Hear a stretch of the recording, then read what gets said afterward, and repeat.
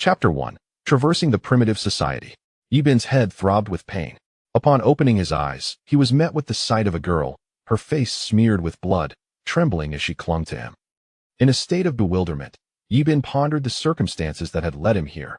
Just moments ago, he had been climbing a mountain, and now he found himself in an entirely different realm, confronted by a girl whose identity eluded him. Previously, Yibin had been a delivery worker, and after parting ways with his girlfriend, who deemed him financially inadequate, he sought solace in nature. He had long harbored a desire to scale mountains, and at last, he had the opportunity to fulfill that longing. Equipped for his ascent, he ventured into the mountains, but the weather turned treacherous, unleashing a torrential downpour that rendered the ground perilously slippery. A misstep led him to tumble downwards, and in his panic, he struck his head against a rock, blood spilling across the ground. As he gazed at the overcast sky, he struggled to rise, but found himself succumbing to unconsciousness.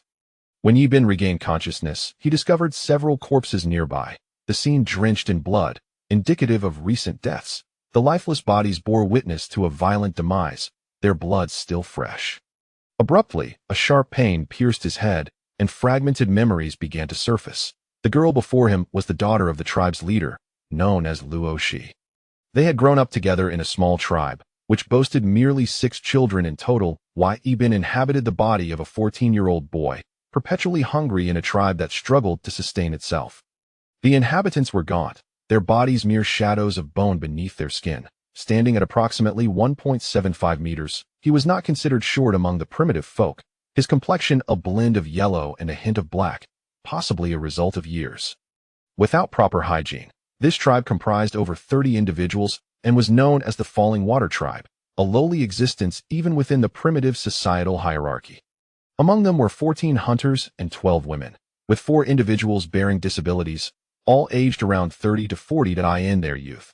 These tribespeople had fought valiantly for survival, but their fate took a dire turn when they incurred the wrath of a larger tribe, leading to relentless pursuit. The leader, along with his followers, fled to this desolate area, where they now found themselves. Recently, the tribe had captured a goat, which attracted the attention of the wolf tribe, notorious for their dominance over the surrounding smaller tribes. The wolf tribe, numbering over 100, had a reputation for bullying their neighbors, instilling fear and despair among them. The Falling Water tribe, suffering from prolonged food scarcity, appeared pitifully emaciated, their skins stretched over bones, devoid of any excess flesh. To survive the winter, the leader led 14 members into the mountains for a hunt, armed with primitive weapons such as wooden spears and stone tools. Under the leader's guidance, they successfully located the goat. However, its swiftness proved a challenge, prompting them to devise an alternative plan. They concealed themselves in a nearby forest, awaiting the goat's approach to launch a surprise attack. Soon, the goat wandered close, and the leader hurled a stone, striking it down with a bleat of distress. The hunters rushed forward, and the leader swiftly produced a grass rope, binding the struggling creature at last. They could improve their meager existence, for it had been a month since their last meal of meat. As dusk settled, the leader instructed the hunters to prepare for their return. However, unbeknownst to them, a group from the wolf tribe, 10 strong, had been trailing them. The wolf tribe thrived on the spoils of their bullying, indulging in the rich sustenance that the Falling Water tribe could only dream of. The leader of the wolf tribe, a cunning and ruthless figure named Qing Lang, had laid an ambush with his men, ready to strike as the Falling Water tribe approached. Armed with stone spears and clad in thick animal hides, they were a formidable force compared to the wooden weapons of the Falling Water tribe. As the Falling Water tribe's hunters entered the valley, oblivious to the impending danger, laughter filled the air. Suddenly, Qing Lang commanded his men to launch their spears, and in an instant, 4 members of the Falling Water tribe fell to the ground, pierced through the heart, their blood pooling around them. In the chaos, the leader of the Falling Water tribe ordered his people to form a defensive circle. Qing Lang and his men quickly closed in, viewing their adversaries as insignificant insects to be crushed. The battle erupted, with the leader, a formidable figure known as Hanyo, charging forth with a spear that pierced through a member of the wolf tribe. Qing Lang, surprised by Hanyo's ferocity, retaliated, and the two engaged in a fierce confrontation, their spears clashing with ferocious intensity. As the conflict raged on, both sides suffered injuries, and the Falling Water tribe found themselves at a disadvantage. Recognizing the peril of their situation, Hanyo sought an opportunity to turn the tide.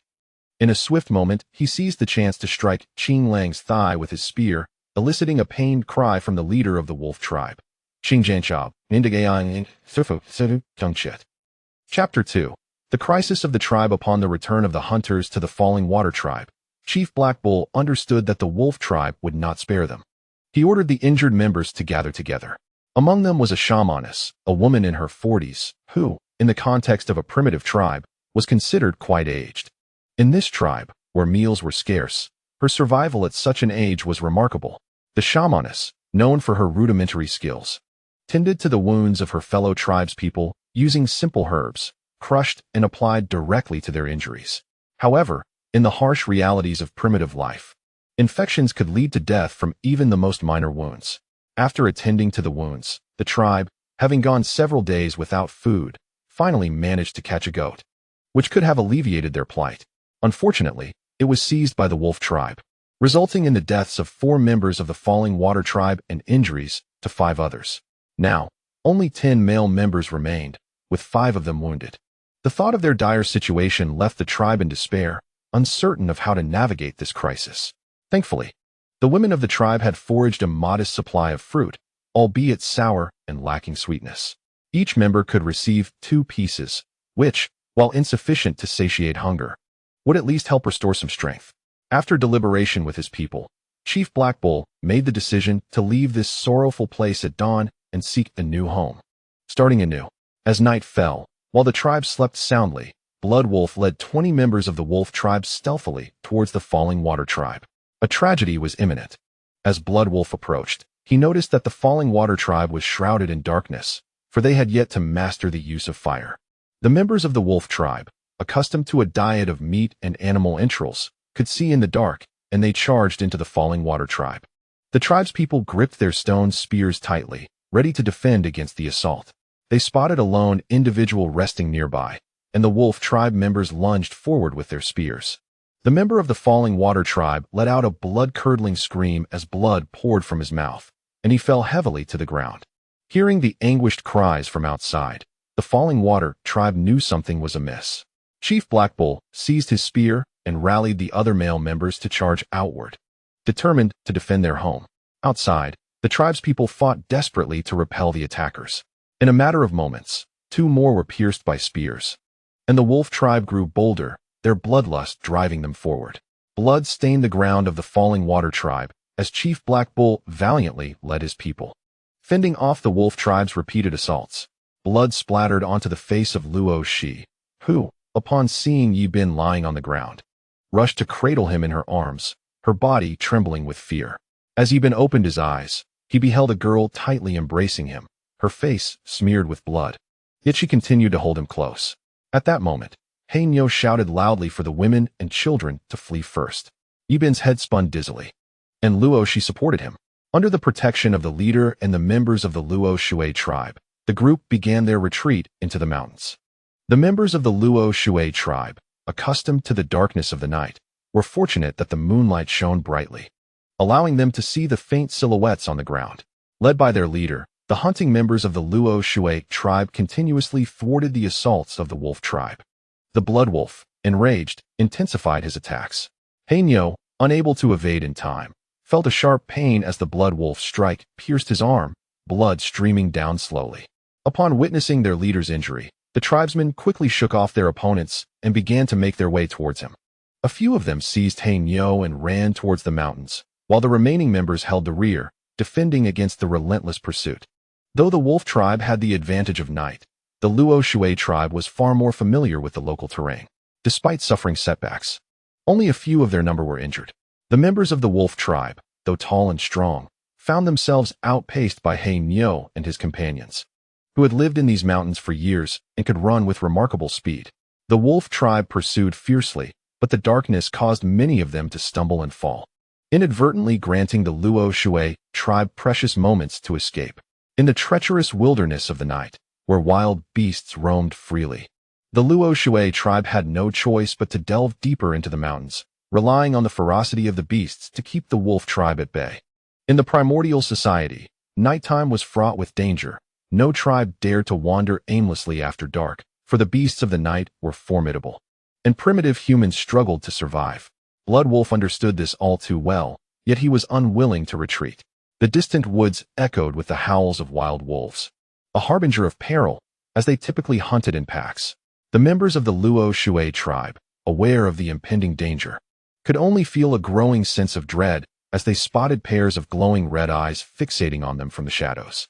With a wolf pack ahead and the Blood Wolf's relentless pursuit behind, the Luo Shui tribe faced an insurmountable dilemma. The forest offered no sanctuary, governed by the brutal laws of nature where only the fittest survived. The members of the wolf tribe found themselves compelled to relentlessly pursue their targets. Suddenly, several wild beasts emerged from the dense forest ahead, prompting Blood Wolf and his companions to halt their advance. Given the current predicament, they had no choice but to allow the individuals before them to escape. Blood Wolf's eyes burned with fury and frustration. If only he could continue the chase for a little longer, he believed he could annihilate them all right there. Watching the figures vanish into the distance, the wolf tribe was left with no option but to retreat back to their stronghold. Black Bull and his kin, witnessing the wolf tribe abandon the pursuit, collectively exhaled in relief. However, from a distance atop a hillside, 3 or 4 dozen shadowy figures were intently observing them. The tribe members quickly huddled together. At this moment, Black Bull's arm was still bleeding, and there appeared to be no better course of action. Seeing her father injured filled Luo Shi with profound sorrow. She felt powerless to assist him. The night was fraught with peril, and danger lurked at every turn. Observing Luo Shi's heartache, Yi Bin felt an overwhelming urge to help. He tore a piece of hide from his chest and scoured the area for some hemostatic herbs. Although the darkness enveloped them, the moonlight provided just enough illumination to discern a few details. Before his arrival in this world, Yi Bin had lived in a rural setting and was familiar with some basic hemostatic herbs. Presently, amidst the dense foliage of the mountains, he soon discovered a plant that resembled the well-known sanchi, renowned for its excellent coagulative properties, capable of staunching blood flow swiftly. Though the flora of this realm differed from that of his previous life, he recognized it nonetheless. Yi Bin carefully unearthed the sanchi, chewed it to a pulp, and applied it to Black Bull's wounded arm. The onlookers regarded Yi Bin with curiosity, yet none dared to intervene. At that moment, the shaman seemed to grasp something. Though uncertainty lingered, if Black Bull's bleeding was not promptly addressed, he would soon succumb to weakness, placing the tribe in even greater jeopardy. The members had lost their guiding force, and their leader bore significant wounds. Having watched numerous survival videos before his transition, Yi Bin found that knowledge to be invaluable. Scanning the surroundings, he spotted a small cave not far ahead. The wild wolves appeared to be closing in, and recalling that wolves feared fire, he resolved to seek refuge in the cave, leveraging its protective advantages against the pack's assault. Yi Bin instructed, everyone, form a circle. Elders, women, and children should stand in the center, while the men of the tribe take position on the outside. We shall retreat towards the cave. Thus, the group began their withdrawal towards the cave. Among them were 7 adult males, and their strongest leader was injured, making the situation even more dire. Before long, they reached the mouth of the cave. Yi Bin directed the women to enter first, followed by the elders and children.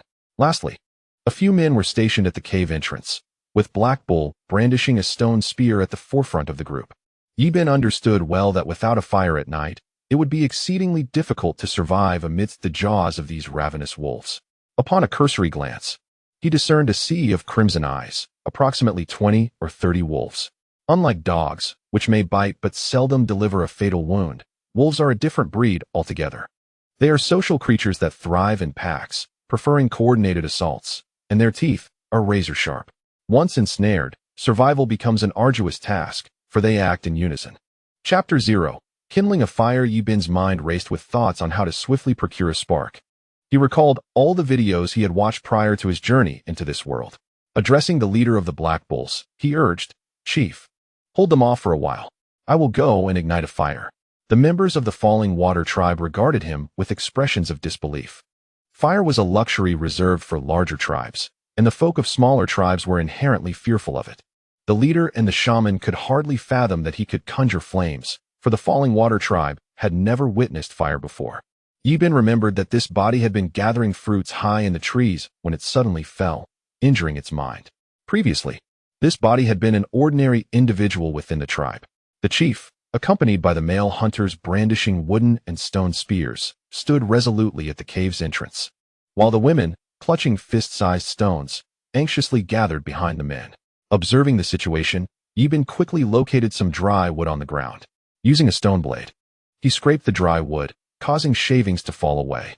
Soon, he placed these shavings atop a soft, dry twig and found a slender stick to rotate against the wood shavings.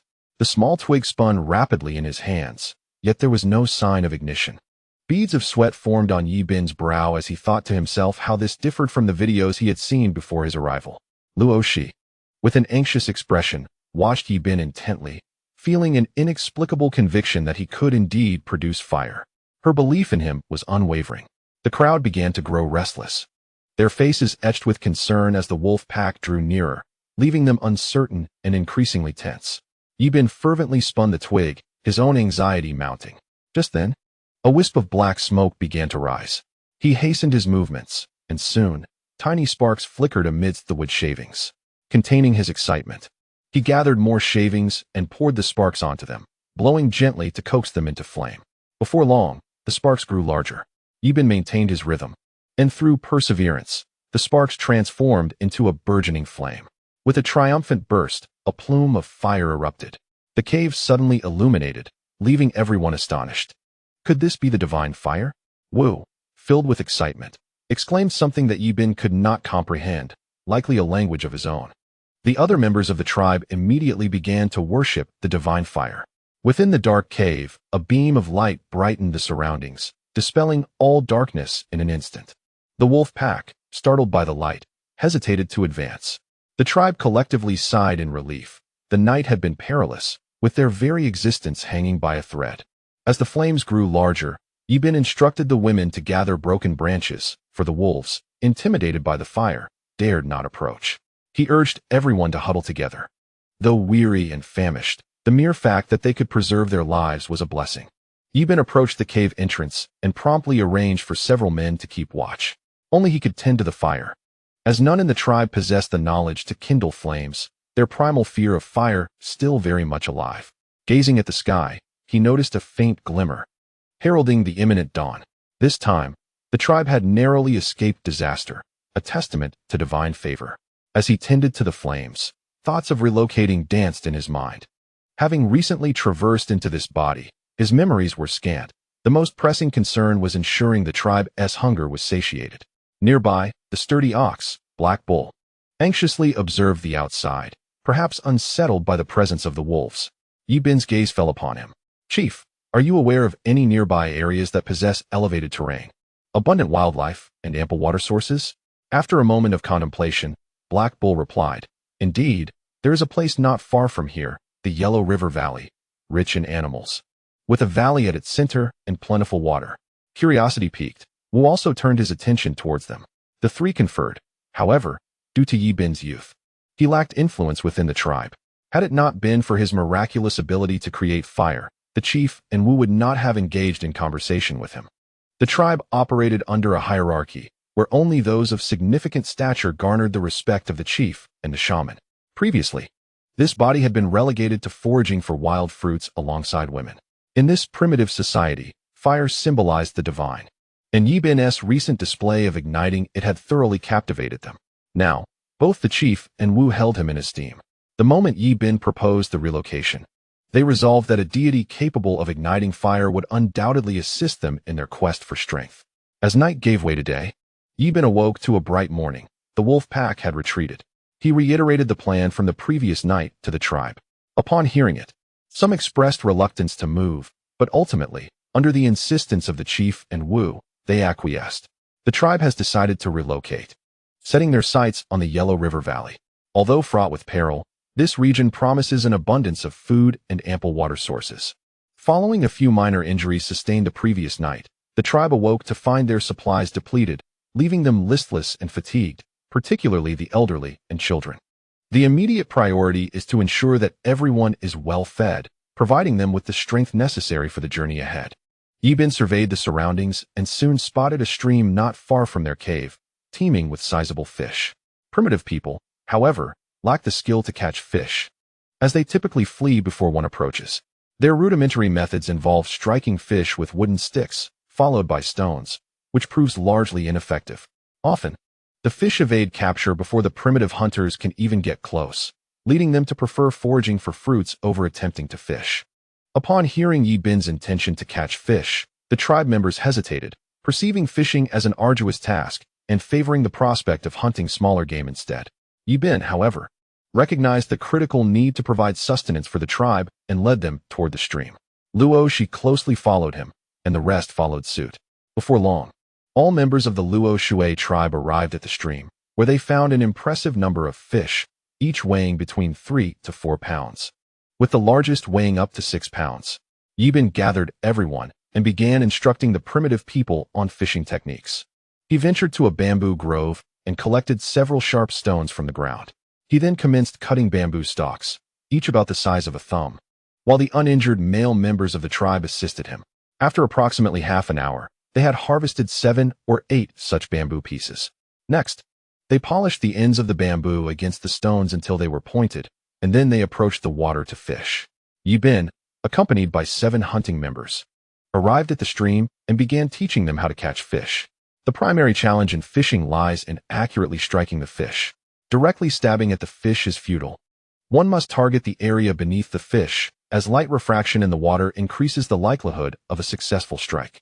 As they entered the stream, Yi Bin instructed the hunting members to disperse and remain still, waiting for the fish to swim by. After more than an hour passed without a single catch, the hunters began to lose patience. Suddenly, Yi Bin successfully speared a fish weighing at least 3 to 4 pounds, marking a promising start that boosted the confidence of the hunters. Soon thereafter, they began to catch fish as well. In a short span, they had landed over a dozen fish. Given that the entire Luo Shui tribe comprises only about 20 individuals, further losses would be untenable.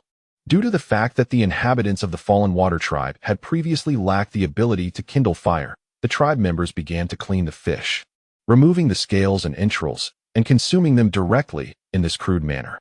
The primitive people, though limited in experience, were not foolish. They would not consume fish with scales intact, thus a simple cleaning process was indeed essential. Observing the tribe members as they feasted, their mouths smeared with blood, was a sight that bordered on the grotesque. Yi Bin, a soul of the modern era, found it impossible to accept such a barbaric method of sustenance. With no other choice, he reluctantly forced down a few bites. The paramount objective was to reach the location of their new home as swiftly as possible. Chapter 0. Arrival at the new home. After begrudgingly swallowing a few bites, Yi Bin felt a sense of discomfort in his stomach. In order to survive, he had to suppress his nausea. Having something in his stomach granted him a modicum of strength. Once everyone had their fill, they packed some extra fish and prepared to journey toward the Yellow River Valley. The most pressing issue at hand was the inadequacy of the hunting members' weapons, which were exceedingly primitive and lacked sufficient lethality. Along the way, encountering packs of wolves, leopards, or saber-toothed tigers would result in devastating losses. Currently, there were scant materials available, and crafting bows and arrows was an ideal option. However, without the means to create bowstrings, they were left to seek alternatives, pondering over simpler yet more powerful weapons without much clarity. Suddenly, an idea struck Yi Bin. He envisioned a spear thrower. This weapon was one of considerable lethality in primitive society. Not only did the spear thrower possess great power, but it also allowed for remarkable range. Typically, an average person could throw a spear approximately 70 to 80 meters. But with the aid of a spear thrower, one could launch it over 200 meters. Such a formidable weapon would be akin to a rifle in this primitive world. The spear thrower was not only immensely powerful, but also required minimal strength to wield. Even the women of the tribe could easily use it, making it an indispensable tool for hunting in the wild. Yi Bin instructed the hunting members to each carry 5 or 6 wooden spears. Although there were still a few injured, he had prepared some powdered herbs in the morning to assist with their wounds. Primitive people generally recover swiftly as long as their injuries do not become infected.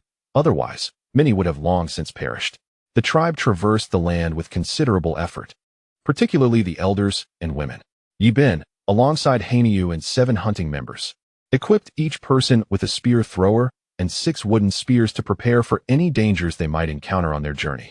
Should they come across goats or rabbits, they could utilize the spear throwers to procure additional food for the tribe. Luo Shi observed the spear throwers and glanced at Yi Bin, her eyes filled with admiration. In primitive society, girls matured early, and when they saw a man they fancied, they were bold in their affections. There was no concept of romantic love among primitive people. As long as both parties found mutual attraction, they could come together. Women revered strength and valor. Only by following strong men can one thrive in this world. Food, too, is of paramount importance. For the weak, capturing prey poses a formidable challenge. To primitive humans, sustenance surpasses all else, particularly for women who rely heavily on men. Luo Shi, possessing striking beauty, is perceived differently through Yi Bin's eyes. The preferences of primitive men lean towards tall women, believing that such women bear robust offspring. As for Luo Shi, she often finds herself unnoticed. Though slender, her delicate features, a heart-shaped face and willow-like eyebrows, coupled with a mouth resembling a cherry, evoke the image of a charming neighbor girl. She is indeed quite endearing, a type that Yi Bin finds appealing. The girl's skin is sun-kissed, with darker hues on her hands and feet, likely due to infrequent washing. The women of the tribe spend their days gathering fruit, rising with the dawn to venture into the mountains for their bounty, only to return at dusk. Under the relentless sun, their skin inevitably loses its pallor. Yet, Luo Shi's slenderness hints at chronic undernourishment. Along the journey, she often steals glances at Yi Bin, as young girls are wont to do. Despite her innocence, she mirrors the many women of her kind. In Yi Bin's previous life, such a pure and lovely girl would have garnered much affection. Each time she gazes at him, her cheeks flush, though the dirt on her face obscures this sweetness. Yi Bin, too, has long recognized his fondness for her. In his past life, he adored another girl, only to be forsaken in the end. Fate has now bestowed upon him a second chance, and he vows to cherish it. Presently, his primary concern is to swiftly reach their new home and ensure the well-being of his kin. During their travels, they encountered a wild boar. With their newly acquired hunting gear, the members of the tribe found the task of capturing the boar to be remarkably effortless. They enjoyed a hearty meal, a rare feast after enduring prolonged hunger. The boar weighed between 200 to 300 pounds, and the shared bounty brought great joy to all. With the warmth of the flames, Yi Bin savored a fulfilling meal. Once everyone was satiated, they resumed their journey. After 2 days of travel, they finally arrived at the Yellow River Valley. Indeed, numerous carnivorous creatures were visible, though they merely glanced at the travelers. Perhaps they had recently feasted, showing little interest in the humans. A few wolves ambled nearby, indifferent to the group, indicating the perilous nature of this place. After deliberation, Yi Bin and the others decided to establish their new home beside a lake, situated 3 to 4 meters above the water level. This location promised an abundance of wildlife seeking water at night, as well as rich fishing resources. Thus, they resolved to settle here. Once the location was chosen, the clanspeople began to take action. In the interest of safety for the night, Yi Bin decided to construct 3 fences. This place backed onto a lake, providing a natural deterrent against wild beasts approaching from behind. At present, the construction of these 3 barriers was of utmost importance. There were numerous logs washed down by the flood in this area, so Yi Bin promptly instructed the clanspeople to gather some quickly.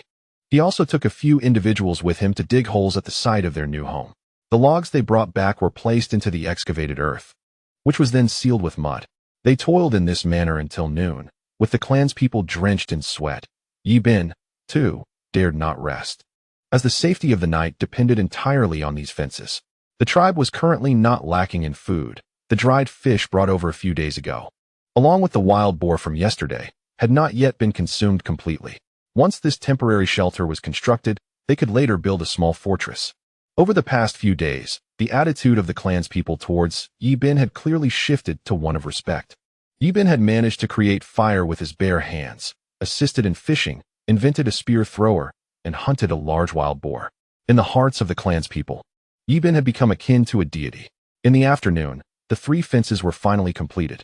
Yi Bin left an opening in the front for a door, allowing the clanspeople to enter and exit freely while also preventing wolf packs from attacking at night. He instructed everyone to collect ample firewood for the evening. At the entrance, he bound several large logs together to block the entrance, ensuring safety for the night.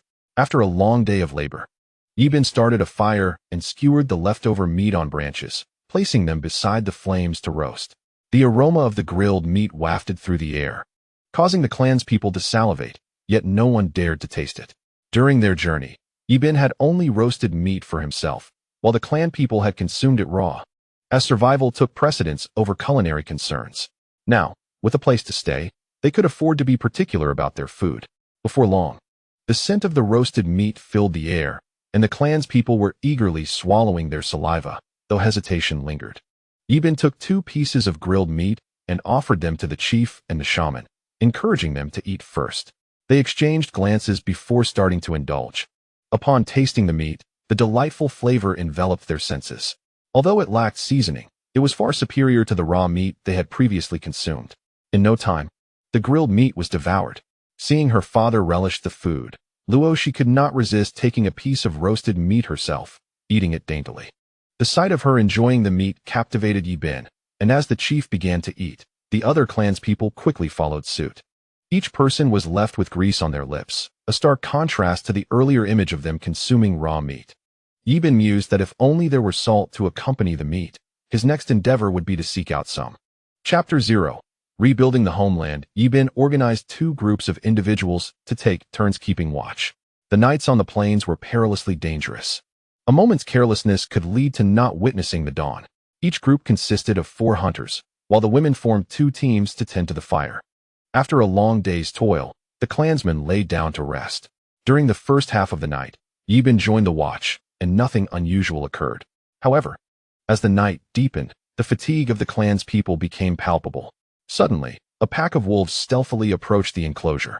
In the late hours, when humans were at their most weary, the fire within the enclosure dwindled, emboldening the wolves outside.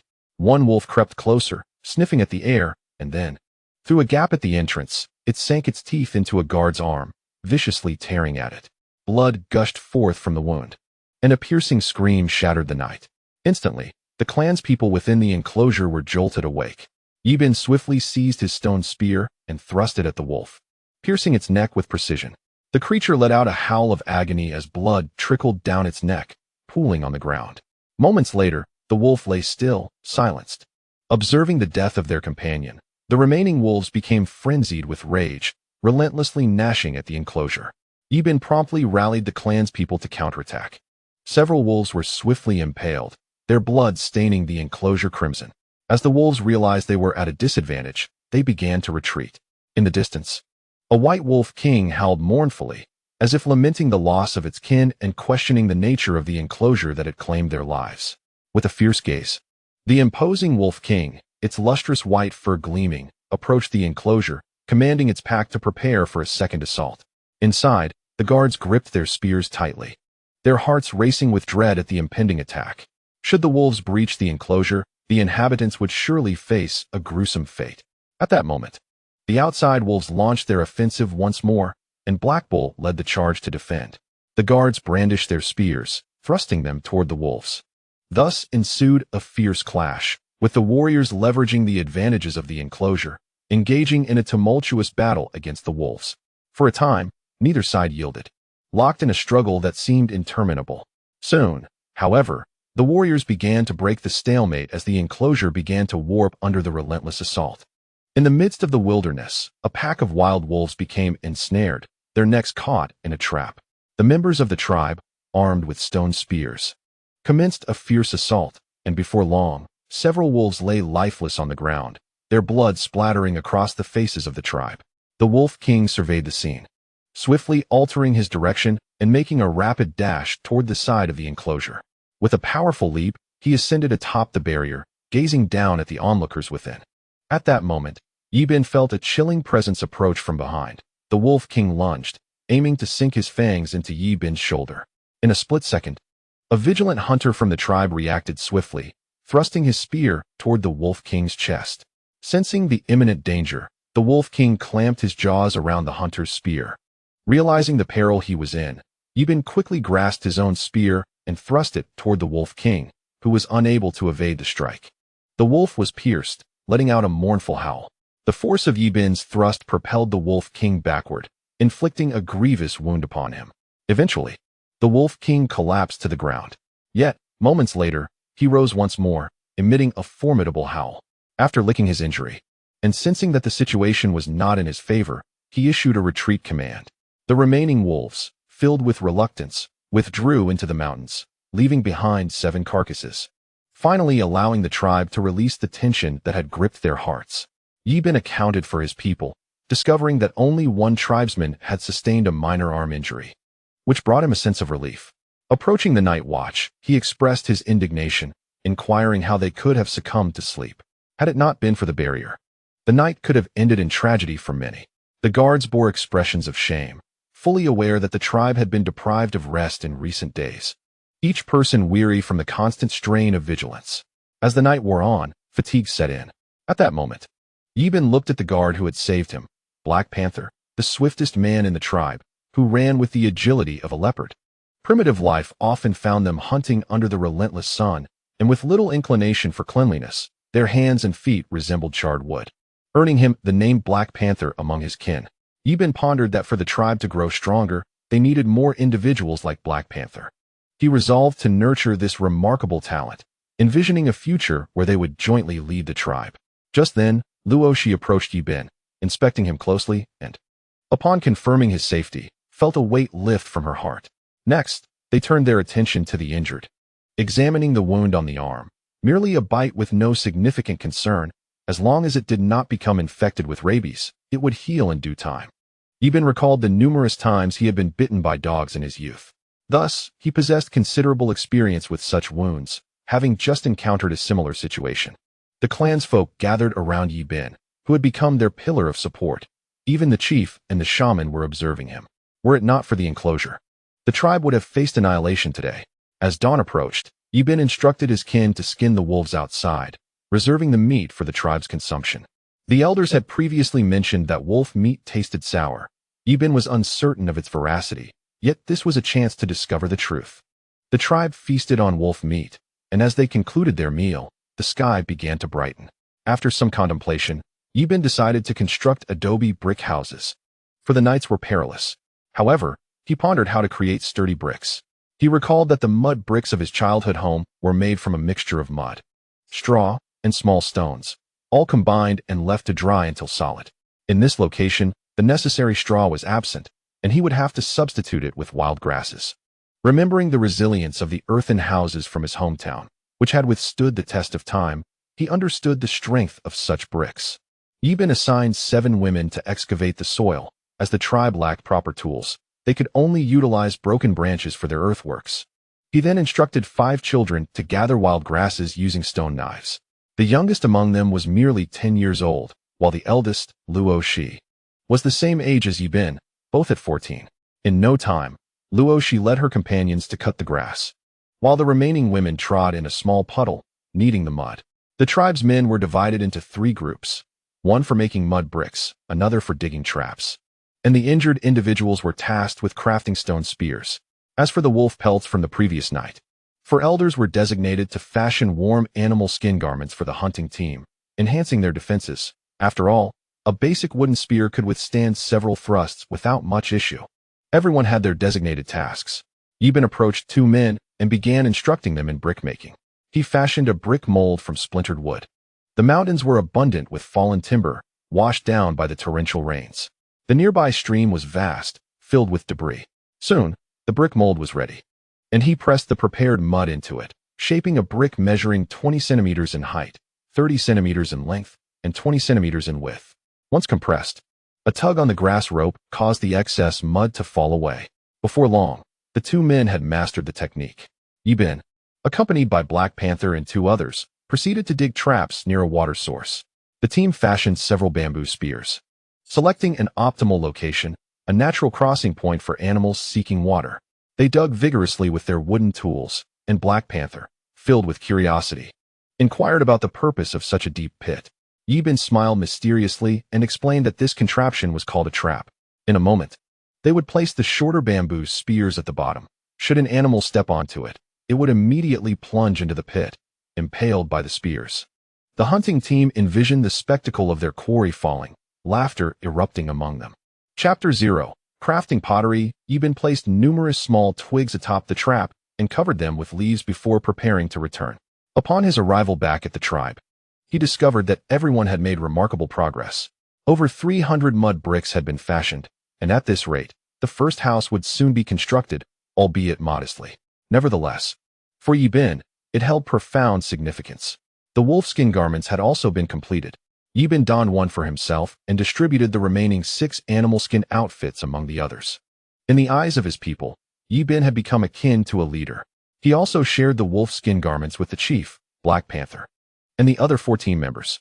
These individuals represented the tribe's vital strength and required proper equipment first.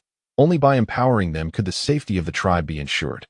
In recent days, Yi Bin had been indulging in roasted meat daily, to the point where his mouth had become quite sore. He contemplated the possibility of crafting pottery, knowing that the creation of clay pots necessitated high-quality clay. Otherwise, the pottery would be prone to shattering. Clay was abundant, particularly near water sources. So Yi Bin summoned Black Panther, and together they set off to excavate clay. Yi Bin fashioned 2 large baskets from fine vines, and they each took one to carry.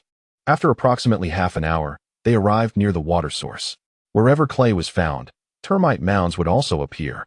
Before long, both baskets were filled, and Yi Bin called to Black Panther as they began their journey back to the tribe, taking the opportunity to check on the nearby traps to see if any prey had fallen.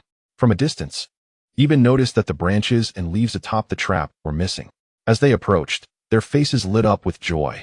To their astonishment, a wild boar weighing over 200 pounds had fallen into the trap, and the ground was stained with blood, the bamboo spear having pierced the creature's body.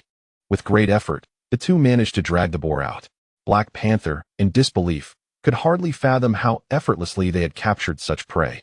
Yi Bin reset the trap, carefully covering it again with branches and leaves. Black Panther gathered some thick and thin vines to bind the boar's feet, and then they pierced it with a wooden spear. Together, they hoisted the wild boar and hurried back towards the tribe. After about half an hour, they slowly returned, carrying the large black boar. The sight filled the tribe with joy as they leaped and danced in excitement. For tonight, there would be wild boar meat to feast upon. The eyes of the tribe members gleamed with eagerness, for previously, the Waterfall tribe had feasted on meat only once every few days. Yi Bin set the boar down and entrusted it to the women of the tribe to process its fur. He then poured the clay they had brought back directly into a pit. As Yi Bin continued to stomp on the clay, the tribe watched with curiosity, wondering what remarkable creation he was about to unveil. At this moment, the shaman approached, curiosity etched on his face, and asked, "Bin, what are you doing? We have plenty of mud here. Why venture out to dig?" Yi Bin explained, "This is called clay, which can be used to create pottery."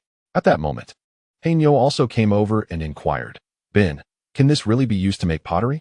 In the eyes of these primitive people, mud was abundant everywhere. Why dig elsewhere? The tribespeople gathered around, questioning Yi Bin about the 2 baskets of clay, wondering what made it so special. Yi Bin clarified, "This is called clay. It can be transformed into pottery. Pottery made from clay has a high success rate. It offers numerous advantages. One can stew meat in it and also cook wild vegetables." Upon hearing this, the eyes of the crowd sparkled with excitement. With Yi Bin's deft hands, he shaped the clay into a pottery pot. Subsequently, he molded 20 clay bowls and finally crafted 2 clay jars. Uncertain of how many of these pieces would succeed, he optimistically estimated a success rate of 60%, which he deemed quite satisfactory. If successful, each person would receive a bowl, and the meat cooked in the pottery would not only be delicious but also yield broth. Adding some wild vegetables and mushrooms, a pot that typically sufficed for 10 individuals could nourish 15. This represented a significant preservation of resources. The paramount concern for primitive people was satiation. Every winter, many perished from hunger, particularly in smaller tribes where it was not uncommon for none to survive the season. Thus, food was of utmost importance to these primitive people. After Yi Bin's explanation, the tribespeople joyfully erupted into a primitive dance. Their dance was remarkably simple, with everyone gathering together, moving their hands and feet in a chaotic yet jubilant manner, perhaps a reflection of their happiness. Yi Bin, however, found it difficult to appreciate their performance, likening it to the chaotic revelry of the 1980s. The joy of the primitive people was unmistakable. Whenever they felt elated, dancing became their preferred mode of celebration. Yi Bin's pottery was soon completed, but the process of firing pottery requires a substantial amount of charcoal. Moreover, newly crafted pottery cannot be fired immediately. It must be allowed to rest for several days, or else it risks warping or cracking. During dinner that evening, the chief and the shaman made a pivotal decision. Ever since Yi Bin's awakening, he had transformed remarkably. He brought divine fire to the tribe, provided them with roasted food, assisted in creating spear throwers and traps, and helped construct walls, leading the tribespeople in repelling wolf packs. Each of these accomplishments instilled immense confidence and awe in the tribe. Only under Yi Bin's leadership could the tribe grow stronger. Before the assembled tribespeople, the shaman and the chief announced a momentous decision. From this point forward, Yi Bin was officially designated as the leader of the Luo Shui tribe, entrusted to guide them towards greatness. Yi Bin was taken aback by the decision made by Wu and the chieftain, appointing him to lead the entire tribe. At that moment, Luo Shi gazed at Yi Bin amidst the crowd with admiration, secretly rejoicing for him. She understood well that under Yi Bin's leadership, the tribe could grow strong, ensuring that their people would no longer suffer from hunger. Initially, Yi Bin had refused, as he was merely 14 years old, not particularly robust, standing at about 1.70 meters, and of a slender build, resembling a frail chick among the primitive people. However, after much insistence from others, he ultimately agreed to accept the role of chieftain, confident in his ability to guide the tribe towards strength. The first order of business for Yi Bin as chieftain was to bestow a melodious name upon the tribe. He believed that having moved to a new home, they could no longer retain their old name. To achieve greatness, the tribe needed a name of profound significance. The tribespeople concurred. With his soul originating from the distant earth, Yi Bin pondered and decided that the tribe would henceforth be known as the Huaxia tribe. The term Huaxia held immense significance for the people of Earth, symbolizing a deep connection to their motherland. With a name established, it was imperative to accelerate the tribe's development to ensure their self-preservation. The foremost task was to construct dwellings and produce pottery. Subsequently, they needed to erect mud brick walls and establish their own pasture. This way, they would no longer need to venture out for hunting, which was fraught with danger and often yielded no results. It was not uncommon for them to return empty-handed after 3 or 4 days of effort. If they could locate wheat, sweet potatoes, or even potatoes and rice, the tribe's food concerns would be alleviated. In a moment of contemplation, Yi Bin suddenly burst into a silly laugh, leaving the tribe's people bewildered. They wondered if their newly appointed chieftain had lost his senses. Observing the puzzled expressions of his kin, who regarded him as a fool from a distance, Yi Bin quickly regained his composure and earnestly stated that he was merely contemplating the future of the tribe. The following morning, as dawn broke, the tribespeople hastily finished their breakfast. Yi Bin instructed the women to gather some wood. The other members of the tribe resumed their tasks, with some digging mud and others cutting grass, as the Huaxia tribe commenced its daily labors like a well-oiled machine. Yi Bin summoned the panther, sending him to check the traps, as the previous chieftain, Heinyo, had injured his arm and was unable to hunt. Given the circumstances, the panther was the only option to scout the traps for any captured prey. Chapter 7. Crafting bows and arrows. Yi Bin approached the wall and fashioned a furnace from clay, ready to create charcoal for pottery. After a busy afternoon, he managed to produce 3 or 4 rudimentary kilns. Although they were somewhat unsightly, they were likely functional enough for use. Beside the hearth, a rudimentary bellows was crafted. The interior of the bellows was constructed using bamboo strips. First, bamboo was hewn with a stone knife, then split open, and finally, a mixture of clay and bamboo was amalgamated. This mixture was shaped into a square, and the back of the bellows was sealed with the clay-bamboo blend. A wooden board was meticulously smoothed from stone, featuring a small hole in its center through which a prepared stick was threaded. A small opening was created behind the stick, into which some small wooden pieces were inserted. Thus, the internal structure of the bellows was completed, and the front was sealed with the clay-bamboo mixture, presenting a complete bellows to the onlookers. Yi Bin then procured a piece of bamboo, roughly the size of a thumb, connecting one end to the back of the bellows and the other end into the hearth. The joints at both ends were sealed with clay, resulting in a finished bellows. The women, burdened with over 300 pounds of wood, ambled towards the enclosure to stack the wood in the vicinity. At this moment, Yi Bin approached, eyeing the wood on the ground as he prepared to create charcoal. The process of charcoal production was quite straightforward. All the wood was meticulously arranged within the kiln. Several openings were made at the bottom of the kiln, and preparations were made to ignite a fire above. The tribe maintained a daily practice of cooking, usually preserving embers for convenience. As the wood began to ignite, Yi Bin promptly activated the bellows, and in a short while, flames danced atop the wood. Sensing the time was ripe, Yi Bin swiftly sealed the kiln with clay, anticipating that by the following morning, the charcoal within would be nearly complete. He managed to ignite 3 kilns simultaneously. By dawn, He would be able to extract 3 batches of charcoal, perfect for the upcoming pottery firing. Coinciding with the drying of the pottery scheduled for the next day, Yibin made his way to the area designated for mud brick production.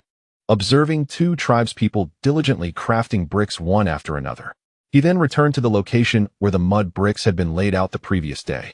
The tribe was currently in a weakened state, necessitating immediate construction efforts. On this day, over 400 mud bricks were produced, a notable increase in speed compared to the previous day as the tribespeople busily toiled. Yibin wandered near the enclosure, surveying the surroundings before identifying a suitable spot. This location offered convenient access to water, situated approximately 200 meters from the riverbank, with a favorable elevation. Yibin resolved to establish the new dwelling here, where the enclosure could also accommodate some livestock. Presently, the quantity of mud bricks was insufficient, and those produced today were not immediately utilizable. After several days of rest, the lightly injured members of the tribe had mostly recuperated. At that moment, the black bull and the black panther returned, visibly carrying a wild goat, each holding 2 young kids. Perhaps the large goat had borne the brunt of the bamboo spear's assault. The black panther brandished a stone knife, preparing to butcher the goat. But Yibin promptly called out to him. In the world of the primitive, animals were regarded primarily as sources of sustenance. The tribespeople gazed at Yibin with curiosity. After all, prey is primarily meant for consumption, and they wondered if it served any other purpose. Observing their expressions, Yibin patiently elucidated, "We can nurture them first. When our tribe finds itself lacking in food, we shall then harvest them. All we need to do is cut grass daily and feed it to the goats." The tribespeople comprehended his words. It was indeed a novel concept for them to learn that goats could be raised. After a brief explanation, he instructed them to gather grass for the goats, and the women and children readily agreed, their spirits lifted. Yibin then summoned several tribesmen to assist in constructing a pen for the goats. He tended to the animals' wounds and instructed the women to forage for some grass nearby, while he led the goats into the enclosure. For the time being, both humans and goats would share the same living space. Fortunately, in this primitive society, such arrangements were not met with disdain. The remaining tribespeople watched in fascination, eager to observe how the goats grazed. In the afternoon, Yibin took the Black Panther on a stroll around the vicinity of the tribe to search for edible vegetables. They ventured up the mountain and discovered a grove of paper mulberry trees, whose bark possessed remarkable toughness. This bark could be fashioned into various items, such as ropes and bowstrings, which were greatly needed by the tribe for crafting offensive weapons. Yibin and the Black Panther returned with an abundance of bark, and they also collected some bamboo and small branches along the way. As they approached the tribe, the people had grown accustomed to the peculiar behaviors of their new leader. Yibin used a stone knife to split the bamboo, then roasted it over the fire to shape it into bows, crafting several bamboo arrows in the process. He instructed the Black Panther to help him process the collected mulberry bark into rope, successfully creating a bowstring. Yibin promptly installed it and tested the bamboo bow's power. Despite being a simple bow, it still held potential. With a swift pull of the bowstring, the bamboo arrow shot forth with remarkable speed, embedding itself firmly into a wooden target 30 meters away, causing the arrow's tail to wobble gently. The onlookers were momentarily stunned. Yibin erupted into laughter.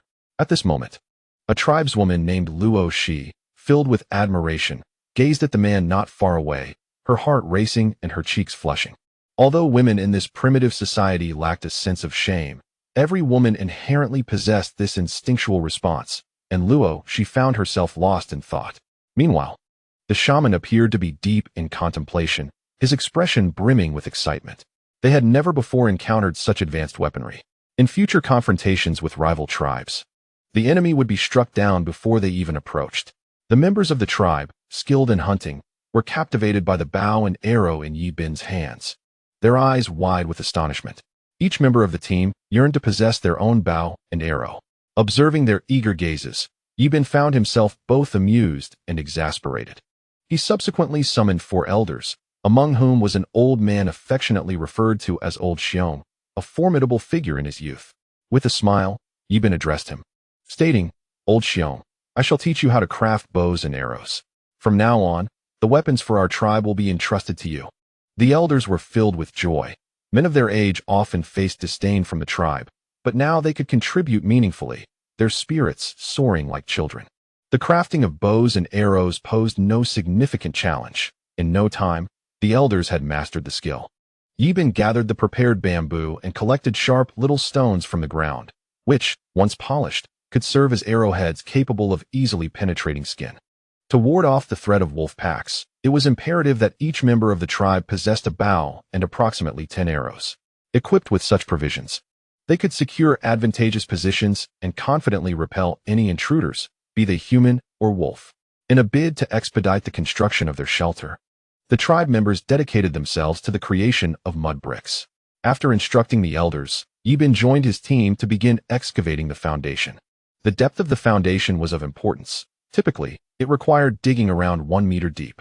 However, given the urgency for housing, Yibin hastened the process, and the foundation was only excavated to about half a meter. Once completed, they immediately commenced mixing the mud. Recalling the knowledge from his previous life, Yibin formulated a simple adhesive using water, yellow clay, and some crushed grass, which they stomped into a cohesive mixture. Before long, the rudimentary adhesive was ready, and Yibin directed his team to transport the mud bricks, placing them into the foundation and applying a layer of mud atop. Thus, they stacked the bricks one after another. Although the tribe was small in number, erecting a modest dwelling did not take long.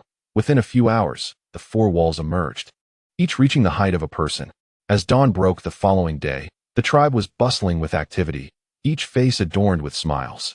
Just as Yibin was about to depart, a small stone lodged itself beneath his foot, causing a sharp twinge that made his lips twitch. At that moment, women and children approached, carrying bundles of wild grass. An idea sparked in Yibin's mind, and he muttered to himself, "How foolish of me to forget. This is a primitive society, and I can weave grass shoes." With a bundle of wild grass in hand, he approached old Xiong and, before their eyes, began to weave grass shoes. Taking some longer strands of grass, he twisted them in his hands, fashioning a length of grass rope. The elders soon joined him, quickly producing a dozen or more strands of grass rope. Yibin knelt on the ground, inserting a wooden stick and securing one end of the grass rope to it. He then commenced weaving, and as the grass rope diminished, a pair of exquisite grass shoes emerged. After trying them on, Yibin was quite pleased.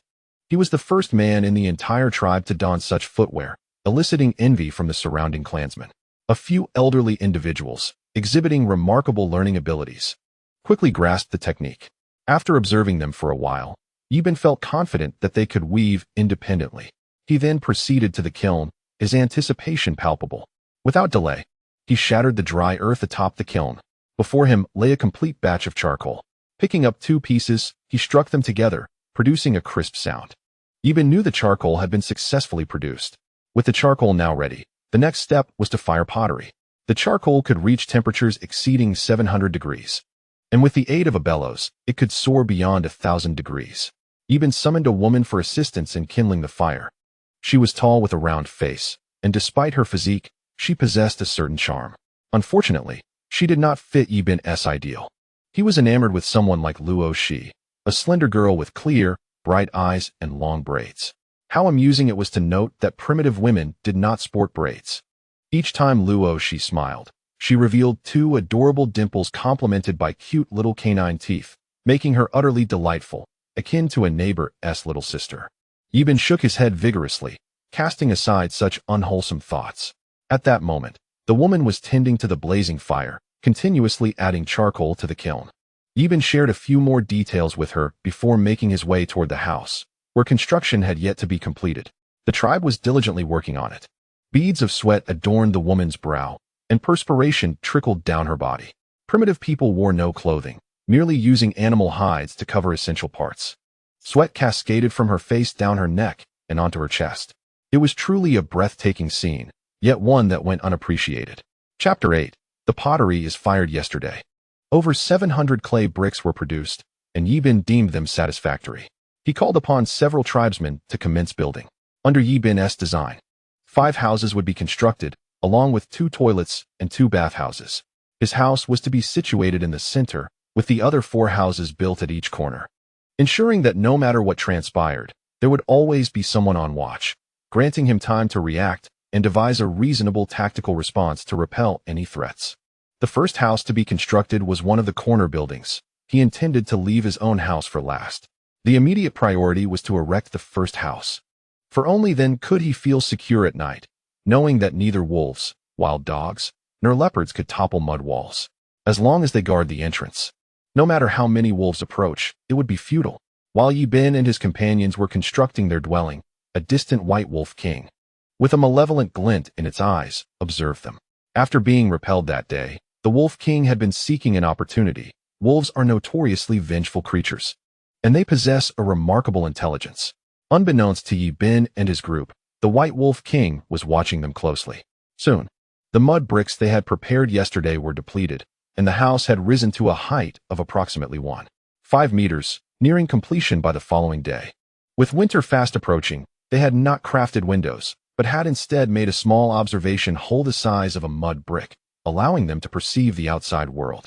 Otherwise, being plunged into darkness would be quite dire. They fashioned a wooden door frame and constructed a thick wooden door, ensuring warmth during the night. Inside the house, Yi Bin also created a hearth, complemented by a chimney made of clay. Without it, the clan members would choke from the smoke while trying to keep warm. After completing the fireplace, he built a large earthen bed that could accommodate around 10 people for sleeping. As the earthen bed was finished, dusk began to settle. Yi Bin wandered around the tribe, only to discover that He Nyo and He Bao had yet to return. They had left in the morning, and nearly a day had passed. Yi Bin felt a surge of anxiety, uncertain whether their traps had yielded any prey. The previous night, He Nyo and He Bao had gone to sleep with smiles after acquiring bows and arrows. If they had not caught anything in the traps today, they would resort to hunting with their bows. Indeed, hunting with bows proved effective. Today they had successfully slain 5 rabbits and 1 antelope. At that moment, 2 shadowy figures appeared within Yi Bin's line of sight, not far from the tribe's perimeter. The members of the tribe immediately tensed, fearing they were outsiders. The men brandished their bows, taking positions outside the walls, their arrows already drawn. Currently, the tribe consisted of only 8 men, including Yi Bin. With He Bao and He Nyo gone, there were merely 6 men left, while the rest were women and children. In the arena of combat, men possess formidable explosive power. 3 women would struggle to subdue a single man. Many contested this notion, arguing that 3 women could indeed overpower 1 man. However, in a life-and-death struggle, a man could easily pierce a woman with a single thrust, while the reverse was exceedingly unlikely. In such critical moments, the outcome of battle hinges on a mere thought. Thus, early humans invariably sent men to the forefront of conflicts. If men and women were to fight together, should the men falter, they would flee. Once one person ran, the others would inevitably follow. This would lead to a pursuit and subsequent demise. Hence, women in primitive tribes refrained from engaging in combat.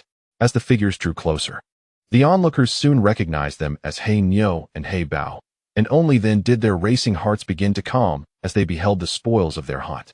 Joy surged among the tribe, and Yi Bin was equally elated as He Nyo and He Bao approached him, eager to recount the tale of how they had struck their prey with bows and arrows.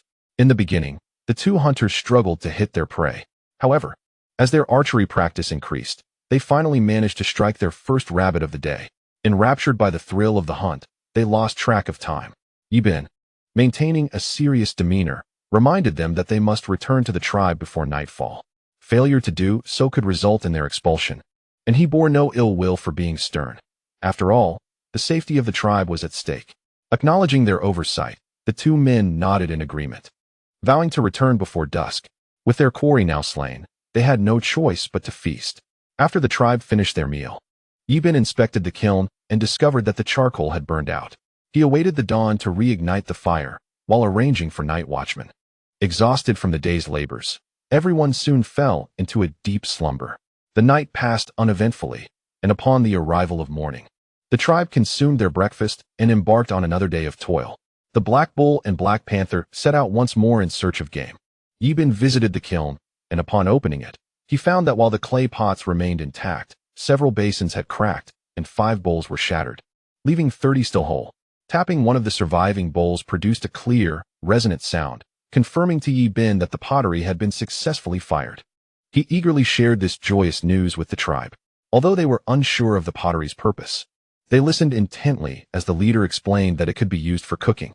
None had ever attempted to cook before, and thus they could hardly envision the scene. Yet, seeing their leader's delight, they too felt a sense of joy, eagerly anticipating the prospect of cooked meat that afternoon. Yibin tasked a few women in the tribe with teaching the others how to use the clay pots for food preparation later that day. The women quickly grasped the technique. Filling the pot with water, covering it, and simmering for 1 to 2 hours would suffice. Due to the tribe's lack of salt, they could only boil their food in water, which, if consumed for too long without salt, could lead to weakness, while drinking animal blood could replenish salt levels. Yibin found it unpalatable and resolved to search for a salt mine in the future. After conveying these instructions, Yibin proceeded to the construction site. The previous day, the two masons had worked efficiently, producing over 750 bricks, while the others contributed as much as they could to the labor-intensive task. Today, they could commence with the roofing. Under Yibin's guidance, the men and women of the tribe worked diligently, with the women gathering tree branches and the men climbing to secure the roof. The women bound long grass with twine to the branches, and one layer after another was meticulously crafted. By afternoon, the house was nearing completion. This structure measured approximately 40 square meters and featured 2 small windows on either side, covered with wooden planks, which served as openings to observe the surroundings. The news of the house's completion spread throughout the tribe, sparking curiosity among the members who gathered to behold it. At that moment, the shaman approached and inquired of the leader whether the house was indeed fit for habitation. Yibin remarked, "Of course, it is suitable for habitation." Randomly gathering the crowd into the room, it quickly became packed, enveloped in darkness. Yibin summoned several women, instructing them to fetch some timber and kindling. They ignited the fire in the hearth, and immediately, the room was illuminated. Yibin commanded the women to also light the fire beneath the earthen bed. Before long, the temperature in the room rose, becoming delightfully warm and comfortable. Everyone gazed around with curiosity, feeling an inexplicable sense of security in this space. Chapter 0. The establishment of the tribe. At that moment, the black bulls returned, their haul for the day abundant. Their traps had captured 2 antelopes, each weighing over 300 pounds, and both were still alive, their wounds non-fatal. They had also taken down a wild boar and 2 piglets. The boar was dead, a casualty of their arrows. Most of the prey lay lifeless, as until the blood had drained, they could not be captured. The boar weighed over 100 pounds, while the piglets were around 30 pounds each. The members of the primitive tribe had originally consumed but 1 meal a day, but since Yibin's arrival, they now enjoyed 2 meals daily. Yibin had initially suggested 3 meals a day, but the shaman intervened, deeming it wasteful. The women began preparing the meal, placing the leftover meat from the previous day into a clay pot to simmer. Meanwhile, the men practiced archery at the entrance, with Yibin guiding them in their aim, enhancing their accuracy, and teaching them the swift draw of their arrows. The men diligently practiced, enhancing their proficiency for in future confrontations. A quick retrieval of arrows would significantly increase their chances of victory. That evening, everyone could take refuge in the room, though somewhat cramped. It was far more secure and comfortable than the outdoors. The previous enclosure had been transformed into a pen for sheep, now housing 3 wild sheep and 2 antelopes, whose wounds had healed remarkably well. Abundant grass, cut by the tribe's children, filled the pen. After inspecting the pen, Yibin returned to the house, where the tribe members were captivated by the aroma wafting from the 3 clay pots filled with simmering meat, each inhaling deeply. Yibin distributed a clay bowl to each person, crafting a pair of chopsticks from twigs for everyone. After simmering for over an hour, the meat was tender, and when the pot's lid was lifted, the delightful scent wafted forth, causing mouths to water. Yibin served himself a bowl of meat, followed by portions for the shaman and Luashi. In the primitive tribe, the leader ate first, a reflection of their status within the community. Rules were observed everywhere, even among primitive people. Subsequently, the men would serve themselves, followed by the women, then the children, with the elders receiving their share last. However, under Yibin's guidance, all received equal portions, with only the order of serving differing, devoid of any intent to discriminate. The delicacies were utterly delightful. Initially, the tribespeople were unfamiliar with the use of chopsticks. Some resorted to using their hands, yelping as they burned themselves yet refusing to relinquish their grip, no matter the pain. The allure of the savory meat was irresistible. Eventually, Yibin observed this and insisted that everyone must use chopsticks, threatening that those who did not would not be allowed to eat. Moreover, he mandated that hands be washed before meals, or else they would be denied sustenance. In pursuit of their meal, the group obediently lined up to wash their hands before returning to devour the meat. Many struggled to grasp the morsels with the two slender sticks, leading to anxious glances as they watched others feast. Some resorted to simply using chopsticks to scrape the meat from their bowls, devouring it directly. Luoshi indulged in 2 bowls that evening, and Yibin felt a sense of joy as he watched her, her face smeared with grease. Though the meal lacked seasoning, everyone felt immensely satisfied. Typically, provisions for 27 individuals would be consumed, yet on this night, only 14 portions sufficed to satiate their hunger. They mused that what once lasted a day now sufficed for 2, their joyous exclamations ringing out. Yibin, observing their elation, felt a swell of happiness in his heart. That evening, with the warmth of the earthen Kong, the room grew cozy, and the group comfortably reclined to rest. Yibin assigned 2 teams to stand guard, pairing individuals, including women, to maintain the fire, for without it, darkness would envelop the room. Should they be surrounded by members of rival tribes or beasts, peril would ensue. Thus, vigilance was imperative, serving as a crucial defensive line for the tribe, providing early warnings in case of emergencies.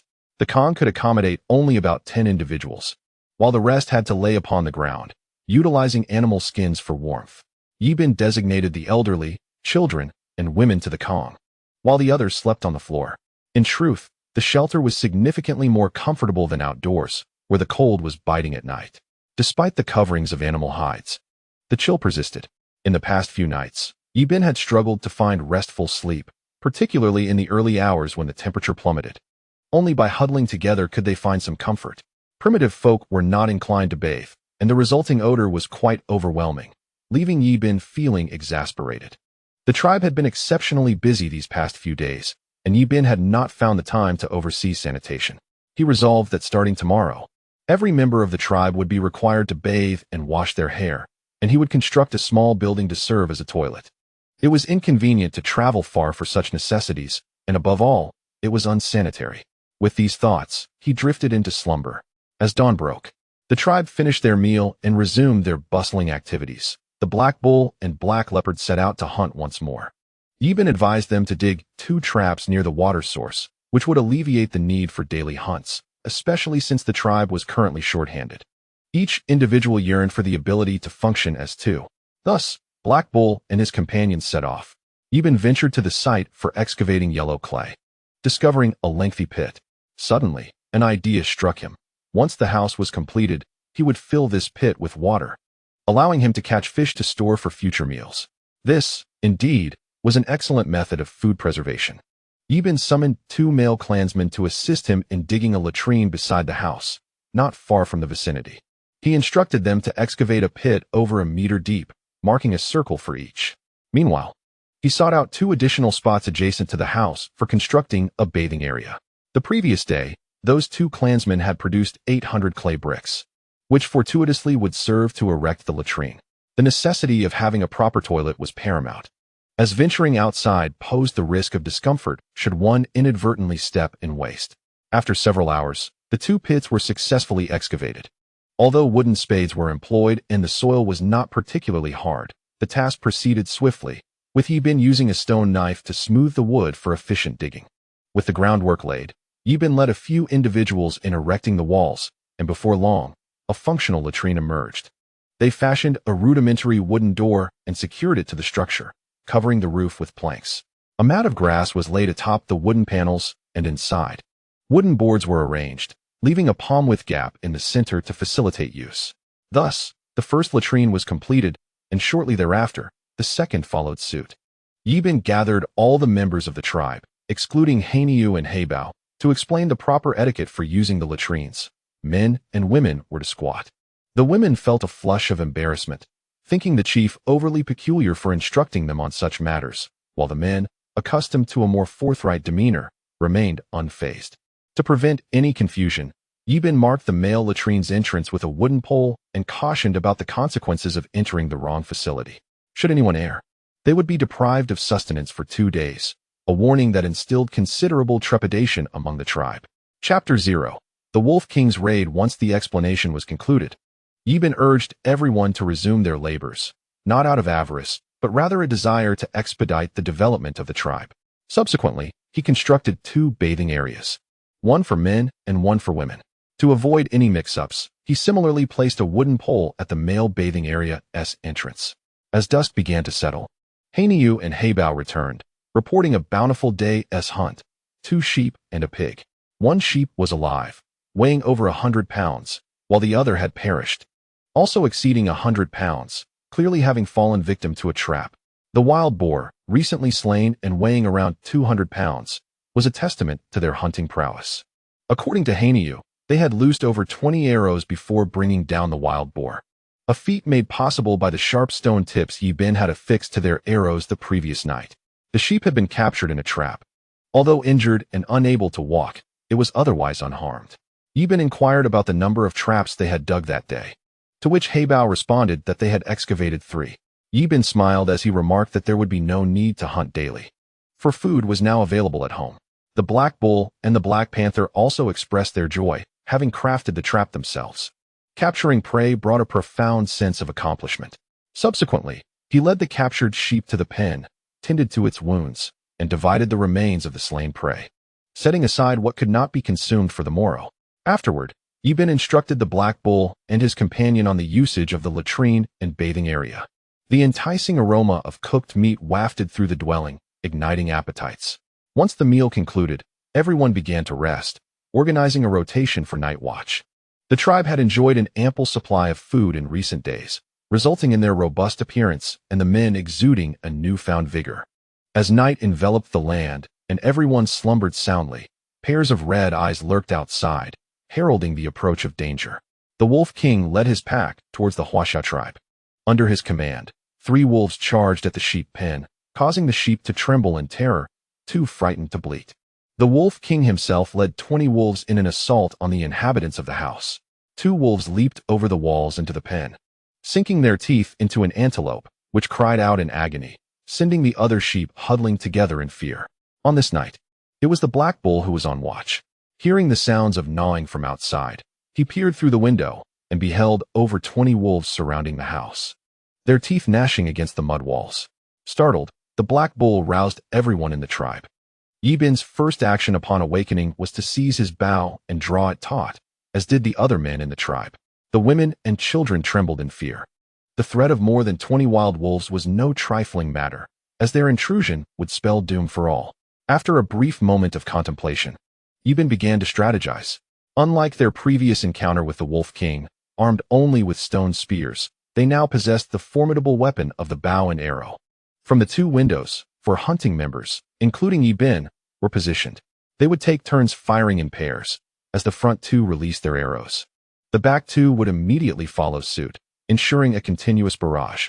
The women, armed with stone spears, stood resolutely at the entrance, their palms slick with sweat, waiting for the opportune moment to strike. Equipped with stone-tipped arrows, their lethality was significant. As the pack drew nearer, just as the wolves began their charge, Yi Bin commanded, "Fire!" The arrows flew from both windows in a swift volley.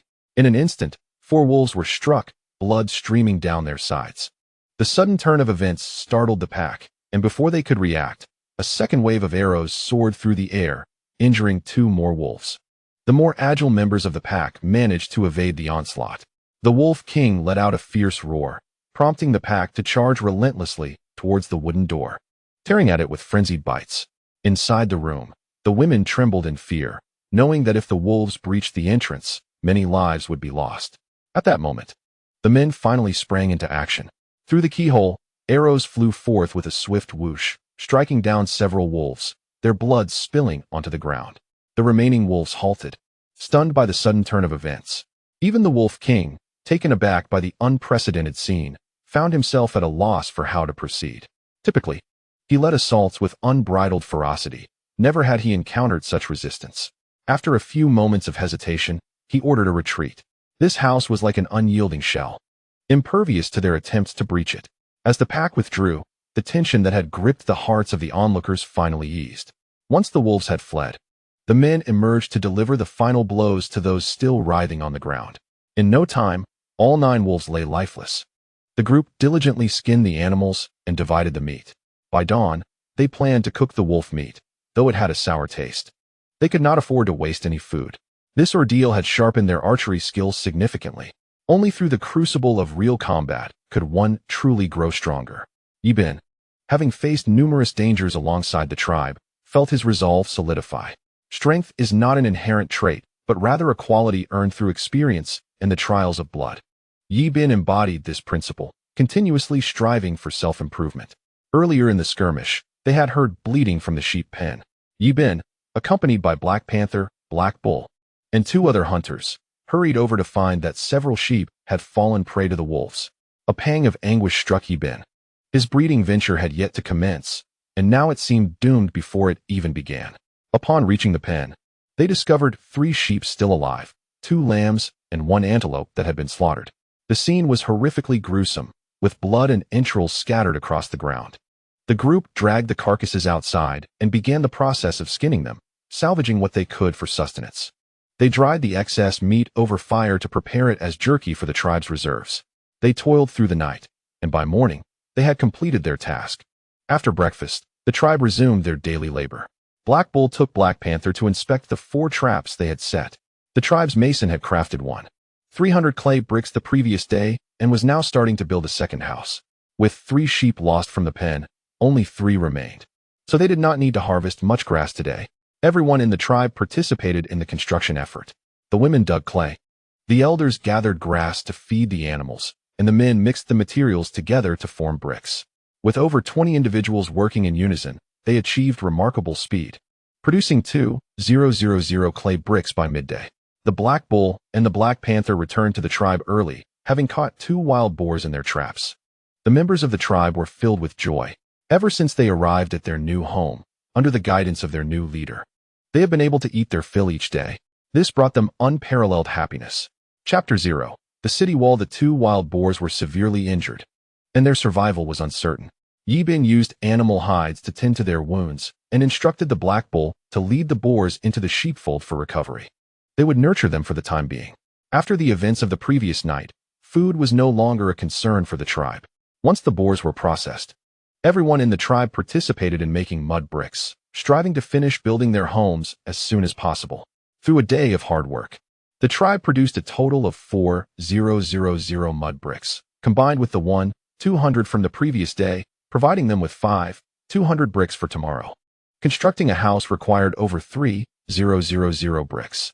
After their evening meal, everyone in the tribe lay down to rest.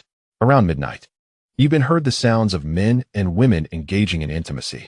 The primitive people were unashamed of procreation. In their understanding, it represented the hope of continuing life. Thus, they did not shy away from each other. Yi Bin, a soul from the modern era, felt awkward witnessing such an act. The very thought of it made him uncomfortable, and he wished to retreat into a corner. The others in the tribe seemed unfazed, as if such occurrences were commonplace. Yi Bin glanced at Luo Shi's position, only to find that she too was awake. A pang of anxiety struck him. What if someone were to take advantage of her? The mere thought distressed him. He could not allow that to happen. Ignoring the ongoing sounds of intimacy nearby, he lay down beside Luo Shi. The atmosphere grew palpably tense. How could he address her? His heart raced as he caught a whiff of her fragrance. Luo Shi was also nervous, fearing that Yi Bin might have intentions towards her. Would she refuse or consent? Both were filled with trepidation. Luo Shi's face flushed crimson, her fingers gripping the animal hide tightly. Although she had grown up in the tribe, her mother had been killed when she was young, and her father, though the leader, was often preoccupied with tribal matters, offering her little affection. In primitive society, leaders could possess a woman of their own, while others could not, leading to uncertainty about the paternity of children. Luo Shi, being slender in appearance, was not favored by the men in the tribe, who believed that any offspring with her would be weak. Thus, she remained a girl, often witnessing the intimate encounters between men and women. The women in the tribe told her that such acts with men were exceedingly pleasurable. Yet she was unsure if Yi Bin would share such experiences with her, leaving her in a state of extreme anxiety. At that moment, Yi Bin broke the silence. Luo Shi, would you promise me that in the future you will not engage in such acts with other men? Luo Shi softly responded with a faint Yi Bin was overjoyed. She had agreed to him. He thought to himself that once they grew a little older, he would claim Luo Shi as his own. After all, they were only 14, and even primitive people could have children at that age. Yi Bin planned to marry Luo Shi when they turned 16. He tightly grasped Luo Shi's hand, and together they gradually drifted into slumber, the distant sounds of jubilant laughter echoing in the air. Upon awakening, the tribe resumed their construction efforts. After several hours of toil, they erected another dwelling, reminiscent of the first. The building continued with the third and fourth houses. In the following days, the tribe successfully constructed 5 houses, 2 latrines, and 2 bathing facilities, with 4 houses strategically positioned at the corners. At the center stood a larger house designated for Yibin, flanked by the latrines and bathing areas. Next, they turned their attention to erecting a city wall. This wall would stand 3 meters high and 1.5 meters wide, providing a formidable defense. Even a tiger would find it impossible to leap over such a barrier. No creature could jump over a wall of that height and width. Even an elephant would struggle. Building the wall was a monumental task, but once completed, the tribe would no longer fear danger. As long as no one opened the gate from within, even 100 intruders would find it impossible to breach their defenses. This was the advantage of the wall. In recent days, the tribe had been tirelessly crafting mud bricks. The construction of the wall commenced, and Yibin fashioned 2 simple cranes from wood, utilizing the principle of leverage to hoist the mud bricks into place. Albeit 1 or 2 at a time, each brick weighed around 10 pounds. With the cranes, the pace of construction increased significantly. The mud bricks, infused with straw, gravel, and wood ash, would remain resilient even in the rain once fully dried. In the blink of an eye, more than 10 days had passed, and over 100 meters of the wall had been erected.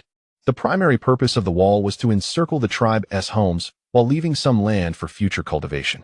They needed to construct 4 walls, each measuring over 200 meters, culminating in a total length of approximately 800 to 900 meters. The tribe would need to expand as it grew stronger, preparing to face dangers from all directions, advancing civilization, and ultimately establishing a society governed by law. Currently, Yibin's life revolved around building the wall, capturing prey, and developing his own pasture. After a period of effort, the traps had begun yielding fewer catches. One day, a group of over 10 barbarians trespassed into the territory of the Huaxia tribe. In the days leading up to this, Yibin had been experimenting with a sling, specifically designed for capturing prey, ensuring that such endeavors would not result in fatalities. In the present day, the Huaxia tribe engages in daily pursuits of archery, sling throwing, and hunting to expand their pasture. Currently, their livestock comprises over 30 sheep and a dozen pigs. Yibin arrived at his pasture, surveying the game within, unable to suppress a smile, before returning to the tribe to organize subsequent matters. At present, the tribe consists of only 8 men, including Yibin himself. The hunting team was divided into 2 groups, each comprising 4 members. The first group was led by Hainiu, while Yibin temporarily assumed leadership of the second group, which included Black Panther. The tribe's diet had recently improved significantly, with everyone appearing more robust, their muscles more developed, and even the women gaining weight. Today, the first hunting group set out to hunt, while the second group remained to construct a wall, bustling with activity. In the distance, shadows of a dozen figures stealthily approached. It was customary for primitive tribes to raid for food and women. However, peaceful tribes were also known to exist, and those capable of instilling fear were not necessarily benevolent. In a primitive society devoid of legal constraints, the law of nature prevailed, survival of the fittest. As the group of intruders neared the Huaxia tribe, they observed the inhabitants engaged in their activities. What were they doing, playing in the mud? What were those 5 hut-like structures? The curious barbarians scrutinized the tribe's shelters, finding them perplexing. Suddenly, their attention was drawn to the Huaxia pasture, where numerous sheep and pigs grazed, and their eyes sparkled with greed. Upon closer inspection, they noted that the tribe had only 4 men, the rest being women. These raiders, who had been hunting for several days without success, wielded rudimentary weapons, stone spears and rocks, rendering them ill-equipped for the hunt. In the valley, any animal was beyond their reach. Chapter 0. The tribe under siege among this group. The leader rallied his companions, swiftly devising a battle strategy. They charged towards Yibin and his 3 companions, hurling dozens of stones that landed perilously close to Yibin. Upon seeing the approaching assailants, Yibin shouted for everyone to take cover inside. Instantly, women and children fled into the earthen huts, and the members of the second group reacted promptly, drawing their bows to shoot. Suddenly, one member of the second group was struck by a stone, letting out a piercing scream. Yibin dragged the injured man towards the shelter. Meanwhile, Black Panther and his companions retreated while loosing arrows, engaging in a fierce exchange. Soon, the second group had successfully taken refuge inside. The skirmish had resulted in injuries on both sides. The Huaxia tribe had sustained one injury, with a fractured scapula. However, the situation was not overly dire. Outside, two members of the opposing tribe lay on the ground, writhing in agony, blood gushing from their wounds. Ever since the Huaxia tribe had been ambushed by a pack of wolves, Yi Bin and his companions carried their bows and arrows with them at all times. Even during work, for without such preparedness, they would not have survived to this day. Thus, when they were suddenly attacked by the barbarians, they were able to respond with remarkable swiftness. One of the assailants had been struck in the thigh by a Black Panther's arrow, while another was hit in the shoulder by the second team. The two barbarians bled profusely as they lay on the ground. The remaining 8, witnessing their comrades' injuries, charged forward with their stone spears toward the Huaxia tribe. The second team swiftly retaliated, drawing their bows to full tautness and immediately releasing their arrows. The arrows flew with astonishing speed, propelled by an unstoppable force, striking the opposing group. For bamboo arrows soared through the air, and 2 more barbarians fell lifelessly to the ground. The 6 remaining barbarians, confronted with the earthen structures before them, appeared momentarily at a loss. At that moment, Yi Bin directed the second team to advance, launching another volley of arrows, which resulted in 2 more barbarians being struck. As the remaining 4 barbarians prepared to thrust their spears, the second team reacted swiftly, releasing yet another round of arrows. The leading barbarian, wielding his stone spear, managed to deflect 2 arrows with a swift motion. However, the 2 barbarians flanking him were far less fortunate. At a distance of merely several meters, any skilled archer would not miss their mark, and those 2 barbarians were instantly pierced by the bamboo arrows. Their bodies erupted with blood, creating a scene of sheer carnage as the second team charged forward, arrows drawn towards the remaining foes. Among the 10 adversaries, 8 had already been injured, showcasing the formidable power of the Huaxia tribe's archery. Stones could be hurled a distance of 30 to 40 meters at most, whereas arrows could reach 70 to 80 meters. For those who doubted this, Yi Bin encouraged them to find a stone the size of a fist and test it outside, within 100 meters. They would find that a stone could only be thrown once, while arrows could be loosed 5 or 6 times. This exemplified the principle that length equates to strength. These barbarians had never encountered such weaponry. It was overwhelmingly powerful, and in the blink of an eye, 8 of them lay incapacitated. They remained ensnared within the Huaxia tribe's encirclement. Yi Bin began to call out, demanding that the 2 remaining barbarians lay down their weapons and prostrate themselves on the ground, or face death. The 2 barbarians trembled in fear, their legs shaking uncontrollably as they gazed at their fallen comrades, blood pouring from their wounds, uncertain of whether they were alive or dead. After calling out a 3rd time, the 2 barbarians finally relinquished their stone spears and prostrated themselves on the ground. The second team promptly bound them, and upon seeing that the danger had passed, the tribe's shaman and women rushed to Yi Bin's side. The crowd was at a loss for how to proceed, and the Black Panther immediately inquired, "What shall we do with these individuals, Chief? Shall we execute them?" Yi Bin, lacking experience in such matters, presently finds himself at a loss for a viable solution. Nevertheless, as a man of the modern age, his mind brims with ingenious strategies. He instructs his kin to bind the captives securely, pairing them into groups of 2, tying their feet with rope. Even if they attempt to flee, it would be impossible for them to lift a foot simultaneously. If they scatter, they shall surely stumble. The shaman, alongside the others, gazes at Yi Bin in disbelief, contemplating the ruthlessness of their chief. Yi Bin further directs the shaman to tend to their wounds, applying powdered herbs to staunch the bleeding. Should any infection arise, their fates would be sealed. However, they brought this upon themselves by attacking our tribe. Showing mercy by sparing their lives is already a considerable act of compassion. Once their wounds heal, they shall be compelled to assist in constructing the walls of the settlement. These savages have now become the slaves of the Huaxia tribe. By afternoon, He Nyo and his group return, their faces etched with concern as they observe the vivid crimson stains before the tribe. Upon entering, they discover that 10 of the savages have been captured. Yi Bin recounts the day's events to the team, igniting a profound fury within them. The Huaxia tribe has grown formidable indeed. Subsequently, the group brings in the day's catch, 10 live sheep and 5 wild boars, all ensnared with slingshots. Yi Bin swiftly assigns several women of the tribe to herd the animals into the pasture, increasing their numbers by 10. Naturally, these new additions must not be allowed to feast excessively. Each meal should leave them only partially satiated, thereby preventing any attempts at escape. It remains uncertain whether the 8 captives will survive. As long as their wounds do not become infected, they stand a chance. The savages with the most grievous injuries, particularly the ones with arrows embedded in their abdomens, face the direst of fates this night.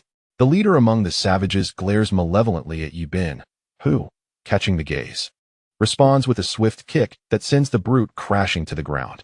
He then assigns the uninjured pair to dig mud outside, while those with lighter wounds are tasked with shaping stones to create spears and arrowheads. The gravely injured are confined to earthen shelters to recuperate. Yi Bin finds himself in a quandary. The tribe lacks sufficient manpower, and these slaves require supervision. Otherwise, their escape or retaliation could pose a grave threat.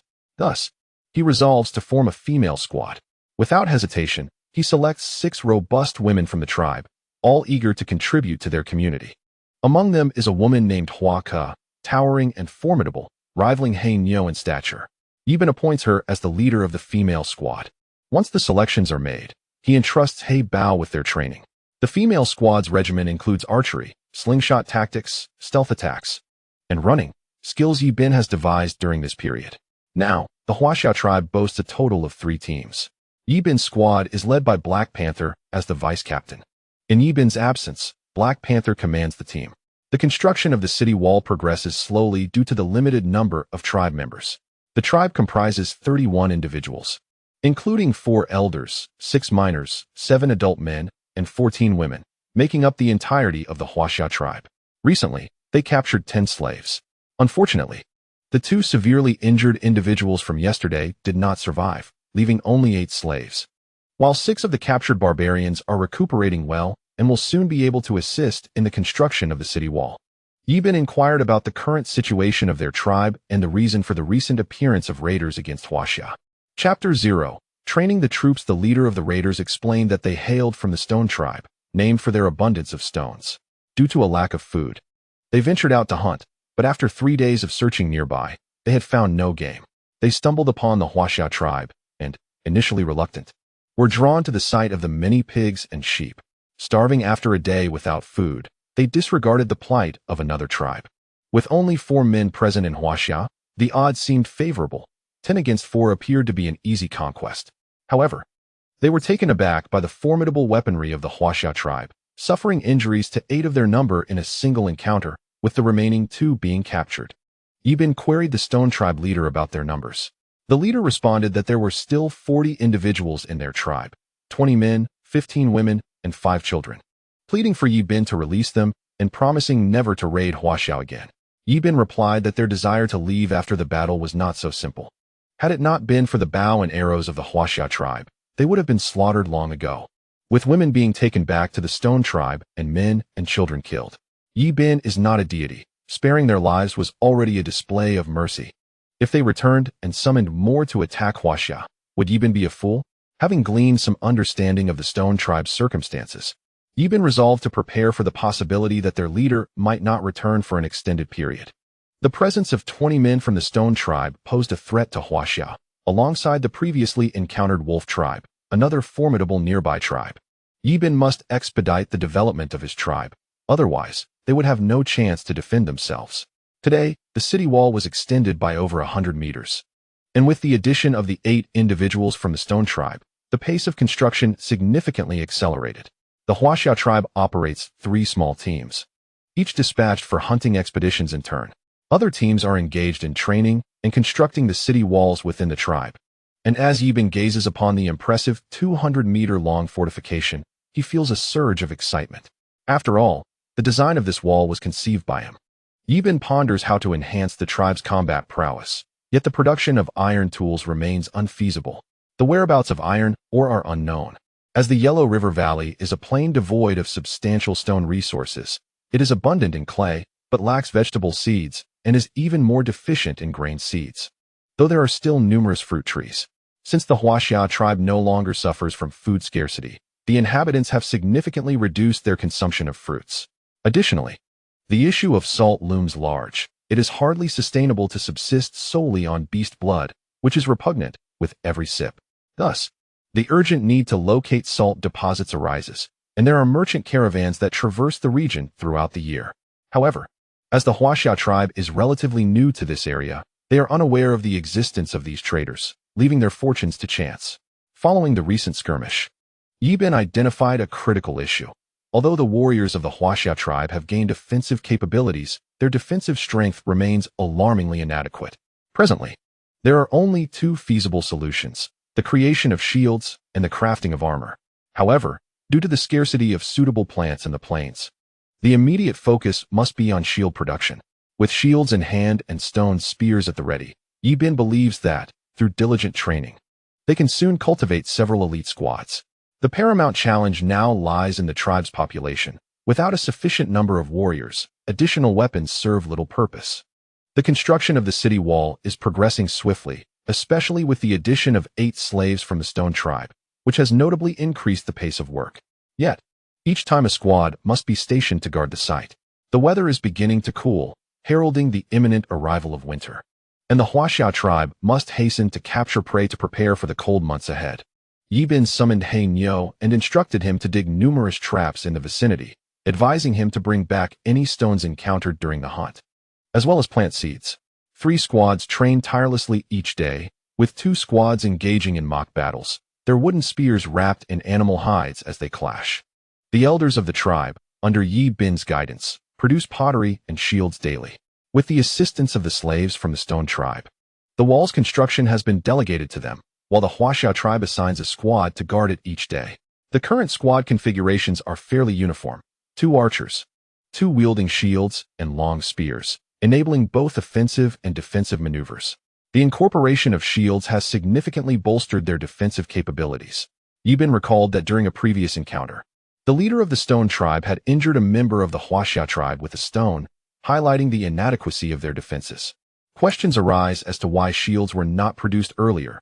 Yi Bin had never engaged in combat with other tribes before, unaware that barbarians would resort to throwing stones. And it was only through this experience that he recognized the need for improvement. Today, a squad returned with an abundance of game, both from traps and from their own hunting efforts. Currently, there are over 30 traps near the tribe, each capable of ensnaring a dozen prey. Today, a small team returned with more than 40 animals. The traps yielded approximately 24 captures. Presently, the tribe, including slaves, comprises 39 individuals, consuming around 2 sheep daily, with the beast's blood shared among all. This blood contains essential salts required by the human body, ensuring the tribe's food supply remains relatively abundant. Additionally, the team brought back a plethora of plant seeds, including saplings, stones, and climbing plants. Yi Bin instructed the team to first bring the game into the pasture. The current Huaxiao tribe boasts over 100 animals in the pasture, including pigs, sheep, and rabbits, with a total of 115 pigs and sheep combined, and merely 20 rabbits. In recent days, Yi Bin has constructed another pasture within the city walls, where all the animals have now been relocated. Upon examining the plants brought back by the team, Yi Bin discovered a pumpkin, which filled him with excitement, as pumpkins can serve as a staple food. Moreover, they are easy to cultivate and yield abundantly. Upon further inspection, he also found wild rami, which made his heart race. Wild rami is indeed a valuable resource. The fibers from wild rami can be fashioned into ropes, clothing, and fishing nets, truly a treasure. Ultimately, only these 2 types of plants proved useful, while the stones brought back were merely ordinary and of little significance. The following morning, after the tribe had finished breakfast, Yi Bin led a small team to search for the wild rami from the previous day. Upon arrival, they were delighted to find an abundance of wild rami. Using stone knives, they swiftly harvested the plants, and after several hours of diligent effort, they had gathered a substantial amount. Yi Bin also dug up plenty to plant outside the tribe's walls, promising a bountiful harvest of wild rami in the coming year. On the return journey, they took the opportunity to check the nearby traps to ascertain their yield. It was evident that the local prey had diminished significantly compared to before, largely due to extensive hunting. Once the city walls are completed, they will be able to venture farther afield during hunts. After inspecting all the traps, they had collectively captured 6 wild boars, along with 5 goats and a severely injured wolf. The wolf, clearly beyond saving due to its grave injuries, snarled as it lay trapped. Black Bull drew forth a stone spear and swiftly pierced the wolf's neck. The wolf let out a mournful howl before gradually collapsing, its blood staining its fur, marking the end of its wretched existence. In the aftermath, the tribe members noticed that the trap also contained a goat. It turned out that the wolf had been pursuing this goat when it fell into the trap. The team members promptly lifted the prey out, restored the trap, and placed some fresh grass atop it, which the goat would find appealing. Thus, the team returned with bountiful rewards, their spirits high as they hurried towards the tribe. They had not ventured far when, suddenly, sounds of a fierce struggle echoed from the mountains. The team members hastened towards the source of the commotion. Yi Bin and his companions concealed themselves, observing 6 ferocious barbarians relentlessly pursuing 2 primitive individuals, adorned with chicken feathers atop their heads and smeared with red dye. Their waists clad in animal skins, it was evident they hailed from a dominant tribe. The 6 barbarians swiftly encircled their prey, brandishing stone spears menacingly. Yet, the 2 primitive individuals exhibited remarkable courage. Among them was a woman. With an elegant oval face and willow-like brows, she bore an ethereal beauty, her physique strikingly perfect. Appearing around 14 or 15 years of age, exuding an innate grace. The male counterpart was equally imposing, towering at approximately 2 meters, his muscular frame signifying a formidable warrior. Clutching a stone axe, he engaged the 6 barbarians in combat. With a powerful swing, the male primitive struck downwards, causing the barbarians to raise their stone spears in defense. To their astonishment, the sheer force of the axe cleaved through the spear, resulting in a horrific scene as the defending barbarian's abdomen was split open, spilling blood and entrails onto the ground. Yi Bin and his companions gazed in astonishment at the remarkable strength of the giant. The female primitive also proved her prowess, skillfully battling 2 barbarians without yielding an inch, the clash intensifying with fervor. As she thrust her spear, one barbarian recoiled, only for another to thrust his spear toward her. Swiftly, she sidestepped, evading the attack. Both sides experienced victories and losses. The male warrior, having slain one foe, surged with renewed vigor. Yet the remaining 3 barbarians showed no fear as they re-engaged. The trio of barbarians charged forward, weapons drawn. The male warrior swung his stone axe once more, shattering the spear of one barbarian. However, his axe developed a fissure from the force, and the expressions of the remaining 2 barbarians turned pale at the sight. Their own weapons bore cracks as well. With another fierce swing, the warrior severed the arm of one barbarian, causing blood to spill profusely as the injured barbarian writhed in agony on the ground. Witnessing their comrade's plight, the barbarians launched a spear from behind the warrior, piercing his thigh. The female primitive rushed to support the injured warrior. The 4 remaining barbarians, seeing their fallen companion, displayed little emotion as they readied their stone spears, aiming them at the warrior and the woman. The male warrior declared, "Qing Luan, you must flee. I shall hold them off." The 4 barbarians retorted, "None from the Firebird tribe shall escape." The female primitive countered, "How did your Tao-Tai tribe learn of our whereabouts? Were it not for your despicable ambush, we would not be fleeing from you." The leader of the Tao-Tai tribe replied, "You need not concern yourself with how we obtained this knowledge. You must understand that today, all of you shall perish here." The male warrior anxiously urged, "Qing Luan, you must flee." The female primitive replied, "Guli, we shall escape together." Guli, the chief of the Firebird clan, had been her steadfast warrior since childhood. Throughout their lives, Guli had helped her navigate numerous crises, transforming peril into safety, and their bond of master and servant was profoundly deep. Guli implored, "Qing Luan, hasten back to the tribe and inform the chief that the Tao-Tai clan intends to assault our salt mine, which is guarded by merely 2,000 men, utterly incapable of withstanding their onslaught." The female primitive understood the gravity of the situation. Her teeth clenched in determination as she addressed the leader of the Tao-Tai clan, Qi Long. "I shall surely slay you." After uttering these words, she fled in the opposite direction. Qi Long, upon noticing Qing Luan's escape, dashed forth. Guli, witnessing Qi Long's charge, swung his stone axe with ferocity, forcing Qi Long to evade. The 3 nearby barbarians seized their stone spears and lunged at Guli, but with a sweeping motion of his axe, Guli struck down 2 of them, one of whom was sent flying.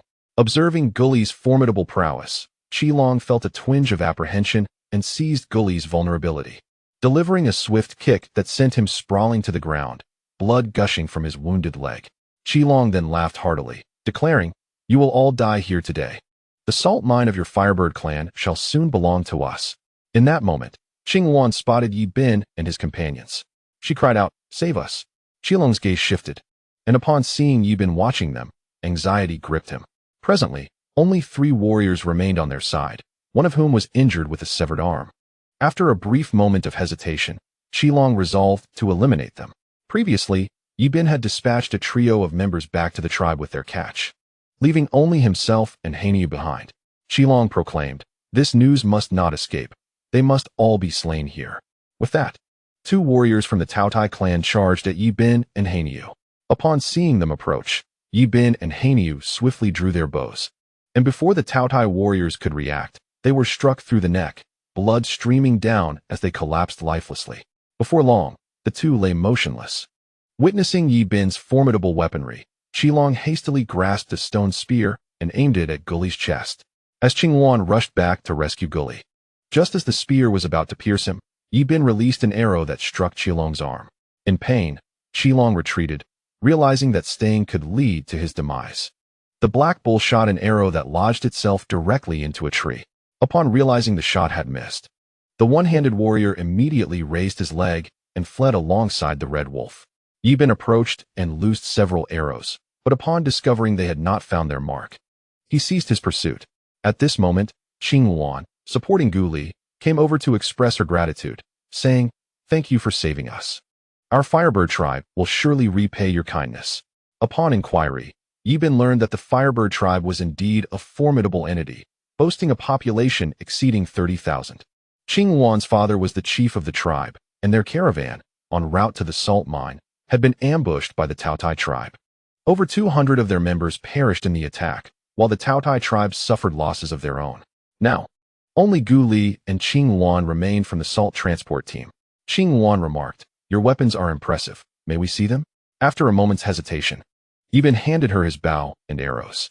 Imitating his stance, Qingwan shot an arrow towards a distant tree and instantly fell in love with the weapon. She believed that if the Firebird tribe possessed such arms, they could undoubtedly defeat the Taotai tribe. She then inquired whether such weapons could be exchanged, offering salt stones, furs, and mounts in return. Although Yi Bin had a pressing need for salt stones and mounts, he was reluctant to engage in trade. The sheer size of the Firebird tribe, armed with such weapons, would pose an immense threat to neighboring tribes.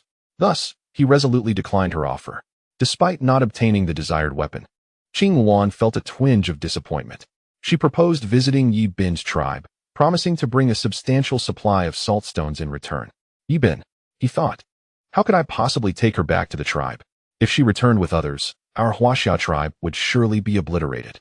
Chapter 0. Saving Qingwan. Yi Bin suggested. First, let us tend to your friend's wounds. Guli's thigh was bleeding profusely, and Qingwan was unfamiliar with the concept of bandaging. In her primitive culture, when a warrior was injured, the tribe shaman would merely chew on simple herbs and apply them directly to the wound, leaving survival to fate.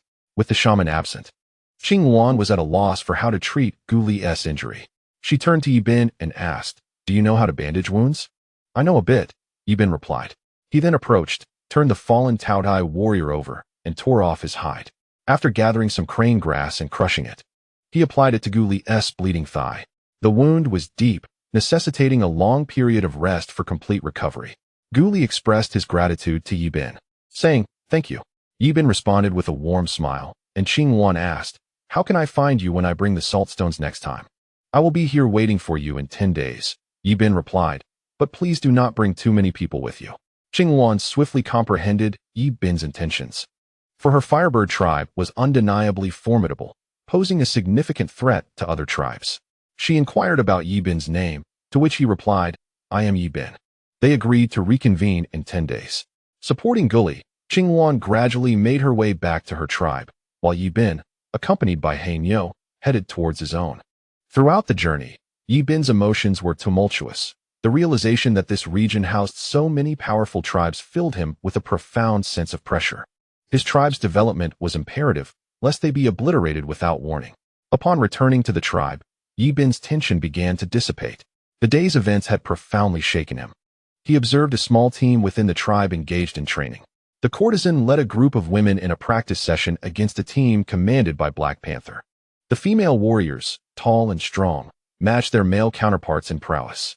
Comprising 6 members, the women's team had 3 wielding shields and wooden swords, while the remaining 3 brandished 2-meter-long wooden spears. The clash with Black Panther's team was intense, though it consisted of only 3 members due to Yibin's absence, bringing their total to 4. The skirmish was fierce, with Black Panther's trio holding shields and wooden swords as they engaged the women's team. The courtesan, shield in hand, charged forward, while her teammates thrust their wooden spears towards their opponents. Black Panther's team responded swiftly, blocking with their shields. The courtesan lunged with her spear, aimed directly at Black Panther's chest. He instinctively raised his shield to protect himself, resulting in a resounding clash. Observing the battle, Yibin found their movements overly simplistic and devoid of technique. In the chaos of combat, defenders cannot solely focus on defense, nor can attackers rely solely on offense. A balance of both is essential. Yibin called for a halt and addressed the teams, explaining that when under attack, they must protect themselves with their shields while simultaneously thrusting their spears forward. In a confrontation involving 10 individuals, if each person wielded a shield in their left hand and a spear in their right, they could both defend against incoming strikes and inflict significant damage upon their adversaries. Thus, he urged them to practice collective combat rather than merely focusing on individual skills. In the heat of battle, if each warrior only cares for their own survival, even the finest equipment will not guarantee their safety. The gathered warriors nodded in agreement, recognizing the wisdom in their leader's words. After imparting his insights to the teams, Yibin sought out He Nyo to inquire whether today's hunt had returned to the pasture. He Nyo confirmed that all had indeed arrived at the pasture. Yibin inquired of Black Cow about the number of animals currently in the pasture. The primitive man struggled to articulate an answer, leaving Yibin with a throbbing headache. Consequently, he took Black Cow to the pasture, where he counted approximately 170 animals. The sheer number of creatures rendered the task of cutting grass impractical. It would require a substantial workforce to provide adequate fodder for over 170 animals. Yibin devised a clever solution. He tied the necks of all the sheep together with grass ropes, securing them in a line. Each day, he instructed individuals to lead them out to graze. Should the sheep attempt to flee, they could only do so in a unified direction. Otherwise, escape was impossible. When startled, the sheep would scatter in various directions, ensuring that none could evade capture. Upon hearing this plan, Black Cow's expression darkened further. "Are you even human, Chief?" Once the pasture was managed, Yibin inspected the progress of the city wall. He discovered that construction was advancing rapidly, with nearly half completed. An additional 400 meters of wall was required for completion. The slaves worked in pairs, their limbs bound by short ropes that made it difficult to move swiftly without falling. Yibin felt no concern over their potential escape, as a small team was assigned to monitor their labor. Each patrol, armed with bows and arrows, would occasionally assist in building the wall. Any slave attempting to flee would be met with arrows. The slaves were acutely aware of the formidable weaponry of the Huaxia tribe and labored diligently, as they were accustomed to insufficient meals in their own tribe. Although the Huaxia tribe compelled them to work, they were provided with 2 meals a day. Aside from their lack of freedom, their circumstances were far improved compared to the previous inconsistency of feasting and fasting. Had they not been driven by greed to steal food and harm the members of another tribe, they would not have found themselves enslaved. Their predicament was, in essence, a consequence of their own actions. The mountain hemp brought back that day was planted near the city wall. Yibin soaked a portion of the hemp in water. After several hours, he retrieved it to strip the fibers and meticulously pulled the hemp apart, securing it to wooden frames. With gentle hands, he began to twist, crafting strands of hemp rope. He summoned several elders to teach them the art of rope making, which they learned with remarkable speed. Yibin then produced wool, fashioning a brush from bamboo to process it. Once the wool was prepared, he took a wooden stick, creating a small hole at one end with a stone knife, and binding another piece of wood to the other end. Holding a tuft of wool, he began to spin slowly. As the wool transformed into yarn, it twisted tightly together. With further rotation of the small stick, the wool rope was completed. The elders looked on in awe, marveling at Yibin's vast knowledge. How does the chief know so much? Truly, he is remarkable. After Yibin imparted his teachings, he allowed them to create on their own. Having consumed ample goat meat, they now transformed the wool into ropes. These ropes could serve diverse purposes, crafting garments, weaving fishing nets, and even binding captives. Once their creations were complete, Yibin summoned them to him. He then inquired of an elder, asking how much pottery had been produced. The elder, named Xiong, had once hunted bears in his youth, but suffered greatly when the wolf tribe captured Luoshi's mother. He Nyo led a contingent to confront the wolf tribe, resulting in a fierce battle. The elder sustained injuries to his legs, which took a long time to heal, and tragically, Luoshi's mother was killed by the wolf tribe. From that day forward, the elder's legs were rendered incapacitated, leaving him limping and unable to contribute to the tribe. Yi Bin felt immense gratitude towards Elder Xiong for his efforts to rescue Luoshi's mother. Though unsuccessful, they had given their all.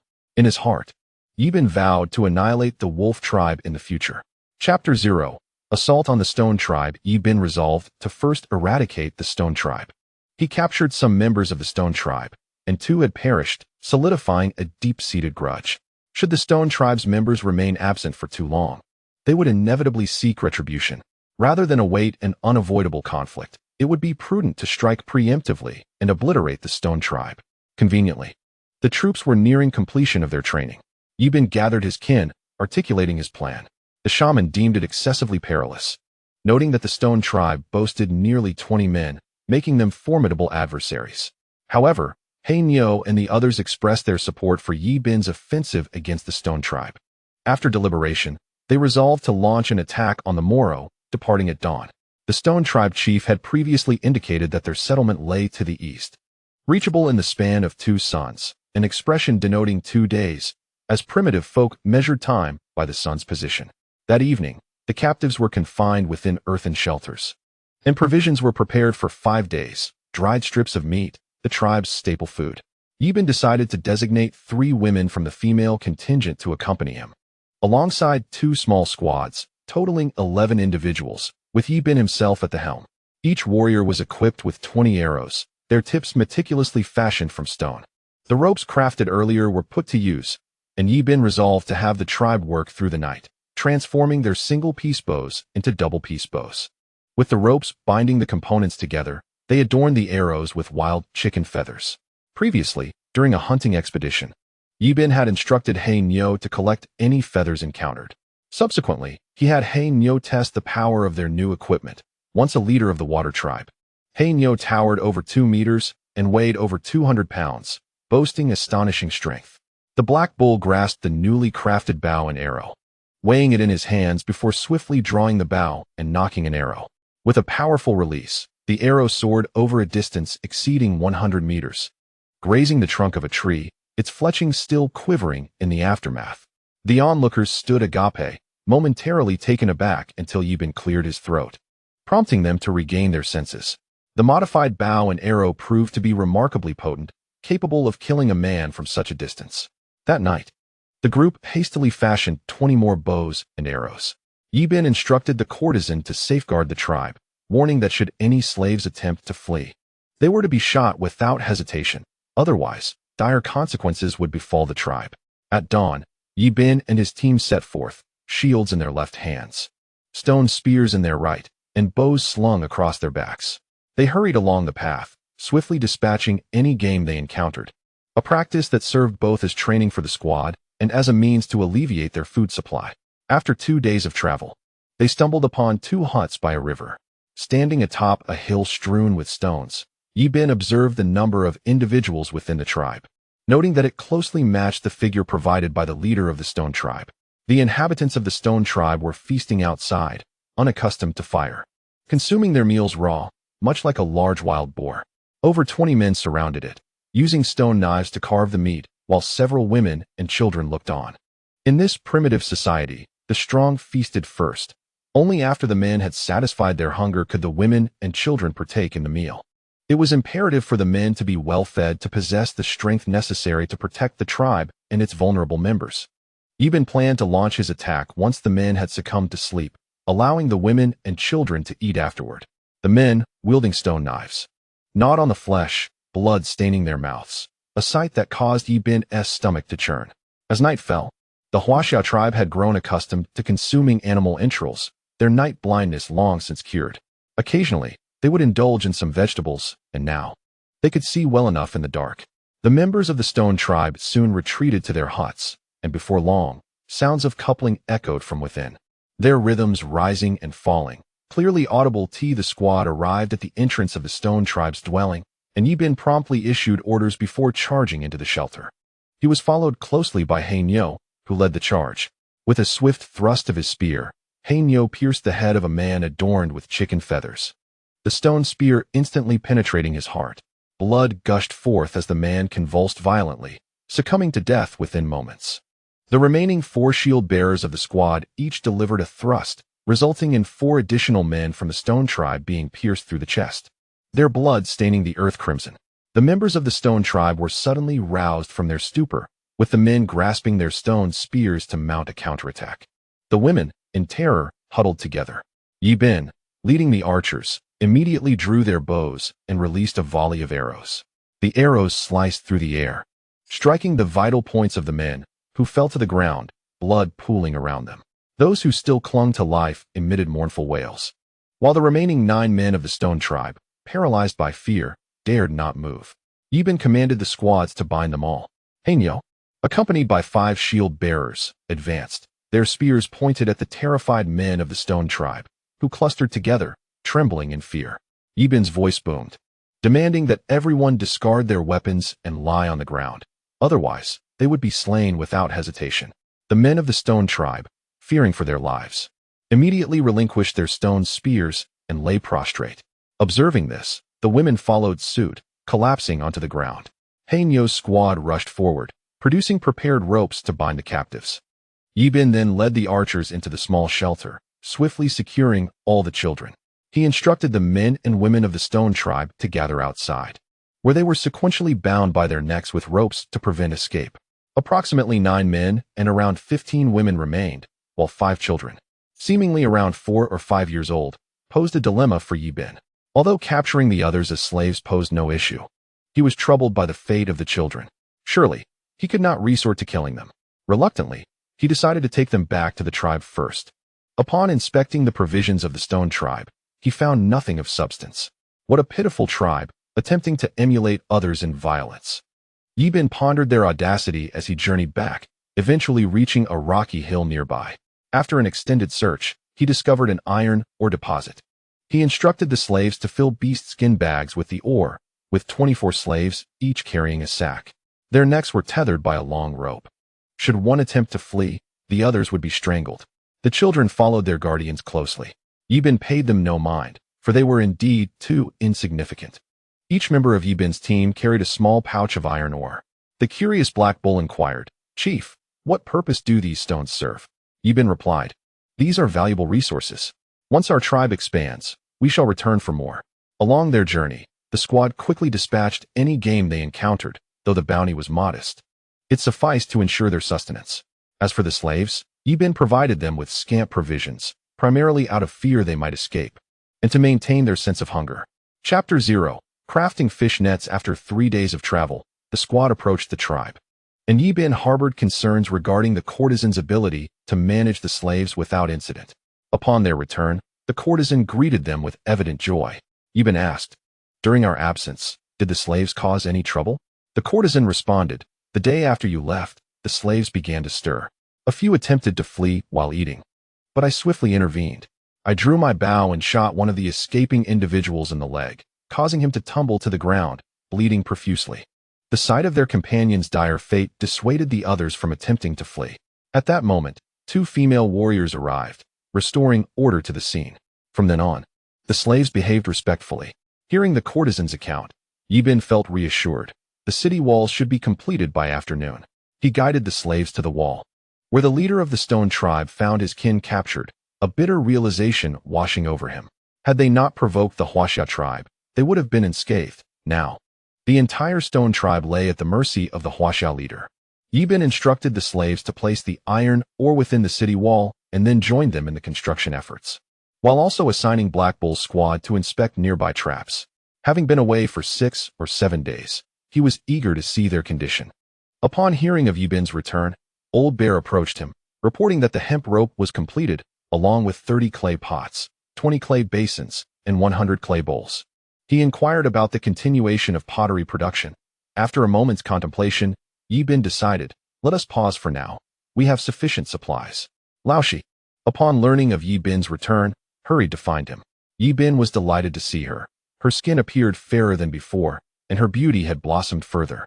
He then suggested, "Let us first craft the fish nets." Once again, he turned to the elderly bear. "I shall teach you to create something new, Luoshi. You should join us as well." Upon hearing Yi Bin's invitation, Luoshi immediately followed suit, eager to learn the art of crafting a fish net. Under Yi Bin's guidance, both the elderly bear and Luoshi quickly grasped the technique. The trio toiled for several hours, ultimately producing a hand-thrown fish net measuring 4 to 5 meters in length. Yi Bin then summoned several women from the tribe, and together with Luoshi, they ventured to the riverside where Yi Bin demonstrated how to cast the net. With a grand flourish, Yi Bin spun and launched the net into the water. When he pulled it back, it revealed a bounty of over a dozen large fish, leaping and splashing within the net. The women gazed in awe, their eyes sparkling with admiration. Their leader was truly remarkable. Despite his youth, Yi Bin possessed an extraordinary intellect. Once the women had mastered the technique, he departed, instructing them to remain and fish on their own. Upon returning to the settlement, Yi Bin noticed that while the city gate was yet to be constructed, the walls had already been erected. Within the confines of the city, there was ample space for more than 60 houses. The priority now was to construct the city gate, which had a long groove at the top designed for its placement.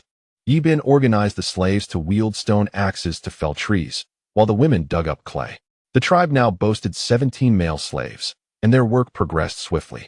Meanwhile, a second team patrolled the walls with bows and arrows, ready to eliminate any slave who dared to act inappropriately. As evening approached, the women returned, bearing the fruits of their labor, a catch of approximately 200 fish, each weighing around 4 to 5 pounds. In this primitive society, no one had previously fished.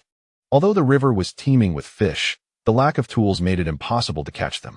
The entire tribe gathered, ecstatic at the sight of such a plentiful haul.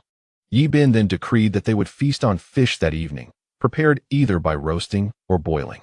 The slaves, witnessing the prowess of the women from the Huaxia tribe, felt a stirring of unrest within. Could the Huaxia tribe truly be this formidable? That night, the city gate was finally completed.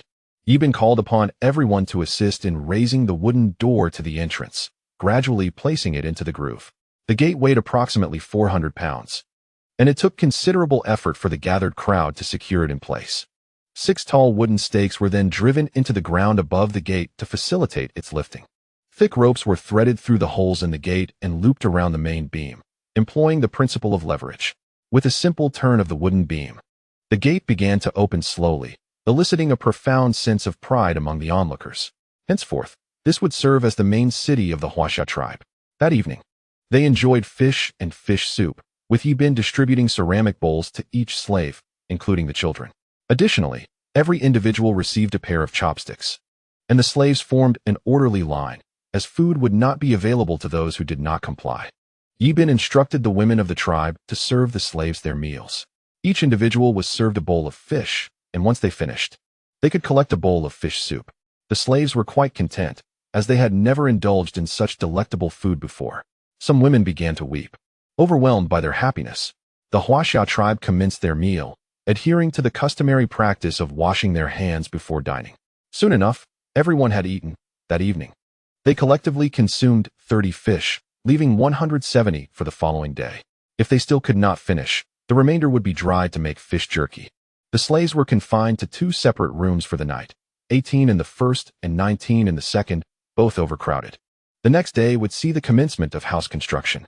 After organizing the slaves, Yi Bin convened a meeting with all the tribe members.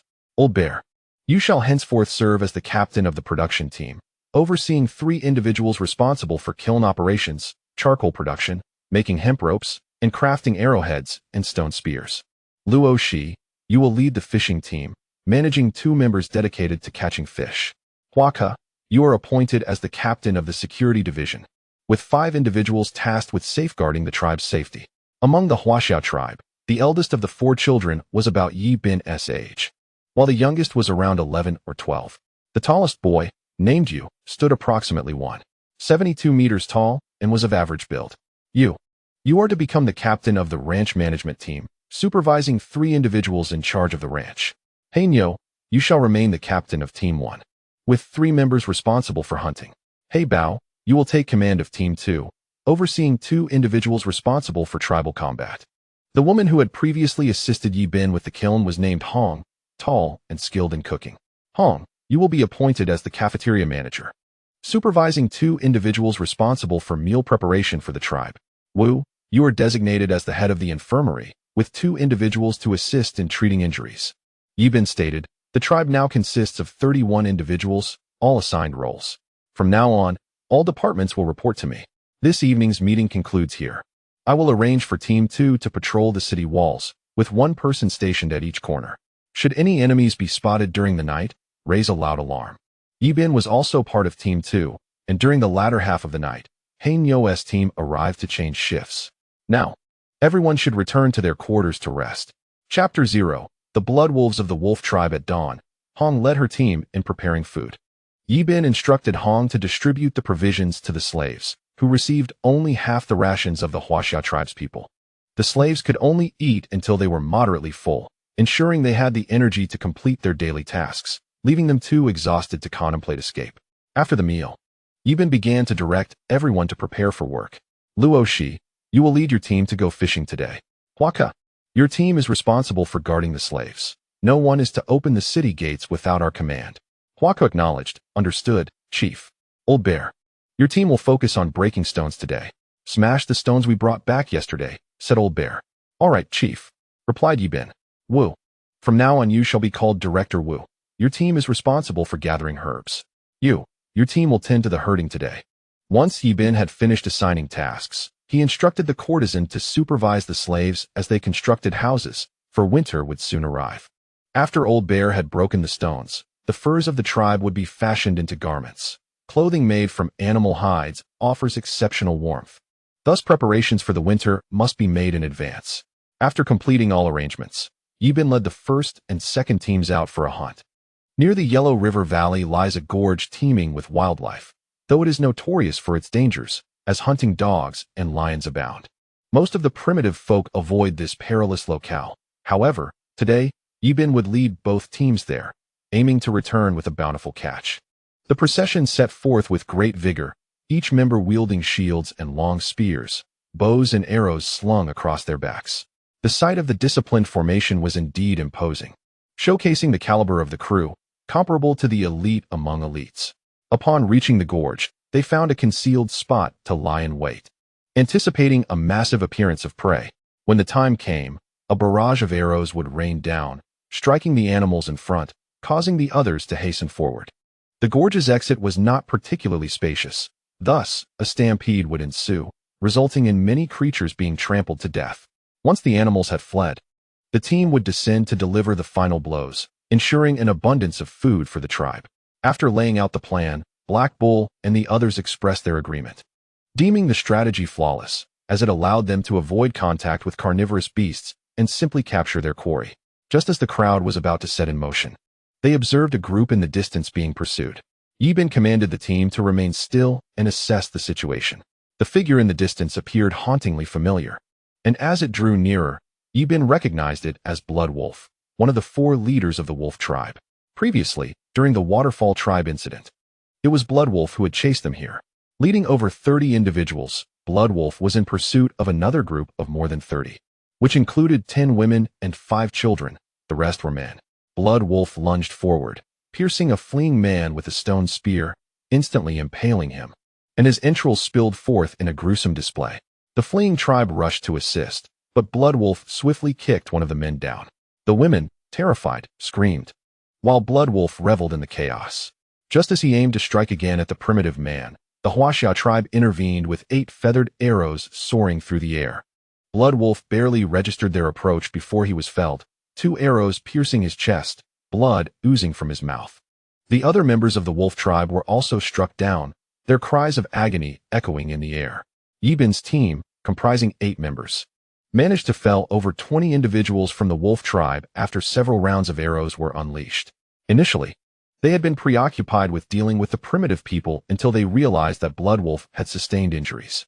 By that time, however, Yi Bin's squad had already unleashed several volleys of arrows, leaving many members of the wolf tribe severely wounded on the ground. It was only at this juncture that the primitive individuals comprehended that help had arrived for them. Approaching the wolf tribe, Yi Bin aimed his bow and arrow at the remaining uninjured members. Upon inspection, he noted that 7 individuals still stood, utterly bewildered, their stone spears trembling in their grip, reflecting their current state of trepidation. Yi Bin walked up to Blood Wolf, gazing at an old adversary, his heart swirling with complex emotions. The Waterfall tribe had nearly been annihilated by Blood Wolf in the past, and it was only the cover of night and the presence of numerous wild beasts that had deterred Blood Wolf's assault. In their reunion, Blood Wolf, now visibly weakened, attempted to utter something to the members of the Waterfall tribe, but could only manage incoherent sounds. With a fatal tilt of his head, his heart pierced. He was beyond salvation. Yi Bin then directed the remaining members of the Wolf tribe to lay down their weapons and prostrate themselves on the ground, threatening that failure to comply would result in their complete annihilation. The towering figures of the Wolf tribe, clearly well-nourished, exhibited their strength, yet a few still charged forward. Yi Bin commanded his archers to unleash their arrows, and those few were immediately turned into mere pincushions. The power of the bows was not to be trifled with, as evasion was impossible at such close range. The remaining 5, terrified, promptly discarded their weapons and fell to the ground. Yi Bin instructed Black Panther to bind them and bring them back to the tribe as slaves. At that moment, the primitive people approached Yi Bin, expressing their profound gratitude for his intervention, stating that without him, they would have perished here today. Yi Bin then approached the man who had been impaled by Blood Wolf, observing the grim scene and declaring him beyond help, as his intestines lay strewn about and his blood was nearly drained. The primitive women wept uncontrollably, mourning the loss of their leader. Yi Bin inquired how they had come to be pursued by the Wolf tribe. One of the women explained that the Wolf tribe demanded 10 women from their tribe as tribute. When their leader refused, Blood Wolf was dispatched to hunt them down. They had fled under cover of night, but were ultimately pursued by the Wolf tribe. Had they not encountered Yi Bin and his team, they would have surely met their demise. Yi Bin asked the women the name of their tribe and their intended destination. The woman replied that they belonged to the Mountain tribe, residing on a great mountain and subsisting on the fruits of the land. With their leader deceased, they were now at a loss as to where to go. After a moment of contemplation, Yi Bin proposed, "Join our tribe. Your tribe is too weak. Encountering any wild beast could lead to your extinction." As winter swiftly approaches, the woman from the tribe inquired, "Do you possess provisions for the cold season? Do you have sufficient clothing to endure the winter? If not, your fate is sealed." Upon hearing this, Yi Bin replied, "Should you choose to join our tribe, you will be treated as one of us. We will share our food. However, it is essential to understand that once you join, your former tribe will cease to exist." The woman returned to her tribe to confer with her companions. After a considerable time, she approached Yi Bin and declared, "We are willing to unite with your tribe.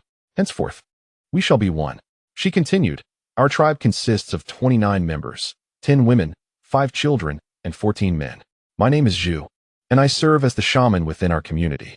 Chapter 0. The Mountain tribe joins. Yi Bin looked at Zhu and instructed, "You shall accompany us in our hunt, and then we will return to the tribe together." Zhu agreed with a nod.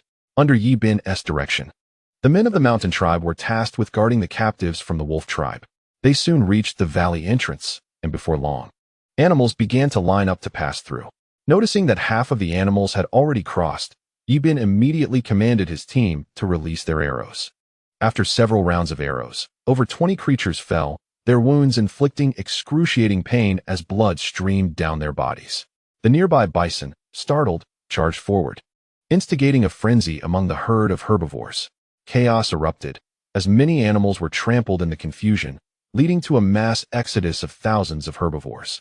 The scene was unprecedented in its scale, with numerous creatures perishing underfoot. As Yi Bin's group continued to shoot arrows from the mountain pass, the herbivores fled even more rapidly, leaving Zhu and her companions pale with fear, their legs rendered immobile. The women huddled together, while the men trembled in terror. Yi Bin urged them to remain calm and not to succumb to panic. After approximately an hour, the herd had dispersed. Yi Bin led everyone down to gather the fallen animals. In the valley, over 100 creatures lay dead, including wild boars, sheep, young bison, and antelopes. Just then, Yi Bin heard the plaintive cries of calves. Following the sound, he discovered 3 injured calves, though their wounds were not life-threatening. Counting the remaining animals, he estimated there to be around 120 in total. The dilemma arose: how would they transport so many carcasses back home? With only 37 people, Including 5 slaves from the wolf tribe, they faced a considerable challenge. After some contemplation, Yibin suggested using bamboo. He instructed the group to gather bamboo at the valley entrance. The task was laborious, as the stone axes were slow, and it took a significant amount of time to chop 6 pieces at a time. Yibin directed everyone to bind the bamboo together and lay the animal carcasses atop the makeshift raft. Each individual is tasked with dragging 2 to 3 bamboo poles, thereby facilitating the transport of the animal carcasses atop them. Yibin tended to the injured legs of the 3 surviving calves, wrapping them in animal hides before binding their heads together with rope. He then took it upon himself to lead the calves back to the tribe. As the bamboo made contact with the grass, friction was diminished, enabling the individuals to pull the bamboo forward, thus moving the carcasses behind them. Yibin instructed the wolf tribe's slaves to lead the way, each tethered by a rope. Escape was impossible.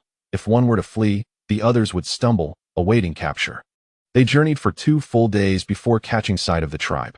The courtesan, stationed atop the city walls, spotted a large contingent approaching. She promptly summoned the defense squad. Gathering her 6 prepared team members atop the walls, bows and arrows poised at the advancing group. Despite the opposing force appearing to number over 40, the courtesan remained undaunted. The wall stood over 3 meters high, rendering it inconceivable for such a small group to breach the gates. From their elevated position, armed with bows, they feared that the enemy might not even reach the gates, meeting their demise instead. Yibin also noticed the courtesan standing on the walls, and as they drew nearer, he shouted, "Courtesan, we have returned. Please, open the gates." The group was taken aback by the sight before them, their legs refusing to obey. Akin to the wolf tribe's slaves, who, while strong, had never encountered such a grand structure. At a loss, they stood still until Yibin reminded them. "This is our tribe." Moments later, the gates creaked open, and the courtesan emerged, inquiring about the circumstances surrounding Yibin and his companions.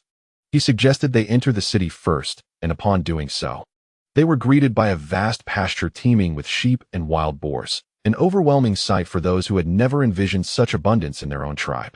Yibin instructed the Black Bull squad to take the 5 members of the wolf tribe to dig mud.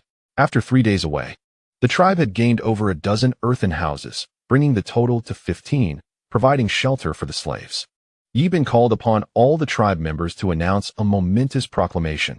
From this day forth, the mountain tribe would officially join the Huaxia tribe, uniting all as one people. Any conflicts or issues within the tribe must be brought to his attention promptly. Private resolutions would not be tolerated, and violators would be expelled. The assembly listened attentively to Yibin's address, daunted by the gravity of his words. Yibin then turned to Zhu, instructing her to study medicine under the chief shaman, having previously provided her with rudimentary knowledge on wound treatment and the identification of common herbs. The other women were assigned to various roles within the tribe, while the men were organized into hunting groups.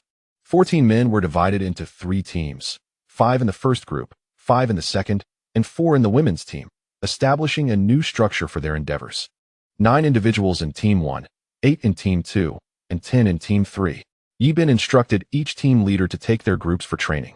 At this moment, the old man Xiong approached Yibin. "Chief, the stones you requested have all been shattered, and the hides have been fashioned into garments." Yibin summoned Luo Shi and inquired about the fish she had caught over the past 3 days. Luo Shi replied, "In total, we have captured over 500 fish, all of which have been dried and are now hanging outside."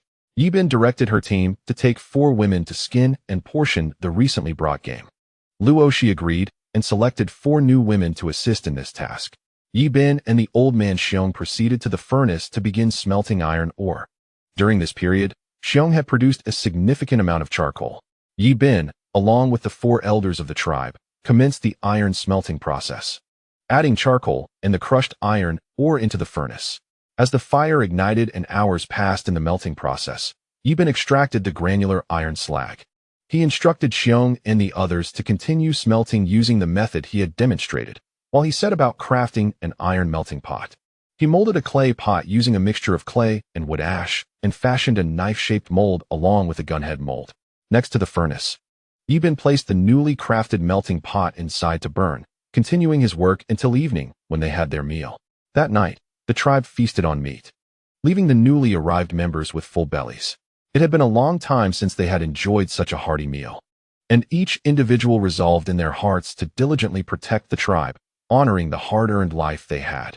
Yi Bin observed that the iron slag weighed approximately 40 pounds. The melting pot was also ready, so he filled it with the iron slag, replenished the furnace with charcoal, and returned the melting pot to the fire. As the flames roared, the iron slag began to dissolve into molten iron. Watching the molten iron, Yi Bin carefully extracted the melting pot with a damp wooden stick and poured the liquid iron into the molds he had prepared. For those who appreciate this new book, please leave a favorable review for Bei Cheng after reading. It is a way to support Bei Cheng's writing and encourage further creativity. Thank you, everyone. Chapter 0. The Birth of Iron Tools. Before long, a blade-shaped iron piece had taken form. Another mold for an iron spearhead was also completed. Yi Bin refilled the melting pot with iron slag, placed it back into the furnace, and crafted over 10 additional molds.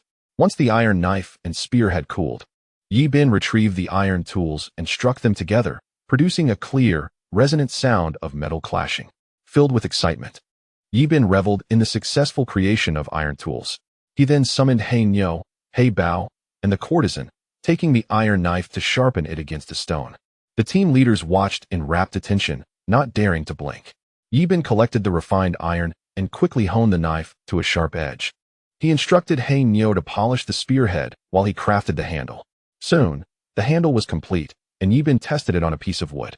With a single stroke, the wood was effortlessly cleaved in two, leaving the team leaders astonished at the knife's power, their excitement rendering them speechless. Yi Bin observed as the Black Panther handed him the knife ladder, prompting him to attempt chopping wood. Trembling, the Black Panther grasped the iron knife that Yi Bin had offered, and with a forceful swing, struck the wooden log. The wood split effortlessly in two, causing the courtesan nearby to gaze in awe. Eagerly, she rushed forward to try her hand at it, and indeed, it proved to be remarkably effective.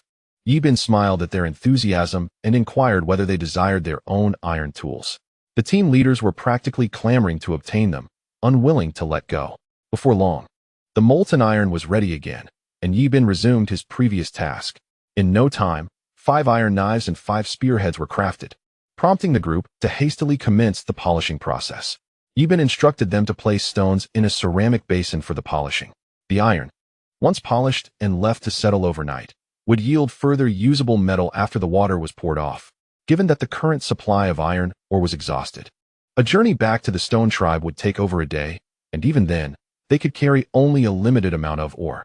Thus, every piece of iron was exceedingly precious, and another trip to the stone tribe for ore was not feasible in the near future.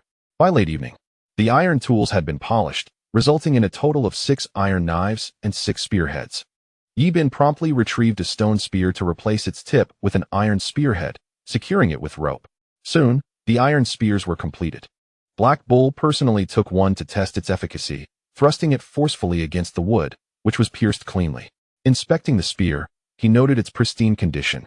Unlike a stone spear that would have shattered, Black Bull cradled the iron spear as if it were a treasure, refusing to part with it, which elicited laughter from Yi Bin. The following morning, Yi Bin summoned all the teams and began distributing the iron tools. He announced that Team 1 would receive 1 iron knife and 2 iron spears. Team 2 would receive 1 iron knife and 2 iron spears. Team 3 would receive 1 iron knife and 2 iron spears, while the Elder Bear would receive 1 iron knife, and the Red Leader would also receive 1 iron knife. Yi Bin kept the remaining iron knife for himself. In a short span, all the iron tools were distributed. Due to the lack of iron ore in the tribe, further crafting would not be possible for the time being. Yi Bin instructed Team 1 to head out for a hunt, while Teams 2 and 3 would remain at home to train, allowing the seasoned members to mentor the newcomers. With a meeting with the Qinghuan scheduled for the next day, Yi Bin needed to prepare in advance. He visited the site where the slaves were laboring and noted their diligence. He then proclaimed that if they performed well, they could potentially become members of the Huaxiao tribe and enjoy the same privileges. Upon hearing this, the slaves redoubled their efforts. Over the past few days, the tribe had constructed over 10 new earthen houses. The tribe now boasted a total of 30 earthen houses, occupying about half of the space within the city walls. With no urgency to continue building houses, Yi Bin examined the mud pit that had been dug outside, estimating it to be over 500 meters long. The slaves had excavated the pit according to Yi Bin's design, starting about 10 meters outside the city walls. They were digging around the perimeter, 4 meters wide and 2 meters deep, which would eventually form a moat. In the event of an enemy attack, the only feasible point of entry would be through the city gate. Before the city gate, a 4-meter-wide road was left for passage. Yibin felt that after a month of labor, the moat would be completed. He planned to divert water from a mountain stream, which he observed to be of exceptional quality, as soon as the moat was finished. Currently, there were too many slaves, 42 in total, including 5 children. Yibin chose not to bind the children, permitting them to accompany you in herding daily. After all, the tribe could not afford to sustain anyone idle. The remaining 37 were diligently digging mud and cutting grass to make bricks. Ever since Yibin instilled hope in the slaves, they now vied eagerly to fulfill their tasks. In the afternoon, the first hunting team emerged with over 20 goats near the city gate, which Yibin spotted from a distance. He promptly instructed the gatekeepers to open the city gates. Upon entering, He Nyo informed Yibin that the team had successfully captured 23 goats and had dug 10 additional traps in the vicinity, bringing the total to 50. With daily inspections, they could secure ample game. He Nyo also returned with some vines, following Yibin's previous encouragement to gather any useful items encountered outside the tribe. Yibin directed the first hunting team to herd the goats to the pasture, entrusting them to you. He also reserved a large room for raising rabbits, which had been breeding rapidly, with approximately 3 litters of young rabbits recently born, each litter containing around 7 to 8 bunnies. You fed them grass daily, and their population had swelled to over 50. As winter approached, they planned to keep a few breeding rabbits and could harvest the rest for meat. Rabbit fur was valuable too, suitable for crafting yarn. Currently, the slaves were housed 10 to a room, separated by gender. Adjacent to their quarters, 2 toilets and 2 bathing facilities had been constructed. Yibin decided that only upon the slaves contributing to the tribe would he allocate women to them and assign separate rooms. The remaining 20 rooms were for the 42 tribe members combined. Only leaders above the rank of captain were allocated individual rooms. Presently, only He Nyo, He Bao Hong, the elder, the shaman, Luo Shi, Yu, and Hua Kue each received their own chambers. Yibin reserved the largest house for himself, situated centrally within the tribe. Other team leaders resided nearby, while ordinary tribe members lived adjacent to the leaders, with 5 individuals per room, separated by gender. The tribe still had 10 earthen houses available. The slaves were accommodated in quarters near the city wall's corner for ease of management. After dinner, the slaves returned to their rooms to rest. Yibin convened a meeting for all tribe members, and once everyone had gathered, he began to speak. From now on, members of the former Waterfall tribe will adopt a surname. Individuals sharing a surname cannot live together. Those already cohabiting may remain as is, Yibin announced. He declared that former Waterfall tribe members would add the character for dragon to their names. For instance, he would be called Long Yibin, while newcomers from the mountain tribe would add the character for mountain.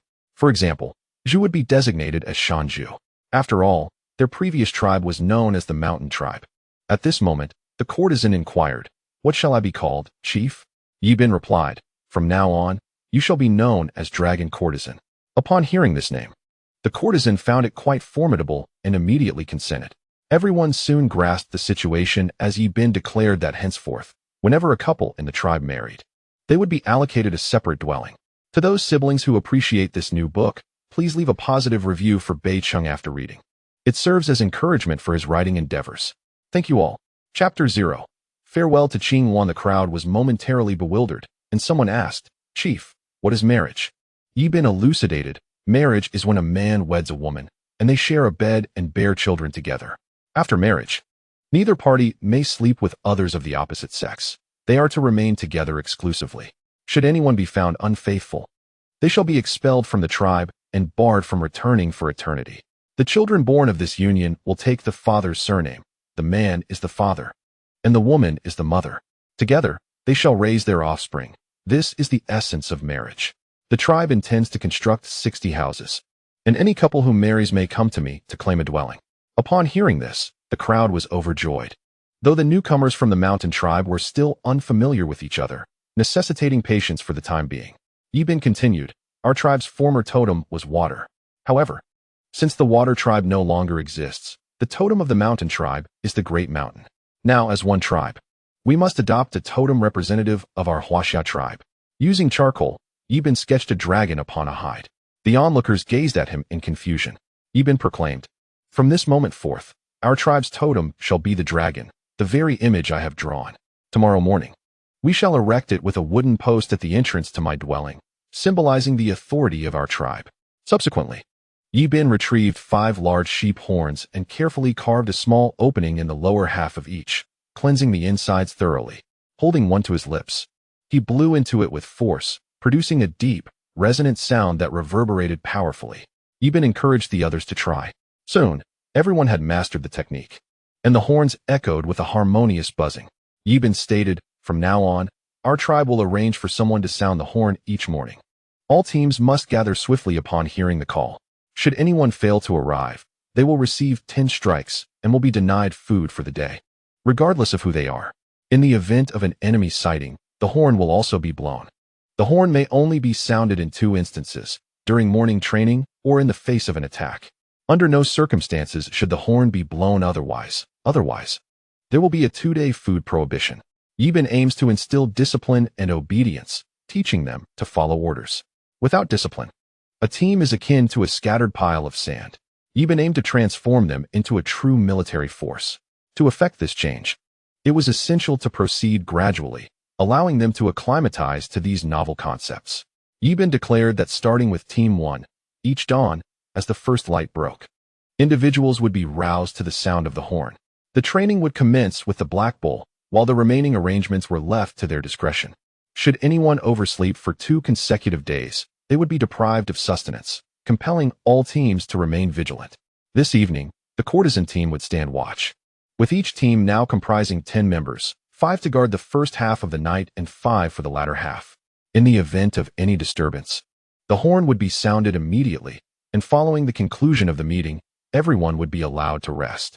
At the break of dawn the next day, Black Bull sounded the horn, prompting all teams to arm themselves and proceed to the training ground. The rest of the tribe commenced their daily tasks, while the slaves, startled by the sudden sound, emerged from their quarters, their faces etched with curiosity. Yi Bin approached the slaves and informed them that henceforth, at the sound of the horn each morning, they were to rise and commence their work. The slaves promptly gathered their tools and began their tasks. Once the food was prepared, everyone brought their bowls and chopsticks, forming a line to receive their rations. After overseeing the slaves, Yi Bin made his way to the training grounds outside the city, observing 3 teams engaged in spear and shield drills under their respective leaders. The courtesan team, with 5 members, had already sent the other 5 to rest in the tribe. An hour later, they resumed their archery practice, with the newly joined members learning swiftly. Despite some issues during training, their leaders promptly corrected them. Once the tribe finished their breakfast, Yi Bin led teams 1 and 2 towards their designated meeting point with Qing Wan. This time, the teams carried all the tribe's iron tools, 6 iron swords and 6 iron spears, all sheathed in animal hides. With Yi Bin, the 2 teams totaled 18 members, 9 wielding shields and iron swords along with polearms, and the remaining 9 armed with bows and polearms. The iron tools were distributed among the tribe's elders, while the remaining ones were given to a few clever newcomers. The last 6 carried stone spears.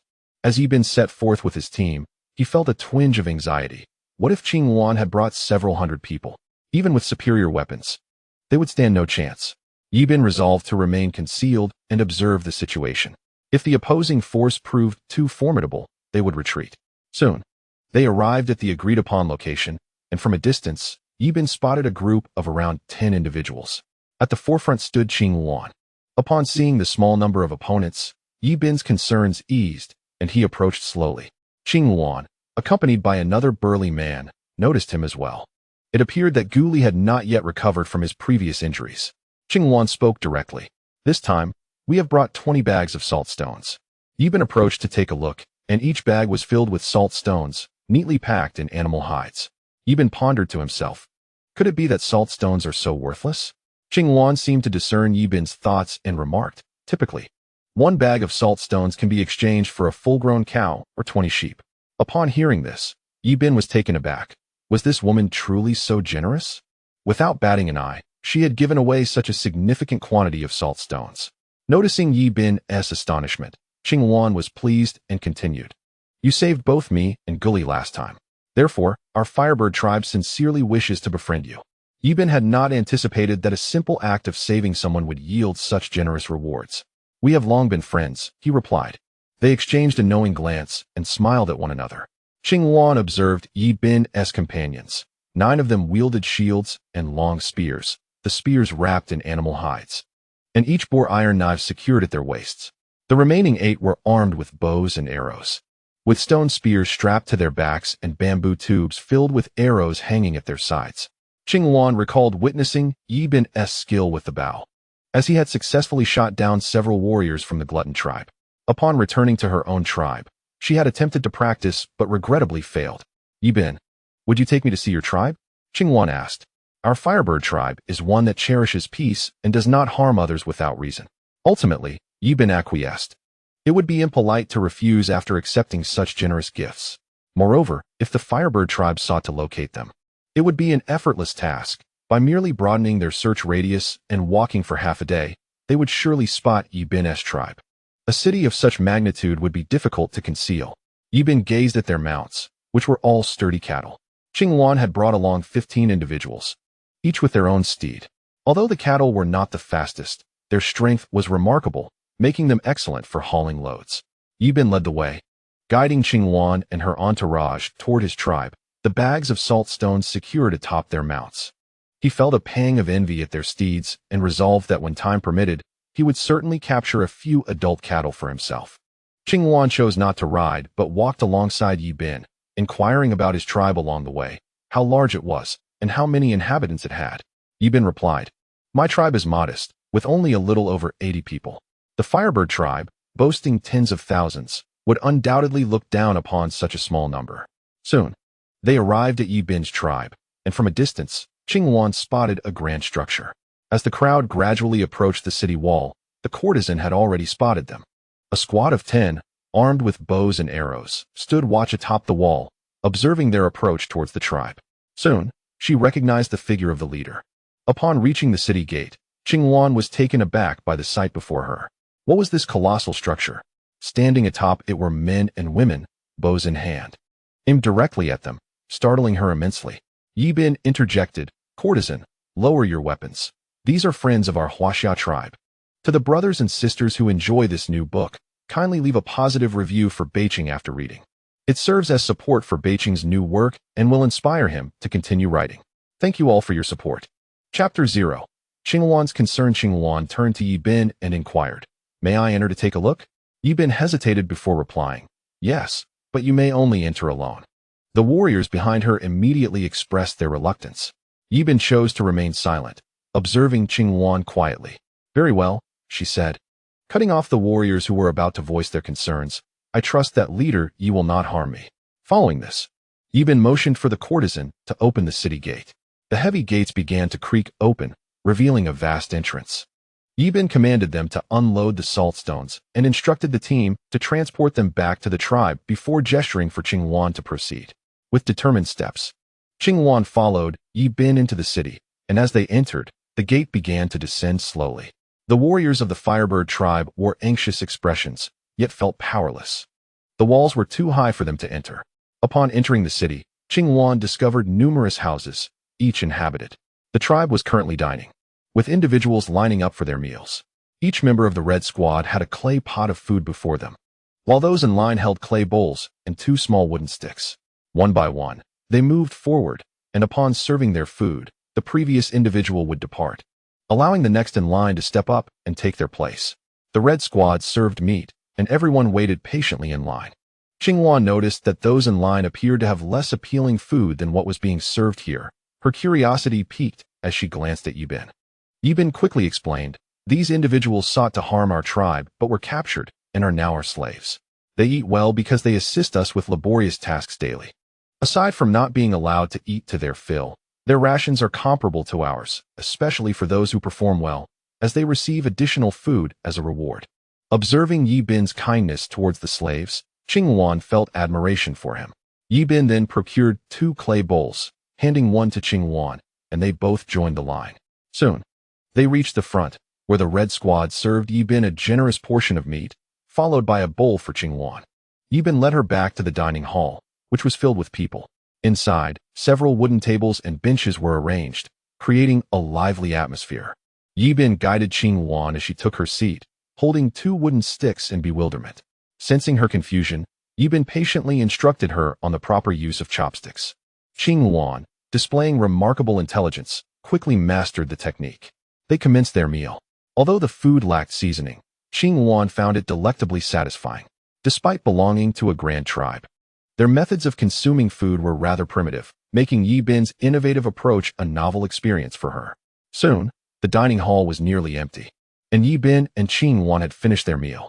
Qing Wan requested Yibin to show her around the tribe, to which Yibin readily agreed. They ambled through the community until they arrived at the pasture. Qing Wan was astonished at the sight of goats within. It was surprising that such a small tribe could sustain so many animals. In her experience, smaller tribes were often fraught with hunger, unlike their grand tribe, which had dedicated pastures housing tens of thousands of livestock. Yibin's pasture was quite modest, featuring only goats and wild boars, while their Firebird tribe boasted a diverse array of animals including pigs, cattle, sheep, rabbits, antelope, and chickens.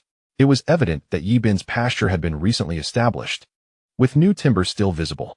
Following this, Yibin led her to inspect the tribe's dwellings. Each house was equipped with earthen beds made from mud bricks. Inside, a fireplace provided warmth, creating a cozy atmosphere.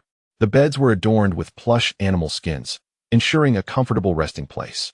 Each room had 2 windows, and the wooden doors were fitted with small peepholes, typically sealed with wooden plugs. The fireplace illuminated the interiors, imparting a sense of warmth and homeliness. The tour of the dwellings left a profound impression on Qing Wan, as these were amenities absent in her own tribe. She contemplated inquiring about the construction of such houses, but ultimately refrained from voicing her question. Subsequently, Qing Wan expressed a desire to see the city walls, and Yibin accompanied her to the top. Each wall had a staircase, offering convenient access for the tribe's members. Standing atop the wall, Qing Wan observed the warriors of her tribe constructing shelters, feeling a surge of emotion. Typically, the Firebird tribe was received as honored guests in other tribes. At that moment, the warriors spotted Qing Wan, and she acknowledged them with a nod, assuring them of her well-being. As she surveyed the patrolling hunters on the wall, each armed with bows and arrows, they appeared formidable. Looking down at the base of the wall, she pondered that even with several hundred warriors, they might struggle to breach the defenses of the Huaxia tribe. Her thoughts were tumultuous. If only the Firebird tribe had their own fortress, they could repel external threats. Residing on the plains without defensive structures, they relied on sheer numbers to overcome adversaries, a costly endeavor she wished to avoid. Witnessing Yibin's fortified settlement stirred something deep within her, igniting a resolve to persuade her father to construct a fortress upon her return. Qing Wan then noticed the deep trench excavated around the base of the wall, a long excavation that encircled the fortifications. Qing Wan circled the city walls and observed that a long trench had been excavated halfway around them. Puzzled, she turned to Yibin and inquired about the purpose of the trench. Yibin, rather dismissively, offered a vague explanation, deliberately withholding the fact that it was intended for a moat. After all, this was only their second encounter, and he was unaware of the true nature of her Firebird tribe. Qing Wan listened as Yibin explained that the trench was dug outside the city walls to facilitate the retrieval of mud, as their tribe was small in number, and digging too far would waste precious time. After reflecting on his words, Qing Wan recognized the logic behind it. In truth, Yibin was overly concerned. The members of her Firebird tribe were amiable and possessed a carefree disposition. They held a strong sense of loyalty, repaying grievances and kindness alike. And the tribe was remarkably united, facing challenges together. Once they finished their tour of the walls, the two returned to the city. Yibin assigned Qing Wan a room and arranged for a woman to tend to the fire at night. Upon returning to her quarters, Qing Wan recalled the myriad wonders she had encountered since arriving at the Huaxia tribe, each one a revelation that stirred profound emotions within her. Lost in thought, she soon succumbed to sleep. The next morning, the sound of a ram's horn echoed through the tribe, rousing its members from slumber as they gathered their gear and began their daily tasks. Qing Wan, startled by the horn, quickly donned her animal hide and stepped outside. She witnessed Yibin leading a small team in training while a group from the dining hall prepared breakfast. Each individual appeared to have their designated role, creating a harmonious atmosphere across the tribe. Observing Yibin's team, she noted their proficiency in archery training, while the Black Bull team was on duty, changing shifts atop the walls. Yibin led teams 2 and 3 in a shooting practice of 10 arrows each. Qingluan admired their swift movements, as each shot found its mark with impressive accuracy. Soon, the red team completed their preparations, serving a breakfast of boiled fish, a rare delicacy. The slaves emerged from the mud pit, queuing to receive their portions in clay bowls with chopsticks, and made their way to the dining hall. Yi Bin beckoned Qingluan to join him as they walked towards the communal dining area. With an abundance of housing in the tribe, he had designated a spacious room as the dining hall, where the slaves sat outside to eat after collecting their food. The other tribe members were gathered inside the dining hall, and only after they finished their meals did the teams on the walls take their turns to eat. Qingluan was pleasantly surprised to find fish on the menu, a rarity in their diet. In the eyes of primitive people, fish were notoriously difficult to catch, a challenge compounded by their limited intelligence. Our current ease in fishing is a testament to the wisdom passed down by those before us. Otherwise, we would face the same struggles. The Firebird tribe, akin to the Qingluan, seldom indulges in fish, for it poses a formidable challenge for the primitive inhabitants to catch. Their staple sustenance primarily consists of meat. In essence, the Firebird tribe resembles a nomadic community. Qingluan's curiosity towards this tribe intensifies, particularly regarding their ability to provide such an abundance of fish. They must possess their own methods of fishing. Yet Qingluan understands that directly inquiring from Yi Bin would be an impolite act, as it constitutes a closely guarded secret of the tribe. Were she in their position, she too would refrain from divulging such secrets, for they represent the tribe's hope for survival. Before long, Qingluan and Yi Bin completed their meal. At that moment, Qingluan expressed her intention to return to her tribe, promising to bring back something valuable next time. Yi Bin thanked her, and thereafter, he escorted her out of the tribe. The warriors outside the city had already spotted Qingluan's departure and promptly approached her, offering their respects. Qingluan nodded in acknowledgement to the warriors and turned to Yi Bin, stating, "Leader Yi, we shall return to our tribe now and visit you again soon." She then mounted her steed, leading the valiant warriors of the Firebird tribe away. As she journeyed, Qingluan mentally revisited the sights she had observed in the Huaxia tribe. Upon her return, she commenced the construction of walls to enhance her tribe's defensive capabilities. Meanwhile, Yi Bin returned to his tribe and retrieved the vines brought back by the Black Bull. He summoned Old Bear, and under Yi Bin's guidance, they began to weave the vines together. Old Bear, emulating Yi Bin, engaged in the crafting process. After an afternoon's labor, they successfully created a set of vine armor. Old Bear, perplexed, inquired of Yi Bin, "Leader, we could survive the winter with garments made from animal hides. This armor, however, has numerous small holes and would be too cold to wear in winter." Yi Bin chuckled, "This is not meant for winter wear. It is intended for the warriors of the tribe." He then called for the Black Bull, informing him that the Black Panther would lead a hunting expedition today. The mission primarily involved checking nearby traps, capturing any prey encountered along the way. The tribe's main sustenance currently derives from the fish caught by Luo Shi and her companions, with hundreds being brought in each day. Before long, the Black Bull arrived, and Yi Bin instructed him to don the vine armor. Yi Bin then struck the Black Bull with a stone axe, prompting him to evade instinctively. However, Yi Bin halted him, and the axe landed harmlessly upon the Black Bull's abdomen. The onlookers gazed curiously at the Black Bull's midsection, only to discover no harm had been done. It became evident to all that this vine armor was indeed a remarkable piece of equipment. The Black Bull instantly developed an affection for the armor, reluctant to remove it. Yi Bin allowed him to keep it on, and the elated Black Bull set off to patrol. Yi Bin instructed Old Bear to complete the remaining vine armor, urging him to craft as many sets as possible. Old Bear nodded in agreement.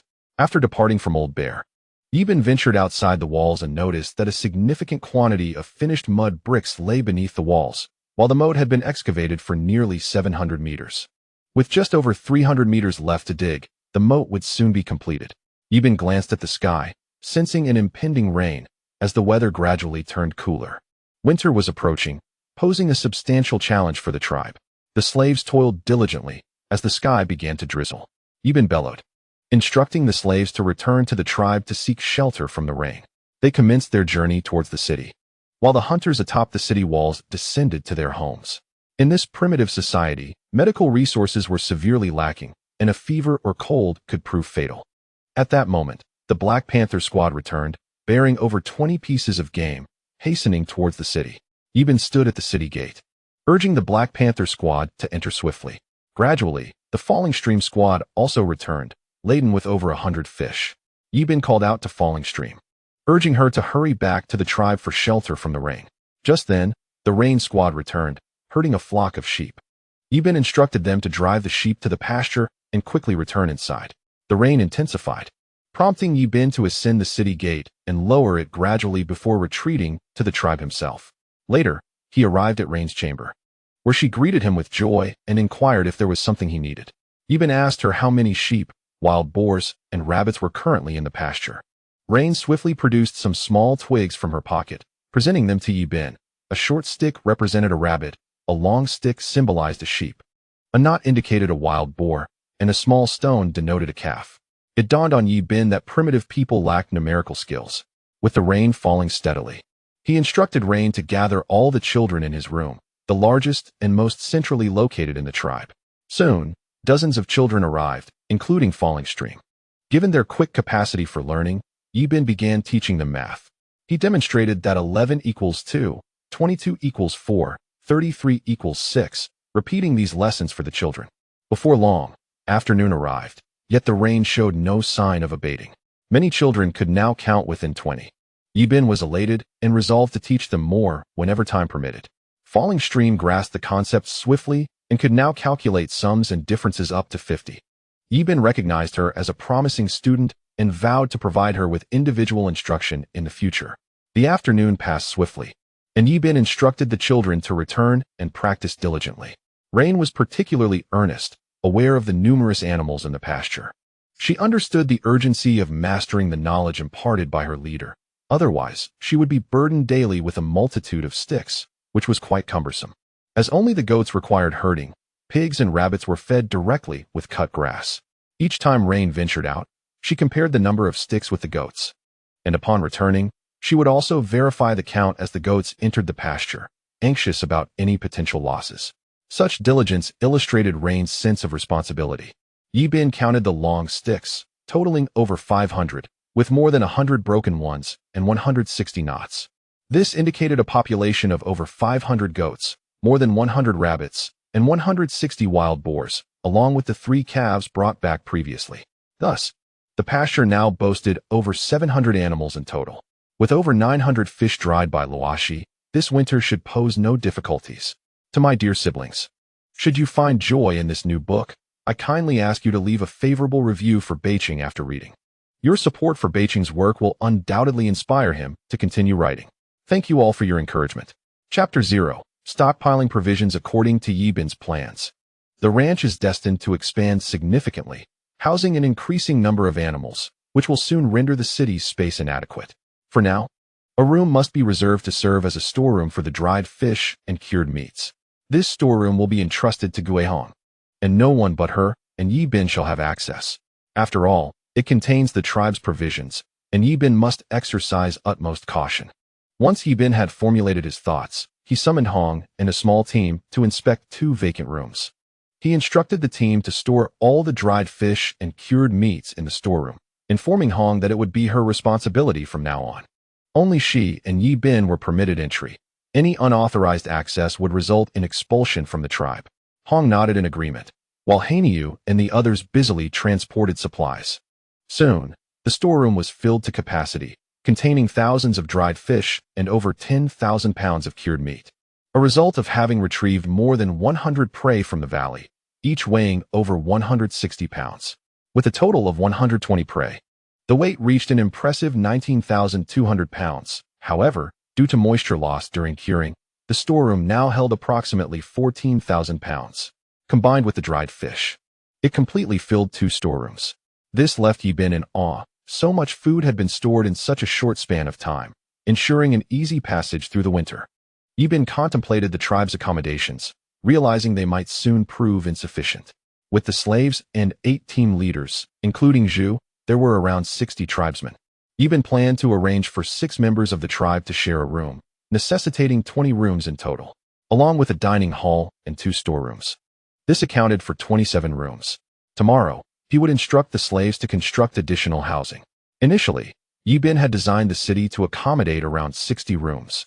Any more would lead to overcrowding, but fortunately, there was an abundance of mud bricks available at this time. Yibin communicated with Hanyu to arrange for about 10 slaves to begin constructing the houses in an orderly manner, as this would optimize space. Moreover, aesthetically pleasing buildings would leave room for a training ground. Once the moat was completed, the ranch could be established outside the city walls. The distance from the moat to the city wall was over 10 meters, allowing for the maintenance of 4,000 to 5,000 animals without issue. In due course, wooden stakes could be driven into the moat's bottom to prevent livestock from falling in, serving a dual purpose of reinforcing the moat. After relaying his instructions to Hanyu, Yibin sought out Heibao, assigning their team the task of returning with 2,000 pounds of timber each day. With 8 members in the team, this amounted to over 200 pounds per person. Armed with iron knives, cutting 200 pounds of wood was a simple task. Once all arrangements were made, Yibin proceeded to the riverside to find Luoshi. Upon witnessing a quintet from their team engaged in fishing, one individual skillfully cast a net by the riverbank. In a short span of time, they managed to capture around 30 fish. Upon noticing Yibin's arrival, Luoshi promptly approached him, inquiring about his presence. Yibin affectionately ruffled her hair and replied, "I came to see how many fish you've caught." Luoshi's cheeks flushed at his gesture, and she eagerly led Yibin to the spot where they had stored the fish. Upon opening the leather pouches, Yibin was astounded to find that 4 of them were nearly brimming, likely containing over 200 fish. He remarked to Luoshi, "From now on, as long as you catch enough fish for the tribe, it will suffice. Our storage already contains 2 full caches, with over 1,000 dried fish. Additionally, excessive daily fishing will lead to a rapid decline in their numbers. We must consider the long term, rather than solely focusing on immediate gains." Luoshi appeared to grasp his words, though perhaps only partially. Unconcerned with the intricacies of the matter, she resolved to follow Yibin's guidance. Subsequently, she summoned her team, and together with Yibin, they returned to the tribe. Upon their return, they were met with the sound of several slaves quarreling. The courtesan, alerted by the commotion, promptly gathered her team and approached the scene. Drawing her bow, she aimed it at the unruly slaves, who, in fear, crouched on the ground, too terrified to move. At that moment, Yibin and Luoshi arrived, inquiring about the situation. One slave from the Stone tribe stepped forward, accusing a slave from the Wolf tribe of bullying them, claiming he forced them to work while he rested. Enraged, Yibin pointed at the Wolf tribe slave and declared, "If this happens again, I shall take your life." The accused slave promptly lowered his head, fearful of Yibin's wrath. Yibin then gathered all the slaves together and announced loudly, "I will now select 4 captains from among you. These captains will oversee your work. Should anyone attempt to shirk their duties, they shall face severe consequences." He continued, "There are 37 of you, divided into groups of 10. We will begin by selecting a captain from the women's quarters." Yibin asked the courtesan which female slave was the most industrious. She pointed to a woman of modest stature, and upon inquiry, the woman identified herself as Shirmei. Yibin nodded and appointed her as the captain of her group. He warned, if anyone attempts to escape or slacks off, the entire group will suffer from a lack of food. Should you encounter such behavior, you may come directly to me. The woman, elated, agreed enthusiastically. Yibin added, "As captains, you will receive an additional ration of food daily as recognition from the tribe." The captain of the second group was a tall, honest man, devoid of ulterior motives. When Yibin asked for his name, the slave promptly replied, "I am sure who." Yibin declared, "You shall be the captain of the second group. Should you have any questions, feel free to approach me. However, if any of your group members attempt to escape or become lazy, I shall not hesitate to break your legs. And the individuals in your chamber have gone 3 days without sustenance." Next comes the third chamber, followed by the fourth. The captain of the third chamber is a man from the Wolf tribe, rather straightforward and not particularly cunning. He introduced himself to Yibin as Lai, and Yibin subsequently appointed him as captain. The fourth chamber consists of 7 individuals, a slave from the Stone tribe named Shirshan, 5 children, each over 5 years of age from the Stone tribe, have been arranged by Yibin to sleep alongside you and the others, ensuring they receive the education of the Huaxia tribe from a young age, fostering a sense of kinship that will prevent them from harboring animosity against Huaxia in the future. At the tender age of 5, children are devoid of understanding, making it the ideal time for cultivation. Yibin could not possibly assign them to toil in the mud, could he? This is indeed the only path for these children to survive. If they were any older, they would be relegated to such labor. One cannot solely blame Yibin for his stern decisions. If he were to mishandle this situation, the tribe could face utter destruction. Who can predict the thoughts these children may harbor as they mature? For those brethren who find pleasure in this new book, kindly leave a favorable review for Bei Cheng upon completion. Such support invigorates Bei Cheng's resolve to continue writing. Thank you all for your unwavering support. Chapter 0. Encountering the wolf tribe again. Yi and his companions inspected over 40 traps, capturing 7 sheep and a wild boar. As they proceeded to the next trap, they suddenly heard distant roars. Yi Bin left one tribesman to guard the catch and stealthily led his team closer. From afar, they observed over 10 primitives fleeing, pursued by more than 30 others. By coincidence, Yi Bin recognized one of them, Qing Lang from the wolf tribe, one of its 4 great leaders. Known for his ferocity in battle and treacherous nature, previously, Qing Lang had ambushed the Falling Water tribe, resulting in the demise of 4 of their hunting members. Yi Bin had long sought vengeance for this, yet the numbers of the Huaxia tribe were insufficient at present, comprising merely 3 small teams totaling 27 individuals, some of whom were new recruits from the mountain tribe. The wolf tribe, boasting a total of 190 members, was well known among the surrounding smaller tribes, and none dared provoke them. After Yi Bin had previously slain several of their warriors and captured 6, the wolf tribe now numbered 170. If he were to eliminate these 30, the wolf tribe would dwindle to 140 members. The wolf tribe has no elders. They expel the elderly from their ranks, maintaining a youthful fighting force. The women have been taken from neighboring tribes. The wolf tribe has over 20 children and more than 40 women, with each child accompanying the men on raids from the age of 14, thus beginning their training in killing at a young age. Consequently, the warriors of the wolf tribe harbor no fear of death in combat, as their long-standing practice of raiding has rendered them robust and formidable.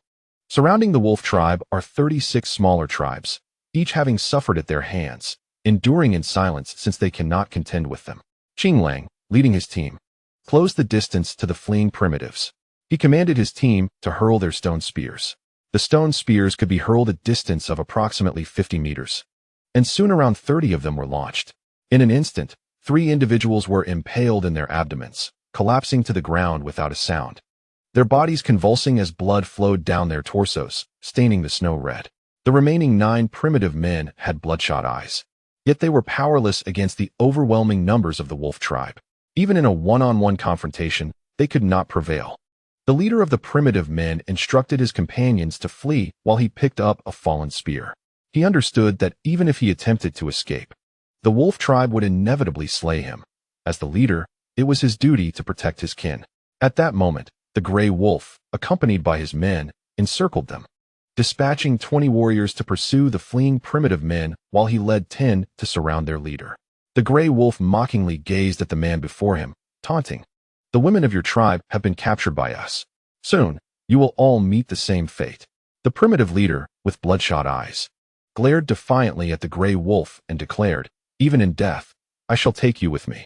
The gray wolf laughed heartily. "You will never have that chance." He then commanded his squad to eliminate the primitive leader. Just then, 9 arrows flew through the air, piercing 5 of his warriors, who fell to the snow, blood gushing forth. Upon witnessing this ambush, the gray wolf swiftly positioned himself behind his men, scanning the surroundings until he spotted Yi Bin and his companions. Meanwhile, the squad pursuing the other primitive men noticed their fallen comrades and swiftly converged towards the gray wolf, amassing a total of 25 fierce-eyed warriors. In the brief interlude, Yi Bin unleashed 3 volleys of arrows, felling over a dozen members of the wolf tribe. Yi Bin was positioned about 100 meters away, the optimal range for archery. The wolf tribe, sensing the loss, retaliated by hurling their stone spears toward Yi Bin's group, but their projectiles failed to reach the mark. Conversely, the wolf tribe suffered grievously, with 11 men falling to the ground in quick succession, the snow becoming drenched in blood. Observing the potency of their adversaries' weaponry, the gray wolf ordered a charge forward. Yi Bin responded with 2 more rounds of arrows, resulting in 4 additional members of the wolf tribe being shot down, writhing in agony upon the ground. As the warriors of the wolf tribe approached, Yi Bin commanded his team to lower their bows and instead brandish shields and iron spears. Advancing towards the encroaching enemy, Yi Bin's squad formed a disciplined line, systematically pushing forward. Soon, the 2 factions clashed, with the warriors of the wolf tribe thrusting their spears violently against the shields of their opponents. Yet, Their excessive force led to the shattering of numerous spears. The Huaxia tribe, successfully parrying the wolf tribe's assault, retaliated by piercing the bodies of the wolf warriors with their iron spears. The scene was gruesomely vivid, and Yi Bin, from the rear, directed his squad to continue their relentless assault. The young wolf was momentarily taken aback. He had never encountered such a situation before. In the recent skirmishes, the wolf tribe was relentlessly pressed by Yi Bin and his team. They found it impossible even to approach Yi Bin's squad, as the iron spears effortlessly pierced the bodies of the wolf tribe members. Soon, only 10 individuals remained from the young wolf's side, while the others lay lifeless in the snow. Blood began to saturate the ground, accompanied by a cacophony of groans and cries of anguish. Realizing the dire circumstances, the young wolf immediately took flight. At that moment, the primitive leader charged towards him, clinging tightly. Observing this, Yi Bin swiftly commanded his team to advance. As the wolf tribe was still making a final stand, Black Bull seized an opportunity. He thrust an iron spear through one of the tribe members, who let out a chilling scream as he collapsed in agony. The spear's potency was beyond anything the wolf tribe had ever experienced. Once struck, it could easily penetrate their bodies. The sharpness of the iron spear instilled fear among the remaining tribe members. After striking one, Black Bull rushed to the primitive leader's side, brandishing the spear towards the young wolf's neck, rendering him motionless with fear. The remaining members of the wolf tribe, witnessing their leader's capture, froze in terror. Yi Bin addressed the few remaining members of the wolf tribe, commanding them to drop their weapons and lie on the ground. The team quickly encircled them with shields, brandishing their sharp iron spears, glinting ominously. The remaining 8 members exchanged apprehensive glances before ultimately discarding their weapons and slowly lying down. Yi Bin promptly issued orders for his team to bind them. In no time, the remaining members of the wolf tribe were securely tied. Black Bull hoisted the young wolf and threw him before Yi Bin, who aimed his spear at the young wolf's chest, instilling a deep fear that rendered him motionless. Only then did Yi Bin turn his attention to the primitive leader, inquiring how they had come to be pursued by the wolf tribe. The primitive leader began to kneel before Yi Bin. The overwhelming strength of their weapons left a profound impression on these primitive people. Those who had fled earlier also approached, kneeling before Yi Bin and his team, who immediately assisted them in rising. Brothers and sisters, if you enjoy this new book, please leave a positive review for Bei Cheng after reading. It is a way to support Bei Cheng's new work and inspire him to continue writing. Thank you all for your support. Chapter 0. The Joining of the Wood Tribe. The primitive leader stated, "Our tribe is called the Wood Tribe. I am Mu Zhan, the leader of the tribe. Recently, the wolf tribe sent envoys to us, demanding that we send 10 sheep and 5 women. Our tribe comprises only 48 members, 25 men, 15 women, 3 elders, and 5 children. The food supplies are already scarce, and if we were to send 10 sheep to the wolf tribe, we would starve during winter. Additionally, with so few women, sending 5 away would leave us with hardly any left. After deliberation, our tribe decided to offer the wolf tribe 5 sheep and 2 women." The wolf tribe leader, Black Wolf, retorted, "How dare you negotiate with our wood tribe?" Thus, the blue wolf dispatched 40 valiant warriors to assault our wood tribe, and we fought desperately in resistance. The men of the tribe were slaughtered, their heads severed from their bodies. The elderly and children were not spared either. Mu Zhan's eyes turned a blood-red hue, seemingly on the verge of weeping blood. The women were also captured by the wolf tribe, and I led the remaining members of our tribe in a frantic escape. The blue wolf pursued us relentlessly as we fled. We ran throughout the night, but exhaustion soon overtook us. Had we not encountered you, we would have certainly fallen to the wolf tribe's blades, Mu Zhan stated. His gaze fixed intently on the blue wolf, tears streaming down his face, tinged with crimson, a truly horrifying scene. Yi Bin inquired about their next course of action, to which Mu Zhan replied, "I do not know where to go. Our tribe is devoid of food and lacks the furs necessary to survive the winter." Yi Bin, observing the despair etched on Mu Zhan's face, suggested, "Why not join our tribe?" The other 8 members of the wood tribe turned their eyes towards Mu Zhan. For primitive people, the hope of survival makes it exceedingly difficult to integrate into another tribe. However, Mu Zhan found himself with no alternatives. The annihilation of his tribe weighed heavily upon him. His mind was a tumultuous haze, and it took a while for him to regain his composure. Glancing at the other members of his tribe, he saw their despondent expressions. They had evidently not yet recovered from the grief of their tribe's demise. Seeing his kin in such despair, Mujan realized that without joining Yi Bin's tribe, their chances of survival were bleak. They were cold and starving. I am willing to join you, but you must allow me to handle the blue wolf, Mujan insisted. Yi Bin agreed to his request.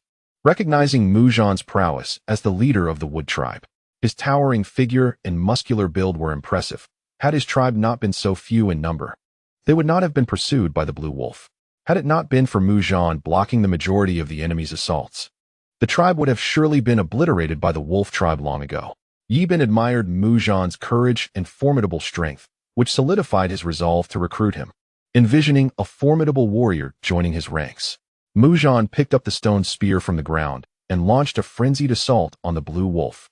Instantly, several punctures appeared in the blue wolf's chest, blood splattering onto Mujan's face in a gruesome spectacle. The 8 captives from the wolf tribe trembled in fear at the sight of their leader being slain, their eyes unwilling to meet Mujan's. Terrified that they might be next, once Mujan had vented his emotions, he approached Yi Bin to express his allegiance. The other members of the Wood tribe followed suit, pledging their loyalty to Yi Bin as well. Yi Bin patted Mujan on the shoulder, promising, when time allows, I will help you exact revenge on the wolf tribe for your fallen kin. Upon hearing these words, Mujan's resolve strengthened. He vowed to follow Yi Bin with unwavering loyalty from that moment onward. With the captives from the wolf tribe in tow, they began their journey back. As for the bodies of the fallen from the wolf tribe, nature would take care of them. Soon, they reunited with the earlier tribesmen. The individual regarded Mujan and the others with curiosity, but Yi Bin offered no further explanation as they made their way back to the tribe. Along the route, they carried the prey ensnared in traps, returning homeward. In no time, Yi Bin and his companions stood before the tribe. Mujan gazed at the towering city before him, his heart tumultuous with emotion. The other members of the Mu tribe shared his astonishment, having never conceived that a city could be constructed on such a grand scale. It surpassed their comprehension. Yi Bin observed the astonished expressions of Mujan and his companions and then urged them to proceed. The team swiftly arrived at the city gates, where Mujan's complexion paled as he noticed the slaves bound with ropes. Yi Bin understood his thoughts and spoke, explaining that those slaves had attempted to ambush their tribe but had been captured instead. Furthermore, 6 of them were members of the Blood Wolf faction from the Wolf tribe, also seized and forced to toil in the mud. Upon hearing this, Mujan's demeanor brightened. It turned out he had been overthinking the situation.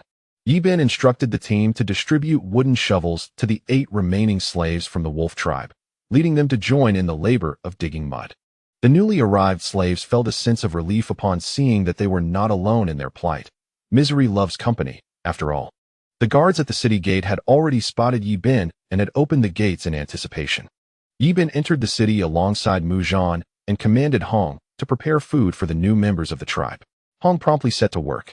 Yi Bin then arranged 2 rooms for Mujan and his 9 companions, allowing them to rest until the food was ready. When Yi Bin emerged, the members of the tribe gathered around him. Zhu inquired about the newcomers. Yi Bin explained that they, like Zhu's tribe, were also being pursued by the Wolf tribe. They had discovered and rescued these individuals along their journey, but the newcomers had not been as fortunate. Only a few remained alive, while the men, elders, and children had been slaughtered, and the women taken captive by the Wolf tribe. Upon hearing this, a flicker of sorrow crossed Zhu's eyes, though it quickly vanished. During this time, she and the others had gradually integrated into the Huaxia tribe and had come to genuinely acknowledge Yi Bin and his companions. The food was soon prepared, and Yi Bin invited Mujan and the others to the dining hall. The sight of the delectable dishes rendered them speechless, for they had never encountered such fare before. With clay pots and bowls filled with steaming lamb stew, Yi Bin encouraged them to sit down and taught them how to use chopsticks. The group earnestly practiced, though they struggled to grasp the meat from the bowls, causing beads of sweat to form on their brows in frustration. Yi Bin reassured them not to rush and to take their time. Eventually, they managed to pick up the meat and began to eat heartily, noting the salty flavor of the dish. However, the heat of the food caused them to wince, eliciting laughter from Yi Bin. Having gone days without sustenance, the famished group quickly devoured 2 pots of meat and soup, leaving them satisfied and content. After they finished, Yi Bin turned to Mujan and announced his intention to form a hunting team, appointing him as the captain. He suggested dividing Mujan's 8 tribesmen into 3 groups, 3 for Team 1, 3 for Team 2, and 2 for Team 3. He would then assign 3 members from Team 1, 3 from Team 2, and 2 from Team 3 to join Mujan's team. For the time being, they would train under Hanyu. Mujan, upon hearing this, had no objections. It was only natural that not all of his tribesmen would be placed together so soon after arriving in the new tribe. In the event that they harbor ill intentions, it is prudent for one to exercise caution. This is a responsibility owed to all members of the tribe, a sentiment that Mujan readily comprehended and thus agreed without hesitation. Subsequently, Yibin began to assign accommodations for everyone within the tribe, ensuring each small team had their designated quarters for rest. Today, the enslaved individuals had excavated over 60 meters of mud pit, an accomplishment that brought Yibin great satisfaction. He also arranged for the newly arrived slaves to be housed in a separate room. From Shirhu's quarters, he appointed a slave as the team leader, instructing him to relay the rules of the place to the newcomers. Additionally, he emphasized that the slaves must utilize the designated restroom, warning them that any indiscretion would result in punishment for all occupants of the room. As night fell, the slaves retired to their quarters, while Yibin organized the teams to secure the doors with ropes from the outside. A ceramic pot was provided in each room for nocturnal needs, ensuring that the slaves would visit the restroom each morning. This arrangement was made to prevent any nocturnal escapades among the enslaved individuals. With everything in place, the tribes settled down for the night, the snow continuing to fall outside. Each small team was tasked with keeping a watchman in their quarters through the night. The following morning, in Chapter 0, upgrading the bow and arrow, Yibin arrived at Old Bear's location. Previously, he had requested Old Bear to weave bamboo armor, and upon entering, he found the production team diligently crafting the bamboo gear. On the ground lay over a dozen sets of woven bamboo armor, which pleased Yibin immensely. He noted that soaking the armor in tung oil would elevate its efficacy. Yibin resolved to explore the mountains when time permitted, impressed by the successful weaving of the bamboo armor. Recalling videos from his previous life, he remembered that foreign archers could equip their bows with rapid-fire mechanisms, allowing them to shoot 7 arrows in succession, all utilizing compound bows. If he could replicate such a mechanism, the tribe's strength would see a significant enhancement. Without delay, Yibin enlisted Old Bear and another individual to begin their exploration, relying on memories from before his transition to this world. Yibin sought out the hardest wood nearby to craft a model of a compound bow. The principles behind a compound bow are rather straightforward, and its construction is not overly complicated. Although a wooden compound bow would inherently lack the power of one made from nanofibers, it would still far surpass the capabilities of a conventional bow. To begin, he sketched the shape of the bow on the prepared wooden board using charcoal. Next, he retrieved a prepared iron rasp and, following the drawn lines, began to chip away at the wood with a stone tool against the back of the rasp. Thus, the two worked diligently throughout the afternoon, gradually shaping a wooden compound bow body. The next endeavor involved crafting 2 pulleys from sturdy wood, utilizing tools such as the iron rasp and an iron awl. After several hours, the pulleys were completed and affixed to the compound bow. The sides of the pulleys were firmly attached to the bow body, and Yibin then carved 2 wooden sticks, each the size of chopsticks. These small sticks were inserted into the pulleys, with both ends shaped into small grooves using a knife. Using small wooden pieces, they were meticulously inserted and the sides were polished smooth, securing the 2 sets of pulleys in place.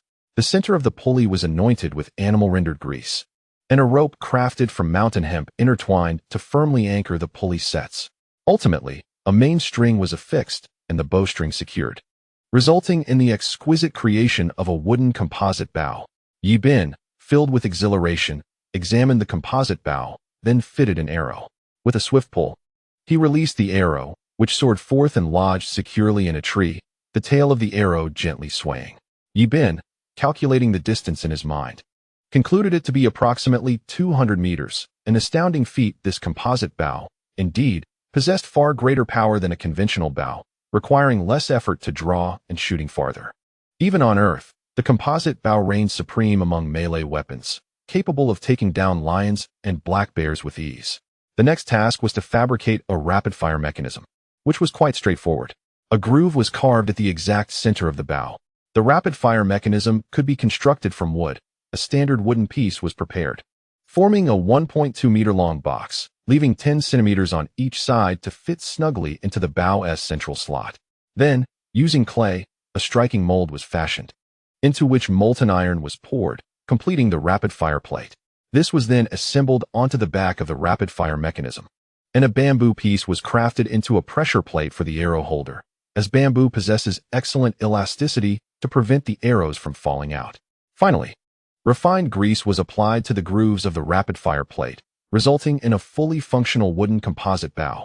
Yi Bin and Old Bear had toiled for nearly an entire day, and by afternoon, the rapid-fire composite bow was completed. The Black Bull team returned from hunting, bringing back 5 mountain goats. Perhaps due to the heavy snowfall outside, the Wood Warriors and Black Bull teams trained together early in the morning. Under Yi Bin's guidance, the team members engaged in daily drills to enhance their camaraderie, ensuring that in future battles and hunts, they could better leverage their collective strengths and unify as a single cohesive unit. The Black Panther team also returned, laboring under the weight of what appeared to be over 2,000 pounds of timber. Yi Bin observed a problem. They had all carried the wood on their backs, each member drenched in sweat. He resolved to ask Old Bear to construct a few simple sleds for them the following day. Now that the tribe had iron tools, crafting a few wooden boards was relatively easy. The conventional sleds would utilize wooden boards as runners, allowing individuals to pull them along, enabling smooth traversal across the snow. Yi Bin observed that his team members had their feet bound with animal hides, which made them susceptible to frostbite and rendered their mobility rather inconvenient. He resolved to design a pair of winter boots crafted from animal hide for them the following day. Once the others had completed their tasks, Yi Bin convened the squad leaders in his quarters. Before long, the leaders, including Black Bull, Black Panther, Courtesan, and Mujan, gathered, each appearing somewhat at a loss. Yi Bin greeted them with a smile, inviting everyone to take a seat. He then produced a composite bow, the result of a day's labor alongside Old Bear, and currently the most powerful bow in the tribe. The eyes of all present were drawn to this magnificent weapon, their curiosity palpable. Without further ado, Yi Bin demonstrated its prowess. He loaded 7 arrows into the bow's rapid-fire mechanism, securing them with a bamboo piece before aiming at a wooden door. With each pull of the bowstring, an arrow was released, and Yi Bin swiftly discharged all 7 arrows. The squad leaders gaped in astonishment. Their expressions of surprise filled Yi Bin with pride. After all, he had crafted this bow himself, and what man wouldn't he desire to possess such a weapon?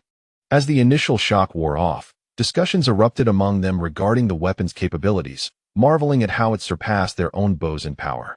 The squad leaders felt a sudden discontent with their own archery gear, practically yearning to seize Yi Bin's composite bow for themselves. Witnessing their eager gazes, Yi Bin couldn't help but chuckle. It was reminiscent of children gazing longingly at a coveted toy. This feeling of admiration was exhilarating, and Mujan's respect for Yi Bin grew immensely. In their eyes, Yi Bin had ascended to a near-divine status. They believed that as long as Yi Bin remained in the tribe, they could expect even more formidable weapons in the future.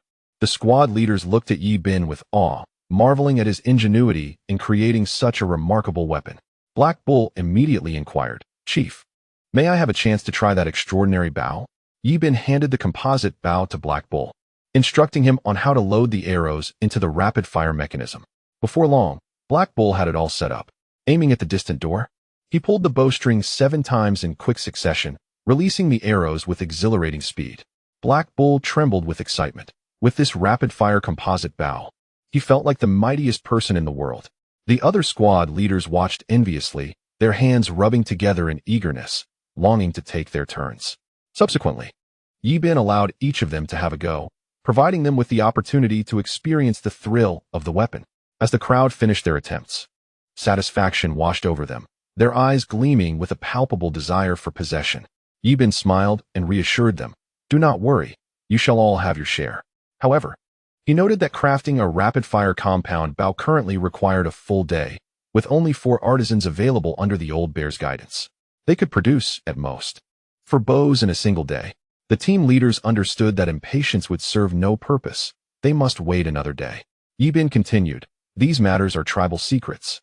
It is imperative that they remain undisclosed to outsiders. The more who are aware, the less secure we become. Such valuable knowledge must reside solely within our grasp." Everyone nodded in agreement. "Tomorrow morning, Black Bull's team and Mujan's team shall accompany me into the mountains." Black Bull immediately interjected, "Chief, there is still heavy snow in the mountains. What purpose do we have there?" Yi Bin replied, "We will venture into the mountains to gather some tung oil fruits, and cut down bamboo. The tongue oil fruits can be processed into oil, and the bamboo will serve as materials for arrows. Curious, Black Bull asked, "Chief, what exactly are tongue oil fruits, and what is the purpose of this oil?" Yi Bin merely smiled, choosing not to elaborate. Even if he did, Black Bull would not comprehend. Suddenly, a clang echoed as Hong struck the iron knife in the mess hall, signaling everyone to gather their bowls and chopsticks and head toward the dining area. Soon, a long line formed before the mess hall, with slaves standing in one line and tribal members in another, each holding a clay bowl as they advanced to receive their rations. Those who were served first immediately began to eat. The food now contained precious white salt, enhancing its flavor, though it lacked additional spices. When time permitted, he would certainly venture outside to search for supplementary ingredients like ginger and garlic, which would elevate their meals to new heights of deliciousness. That night, the snowfall was particularly heavy. Yi Bin recalled hearing from the bears that once winter set in, many wandering savages emerged from the mountains. These individuals had been cast out from their tribes due to food shortages. Yi Bin contemplated entering the mountains the following day to rally some of these wandering savages and invite them to join his tribe. Once his tribe grew stronger, they could seek vengeance against the wolf tribe. As long as the wolf tribe existed, the neighboring smaller tribes would know no peace. If possible, he would welcome these drifters into the Huaxia tribe, uniting their forces against the wolf tribe. Even if the wolf tribe was formidable, sheer numbers could tip the scales. Brothers, if you enjoy this new book, please leave a positive review for Beiqing after reading. It would be a great support for him and motivate him to continue writing. Thank you all. Chapter 0, Slaying the Great Black Bear. Upon waking, Yi Bin heard the familiar sound of horns echoing. He rose to find that the snow outside had finally ceased. He donned his thick fur clothing and sturdy fur boots before stepping outside to see all the teams gathering. The slaves gathered their tools and began to make their way towards the city walls. One by one, they wielded wooden shovels to excavate mud, while a dozen or so slaves remained within the city, constructing houses. The security within the city was under the vigilant supervision of the courtesan squad. The courtesan assigned 4 members to patrol the city walls and designated 2 individuals to monitor the laboring slaves inside, while 3 others were tasked with watching those working outside. Each member was armed with a bow and arrows, adorned in bamboo armor crafted by the old bear from the previous day, exuding an air of authority. Meanwhile, the red squad was preparing breakfast, while teams 1, 2, and 4 engaged in archery and spear training. Under the tutelage of Black Bull, Mu Zhan exhibited remarkable progress in his archery skills, nearly hitting the target with each shot. The 3 recently joined members of the squad had also achieved the ability to strike the bullseye consistently. Yi Bin observed their training with great satisfaction. Soon, the food prepared by the red squad was ready. Red struck his iron knife, signaling mealtime. Everyone understood it was time to eat and gathered their bowls and utensils. Heading towards the dining area, Yi Bin took his meal and sat beside the old bear, instructing him, "After dinner, I will provide you with several molds. Use the remaining molten iron to forge a few iron needles. Then, hand them over to Luo Shi and the others. The snow outside is too thick today, so do not let them go fishing. Once you have made the needles, have their team come to you and use animal skins to craft shoes for everyone in the tribe. Make sure to use several layers of animal skin to prevent frostbite while hunting. Additionally, instruct your production team. 2 individuals should create bamboo armor while the other 2 work on composite bows." After conveying his directives, Yi Bin swiftly finished his meal. He, along with teams 1, 2, and 4, set off, a group of over 20 strong heading to gather equipment and follow Yi Bin up the mountain. He too carried his composite bow, leaving the courtesan squad to guard the tribe. Before long, they arrived in the mountains. With Yi Bin's purpose clear, to find the fruit of the tongue tree, cut small bamboo for arrows, and search for wandering wild men. Along the way, the team spotted wild chickens and hares, eagerly pursuing their quarry. In the distance, a 1,500-pound black bear observed them, the looming danger approaching with each step. The teams, immersed in laughter and conversation, remained blissfully unaware of the impending peril. At that moment, a white wolf king, accompanied by over 20 gray wolves, encircled a group of about 10 primitive people, 7 men and 3 women, who were evidently fleeing. The wolf pack launched an assault. Several gray wolves lunged forward, sinking their teeth into 2 of the primitive individuals. Blood streamed down their faces as one of them screamed. 8 dozen shield bearers advanced at the front, followed by a group of archers, directly approaching the pack of wolves. In the forest, a black bear trailed behind the squad. The wolves swiftly broke through the primitive humans' ranks. Each primitive individual, wielding stone spears, desperately retaliated, yet their efforts appeared feeble in the eyes of the wolves. In no time, the Wolf King severed the neck of one of the humans. Blood gushing forth from the severed artery as the Wolf King licked the crimson from its lips and lunged at another primitive woman. Terrified, she discarded her weapon and turned to flee. The other gray wolves, their maws stained with blood, added to the chaos. Heart-wrenching cries erupted from the primitive humans as blood soaked the ground. Yi Bin, witnessing the horrific scene unfold before him, felt a chill run down his spine. The carnage was overwhelming. Several primitive bodies lay torn open, their intestines spilling onto the ground. The wolves feasted ravenously upon the flesh and entrails of the fallen. The agonized primitives convulsed on the ground, their mouths unable to produce sound. Just as Yi Bin commanded the archers to fire, a black bear charged towards him, jaws agape. The team, unaccustomed to such a massive creature, was struck with fear, their limbs weakening. He Niu and Mu Zhan reacted swiftly. He Niu shoved Yi Bin aside, while Mu Zhan raised his shield to protect him. With a thunderous crash, Mu Zhan and his shield were sent flying. Blood filled his mouth as he coughed violently. At that moment, a black panther lunged forward, driving a spear into the bear's thigh. The bear, in pain, swatted down with a forepaw, sending the panther's shield flying. The bear's immense strength caused the others to retreat in terror. Yi Bin, finally rising from the ground, felt his body ache as if it might crumble.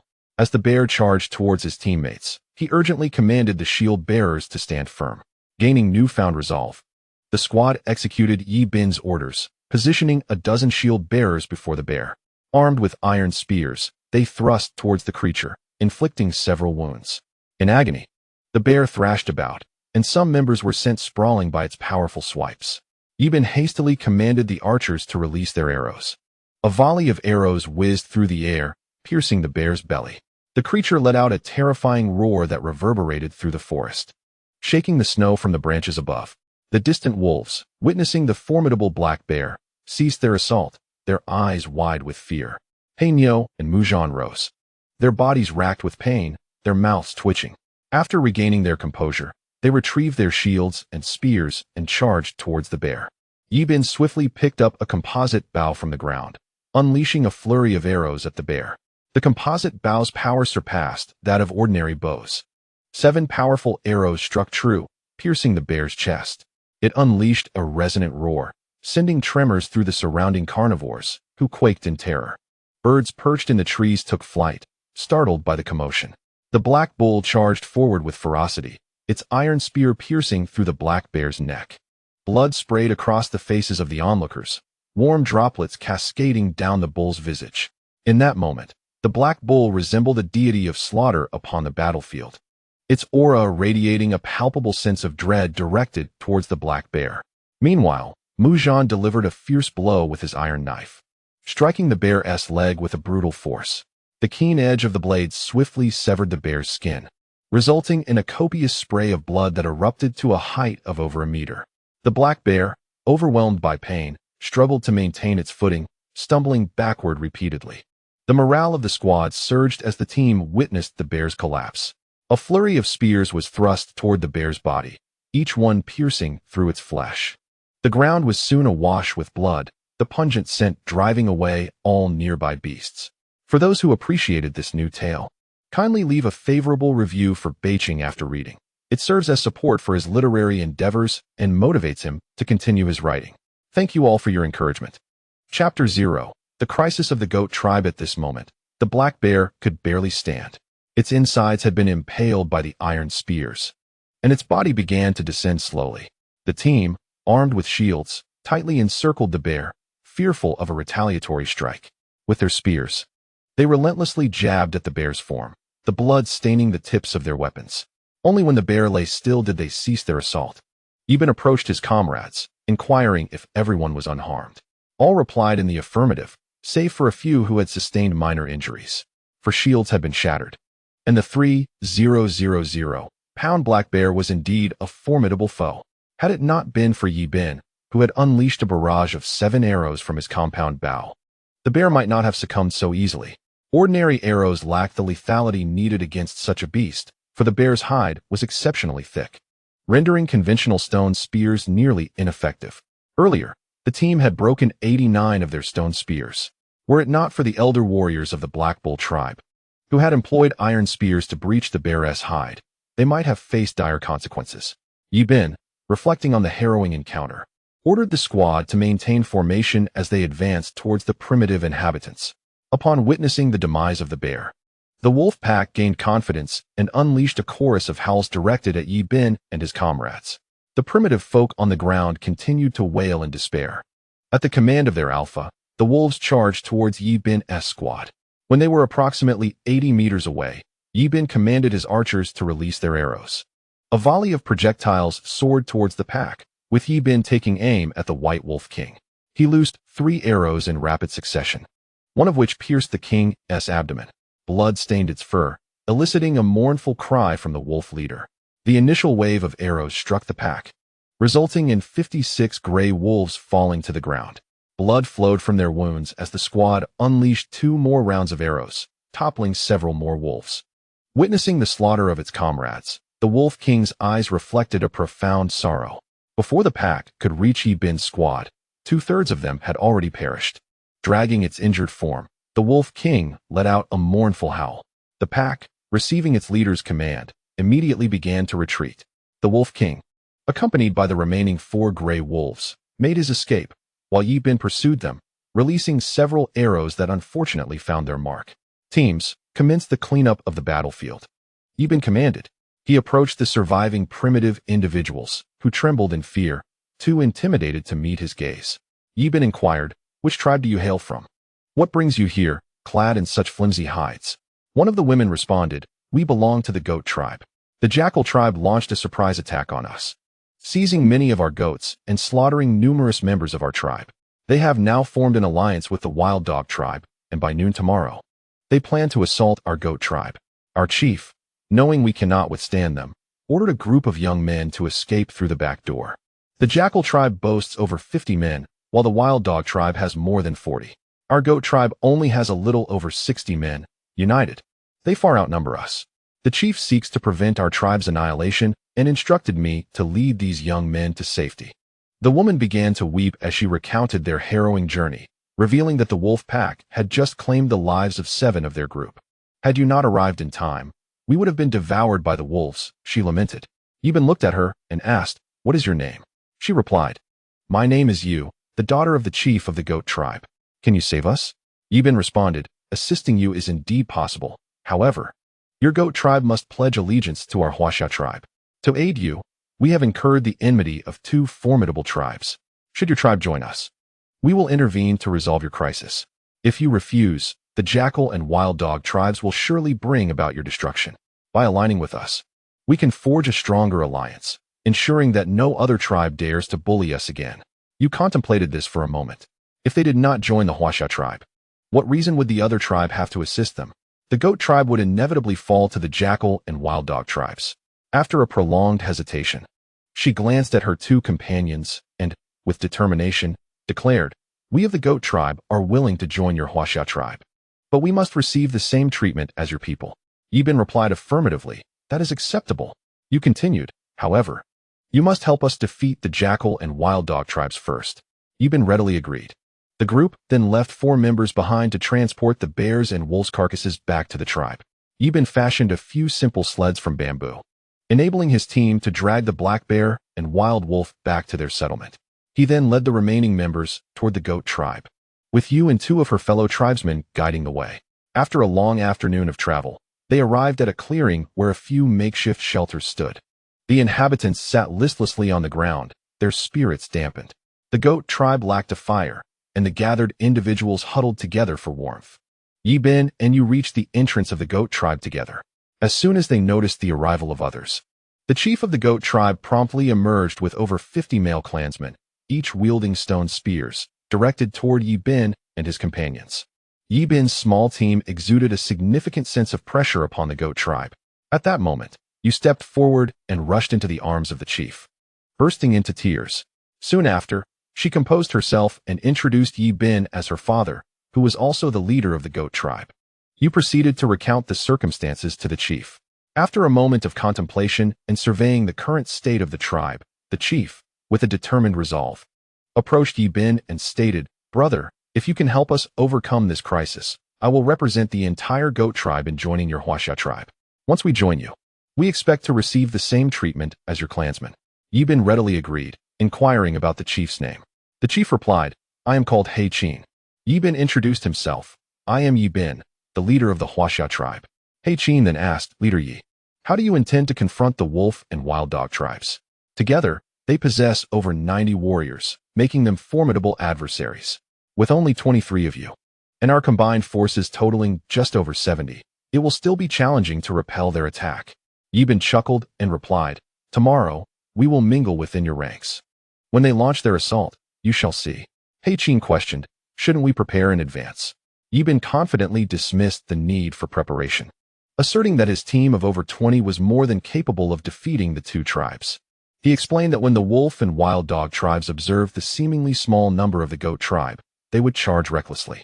As their forces drew near, Yi Bin's team of 20 would unleash a volley of arrows, capable of shooting 4 rounds, catching them off guard.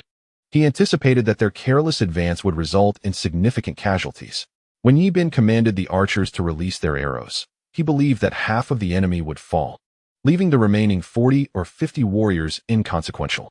The members of Yi Bin's team were clad in tough armor made of rattan and bamboo, rendering the adversary's stone spears largely ineffective. Chapter 0. The defeat of the wolf tribe leader that night. The goat tribe slaughtered 4 sheep to host Yi Bin's team. Their manner of consumption was rudimentary, employing stone knives to cut and eat, as they had yet to master the use of fire. Yi Bin's team, accustomed to cooked meals, found the raw, bloodied meat quite unpalatable. The members of the Huaxia tribe had forgotten that prior to Yi Bin's arrival, their own tribe had similarly consumed food in this manner. Yi Bin instructed He Qin to gather some dry wood and began the process of creating fire by friction. To the astonishment of the goat tribe, flames erupted from the wood, startling He Qin and the others. The members of the goat tribe immediately stood and fled, having never encountered fire before. Such a phenomenon was thought to be the domain of larger tribes consisting of thousands. Yi Bin called out to He Qin, reassuring them that there was no cause for fear, as fire, when used appropriately, could be a powerful ally. It poses no threat to humanity. Thus, the crowd approached with a mixture of skepticism and curiosity. The team proceeded to dismember the sheep with their iron blades, chopping it into pieces before skewering it with bamboo and roasting it over the fire. Yi Bin instructed his team to kindle several fires and sent members of the goat tribe to gather firewood. Upon witnessing the sharpness of Yi Bin's team's iron blades, He Qin felt a wave of trepidation wash over her. The Huaxia tribe possessed such formidable weaponry. Who could possibly stand against them? She surveyed Yi Bin's team and noted with relief that only a few bore such weapons. Otherwise, other tribes would surely be doomed. As night fell, the group huddled around the fire, and Yi Bin assigned 4 team members to take turns keeping watch. The following morning, the members of the goat tribe rose at dawn. By noon, the wolf and wild dog tribes were set to launch their assault. The goat tribe's members appeared visibly anxious. Sensing their tension, Yi Bin offered words of reassurance. "Do not worry, they will not breach our defenses." Unbeknownst to He Qin, the prowess of Yi Bin's archers was well known. She had witnessed them slay a black bear weighing over 3,000 pounds and a dozen wolves. In that moment, she believed she was in the presence of deities. Yi Bin instructed He Qin to escort the women, children, and elderly to safety in the rear, while leaving over 50 men from the goat tribe to guard the entrance. Suddenly, a member of the goat tribe shouted, "The wolf and wild dog tribes are approaching." Instantly, tension gripped the goat tribe, their legs trembling in fear.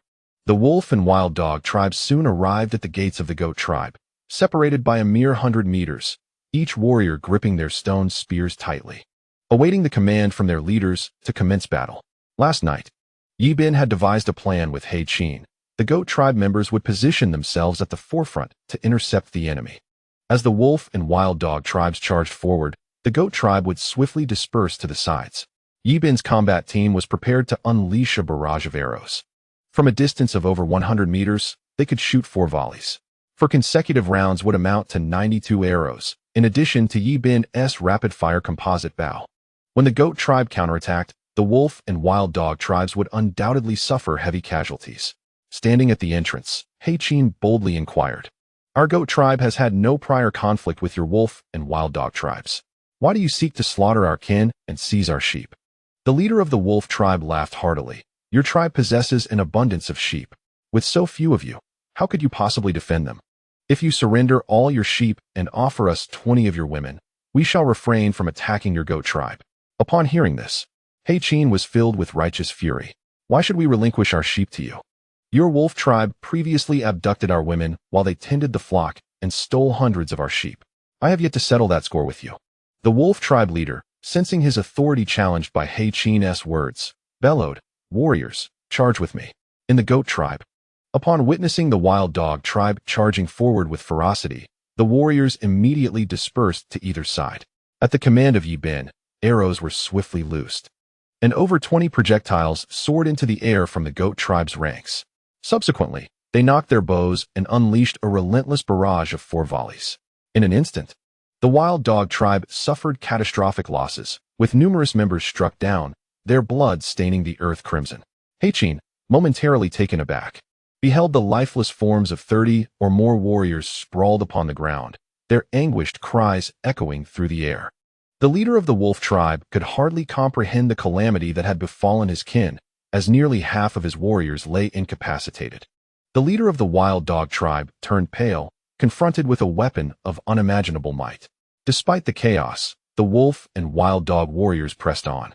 Nearing Yi Bin's squad, he commanded his men to ready their bows, seizing shields and spears from the ground as they advanced. The goat tribe warriors, armed with stone spears, surged toward the wild dog tribe. Soon, the two factions clashed fiercely, with Yi Bin's squad employing a straightforward strategy: thrust the spears, retract, and use their shields to block. A formidable wall of over 10 shields stood firm, preventing any incursion by the wild dog tribe. The cacophony of battle, shouts, and the desperate roars of warriors facing their demise resounded from the entrance of the goat tribe. Before long, the goat tribe joined the fray, and the tide of battle began to shift in favor of Yi Bin and his comrades, with wild dog tribe warriors falling steadily.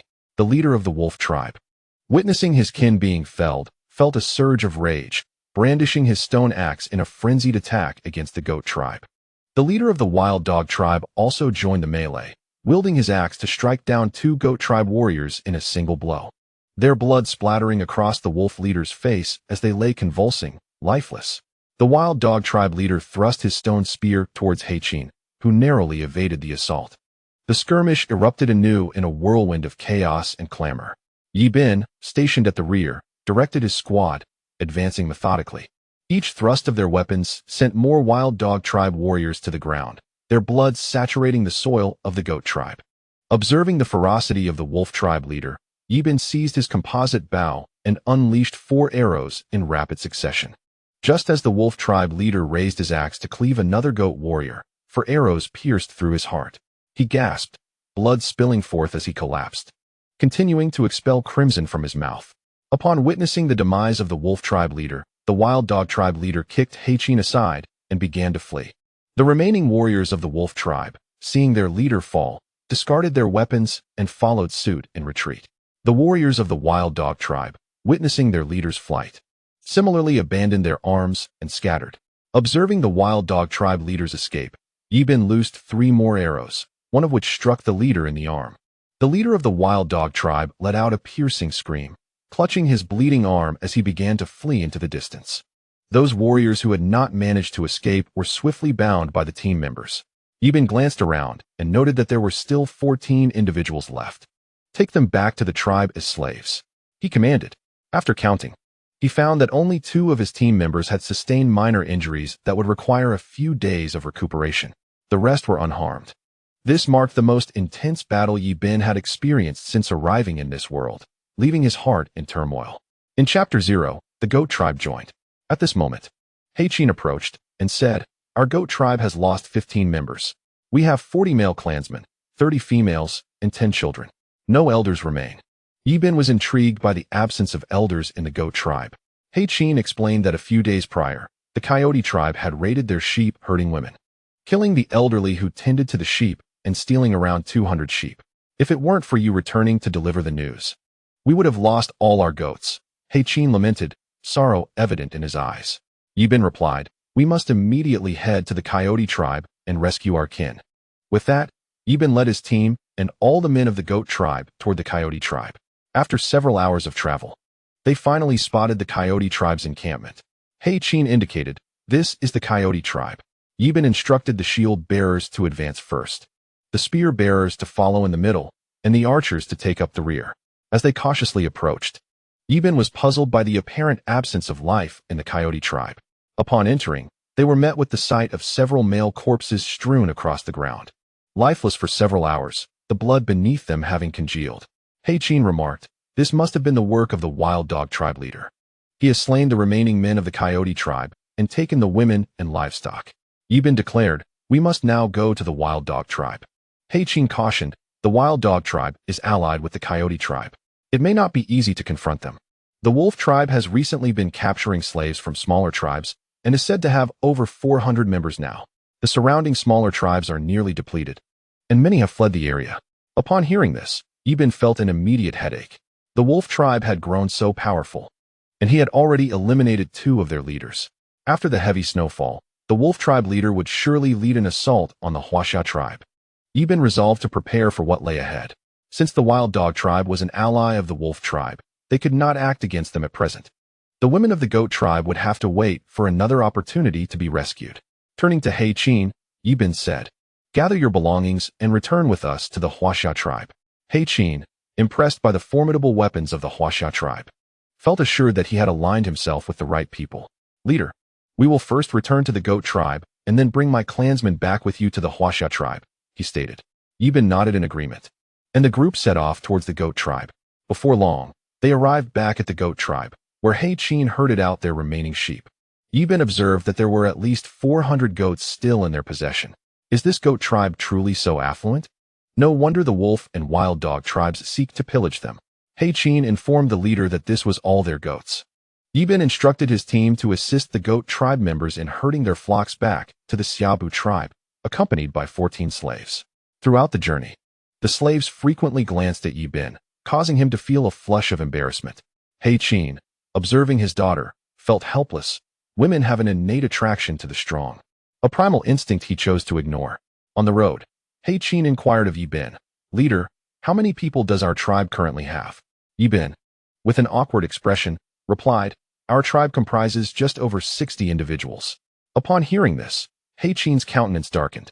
It appeared that the Huaxia tribe had not surpassed their own in numbers. However, considering the formidable combat prowess of the Huaxia tribe, He Qin felt somewhat reassured. By the time Yi Bin and the others returned to the tribe, it was already the following afternoon. As they appeared before the gates of the Huaxia tribe, He Qin and the Goat tribe members were left utterly astonished. They wondered, is this truly a tribe? How could such a vast settlement contain only over 60 individuals? He Qin then noticed the slaves outside the walls, laboring in the mud pits, each bound by ropes. A wave of tension swept over him and his kin, fearing that the Huaxia tribe might intend to capture them as well.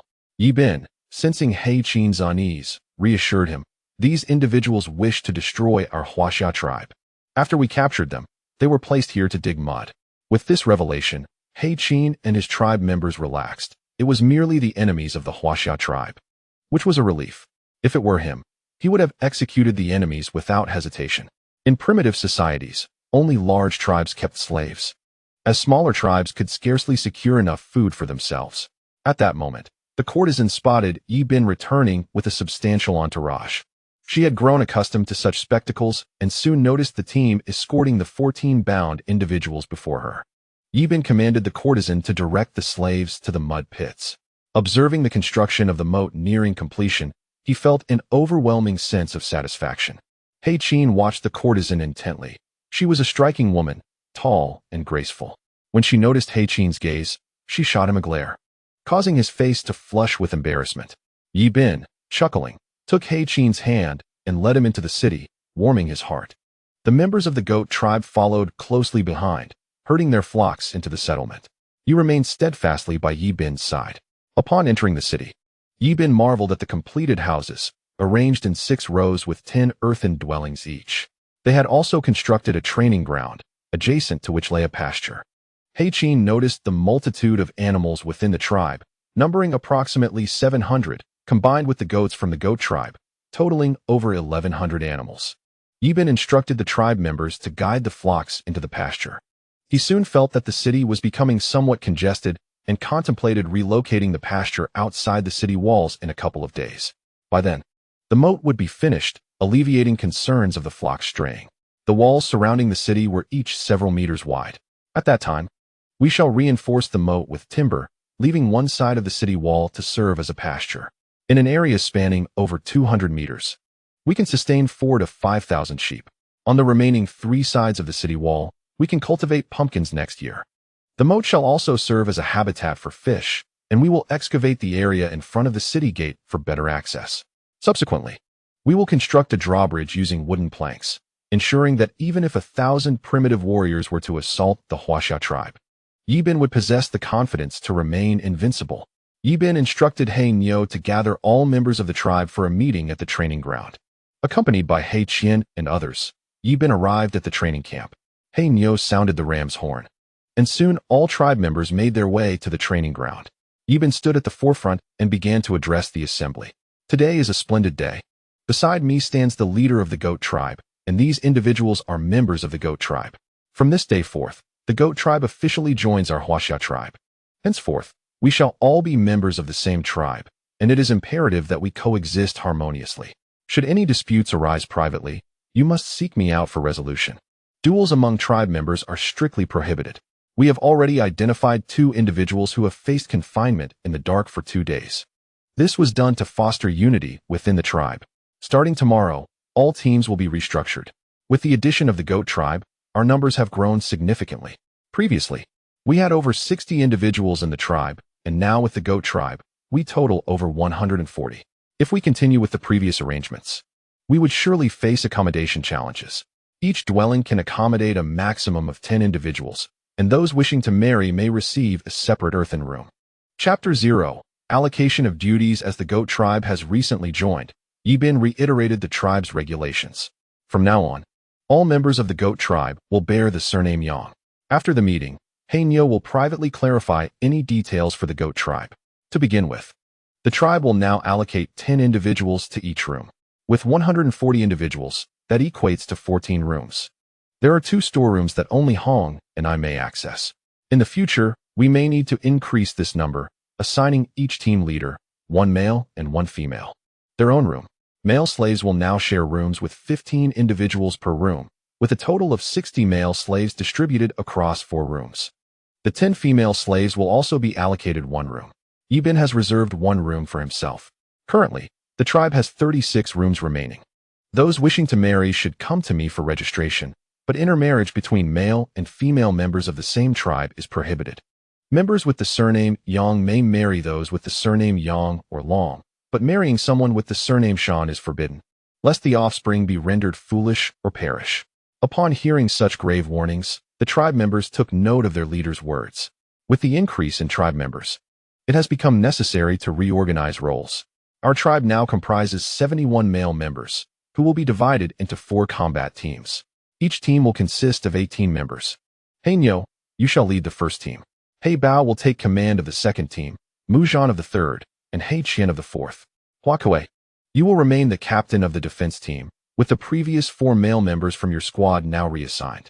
This time, the goat tribe welcomed 30 women, from whom you shall select 14 to join your team, bringing the total to 20 individuals. 4 combat squads will be formed, with members assigned accordingly. Subsequently, prepare 71 small wooden boards, each inscribed with the numbers 1 through 4, totaling 18 boards.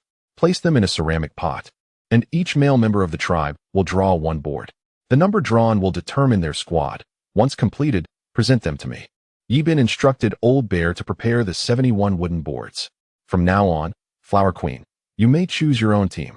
The Flower Queen immediately began selecting robust and formidable women. Does Yibin, akin to a muscular Barbie, fail to appreciate their strength? Choosing to avert his gaze, Yibin further arranged the allocation of roles within the tribe, which now consists of 39 female members.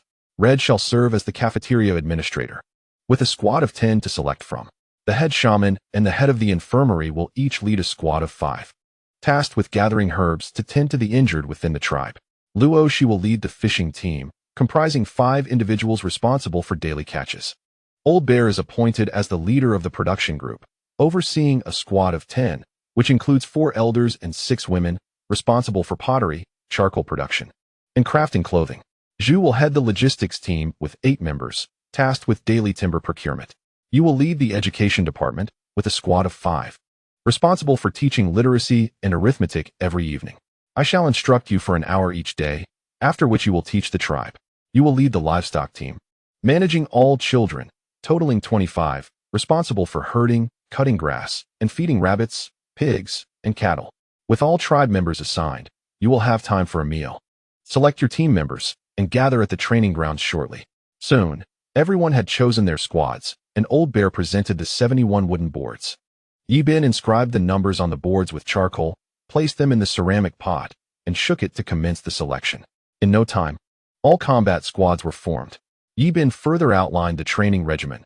Aside from the hunting squad, all other teams would engage in 30 minutes of physical training each morning, followed by 30 minutes of archery practice and an hour of shield and spear combat training. Each combat squad would take turns hunting daily, enhancing practical experience and improving the individual capabilities of each tribe member. Yi Bin planned to launch an attack on the wolf tribe once the snow ceased, as their existence posed a continual threat to the Huaxia tribe. Meanwhile, the Firebird tribe was in a state of unrest, having faced multiple significant assaults from the Taotai tribe, which had allied with several larger tribes. Both sides suffered considerable losses, with the Firebird tribe losing over 2,000 members, while the Taotai alliance incurred over 1,000 casualties. If this conflict continued, the Firebird tribe would inevitably be consumed by the Taotai alliance. Upon her last return, Qing Wan suggested to her father the construction of walls, but to their dismay, the mud bricks produced were entirely unusable. Upon her return, Qing Wan directed the tribe to produce new mud bricks. The earthen bricks crumbled, rendering the construction of the city wall impossible. She was perplexed, unsure of where the fault lay. The mud, devoid of crushed straw, was prone to cracking and breaking. Yet, Qing Wan remained oblivious to this fact. Her thoughts wandered to Yi Bin's bow and arrows. If the Firebird tribe possessed such weaponry, they could send the Tiao Tiao alliance scurrying in panic. The more she pondered, the more anxious she became. She yearned to visit the Huaxia tribe once more. However, at this crucial juncture, as the daughter of the chieftain, she could not afford to roam freely. Should the Tiao Tiao alliance capture her, the entire Firebird tribe would face devastating repercussions. Suddenly, Yi Bin sneezed, suspecting he had caught a chill. He arrived at Old Xiong's workshop and noticed 5 composite bows hanging on the wall. It appeared that during his absence, Old Xiong had crafted several more. Yi Bin picked one up and found it to his liking. He said to Old Xiong, "Please, start producing some ordinary bows and arrows. With over 40 new members joining the tribe, we need to equip them with weapons. Otherwise, training will be impossible." Old Xiong nodded in agreement, but lamented. "The chieftain has so much on his agenda lately. I am overwhelmed with tasks, crafting bamboo armor, composite bows, arrows, and sharpening stone tips. It's simply too much." Yi Bin felt a twinge of guilt. He realized he was merely voicing his desires while Old Xiong bore the burden of labor. He suggested, "Let's set aside the other tasks for now. Focus on making 40 double-frame bows, followed by 40 sets of bamboo armor and 40 shields. We can tackle the composite bows later." Old Xiong nodded, too busy to lift his head. After their discussion, Yi Bin hurried off, feeling a sense of remorse for treating Old Xiong like a mere servant. Outside the city wall, the moat had been excavated. Yi Bin instructed the slaves to venture into the mountains the following day to gather wood and bamboo. By tomorrow, they could channel water down from the mountains, completing the moat. As night fell, everyone gathered in the dining hall.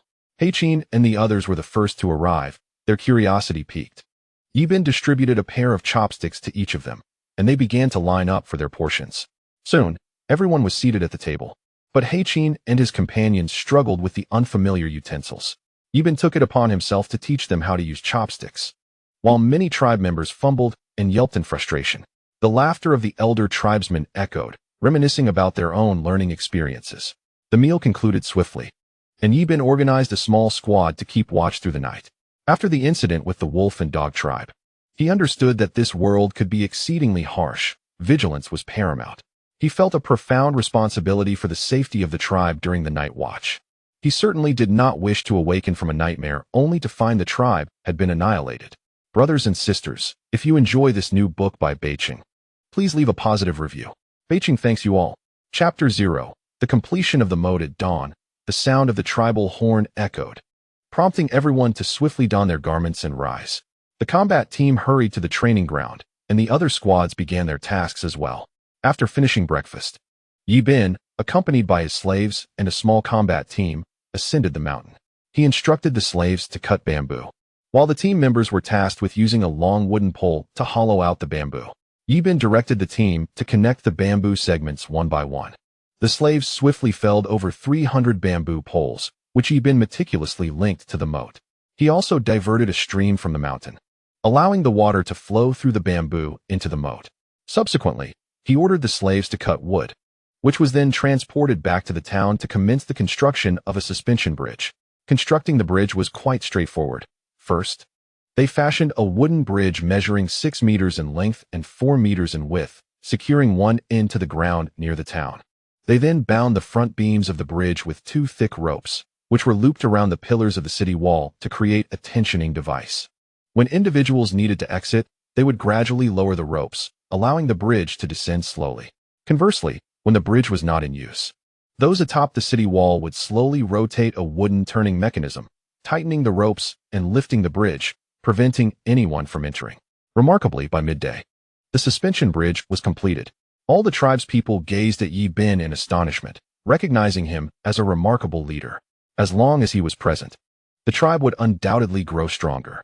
The villagers gathered around, captivated by the colossal structure before them, their eyes brimming with curiosity and disbelief. It was truly astonishing that such feats could be accomplished by seemingly frail humans. An immense undertaking indeed. Yi Bin then began testing the suspension bridge, instructing the courtesan to turn the wooden mechanism at the city gate.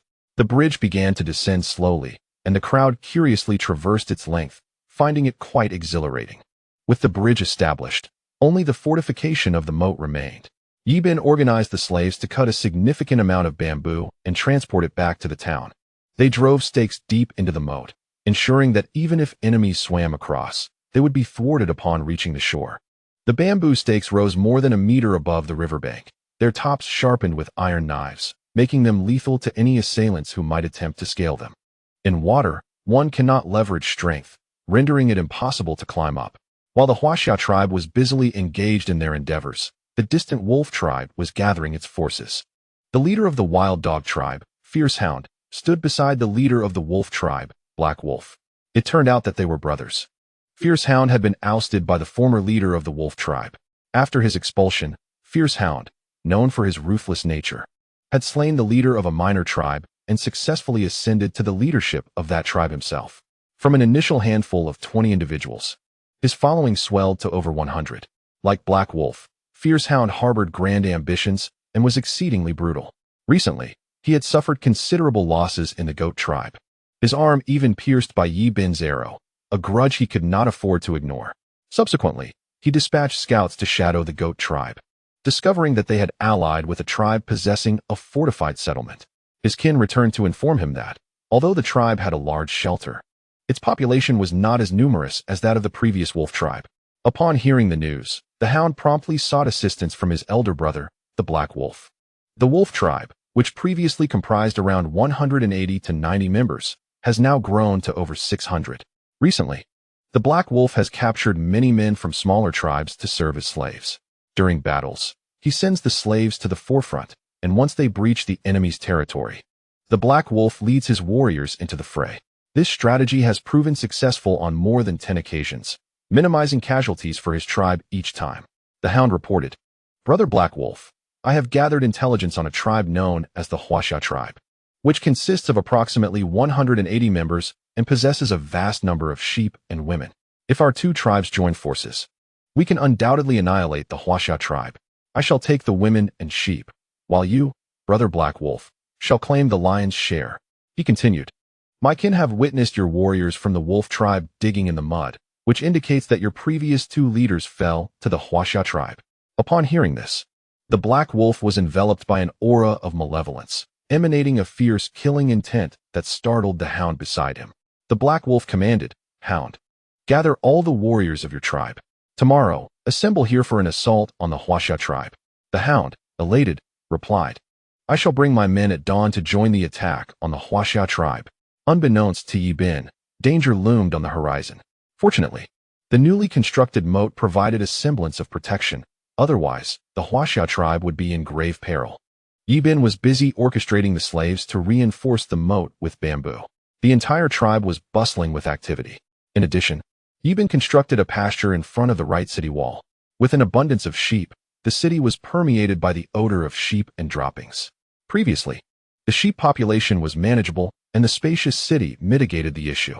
However, with an increase in inhabitants and livestock, the problem became evident.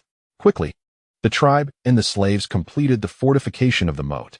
The pasture outside the city walls was also established using large wooden stakes, covered with bamboo and matting.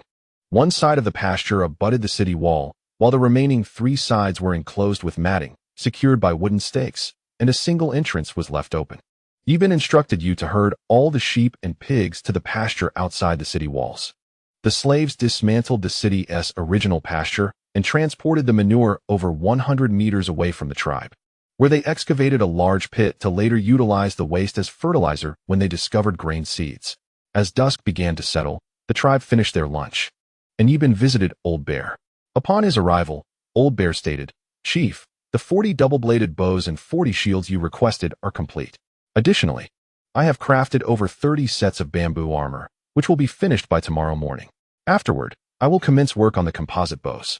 Yi Bin nodded in approval and summoned all the battle team leaders. He retrieved the 5 composite bows previously crafted by Old Bear, sent to the Black Bull, Black Panther, Wooden Battle, and Black Chien. Each received a rapid-fire compound bow.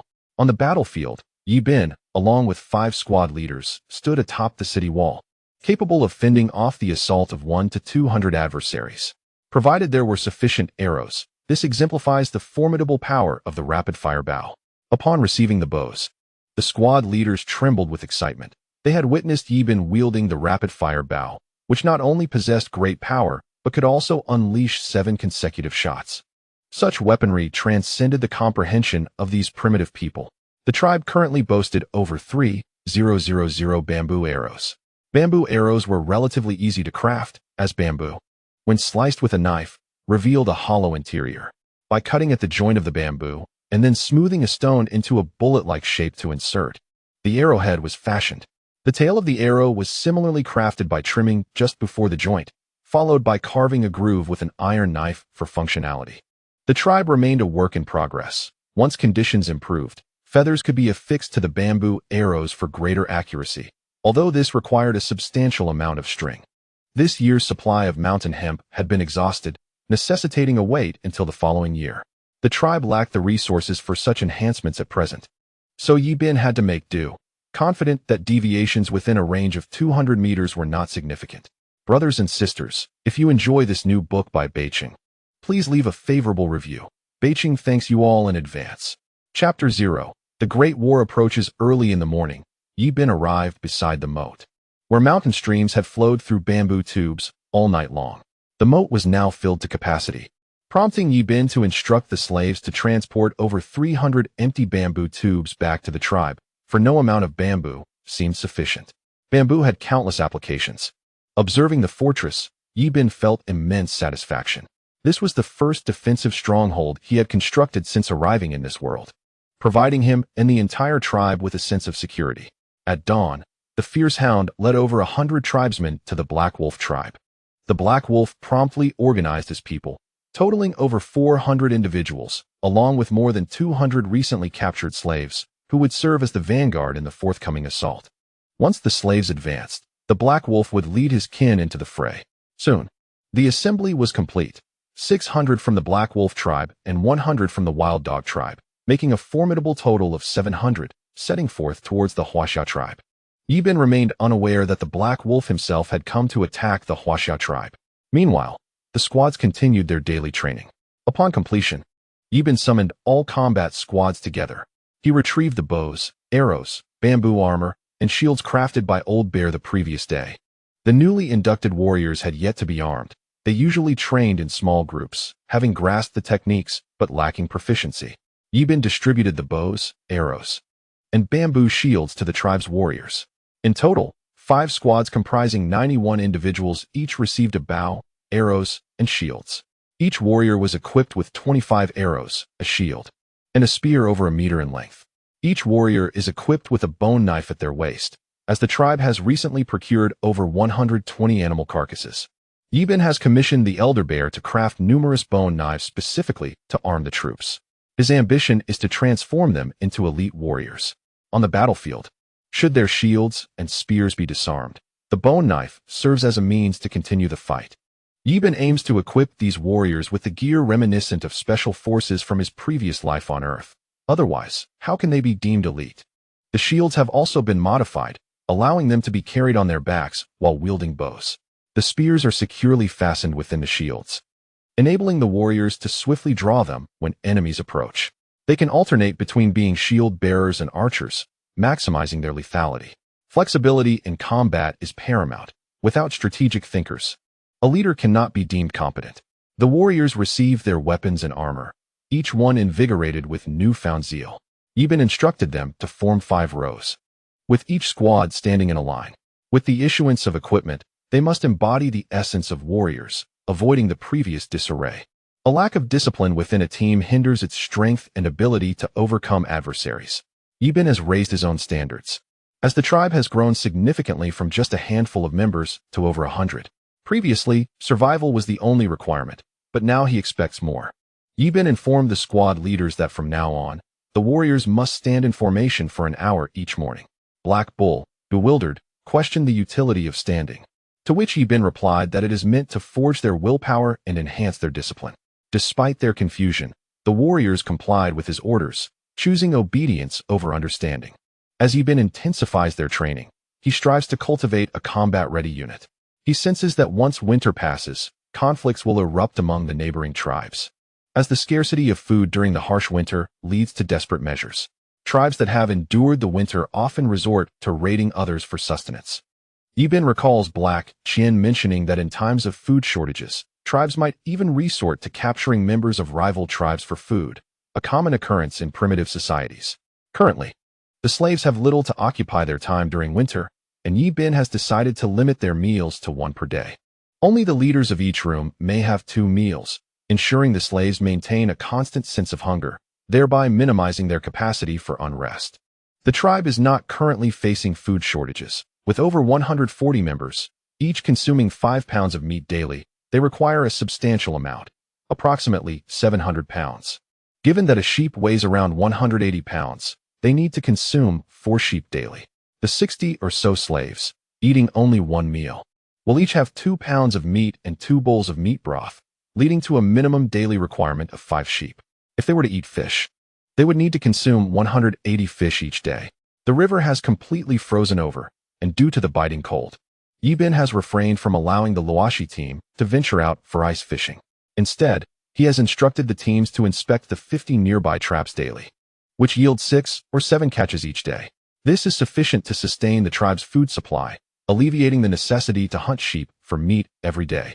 After 2 days of arduous travel, the Black Wolf and his group finally entered the territory of the Huaxia tribe, over 700 individuals covered in snow. From a distance, they resembled a serpentine apparition gliding through the white landscape. Suddenly, a few members inadvertently triggered one of the Huaxia tribe's traps, plunging into it and being impaled by bamboo spears. Blood stained the trap, and within moments, several lay lifeless. The Black Wolf instantly became alert. Had the Huaxia tribe already discerned their presence? Lai Dog reassured him, stating that if the Huaxia tribe had anticipated their arrival, they would have set multiple traps in the vicinity. The presence of only 1 trap indicated it was intended for hunting, not as a defense against them. The Black Wolf, realizing the validity of this reasoning, commanded the slaves to scout ahead while he and his men trailed behind. Should the slaves disobey, the Black Wolf would swiftly pierce them with his stone spear, instilling fear in their hearts. Yet, there was no choice. Without progressing, the Black Wolf would order their execution. The slaves, frail and emaciated, were only given meat broth and grass to consume, unlike the Huaxia tribe, which offered their slaves meat. Before long, the slaves spotted a grand city ahead. One slave hastily reported this to the Black Wolf, who rewarded him with a piece of dried meat. The slave gulped it down in haste, nearly choking, prompting the black wolf to hand him a water pouch. The slave drank greedily until he regained his composure. The black wolf urged them to hasten, and soon he and Lai Dog arrived at the gates of the Huaxia tribe's city. Their eyes widened in astonishment at the sight before them. These primitive individuals had never encountered anything like it. Standing frozen in place, the black wolf's gaze fell upon a herd of sheep, leaving him in awe. In his lifetime, he had never witnessed such a multitude of sheep in any tribe. Observing the towering city walls across the moat, he noted the numerous sentinels stationed atop. With the frigid weather, the warriors found it impossible to cross. The black wolf and Lai Dog were left in a state of uncertainty. Meanwhile, the courtesan had spotted the large group approaching the tribe and immediately sounded the ram's horn. Upon hearing the call, Yi Bin and his combat teams promptly ascended the city walls. The sight before them rendered them speechless. They had never encountered such a vast throng of enemies. Yi Bin, overwhelmed by the sheer scale of the battle, found his mind momentarily blank.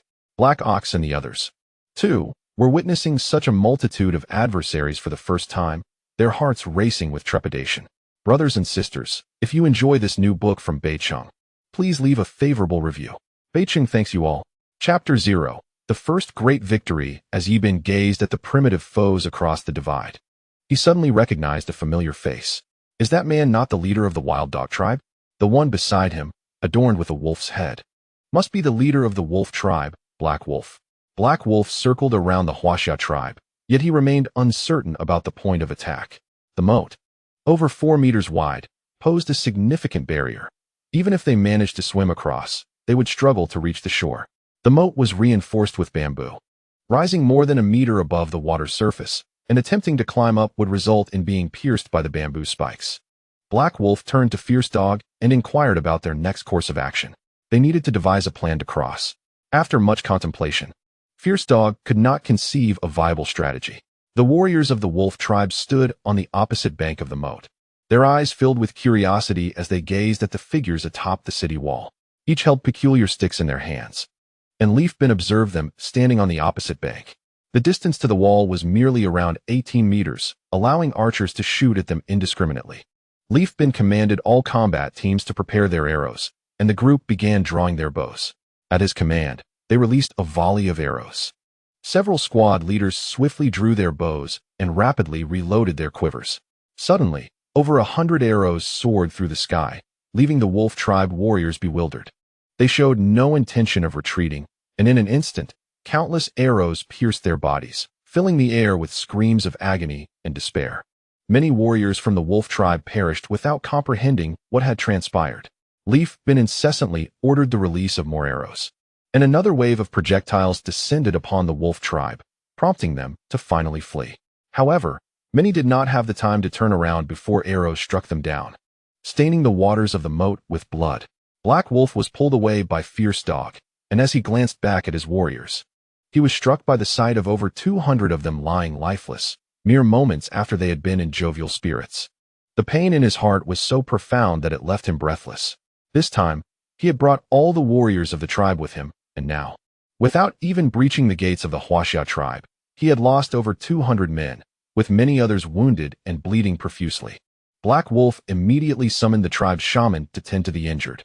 Just then, in a fit of rage, Black Wolf delivered a sharp slap across Fierce Dog's face. How could you not inform me of such formidable weapons possessed by the Huaxia tribe? Fierce Dog thought back to their brief encounter with the Huaxia tribe, where he had only witnessed the leader of the Coyote tribe being shot dead by Leaf Bin. Overcome with fear at that moment, he had not given much thought to the weapons employed. He was solely focused on survival.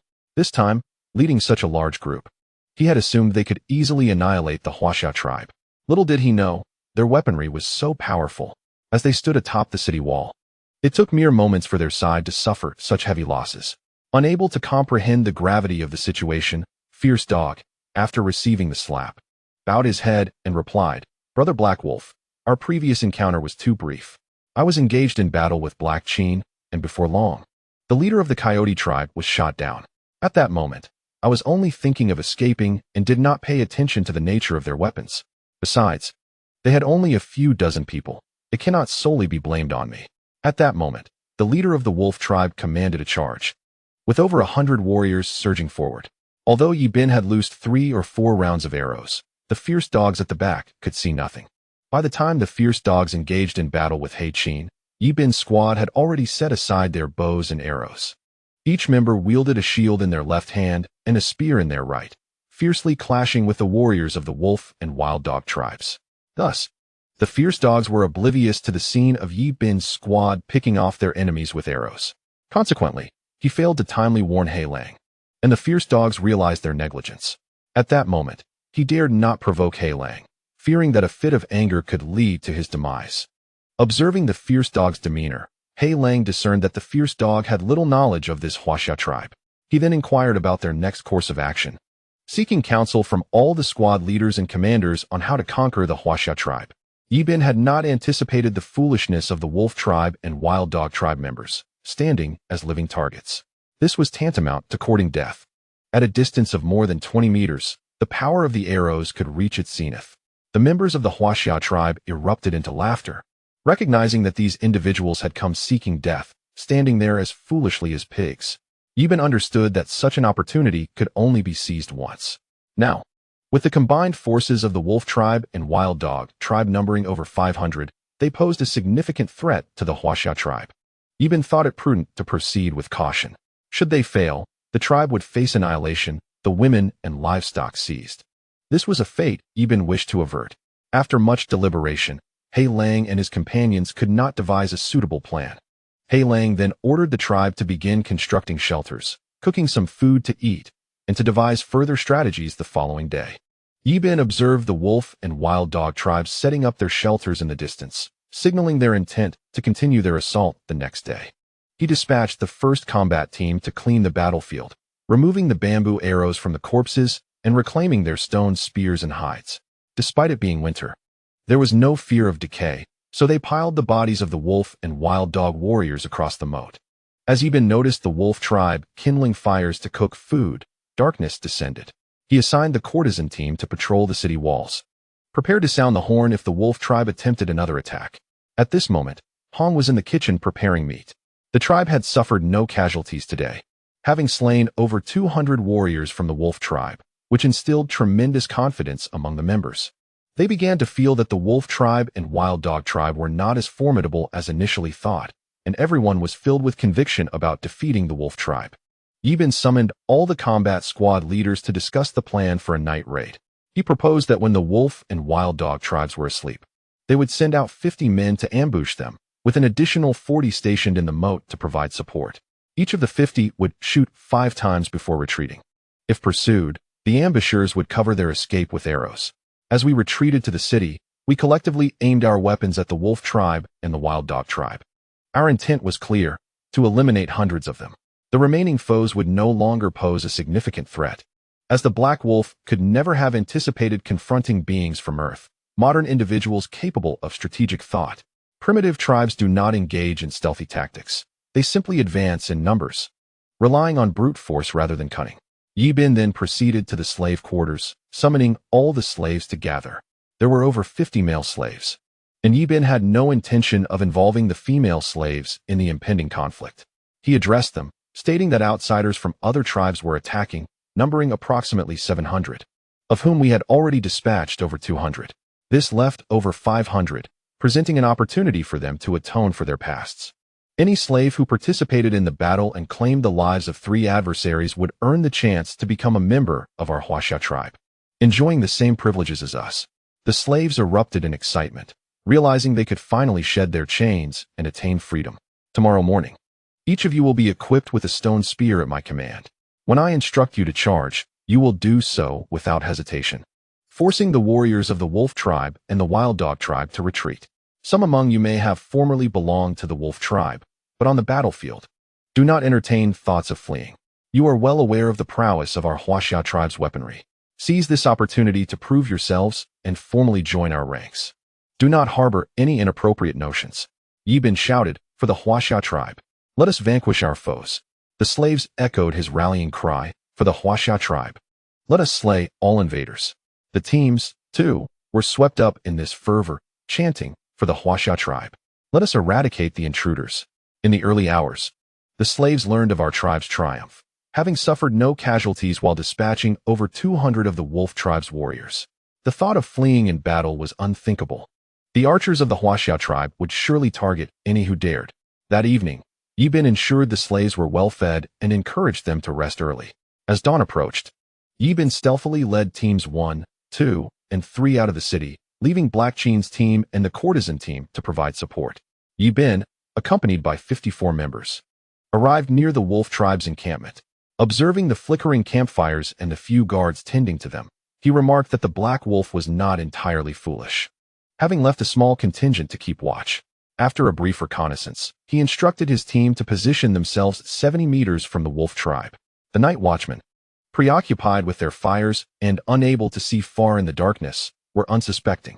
Yi Bin then commanded the release of arrows, and soon over 50 shafts soared into the night sky, swiftly descending upon the encampments of the wolf tribe and the wild dog tribe. Beside the flickering fire, the warriors of the wolf tribe were pierced through their bodies, their anguished cries echoing throughout the camp. The Yi Bin team faced yet another barrage of arrows. The cries of the warriors and the sounds of battle reached the ears of Black Wolf, compelling him to shove aside the 2 female slaves at his side, don his attire, and stride outside.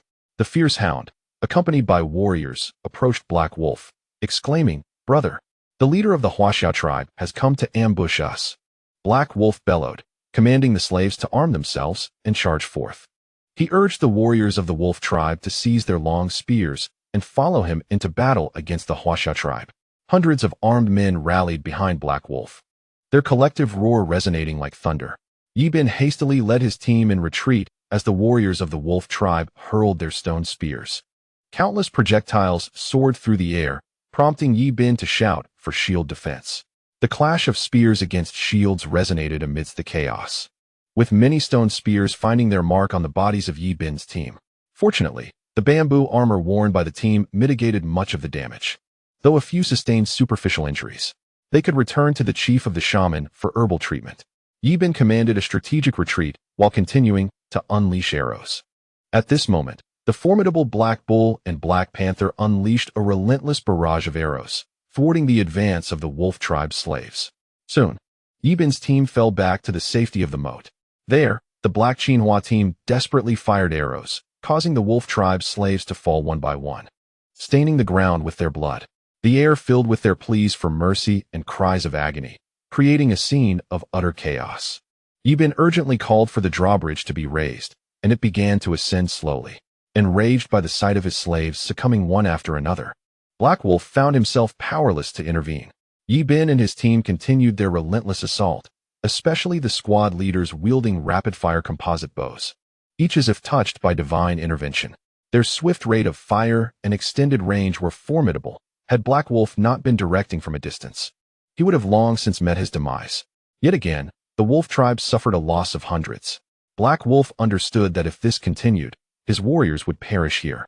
Observing the Huaxiao warriors utilizing wooden boards to shield against the thrown spears, a flicker of inspiration ignited within Black Wolf.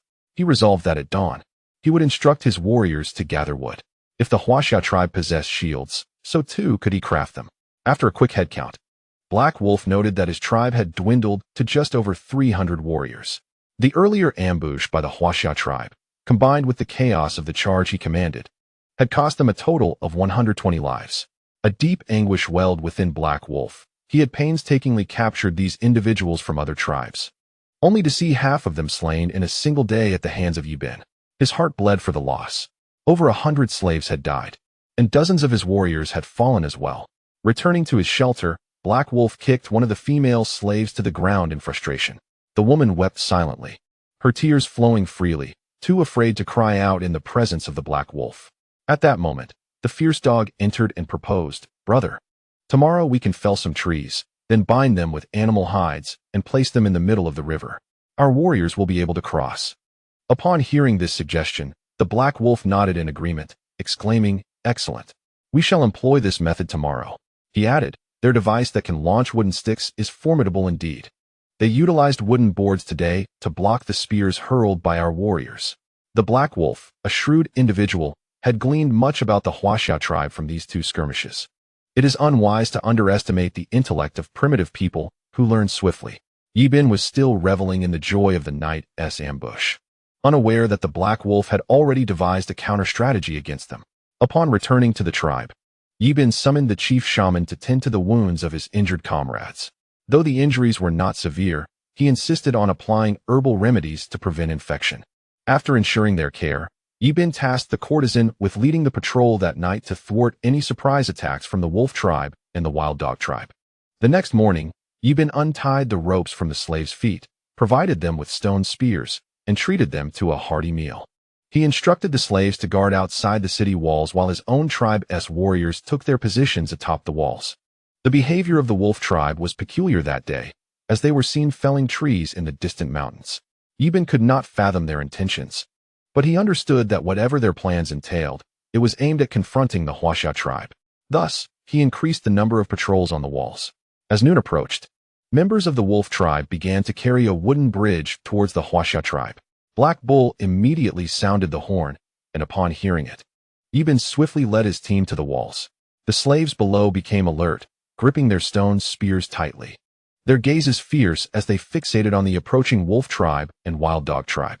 The foremost warriors of the wolf tribe bore wooden shields, and upon observing this, Yibin realized the gravity of the situation and promptly devised a tactical response. He ordered his teams to direct their archers to shoot at the warriors behind the shields while distributing 4 shields to the slaves to block the advancing warriors on the wooden bridge. The slaves at the back thrust their stone spears towards the wolf tribe's slaves on the bridge. After finalizing his arrangements, Yibin braced for the impending assault from the wolf tribe. Under the Black Wolf's command, the slaves of the wolf tribe began to erect the wooden bridge to launch an assault on the Huaxia tribe. Yibin shouted, "Release the arrows." The slaves of the wolf tribe raised their wooden shields and charged toward the moat, prompting a counterattack from the Huaxia tribe's slaves. In an instant, the two factions' slaves collided with their shields, while those in the rear began to stab at the warriors on the wooden bridge with stone spears. Yibin commanded the squad leaders to target the most threatening warriors to their slaves with their rapid-fire composite bows, aiming to suppress the speed of the wolf tribe's assault as a fierce melee ensued. The anguished cries of the wolf tribe's slaves echoed incessantly across the wooden bridge, their desperate shouts piercing the air. The makeshift bridge was too narrow, permitting only 4 individuals to traverse it at a time. On the opposing side, the slaves of the Huaxia tribe gathered, brandishing stone spears against the oncoming tide of their counterparts. Soon, the waters of the moat were stained crimson with blood, while archers stationed on the city walls unleashed volleys of arrows. One by one, the warriors of the wolf tribe succumbed, their dying wails resonating with despair. The fallen slaves cried out for salvation, pleading for their lives. Yet Yibin, devoid of compassion, felt no pity for these captives. In a bid to preserve his own existence, he allied himself with the very tribe that had been his enemies, launching assaults against others. From the moment these slaves set foot on the battlefield, they had already embraced their demise. As the slaves fell, some began to flee, igniting the wrath of the Black Wolf, who seized a stone spear and thrust it toward one of the escaping slaves. The spear pierced the heart of the unfortunate soul, who clutched the weapon embedded in his chest, eyes filled with unyielding defiance, before collapsing to the ground, blood oozing from the wound. Chapter 0. The Wolf Tribe's devastating loss observing the near-total slaughter of his slaves. The Black Wolf commanded his warriors to shield themselves with wooden shields while those behind hurled stone spears at the enemies atop the city walls. Yibin, witnessing the advance of the Wolf Tribe's warriors, promptly alerted all squads to rain arrows upon them. A flurry of arrows descended from the sky, and the Black Wolf bellowed for his warriors to raise their wooden shields. The air was filled with the sound of whistling arrows, most of which struck the shields of the Wolf Tribe's warriors. Panic surged within Yibin. If this continued, their arrows would soon be depleted, leaving them no choice but to engage in a grinding battle against the Wolf Tribe. He swiftly instructed Hong to boil water. Without hesitation, Hong led her team to the mess hall to prepare it. The battlefield erupted into a fierce exchange of attacks, with the Wolf Tribe commencing to hurl stone spears. The Huaxia tribe began to suffer casualties as well. Yibin ordered the injured warriors to be carried to the healing quarters of the tribal shaman. The Black Wolf dispatched the fierce dog and his contingent of over 100 men to launch a flank attack. Yibin observed as they advanced from the left side of the city wall. The fierce dog commanded his warriors to erect a bridge and charge at the Huaxia tribe. Yi Bin immediately ordered 20 slaves to fortify the left bridge. The battle raged on, fiercely contested, and the slaves too began to sustain injuries. Yi Bin further deployed the Wood Battleflower Squad to bolster the left flank. Most stone spears thrown by the Wolf Tribe's warriors were thwarted by the parapets of the city wall. Although the squad donned bamboo armor, their arms and necks remained vulnerable, leading to several members sustaining injuries. One unfortunate soul was pierced in the neck by a spear, blood splattering across Yi Bin's face. A tempest of turmoil surged within him. While he had previously slain several foes with arrows, witnessing such gruesome deaths before him was a first. Overwhelmed, Yi Bin succumbed to nausea at the sight of the gruesome spectacle of a pierced neck. Constantly haunting his mind, a pallor washed over his face, devoid of any color. Observing Yi Bin's relentless vomiting, Hanyo approached him and said, "Leader, war is inherently brutal. You must swiftly acclimate to the battlefield. Otherwise, you will only grow increasingly timid." After hearing Hanyo's words, Yi Bin forced himself to regain his composure, asserting, "Rest assured, I am fine. I simply need time to adjust. Every individual's growth necessitates facing certain trials, and I am no exception." Yi Bin soon realized that the Wolf Tribe had exhausted their supply of stone spears. They ceased their assault on the city walls and began to advance cautiously, aiming to leap over the moat and ascend the walls. Recognizing their intentions, Yi Bin promptly instructed Old Bear to procure some 3-meter-long bamboo to fashion into spears. These bamboo spears, exceeding the 1-meter stone spears of the Wolf Tribe, would enable the slaves to hold their ground effectively, making it exceedingly difficult for the warriors of the Wolf Tribe to breach their defenses. Coupled with the support of archers stationed on the walls, any attempt by the Wolf Tribe to advance would prove arduous. The squad leaders commenced precise shooting, each arrow finding its mark and claiming a life. The power of the composite bows was formidable, and their capacity for rapid fire made them ideal for such a battleground. Warriors from the Wolf Tribe continued to fall, the air thick with the scent of blood. At that moment, Old Bear and his team delivered over 50 bamboo spears. Yi Bin hastily discarded them from the wall, urging the slaves to gather the spears from the ground and commence their attack. The slaves swiftly retrieved the bamboo spears, and their newfound weaponry significantly alleviated their burden. The 3-meter-long spears could directly pierce the bodies of the Wolf Tribe warriors, while wooden shields could defend against frontal assaults. They could not protect against attacks from the sides. With the length of the bamboo spears, the slaves could reach those positioned behind the wooden shields. Cries of agony echoed from the bridge as more warriors from the Wolf Tribe fell victim to the bamboo spears, plunging into the frigid moat below. Witnessing their comrades tumble into the water, the slaves seized their spears and relentlessly attacked the fallen warriors. After a series of anguished cries, the river was stained crimson with blood, and the bodies gradually sank to the bottom. Yi Bin observed the slaves fighting valiantly, and a weight lifted from his heart. Meanwhile, on the opposing side, the Fierce Hounds faced fierce resistance from the slaves. With the support of the archery squad led by the Flower Queen of the Wooden Warriors, Fierce Hound was struck in the left leg by an arrow. The other warriors from the Wild Dog Tribe suffered casualties, totaling around 50 to 60. In disarray, Fierce Hound led his kin in a hasty retreat. The Flower Queen, witnessing the retreat, was filled with indignation. Both leaders swiftly rallied their forces to support Yi Bin, but the Wolf Tribe had also sustained significant losses. This assault resulted in over 200 deaths, leaving the ground littered with corpses. Many others, not yet entirely extinguished, lay moaning in agony, calling for help. The combined forces of the Wolf Tribe and the Wild Dog Tribe numbered over 150. Within a single day, they had lost more than 500 individuals, without even reaching the enemy's walls, a testament to the advantages of fortified cities. Historically, the number of attackers in ancient sieges often exceeded that of the defenders by a ratio of 5 to 1 or greater.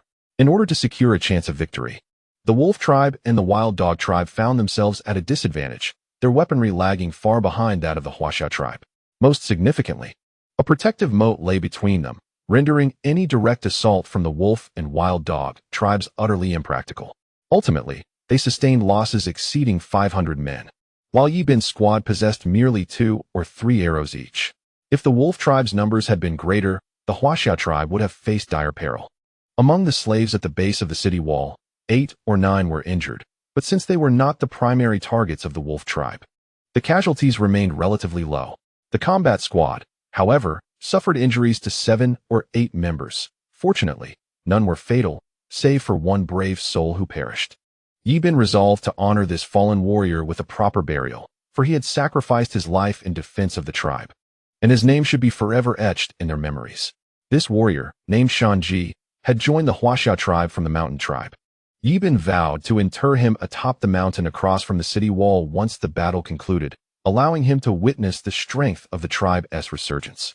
Following this incident, Yi Bin silently pledged to fortify the tribe, ensuring that in the future, it would be the Huaxia tribe that engaged in conflict with others. Observing the wolf tribe members still nestled in their nearby shelter, He Lang mused that despite the significant losses, his tribe still outnumbered the Huaxia tribe. He remained confident in his ability to confront them directly. Yi Bin promptly instructed the He Nyo squad to gather the bodies of the wolf tribe warriors, retrieving the arrows from their corpses and the ground. He then directed the slaves to collect the thrown spears from the wolf tribe and sent the injured slaves to the infirmary for treatment. Additionally, he ordered Hong to slay 6 sheep, ensuring that everyone would be well fed and prepared for the anticipated counterattack from the wolf and wild dog tribes later that afternoon. He Lang, spotting the Huaxia tribe emerging, mistakenly believed they were about to launch an offensive and quickly rallied his warriors, who stood ready for battle. Meanwhile, the He Nyo squad merely removed the arrows from the corpses and collected those scattered on the ground, when He Nyo suddenly grasped the gravity of the situation. Chapter 0. No more wolf tribe. Upon their return to the city, He Lang led his warriors forward only to retreat in haste. Realizing it was too late, he berated Lai Quan vehemently. "Fool, why didn't you retrieve the arrows from the ground and the bodies during the retreat? Now that they have reclaimed their arrows, breaching the Huaxia tribe's defenses will prove exceedingly difficult." With that, he kicked Lai Quan in the stomach, causing him to fall to the ground in pain. The more He Lang gazed upon him, the angrier he became, blaming Lai Quan for the tribe's substantial losses. Consumed by rage, he wished to eliminate him entirely. Lai Quan, desperate, shouted, "Brother He Lang, listen to me. I have a plan." At this, He Lang halted, fixing a fierce glare upon him. "Should you fail to satisfy me, I will not hesitate to end your life." The fierce hound rose unsteadily, addressing the black wolf. "We could feign a retreat, waiting for them to emerge for their hunt. We shall ambush them on their way, eliminating them all. When a group appears, we shall strike." Upon hearing this, the black wolf's countenance brightened considerably. He deemed the plan feasible. Consequently, he commanded the tribe members to kindle fires and prepare a meal. After dining, they would retreat to find a suitable location for ambush, biding their time for the arrival of the Huaxia tribe to execute a surrounding assault. It must be acknowledged that, although the fierce hound was not particularly adept in battle, his cunning strategy was rather insidious. Yi Bin and his companions hastily consumed their provisions before gathering the slaves and all the squads. Yi Bin proclaimed, "The wolf tribe has just endured a bloody battle. Their morale is low. We must strike unexpectedly. If we charge directly, we can surely annihilate the wolf tribe." He then distributed stone spears to the slaves, instructing all squads to prepare their gear. Leading the charge himself, he advanced toward the wolf tribe, who were still preoccupied with their meal, oblivious to the impending ambush. As they approached the vicinity of the wolf tribe, Yi Bin observed the members roasting meat. He instructed everyone to prepare for the counterattack. When the wolf tribe retaliated, the slaves were to hurl their stone spears. Once the wolf tribe drew closer, they would then use the spears to defend themselves. Each slave was equipped with 7 stone spears, throwing 6 before wielding the final one for combat. Yi Bin further instructed the squad, "Upon my command to fire arrows, you shall all release your shots together. When the wolf tribe approaches, lower your shields and spears." Engaging in close combat, I am confident that victory will belong to our Huaxia tribe. Black Bull and Wood Battle closely followed Yi Bin, fearful of his demise. For without him, the tribe would lack a steadfast leader. Black Panther, the courtesan He Qian, and their companions also closely guarded Yi Bin. Observing their unwavering loyalty filled Yi Bin's heart with warmth. This was the essence of the tribe he longed to see. With a commanding shout, Yi Bin ordered the release of arrows. Hundreds of arrows soared into the sky, raining down upon the wolf tribe. The ensuing deluge of arrows claimed numerous lives before they could even utter a cry. Yi Bin commanded another volley, and once again, arrows flew forth. The valiant warriors of the wolf tribe could not escape, losing over 30 lives to the onslaught. They lamented that their mothers had not borne them with 2 more legs. The Black Wolf was taken aback by Yi Bin's audacity to confront them outside the stronghold. He promptly summoned all the warriors of the wolf tribe, brandishing wooden shields as they charged toward the Huaxia tribe. As the wolf tribe surged forward, Yi Bin immediately commanded the slaves to hurl their stone spears. Over 40 slaves, upon receiving the order, began launching their weapons, while the squad leaders engaged in indiscriminate fire. With each strike, warriors from the wolf tribe and the wild dog tribe fell, their bodies succumbing to the unforgiving ground stained crimson with blood. Many brave souls from the wolf tribe perished with expressions of defiance etched upon their faces, their final cries for help echoing through the battlefield. Such is the merciless nature of war. Once one steps onto the field, death becomes an inevitable companion. In a primitive society, weakness is a sin, and the frail are destined to suffer at the hands of the stronger. At this juncture, the wolf tribe had dwindled to a mere handful, and Yi Bin no longer feared their might. Soon, the slaves had exhausted their stone spears, and the archers had readied their shields and long spears. In an instant, the two factions clashed. Heiyu charged forward, his shield crashing into two warriors from the wolf tribe, sending them soaring through the air, blood spilling from their mouths as they collapsed lifelessly to the ground. Simultaneously, Muzhan and Heiqin lunged forward, toppling the warriors at the forefront of the wolf tribe. The team members thrust their long spears forward, blood gushing from the mouths of the fallen warriors. Although the wolf tribe possessed wooden shields, they lacked the training necessary for effective combat. They fought as individuals, whereas Yi Bin's squad, honed by daily drills, had forged a formidable formation, their combat prowess soaring.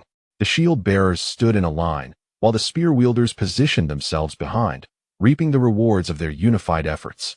Each time, the shields absorbed the brunt of the wolf tribe's assaults, followed by coordinated thrusts of spears that felled dozens of adversaries.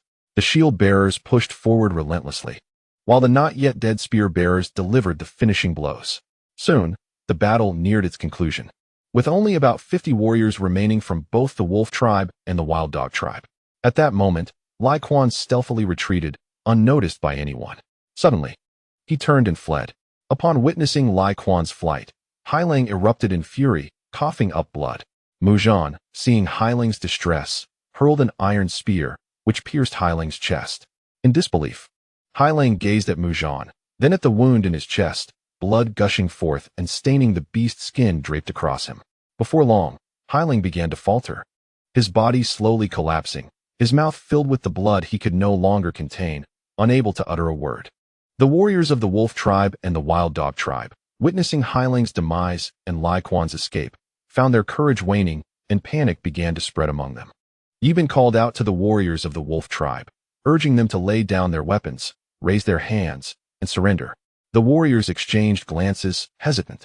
Then, one brave soul discarded his weapon, prompting a cascade of similar actions by others. Before long, the members of both tribes had relinquished their arms. Yi Bin summoned his team and swiftly bound them, securing over 50 captives in a matter of moments. As he watched Lai Quan retreat into the distance, a sense of unease settled within Yi Bin. This foe had escaped, and next time, he vowed to end Lai Quan's threat once and for all. With such a menace at large, he knew peace would remain elusive. Turning to his own team, he discovered that few had sustained injuries, save for 3 slaves who had perished. Yi Bin resolved that once the situation was resolved, he would ensure they received a proper burial. In this sudden raid, the archers wielded considerable advantage. In the initial waves of arrows, the wolf tribe suffered the loss of 70 to 80 men. As the skirmish progressed, despite their wooden shields, the wolf tribe faltered in their defense. Upon being struck by Yi Bin's squad, they scattered, while the spearmen relentlessly harvested their lives. The wolf tribe was compelled to retreat until the black wolf met its demise at the hands of the ambushing wooden warriors. Yi Bin commanded the wolf tribe and the wild dog slaves to excavate a large pit on the nearby mountain, where they would bury the fallen. Chapter 0. Slaying the saber-toothed tiger. Yi Bin instructed everyone to cleanse the battlefield and ordered the slaves to drag the corpses to the opposite mountain for burial. He also had the bodies from the moat retrieved and disposed of, ensuring the area was devoid of bloodstains, lest nightmares plague their sleep. Yi Bin had previously promised the slaves that if they exerted themselves to protect the tribe, each slave who killed 3 enemies would attain the status of a member of the Huaxia tribe. Many slaves had surpassed this threshold, having slain 4 or 5 foes. which did not escape Yi Bin's notice. Before the entire tribe, Yi Bin proclaimed that from this day forth, all former slaves, including women, would officially become members of the Huaxia tribe, enjoying the same privileges as the rest. He warned that any actions detrimental to the tribe would result in immediate execution, leaving the slaves with a palpable sense of trepidation. They understood that they could no longer afford to harm the tribe. The experience of servitude was indeed unbearable. Yi Bin also categorized over 50 newly captured individuals as slaves, while the former slaves were now recognized as members of the Huaxia tribe. Indeed, warfare is the sole path to the tribe's expansion. With each conflict, their numbers swell. Now, combined with the previous slaves, the tribe boasted over 140 warriors. Even in the face of a formidable tribe of 700 or 800, Yi Bin felt emboldened to engage in battle. With winter still upon them, there was little to occupy their time. Thus, Yi Bin, accompanied by over 100 individuals and more than 50 slaves from the Wolf tribe, embarked on a journey to the Stone tribe. Following these recent events, Yi Bin resolved to produce more iron tools, as they proved advantageous on the battlefield. Unlike stone spears which could only endure a few thrusts before cracking, repeated encounters resulted in the fragility of stone spears, leading Yi Bin to determine to return with a greater quantity of iron ore, striving to equip each tribe member with iron weaponry. On the battlefield, wielding iron instruments would assuredly trample their adversaries. The sharp iron blades and spears inflicted considerable damage upon primitive foes. As Yi Bin and his entourage traversed the path to the Stone tribe, the former inhabitants of the Stone tribe walked this familiar route, their hearts filled with myriad emotions. From the onset of the assault on the Huaxia tribe, to being captured and enslaved, and now, ultimately becoming part of the Huaxia tribe, the hardships endured were known only to them. Along the way, Yi Bin encountered several smaller tribes, each comprising 20 to 30 individuals. He chose not to engage with them. And the nearby smaller tribes, upon witnessing Yi Bin's contingent of over 100 men, all of whom were male, felt a sense of apprehension. Each individual donned bamboo armor, wielding bows and arrows, with shields and long spears strapped to their backs. The smaller tribes kept their distance, fearful that Yi would obliterate their clans. The weak cower before the strong, such is the law of the primitive world. Along his journey, Yi Bin encountered several wandering tribes. Pondering what calamity might have befallen the region, the Qingtuan tribe and several subordinate clans of the Firebird tribe were fiercely engaged in conflict with the Taotai alliance, causing the smaller tribes in the vicinity to struggle for survival. Particularly, the subordinate tribes of the Taotai alliance ravaged their neighboring clans, leaving them unable to hunt normally. Now, with winter's arrival, many smaller tribes faced dire food shortages. Thus, numerous diminutive tribes began migrating towards the Yellow River Valley, where no substantial tribes resided. Here, only packs of wolves, black bears, and tigers roamed, and the predatory creatures outnumbered those found within the territories of the larger tribes. It was highly likely that these smaller tribes would attract the attention of such carnivores, which is why they typically avoided venturing into the Yellow River Valley for foraging.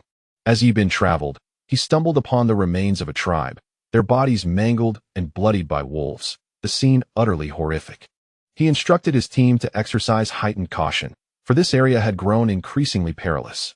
After 2 days of travel, they finally approached the Stone tribe near Stone Mountain. Yi Bin commanded the slaves to begin collecting iron ore scattered across the ground.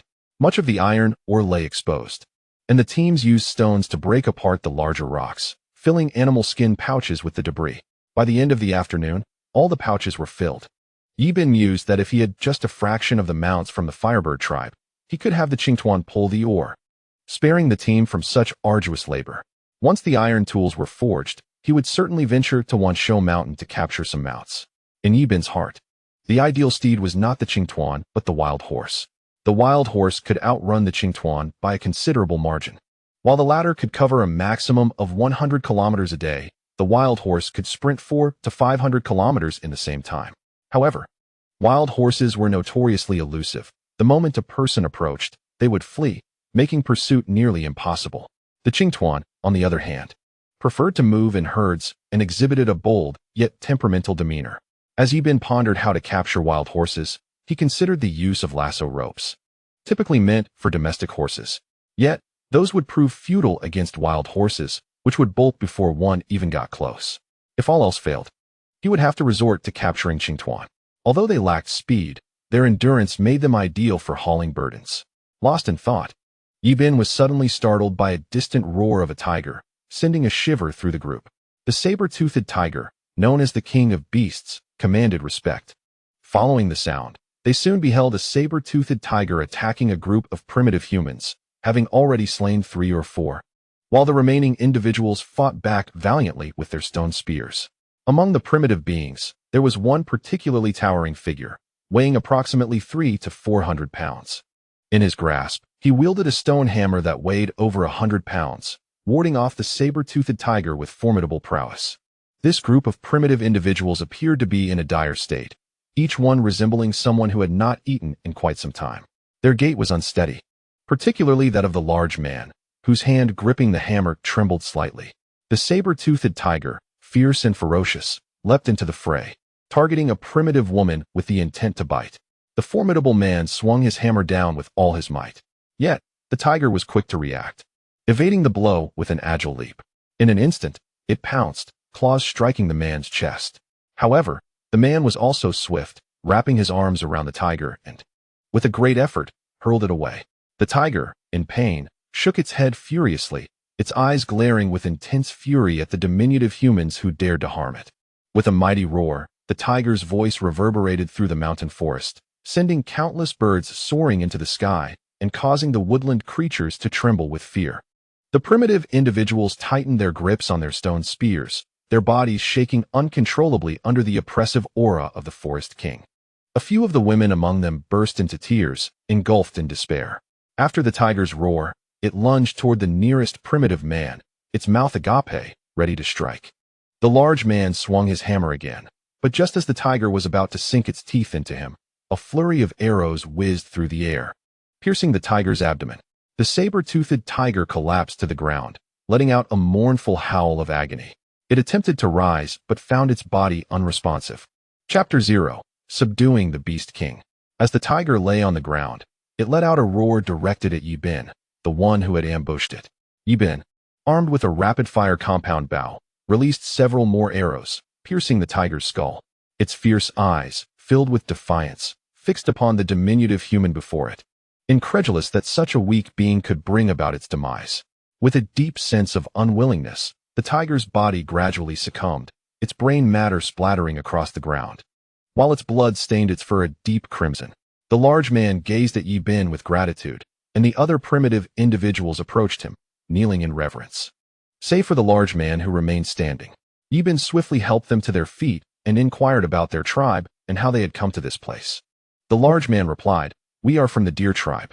A few days ago, the eagle tribe launched a surprise attack on us, led by their chieftain with over 100 warriors. That night, we were conducting a sacrificial ceremony, just as we were nearing the end of our rites. The chieftain and his men ambushed us. We were caught completely off guard, and in the chaos, 50 to 60 of our people perished. Even our shaman was slain, leaving only 30 of us to escape." Yibin then questioned, "Is the eagle tribe particularly formidable? From what I see, your deer tribe possesses considerable fighting strength." The robust man stated that the eagle tribe is an allied faction within the gluttonous alliance. It has come to light that their coalition is embroiled in a fierce conflict with the subordinate tribes of the Firebird tribe. The Firebird tribe has already dispatched 5,000 warriors to the fray. The gluttonous alliance comprises over a dozen tribes, with the gluttonous tribe itself boasting a populace of approximately 20,000. Yibin pondered, no wonder Qing Wan has not visited recently. It appears that the Firebird tribe has encountered significant difficulties. One wonders if they can triumph over the gluttonous tribe this time. The man inquired which tribe they belonged to, observing that they did not appear to be from a lesser faction.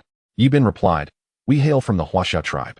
Not long ago, we were merely a small tribe, frequently bullied by others. Through our own endeavors, we have managed to thrive reasonably well now." Yibin then asked about their tribe's leader.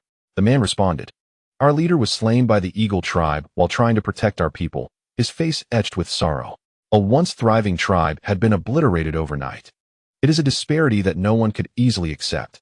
Yibin further inquired as to who currently led their tribe. The group of primitives turned their gaze to the robust man, clearly indicating that he was now their leader. The man declared, "I am presently the leader of the deer tribe." He then addressed Yibin, "What is your name, brother?" Yibin replied, "I am Yibin, the leader of the Huaxia tribe." The man introduced himself. I am known as the king of strength within the deer tribe, for I possess the greatest physical prowess among them. Ibn asked, where do you intend to go now? It is winter, and you appear to be traveling lightly. Without a place to shelter, it will be exceedingly difficult to survive in this snowy expanse. Observing the look of confusion in the king of strength's eyes, Ibn realized they had nowhere to turn. If they continued wandering aimlessly, they would surely perish from the cold or starvation in these woods. Ibn seized the moment to extend a hand of goodwill. Leader of the king of strength, would you consider joining our Huasha tribe? The king of strength regarded Ibn, his expression a tapestry of conflicting emotions. Joining the Huasha tribe would mean the dissolution of the deer tribe. He responded, I will consult with my people to see if they are willing to join your Huasha tribe. Ibn, unhurried, watched as the deer tribe members gathered to discuss amongst themselves. Soon, the king of strength approached Ibn, hesitantly stating, we can temporarily join the Huasha tribe. Upon hearing this, Ibn furrowed his brows, somewhat displeased. Do you take me for a fool? You wish to spend the winter with us, only to withdraw later? While we may currently lack personnel, the Huasha tribe has its principles. If you are unwilling to join us fully, then let it be. With that, Ibn prepared to take away the remains of the saber-toothed tiger, as it was they who had brought it down. He instructed his team to continue onward. However, upon seeing Ibn's intent to depart, the king of strength called out to him, Leader Yi, wait. At that moment, an elder emerged from the deer tribe. This elder had once served as a shaman within the deer tribe, and though he had since retired, his presence was still significant. However, the members of the deer tribe still held him in high regard. The previous suggestions had also originated from him. The warrior king merely acted as an intermediary. Ibn turned to the warrior king and inquired, is he from your tribe? The warrior king promptly replied, he is our tribe's former shaman, Lucien. The current shaman has perished under the surprise attack of the eagle tribe.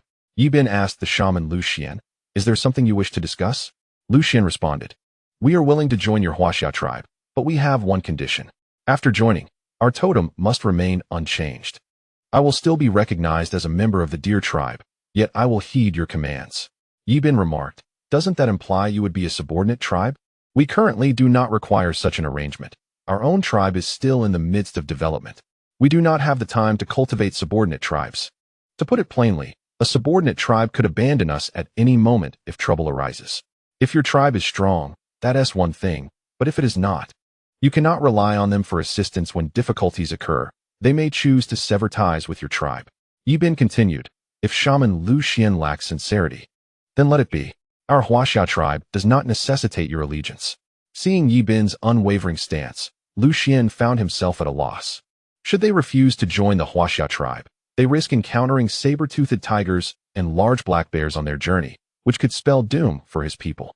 Observing Ibn preparing to depart, Lucien became increasingly anxious and exclaimed, we are willing to join your Huasha tribe. But we have one request. Our people must be treated as equals to yours. Ibn nodded, affirming, your request is granted by our Huasha tribe. Once you join, after some time, you will come to understand the nature of the Huasha tribe. Ibn stated, upon joining the Huasha tribe, you will adopt our totem, and all members must adhere to the tribe's regulations. Additionally, you must comply with the leader's directives. Can you fulfill this, Shaman Lucien? From the moment Lucien agreed to enter the Huasha tribe, he had prepared himself for all eventualities. On the surface, he reluctantly nodded and said, once we have joined the Huasha tribe, we shall indeed be regarded as its members. The elder implied that whatever the Huasha tribe's members could accomplish, they too could achieve. And what the Huasha members were unwilling to do, they would also refuse. Ibn discerned the elder's meaning. Having joined the tribe, he would treat all equally and would not engage in actions that could harm the tribe's sentiments. Such a tribe was not what Ibn wished to witness. Ibn declared, from now on, Warrior King shall serve as my personal guard. The Warrior King scratched his head, visibly delighted, and proclaimed, I shall henceforth be the leader's close protector. Ibn smiled and said, upon our return to the tribe, I will craft you a hammer. The Warrior King inquired, what is a hammer, my leader? Ibn chuckled, you will find out in due time. Chapter 0. The branch of the Xuanwu tribe. Ibn shared the circumstances of the Huasha tribe with Lucien. As Lucien listened, his expression darkened. Not long ago, the Huasha tribe had only numbered over 30 individuals.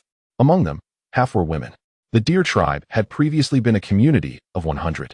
If it weren't for Yi Bin mentioning that the Huaxiao tribe now consisted of over 100 members, Lu Xian would have immediately led his people away. Li Wang was preoccupied, pondering what kind of iron hammer the chief intended to bestow upon him. Primitive individuals had never encountered iron, and the term itself was rather foreign to them. Yi Bin instructed He Niu to use an iron knife to skin the saber-toothed tiger, subsequently chopping the meat into pieces and discarding the innards. Li Wang's gaze was fixated on the iron knife in He Niu's hands. It was extraordinarily sharp, effortlessly slicing through the tiger's hide. Yi Bin looked at Li Wang and remarked that he would make him one upon their return. Li Wang was filled with childlike joy. Aside from his kin, Yi Bin was the very first person to treat him with such kindness. Li Wang had lost his mother to a wild beast during an outing, leaving him with no relatives in the tribe. Deep in his heart, Li Wang resolved to ensure the chief's safety. Unbeknownst to Yi Bin, a single iron hammer had captured Li Wang's loyalty. The Deer tribe, comprising over 30 individuals, was tasked with carrying pieces of saber-toothed tiger meat. Li Wang donned the tiger's fur, and they continued their journey. The slaves, burdened with heavy iron ore, moved at a sluggish pace. Each member of the team also bore a significant amount of iron ore, and Yi Bin understood that the trek to the Stone Tribe was arduous. It required 4 days for a round trip, and Yi Bin was determined to acquire mounts upon their return to the Wanshou Mountain. Otherwise, venturing outside would prove exceedingly inconvenient. Along the way, Yi Bin encountered numerous wandering tribes and inquired with several, but none were willing to join his Huaxia tribe. These people possessed ample winter pelts and sufficient food supplies, making them disinclined to join Yi Bin's community. It appeared that the Firebird tribe was engaged in fierce conflict with the Taotai alliance. Yi Bin also wondered about Qing Wan's well-being. On the road, he stumbled upon a merchant caravan, which they claimed was from the merchant tribe. The leader, a man with a slightly dark complexion, introduced himself as Xian, stating that his brother was Xian Yi. Their superior tribe was known as the Xuanwu tribe, and their merchant tribe was a branch of it. Observing that they utilized camels for transport, Yi Bin realized they were a formidable tribe, as smaller tribes could not afford such mounts. Their group consisted of over 30 individuals, accompanied by more than 30 camels laden with various goods. Yi Bin contemplated exchanging for their camels, but currently, he possessed nothing of interest to them. Aside from the iron ore they carried, there was little else for barter. Yi Bin addressed Captain Xian, inquiring whether they would accompany him to his tribe, where they could offer many valuable items in exchange. Xian, hailing from a large tribe, was unperturbed by Yi Bin and his companions, embodying the confidence that came from belonging to a powerful community. In the past, several tribes had attempted to raid their caravan, but they had successfully fled back to their tribe, leaving their goods behind. After explaining the situation to the tribal chief, he led over 500 warriors to annihilate that tribe. Since then, no tribe dared to cast their greedy eyes upon them. There exists a rule on the prairie. Behind every merchant caravan stands a formidable tribe. Generally, few tribes would be foolish enough to challenge them. Smaller tribes merely sought to exchange a few goods. Who would dare to raid a merchant caravan? Such an act would be tantamount to courting death. Thus, Xian felt at ease accompanying Yi Bin and his companions to the Huaxia tribe. The following afternoon, the group spotted a city from a distance. The merchants of the tribe were instantly taken aback, as were the members of the Deer tribe. Observing their reactions, Yi Bin felt a swell of pride within him. This was all his design, and he had witnessed it rise brick by brick. Once the crowd regained their composure, Yi Bin declared, "This is our Huaxia tribe." Xian, from the Deer tribe, thought to himself how fortunate he was to have chosen to join the Huaxia tribe. Had he known the tribe's immense strength, he would have regretted his decision deeply. After coming to his senses, Xian turned to Yi Bin and asked, "Is this truly your tribe, Chief Yi Bin?" Yi Bin affirmed, "Indeed, this is our Huaxia tribe. I am Yi Bin. You may address me as Chief Yi Bin. For calling me merely the chief of the Huaxia tribe sounds rather unappealing." Xian chuckled, "My apologies, Chief Yi Bin. We were mistaken before." Yi Bin understood the sentiment. Knowing that Xian and his companions had once looked down upon him and had not even bothered to inquire about his name until they realized his significance, Xian recognized he had underestimated the chief of the Huaxia tribe. Yi Bin bore no ill will toward him. After all, their tribe encountered numerous merchant tribes daily. As a medium-sized tribe, they were not capable of offering valuable goods for exchange. Soon, the group arrived at the drawbridge, and Xian gazed at the city surrounded by the river, pondering how they would cross. The members of the deer tribe shared the same concern. How could they traverse a city encircled by water? Upon seeing the chief's return, the courtesan promptly began lowering the drawbridge. The bridge descended slowly, and in no time, it touched the ground. Ibn stepped onto it, followed by the curious crowd. Having roamed far and wide for many years, Xian had never encountered a tribe built within a river. This surpassed his understanding, as did the members of the deer tribe. It was their first time witnessing a tribe constructed amidst water. Had Ibn known their thoughts, he would have remarked, "You simpletons, this is called a moat." Ibn directed the slaves and team members to deliver the iron ore to Old Bear, instructing the slaves to return and rest well. He asked Hainyo to bring out the ceramic pots, basins, and bowls, and then requested Hong to fetch the white salt. Upon seeing the vibrant ceramics and the white salt, Xian's eyes sparkled with excitement. He immediately inquired of Ibn, "How can I trade for the ceramics and the white salt?" Ibn had previously examined Xian's supplies, noting the presence of black salt stone, sweet potatoes, chili peppers, and ginger, items that Ibn urgently needed. Ibn spoke up, proposing a trade, 1 pot in exchange for a camel and 1 ceramic basin for 2 camels. Furthermore, a bamboo tube of white salt could be exchanged for 5 bags of black salt stones and 1 camel. Xian pondered for a moment, realizing that even the finest pottery from the super tribe was scarce. After all, their primitive society had not developed for long, and innovation was still in its infancy. Not every large tribe possessed pottery. It was a craft inadvertently discovered by the people of the divine dragon tribe, and the technique was still not fully refined. A significant portion of the pottery produced was often shattered. In contrast, the exquisite pottery that Ibn possessed was indeed a rare sight. Xian feigned reluctance, suggesting that Ibn's demands were rather excessive and inquiring if the price could be lowered. Ibn, unfamiliar with trading with other tribes and unsure if his prices were exorbitant, subsequently suggested a trade of 1 ceramic pot and 1 bowl for a camel. Chapter 0. The reforging of iron. Xian readily agreed, but Ibn felt he had been outmaneuvered. Soon after, Xian exchanged 10 ceramic pots and bowls, along with 5 bamboo tubes of white salt. Sweet potatoes, chili, and ginger were generously gifted to Ibn. The trade with the commerce tribe culminated in a total of 15 camels and 25 bags of black salt stones. Although excessive consumption of these black salt stones could lead to poisoning, Ibn had a method to refine them. Xian was quite pleased, expressing his intent to return for future exchanges. Ibn requested that if Xian encountered any plant seeds on his travels, he should reserve some for him. Promising appropriate compensation, Xian assured him that such a task was a mere trifle, and he would certainly bring back any seeds he came across for Ibn. Ibn then invited Xian and the members of the deer tribe to the dining hall. He instructed Hong to add ginger to the meat while cooking, as ginger would eliminate any unpleasant odors, resulting in a more delectable and fragrant dish. Before long, the aroma of the cooked meat wafted through the air. Ibn placed a pot of meat on the table and distributed chopsticks and bowls to everyone. Curiosity piqued, the guests wondered about the purpose of the 2 slender sticks. Ibn demonstrated their use, adeptly picking up pieces of meat with the chopsticks. Xian attempted to emulate him, but struggled to grasp the meat from the bowl. The others faced similar challenges, prompting Ibn to laugh heartily. "Do not rush, take your time. Everyone faces such difficulties at first," he reassured them, explaining that one should not apply excessive force when using chopsticks. Instead, a gentle finesse was required to lift the meat from the bowl. After considerable effort, they gradually succeeded in bringing the meat to their mouths. Upon tasting it, Lu Xian's eyes sparkled with delight. It was savory and tender, the best meal he had ever experienced.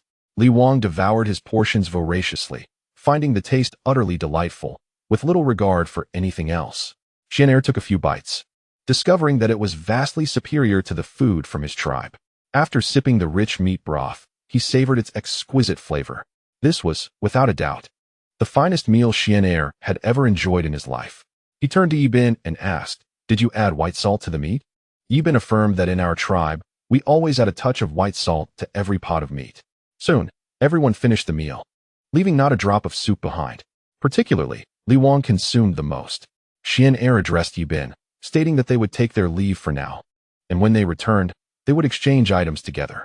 Ibn replied, reminding him to save any valuable plant seeds for him. Xian, unsure of Ibn's intentions for the seeds, refrained from asking directly. As long as Ibn desired them, he would bring them along. In doing so, Yibin would owe him a favor, which can often be the most challenging debt to repay. After escorting Xian Er and his companions out of the city, Yibin called for a gathering of all tribe members. Before long, everyone had assembled in the training grounds. Yibin began. The individuals beside me hail from the Deer tribe. Their tribe was besieged by the Eagle tribe, and they are the sole survivors. On their journey back, they encountered a saber-toothed tiger, and it was we who came to their rescue. Consequently, the Deer tribe has resolved that all its members will join our Huaxia tribe. They now numbered over 30 individuals, including 10 women. The remainder were men, with no children or elders having escaped. A wave of sorrow washed over the crowd, as they all shared a similar tale of hardship. Fortunately, they encountered Yibin here. Otherwise, they would have perished from cold and hunger in the snow. Yibin pointed to the tribe's totem, proclaiming, "This is the totem of our Huaxia tribe, the dragon." It is said that the totems of all tribes are somehow connected to the dragon. He then recounted a tale known as the dragon's 9 sons, which describes the dragon having 9 sons, none of whom resembled the dragon itself, each unique in their own right. The legend of the dragon's 9 sons has been passed down through the ages, and the identities of these 9 creatures remain a topic of intrigue. The first is Qionyou, the eldest son, bearing a dragon's head and a bull's body, endowed with immense strength. The second son, Yizi, is known for his penchant for violence. The third, Chaofeng, enjoys perching atop roofs. The fourth, Pu Lao, relishes in loud roars. The fifth, Zhuanai, has a fondness for seating. The sixth, Bai Shi, is known for his ability to bear heavy loads, often carrying a steel on his back. The seventh, Baiyan, possesses a keen sense of right and wrong.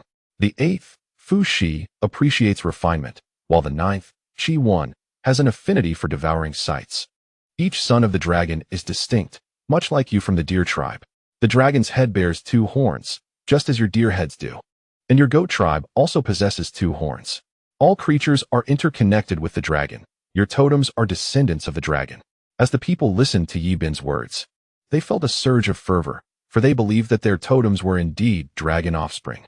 Thus, joining the Huaxia tribe symbolized a return to their ancestral roots. In that moment, many opened their hearts, including Lu Xian, who was deeply moved by Yibin's tale. He perceived joining the Huaxia tribe as a reunion with the father he had long sought. Yibin reiterated the tribe's rules and announced that today, the tribe welcomed 2 pairs of newlyweds. In the past, there were women from the mountain tribe and men from the Riverfall tribe. Yibin allocated 2 houses for these newlywed couples. At this pace, the available houses in the city would soon be insufficient. Yibin then sought out a new location, envisioning a fortified settlement for the slaves to construct, precisely the site where he had previously hunted over 120 beasts. The topography of the Yellow River Valley is peculiar, with only a single entrance. Behind Yibin's tribe lies a long river, over 200 meters away. If the new settlement were established there, any attacking enemies would first have to breach the entrance of the valley, or they would be unable to advance. However, there is another issue. The region of the Yellow River Valley is plagued by an abundance of wolves, saber-toothed tigers, and large black bears. It is imperative to hunt down these carnivorous creatures. Otherwise, it would be perilous for the tribe's members to traverse the area. The valley entrance leads directly to the Mountain of Beasts, and if a grand gate were erected there, all herbivorous creatures within the Yellow River Valley would belong to Yibin's domain. The mere thought of this exhilarated Yibin, yet it remains just a thought for now. As winter has arrived, presenting challenges due to both the weather and the lack of tools. After the assembly concluded, Yibin arranged accommodations for Lu Xian and the others, encouraging them to rest early. He returned to his own quarters to recuperate. After 4 days of travel, he had not enjoyed a single restful night. Lying down, he fell into a deep slumber, only to awaken to the sound of bleating sheep the following morning. Hastily dressing, he made his way to the slave quarters, instructing them to break iron or using 2 pieces of or against each other. He then summoned Old Bear to fire up the furnace to smelt iron, aiming to produce iron tools for each member of the tribe. This time, over 150 individuals ventured out, with more than 50 slaves each carrying over 300 pounds of iron ore. The team members each bore 150 pounds of ore, successfully returning with over 30,000 pounds of iron ore. This bounty would be sufficient for everyone to wield iron tools. Yibin directed the slaves to continue breaking the stones outside while he and the core members remained indoors to refine the iron. Yi Bin intended to keep the iron smelting process a closely guarded secret, known only to himself, Old Bear, Black Bull, Black Panther, the courtesan, Wu Zhanli, and Wang Heiqin. Yi Bin crafted numerous tool molds from clay, which would prove useful during the construction of the new settlement. In Chapter 0, Impulsive Yi Bin, he fashioned various tools from yellow clay, including hammers, axes, shovels, and many iron arrowheads. The sound of the slaves hammering resonated outside, while Yi Bin and his companions began refining the iron slag. The atmosphere was bustling with fervor, and soon the first round of smelting was completed, yielding over 200 pounds of iron slag. The rhythmic clanging of stones continued outside, echoing throughout the city as Yi Bin and Old Bear persevered through the heat to commence the second round of refinement. Through the intense heat of the furnace, the iron slag gradually melted into molten iron. Yi Bin swiftly retrieved the molds and poured the molten iron into them one by one, allowing them to cool on the side. Yi Bin and the others continued with the first round of tasks until nightfall. Everyone was exhausted, unable to stand upright, while Yi Bin rubbed his sore arms. Observing the ironware he had forged, he counted over 100 pieces. He then instructed the group to dismantle the molds, revealing an array of gleaming iron tools, hammers, axes, shovels, spears, and arrowheads. A sense of fulfillment washed over them. Their sweat today transformed into a source of joy. Yi Bin directed Black Panther to take the iron axes, shovels, and spears outside for the team members to polish. He then stepped out to inspect the iron ore, noting that they had consumed several thousand pounds today. Fortunately, they had brought back a substantial amount, enough to sustain the tribe for a considerable time. At that moment, the sounds of dinner being served resonated from the cafeteria. Yi Bin called everyone to join him, and soon they were in line with their bowls and chopsticks. Yi Bin never sought any special privileges during meal times. He stood in line just like everyone else, which endeared him to the tribe. Though the tribe's people would not openly criticize him, a poor image lingered. Before long, the food was ready, and they gathered at the cafeteria tables to eat. The Deer tribe had been present for some time now, gradually adapting to their new life. Yi Bin noted that their use of chopsticks had improved significantly compared to before. The atmosphere in the tribe was exceptionally pleasant, and during the meal, Yi Bin discussed plans with the team leaders. Old Bear had crafted over 40 repeating compound bows. Yi Bin expressed his desire to form a special operations team, fully equipped with these compound bows, which he would command directly, while the regular members would wield standard bows. This decision was also a strategic consideration for Yi Bin's future. Should all warriors be armed with such formidable compound bows, the potential for uncontrollable situations loomed large. Yi Bin instructed Old Bear that once the compound bows were completed, no further production would be permitted without his explicit command. Old Bear felt a chilling weight in Yi Bin's words and nodded in compliance. Currently, only 4 individuals in the tribe were skilled in crafting these powerful bows, 4 elders from the previous water tribe. The implications of widespread use of such weaponry were dire. It was akin to the regulation of firearms on Earth, a necessity to prevent chaos, for wielding a weapon equates to holding the truth. Yi Bin announced that the following morning, he would select 40 warriors from their ranks, with Li Wang appointed as the team leader. This unit was to be unwaveringly loyal to him. The team leaders were perplexed by Yi Bin's intention to establish a special operations squad. As a soul from Earth, Yi Bin possessed knowledge far surpassing theirs. He continued, informing them that over 20 members of the Deer tribe would be allocated to each of their teams. Soon, everyone finished their dinner, and Yi Bin reflected on his earlier promise to teach you writing and arithmetic, a task he had been too busy to undertake recently.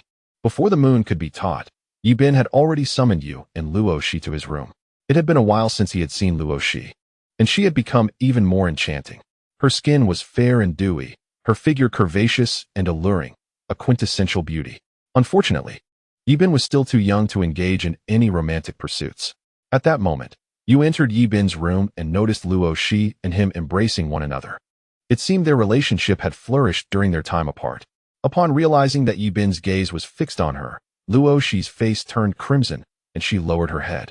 Unable to meet his eyes, Yu, too, sensed Yi Bin's lingering attention on Luo Shi, which stirred discomfort within her, perhaps a manifestation of jealousy typical of young women. Yu quickly composed herself and spoke. "Leader, you mentioned you would teach us arithmetic and writing. I thought you had forgotten, as you have been absent for so long." Yi Bin, taken aback, felt a flush creep to his cheeks. He replied, I've been quite busy with tribal affairs. I finally carved out some time to come and teach you both. He fetched a wooden board, several pieces of charcoal, and a damp piece of beast skin. With charcoal in hand, Yi Bin inscribed a few words and numbers on the board, beginning the lesson with counting from 1 to 10. He explained with great care, stating that 1 represented a single animal, 2 represented 2 animals, and so on. 1 plus 2 equals 3. As Yi Bin elaborated, the 2 girls gradually became engrossed in the lesson. He taught them several characters, 1 for person, 1 for fire, and 1 for heaven. Soon, they had grasped these concepts. Turning to Luo Shi, he asked, "What is 4 plus 4? After a moment of calculation with her fingers, she confidently replied, 4 plus 4 equals 8. Yi Bin gave her a thumbs up. He then turned to Yu and inquired, "What is 4 plus 5? Yu also counted on her fingers and quickly answered, "It equals 9. Yi Bin praised her with a thumbs up as well, and both girls beamed with joy at the commendation. Yi Bin then asked them to read the characters aloud. And both girls did so accurately. Time flew by, and before they knew it, 2 hours had passed. Yi Bin instructed Yu to return home first. But she cast an unhappy glance at him before storming off in a huff. Yi Bin approached Luo Shi, taking her hand gently, causing her cheeks to flush with embarrassment as she dared not meet his gaze. He, too, felt a wave of awkwardness and quickly sought a new topic, saying, "I've been so busy lately, I haven't had much time to accompany you." Luo Shi replied, "I understand. It's all for the tribe. You have just become the leader and must have many responsibilities to attend to. How could you find time for me?" Observing her shy demeanor, Yi Bin pulled her into an embrace, inhaling the sweet fragrance of her youthful innocence that wafted into his senses, a delightful scent indeed. Initially tense, Luo Shi found solace in his arms, resting her head on his shoulder and cherishing the serene moments they shared together. Suddenly, the imposing figure of Black Bull barged in, only to find his daughter in an embrace with the leader. He promptly retreated, muttering to himself, "Am I interrupting at an inopportune moment?" The 2 occupants of the room were taken aback by this unexpected intrusion, especially since it was the girl's father. Yi Bin felt a wave of embarrassment wash over him, wishing he could merely dig a hole and hide. In the first chapter, titled Crafting Iron Armor, the 2 quickly distanced themselves from one another. Clearing his throat, Yi Bin said, "Luo Shi, you should return for now. You can continue your studies tomorrow." Blushing, Luo Shi nodded and hurriedly exited the room. Once Luo Shi had left, Black Bull approached Yi Bin's quarters and announced, "Leader, today's iron tools have all been polished. Would you like to take a look?" Yi Bin replied, "Let us go and see." Before long, Yi Bin and Black Bull arrived at the armory. Yi Bin instructed Black Bull, "From now on, every iron tool must be properly marked. Inform the soldiers that each iron tool must be safeguarded. If anyone loses their tool, they must report it to me and explain the circumstances of its loss." Black Bull assured him, "Rest assured, leader. I will convey this to them." As Yi Bin surveyed the armory, he noted 10 iron hammers, 15 iron axes, 30 iron shovels, 150 iron spears, 150 iron knives, and 500 iron arrowheads. In a corner, he also spotted 5 iron pincers and 2 large iron hammers, each weighing over 100 pounds and adorned with iron spikes akin to morning stars. These hammers had been specially crafted by Old Bear as a promise made by Yi Bin to the strength of the clan. The pincers were designed for handling iron during the forging process. Curious, Yi Bin inquired, "How much iron ore is left?" Black Bull responded, "Leader, we still have half of the iron ore remaining. Shall we continue the smelting process tomorrow?" Reflecting on videos he had seen in a past life, Yi Bin realized that iron could be fashioned into armor. By creating iron plates with molds and assembling them sequentially using woolen ropes, they could construct iron armor. This armor would provide far superior protection compared to bamboo or rattan armor, enveloping the body completely. No matter how the enemy's stone spears were thrust, they would not pierce the defenses of iron armor. With a vivid image in his mind, Yi Bin resolved to sketch it out that evening with charcoal. Tomorrow, he would collaborate with Old Bear and the others to craft the iron plates. A complete suit of iron armor would require over 3,000 small iron pieces for assembly. At that moment, the strength of the clan, Li Wang, emerged from the smelting room. Yi Bin called out to him, "Li Wang, come here." Upon hearing the leader's summons, Li Wang hurried over.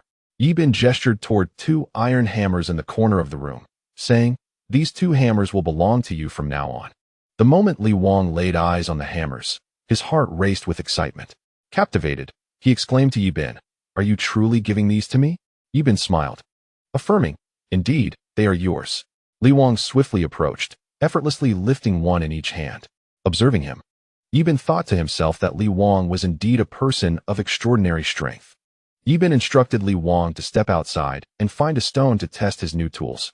Spotting a pile of iron ore, Li Wang selected a sizable rock.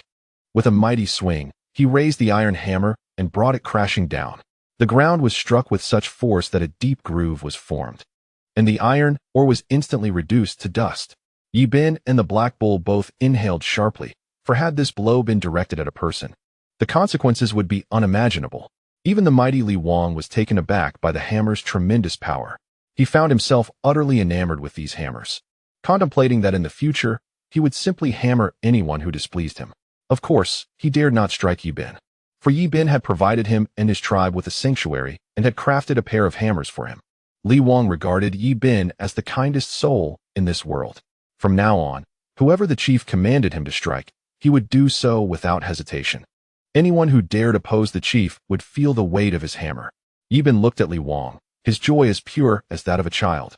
Clutching the two hammers, he laughed foolishly, prompting Yi Bin to shake his head in bemusement.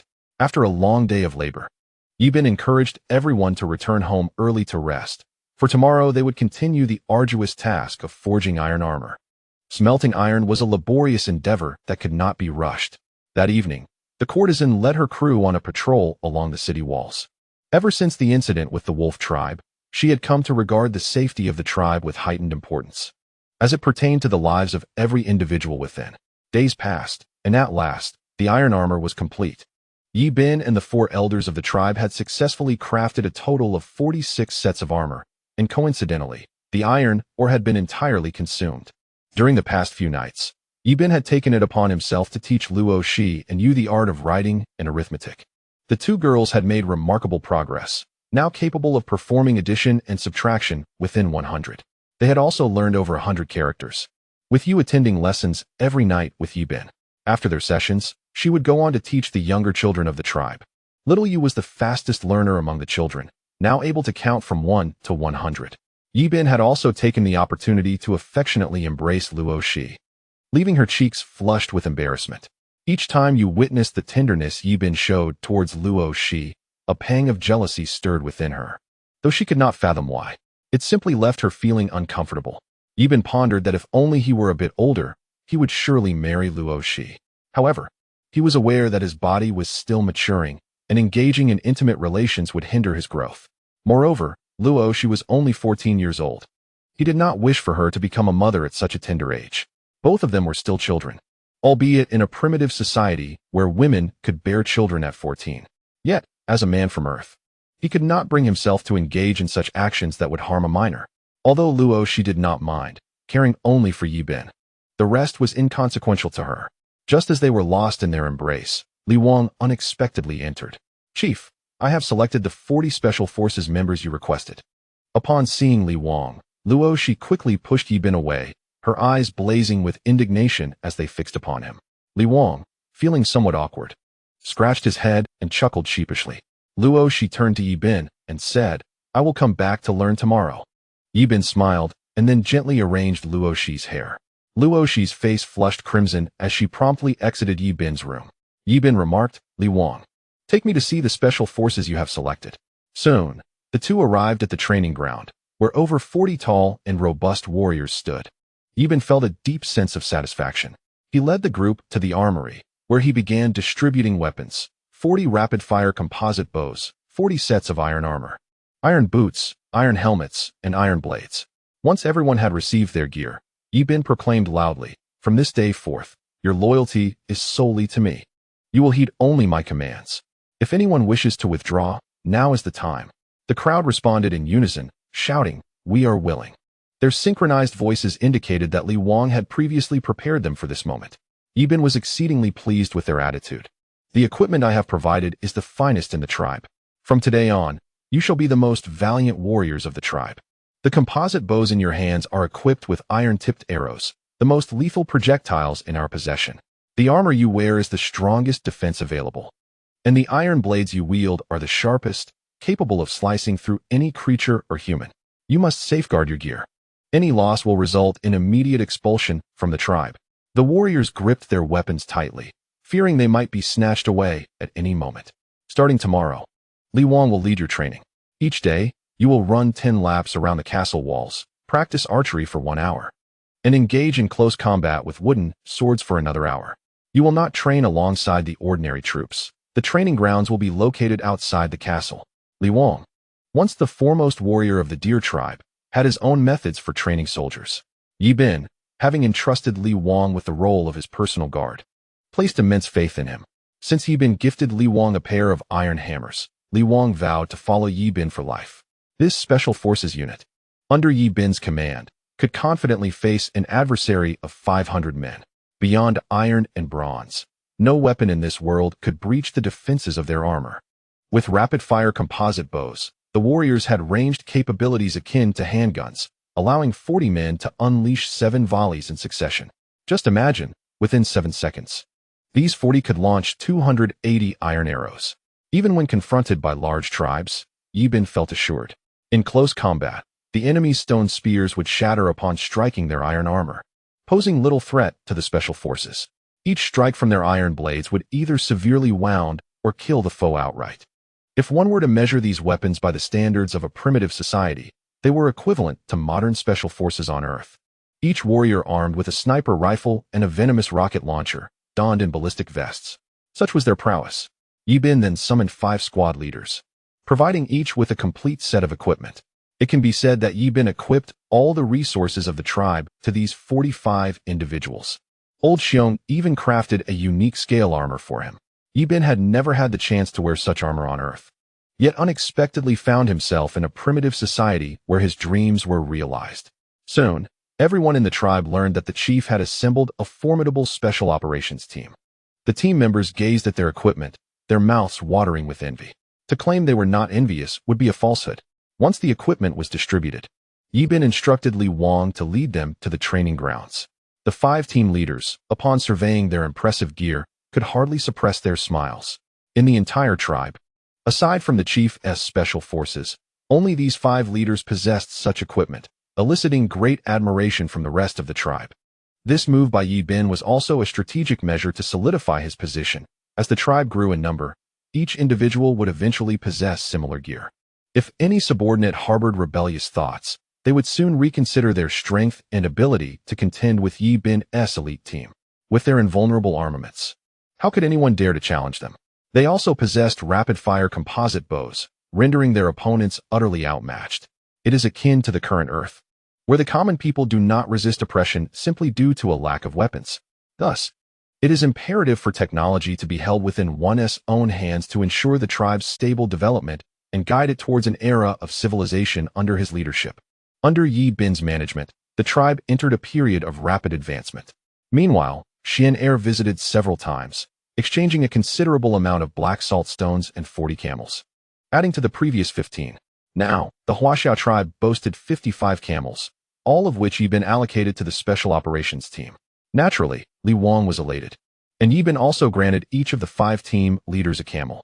Including himself, the tribe utilized a total of 46 camels, leaving the remaining 9 for logistical purposes. This winter, all the team members made significant progress. Particularly, Yi Bin's special operations team undertook training tasks that were double those of the regular members. Yi Bin also allocated camels to the special operations team, marking the inception of his first cavalry. Before long, winter had passed, the snow on the ground began to melt, and temperatures started to rise. Yi Bin instructed the slaves to cultivate much barren land. In front of the settlement, Yi Bin established a road 5 meters wide, flanked by farmland. He led the tribe in planting pumpkins, chili peppers, ginger, and sweet potatoes. Unfortunately, none of the plant seeds brought by Xian proved useful. Yet Yi Bin still gifted him 2 ceramic pots in gratitude. After several days of sowing, they cultivated 10 acres of pumpkins, 15 acres of chili peppers and ginger, and over 40 acres of sweet potatoes. The fish caught daily from Luoshi were more than enough to consume. Then, they were placed in the moat for nurturing. And now the moat is home to over 2,000 fish. During a winter at the tribal ranch, the goats alone have given birth to more than 50 kids. There are currently over 300 rabbits, known for their rapid reproduction.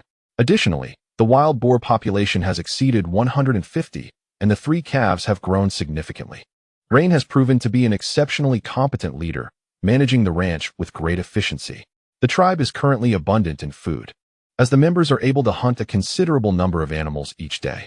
Notably, Yi Bin's Special Forces team managed to slay a massive black bear, weighing at least 4,000 pounds, larger than the one previously hunted by Yi Bin. The children of the tribe are now proficient in addition and subtraction within 100 and have learned a considerable number of characters, thanks to Yi Bin's efforts. Every evening, he dedicates time to teach Luo, Shi, and Yu, who have now mastered addition and subtraction within 500 and have learned over 500 characters. The tribe is currently enveloped in a peaceful atmosphere when suddenly, more than 50 warriors approach the Huaxia tribe. At the forefront is a girl, accompanied by a warrior known to Yi Bin as Gu Li. The girl leading the group is Qing Wan, flanked by over 50 warriors, each mounted on a green bull, while she herself rides an impressive ironback dragon, measuring 4 meters in length and over a meter in width, a formidable beast indeed. Despite her size, Qing Wan appears as delicate as a young girl atop it. As the procession advances towards the Huaxia tribe, Qing Wan surveys the scene before her, wondering if she has mistakenly arrived at the wrong place, for it had not appeared this way on her last visit. The area in front of the city has transformed into fields, leaving only a 5-meter-wide road for entry and exit. Had she not seen the city ahead, she might have truly believed she was lost. As Qing Wan approaches the city gate, she notices a river obstructing the path into the city. She distinctly remembers that there was no river during her previous visit. Could her memory be deceiving her? She shakes her head to dispel the thought. The courtesan had already noticed the large contingent approaching, and, observing that everyone was mounted, she promptly sounded the ram's horn. Yi Bin and the Special Forces team ascended the city wall, and upon sighting Qing Wan, he mused to himself, has she resolved the troubles within her tribe? Otherwise, she wouldn't have had the time to visit here. Qing Wan addressed Yi Bin, stating, Leader Yi, we have come to deliver salt stones. In the primitive society, salt stones served as universal currency, facilitating the exchange of goods. Yi Bin instructed the courtesan to lower the drawbridge and open the city gates. The members of the Firebird tribe were left in awe. Although they hailed from a super tribe, they had never encountered such a drawbridge before, and everything here was remarkably novel to them. Qing Wan commanded, everyone stay in place. Gu Li, follow me inside. The warriors of the Firebird tribe attempted to voice their concerns, but Qing Wan silenced them. Shi and Gu Li then strode forward, and shortly thereafter, they entered the city. Yi Bin looked on with a smile, delighted to see Princess Qing Wan visit him. Qing Wan shot Yi Bin a disgruntled glance. Chapter 0. The Calamity of the Firebird Tribe. Upon entering the city, Qing Wan immediately spotted Yi Bin's elite special operations team. Among them stood a robust man wielding a pair of iron hammers, exuding an impressive aura. Even Gu Li was transfixed by the formidable presence of the Iron King.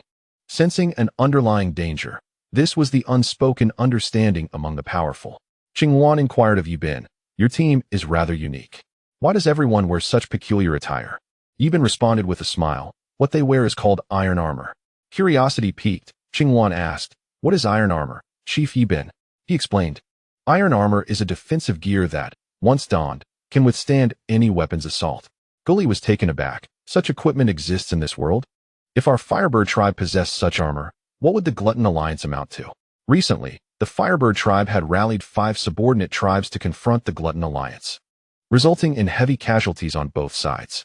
One of the subordinate tribes nearly faced annihilation, with over 4,000 warriors from the Firebird tribe perishing in that battle. The Glutton Alliance suffered considerable losses as well, with approximately 5,000 fatalities. The warriors of the Firebird tribe were particularly valiant in combat, while the Glutton Alliance, composed of numerous larger tribes, harbored ulterior motives. On the battlefield, everyone sought to preserve their strength, allowing the Firebird tribe to capitalize on the situation. Qing Wan proposed, might we exchange for your iron armor? Yi Bin replied apologetically, Princess Qing Wan, I regret to inform you that our tribe possesses only 46 sets of this armor. The crafting of iron armor is exceedingly complex and requires a substantial amount of iron ore. Currently, our tribe lacks even a single piece of iron. Otherwise, I would have equipped all our warriors with iron armor long ago. Observing the mere 40-odd individuals in Yi Bin's tribe adorned in such armor, Qing Wan found his words credible.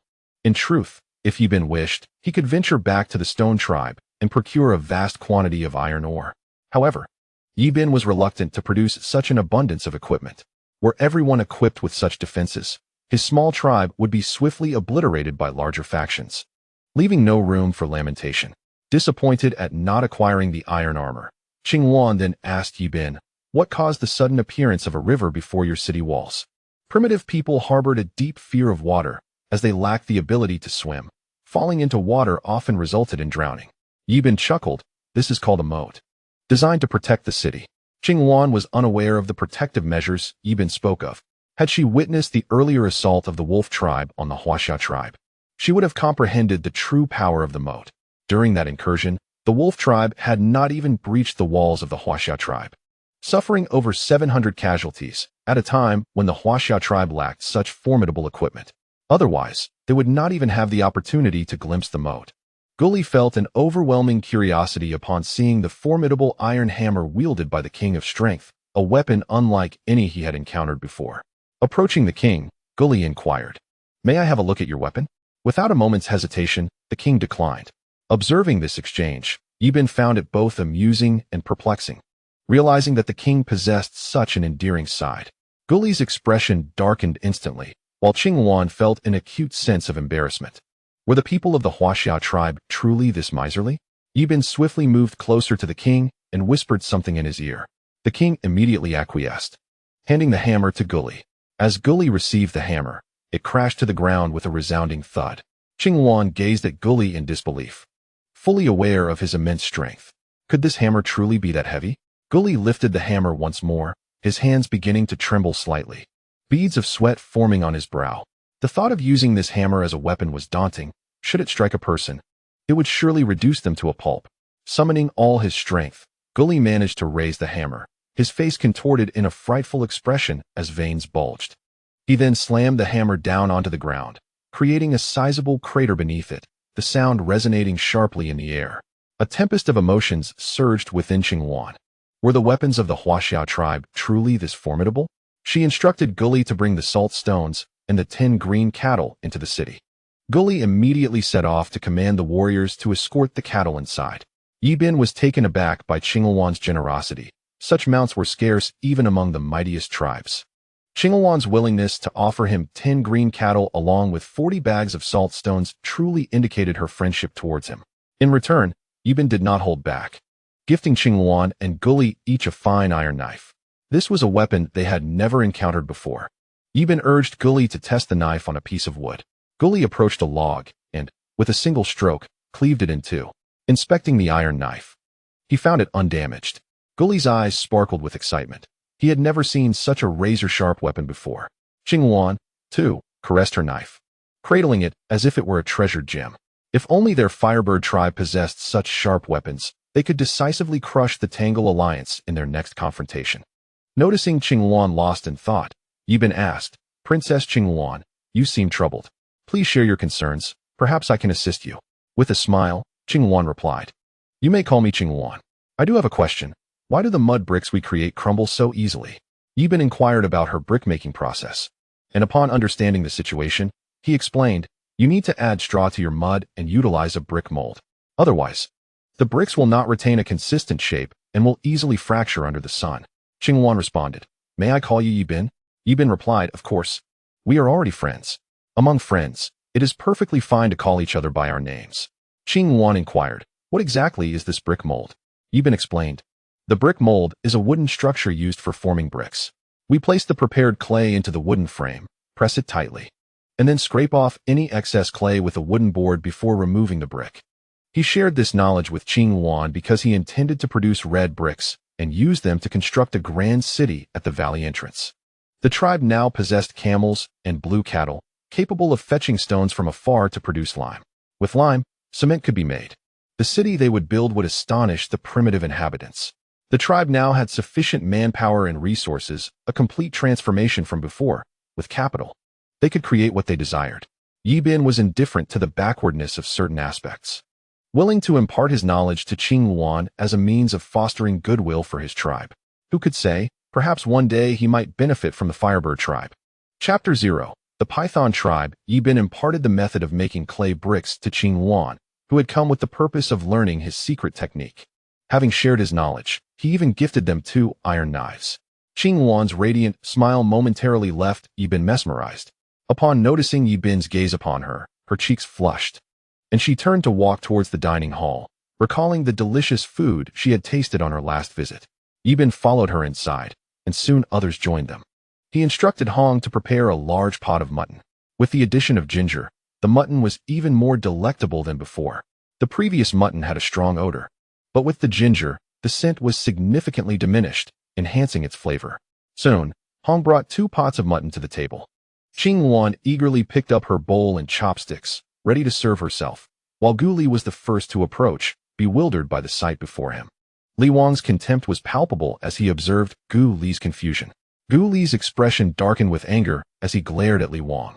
Noticing Gu Li's awkwardness, Yi Bin quickly filled a bowl of mutton and handed it to him, then served himself a bowl as well. Gu Li, seeing everyone devouring the meat, struggled to pick up the morsels with his wooden sticks. Li Wang burst into laughter, exclaiming, "You are even more foolish than I am." This prompted laughter from everyone at the table, leaving Gu Li feeling embarrassed. In response, he plunged the sticks into the meat and took large bites, while Li Wang also joined in the feast. Before long, the food on the table was consumed, and both Qing Wan and Gu Li rubbed their round bellies, letting out satisfied burps. Qing Wan remarked, "Yi Bin, the fare in your cafeteria has become even more delectable than before." Yi Bin remarked that the meat was infused with ginger. Qing Wan inquired about the nature of ginger. Yi Bin explained that ginger serves to eliminate the fishy taste, enhancing the overall flavor of the dish. Qing Wan, however, was perplexed by Yi Bin's explanation. She simply recognized that the meat was more fragrant than ever. The taste significantly improved. Suddenly, a courtesan approached Yi Bin, conveying that Qing Wan's kin were searching for her outside the city. Upon hearing this, Qing Wan sensed that trouble was afoot. Yi Bin suggested they investigate together, and thus, Qing Wan, accompanied by Gu Li, made her way towards the city gates, followed closely by Yi Bin and his special operations team. A warrior from the Firebird tribe swiftly approached Qing Wan, stating, "Princess Qing Wan, we have just received word that the Snake tribe, led by Shi Hu, has ambushed our salt delivery team with over 500 men." Qing Wan had come to Yi Bin's place for 2 reasons: to learn from him and to deliver salt to her subordinate tribes.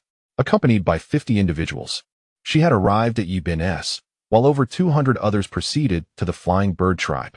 The Flying Bird tribe, a subordinate of the Firebird tribe, required a fresh supply of stone spears, a task entrusted to them by Qing Wan's father. Her father had instructed her to deliver some salt to the Flying Bird tribe and to bring back the stone spears. However, the salt delivery team had been discovered by the Snake tribe. Yi Bin inquired about the prowess of the Snake tribe, to which Qing Wan responded that they ranked 9th within the Gluttonous Alliance, boasting a population exceeding 3,000 and employing exceedingly brutal tactics. They would mercilessly shatter captured enemies with stone axes, feeding them to snakes. Upon hearing this, Yi Bin was appalled by the cruelty of the Snake tribe, harboring a deep disdain for them. Qing Wan then stated her intention to reunite with her kin, promising to return when time allowed. Yi Bin cautioned, "They have over 500 men, while you have merely 200.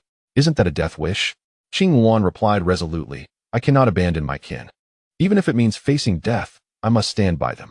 Moved by Qing Wan's loyalty, Yi Bin decided to accompany her and his special operations team to provide assistance.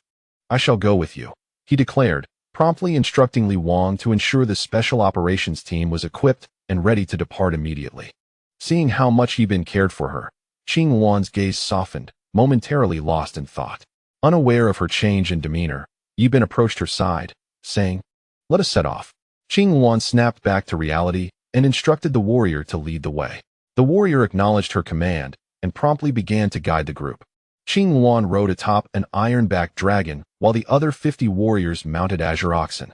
Yi Bin and his 40 companions rode camels. Although the azure oxen and camels were not the swiftest, they possessed remarkable endurance. After traversing a considerable distance, Qing Wan spotted several hundred individuals seated on the ground ahead. Their attire mirrored that of Qing Wan and her companions, unmistakably identifying them as members of the Firebird tribe. Upon seeing Qing Wan approach, they immediately rushed towards her. A lean warrior stepped forward and approached Qing Wan, saying, "Princess Qing Wan, our salt stones have been seized by the Python tribe. They are currently constructing makeshift shelters at the foot of the mountain, as it is an essential route for Qingwan's return. Yi Bin remarked that they are truly fearless to steal and not flee. At that moment, the warrior noticed Yi Bin, and Qingwan introduced him, saying, "This is my friend, Yi Bin. You may address him as Chief Yi Bin." Qingwan inquired about our casualties, to which the warrior responded that only a dozen had perished. As the Python tribe outnumbered us at that time, we had to retreat, but the Serpent Tiger and his men pursued us relentlessly. During our escape, we lost several clansmen. Yet we ultimately managed to reach the mountain and evade Serpent Tiger's pursuit. "What shall we do now, Princess Qingwan?" While Qingwan pondered, Yi Bin suddenly asked, "Do you trust me, Qingwan?" She replied affirmatively, prompting him to say, "Then take me to confront Serpent Tiger." Qingwan expressed her concern, stating, "They have over 500 warriors, while we only number around 200. How could we possibly defeat them?" Yi Bin dismissed the concern, stating, "They are merely 500. The others gazed at him in astonishment, internally questioning how a mere 40 of them could confront 500. Was this not a death wish? Qingwan urged Yi Bin to reconsider, emphasizing the gravity of the situation. But Yi Bin insisted, "Do I appear to be jesting?" Observing the resolute determination in Yi Bin's eyes, Qingwan ultimately decided to place her faith in him. Since establishing the Special Operations Team, Yi Bin had yet to engage in any practical exercises. The Python tribe's brutality compelled him to use them as a training opportunity. From a distance, they glimpsed over 100 shelters at the mountain's base, where members of the Python tribe were dismembering the corpses of Firebird tribe warriors. Each of them was entwined with a small black snake, to which they fed the pieces of flesh they had just cut. Witnessing this scene ignited a fierce desire in Qingwan to rush down and eliminate these beasts. Yi Bin, consumed by rage yet strategically inclined, opted to wait until nightfall. "Under the cover of darkness, we shall strike. The night is the optimal time for such endeavors." Qingwan found it incomprehensible that Yi Bin would delay their attack, believing they could simply charge in and fight. The primal mentality dictated that one should engage directly upon seeing an adversary.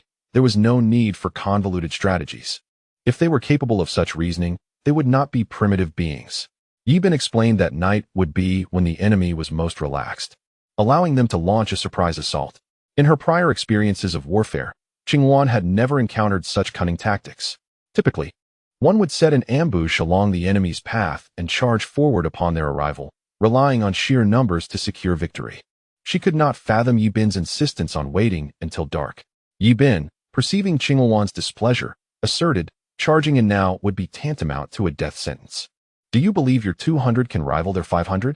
He emphasized that strategy was essential in warfare. Qingwan, feeling increasingly agitated, turned her gaze away from Yi Bin. Among her tribe, a man was expected to be bold and unafraid of death. Otherwise, his worth would be questioned by his peers. Yi Bin gazed at Qingwan. Her delicate features, an oval face, willow-like brows, and a petite mouth, taking shape before him. In that moment, he felt an overwhelming desire to embrace her and plant a kiss. Yet, he knew that if he dared to do so, Guli would undoubtedly strike him down.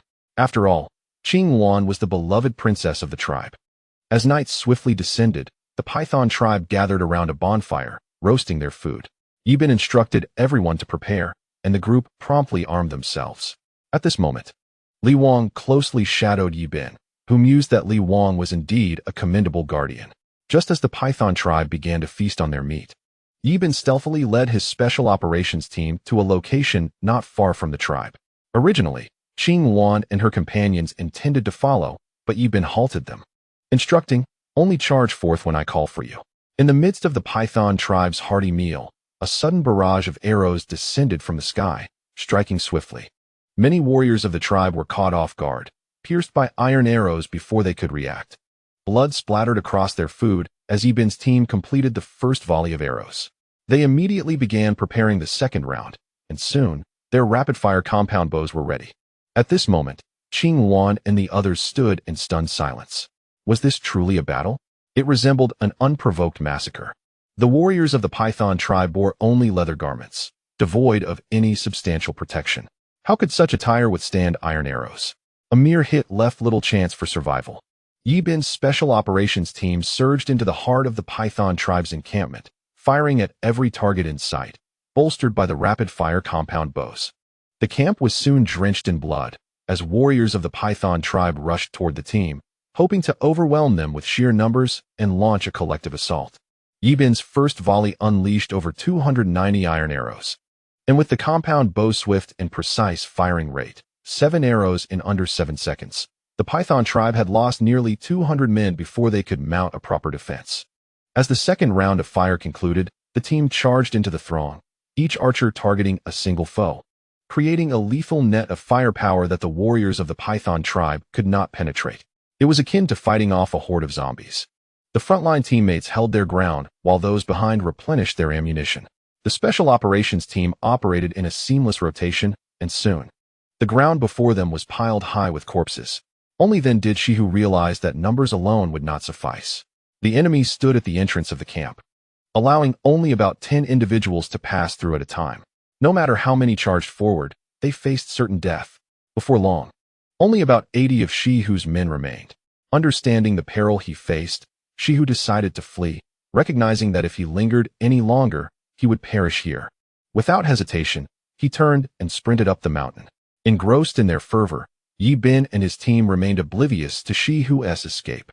Blood soon stained the ground beneath their feet, and the bodies of the fallen warriors from the Python tribe had accumulated into a small mountain.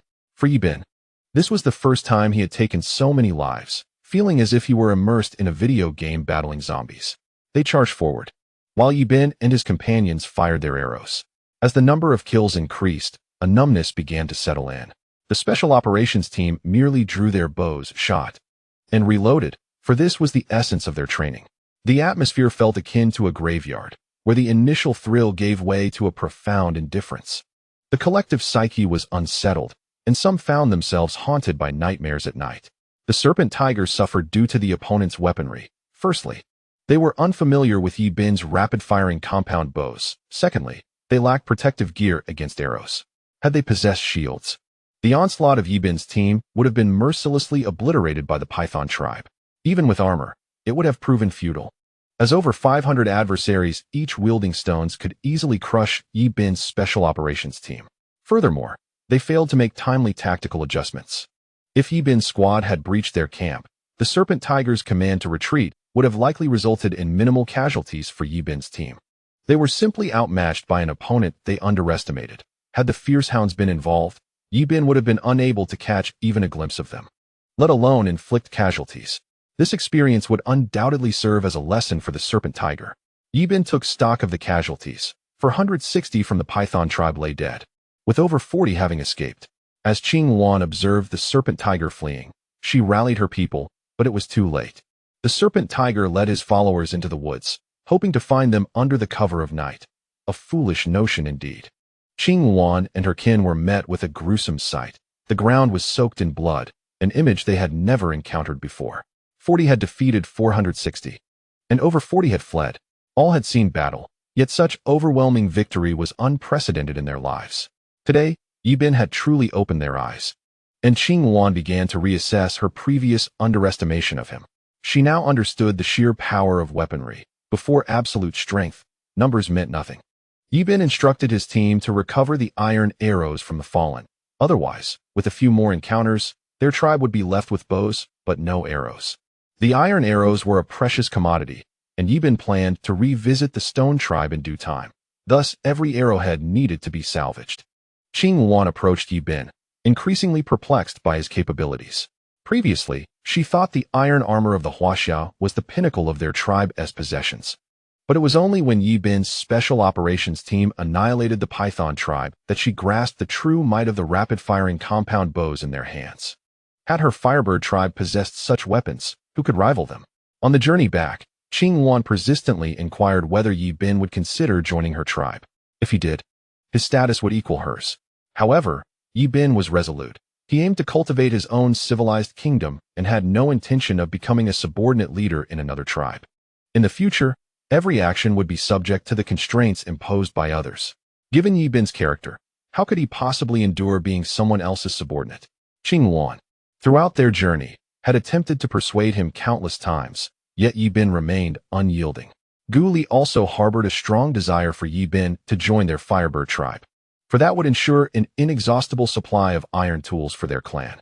Ever since Gu Li received an iron knife from Yi Bin, he cherished it like a treasure. fearing it might slip from his grasp at any moment. Chapter 0. The Revenge of the Fierce Dog. Seeing that she could not sway Yi Bin, Qing Wan felt a pang of disappointment, yet she still wished to cultivate a good relationship with him. Each visit to Yi Bin's abode allowed her to glean a wealth of knowledge. This time, Yi Bin generously bestowed upon her the spoils from the Python tribe, which amounted to over 460 stone spears. Although she could not persuade Yi Bin to join them, the sudden acquisition of so many spears still filled her heart with joy. Qing Wan inquired if Yi Bin had a partner, to which he replied that he did not, at least for the time being. With a smile, Qing Wan approached her clansman and declared, "I shall visit you again, Yi Bin. I must return to the tribe now to inform my father of today's events, so he can make arrangements in advance." Before departing, she added, "Remember to think of me." Gu Li cast a surprised glance at Qing Wan, wondering what had come over the little princess. He had never witnessed her converse so openly with a man within the tribe. Yi Bin continued to watch the direction in which Qing Wan and her group had departed until they disappeared from view. It was then that Li Wang broke the silence, asking, "Chief, where shall we head next?" Only then did Yi Bin return to his senses, replying, "Let us proceed directly back to the tribe." As they made their way home, a sudden surge of over 100 individuals wielding stone spears erupted from the mountains, charging towards Yi Bin and his companions. Leading the charge was the Fierce Dog. After narrowly escaping last time, he had returned and assimilated the Wolf tribe. With the acquisition of the Wolf tribe, his own numbers had swelled to around 50, and he had also captured a significant number of men from surrounding smaller tribes. The Fierce Dog had lingered near the Huaxiao tribe for several days. Initially, upon seeing Yi Bin and Qing Wan leave the city, he had contemplated abandoning his pursuit. However, upon noticing that the woman was accompanied by over 50 individuals, his excitement rekindled. Previously, his assault on the Huaxiao tribe had been thwarted by Yi Bin and his comrades sheltering within the city walls. His original strategy had been to eliminate any team that ventured outside, but now, he was elated to see the young leader emerge alone. The thought of seizing the Huaxiao tribe's flock had long occupied his mind. If he could eliminate Yi Bin, he would encircle the city daily, ready to slay anyone from the Huaxiao tribe who dared to step outside. Eventually, this city would belong to him. Before long, the 100-strong force, shields in hand, charged towards the Special Operations Team. Yi Bin promptly commanded his team to engage the enemy. The squad of over 40 swiftly mounted their camels and charged forward. Li Wang led the charge, wielding a hammer that struck down several opponents, sending blood splattering across the ground. The members of the Special Operations Team drew their iron knives, ready for battle. The warriors surged into the fray, fierce as hounds, engaging in brutal combat with their stone spears. The iron blades sliced through the bodies of the Wild Dog tribe's fighters, instantly tearing flesh apart. Soon, the ground was awash with blood, and the might of the King of Strength resembled a relentless machine of slaughter. Everywhere he passed, there was only carnage, with arrows flying from both hands. Each strike of his hammer resulted in several lives extinguished. Witnessing the valor of the King of Strength, the fierce hound trembled with fear. The Special Operations Team advanced like wolves among sheep, leaving no one to impede their path. In a short span, 50 to 60 warriors from the Wild Dog tribe had fallen. In stark contrast, not a single soldier from Yi Bin's side had sustained any injuries. Their iron armor was as impenetrable as iron plates, providing unwavering protection to their bodies. The Special Operations Team grew bolder with each battle, charging directly at the fierce hound. Seeing his comrades fall one after another, the fierce hound quickly turned to flee. Yi Bin, noticing the hound's retreat, drew his bow and loosed arrows in swift succession. 3 iron arrows flew forth, and the fierce hound, realizing he was being targeted, seized a nearby warrior and used him as a shield. The arrows pierced through the unfortunate soul, blood splattering onto the fierce hound's face. With no time to wipe it away, he abandoned the wounded warrior and fled towards the woods. Yi Bin continued to fire several more arrows, which struck the great trees. The warriors of the Wild Dog tribe, witnessing the fierce hound's escape, were gripped by fear and began to discard their weapons. The King of Strength, eager to engage, was halted by Yi Bin's command. The remaining warriors of the Wild Dog tribe huddled together in terror. Yi Bin ordered them to be bound and taken back to the tribe for the construction of a city.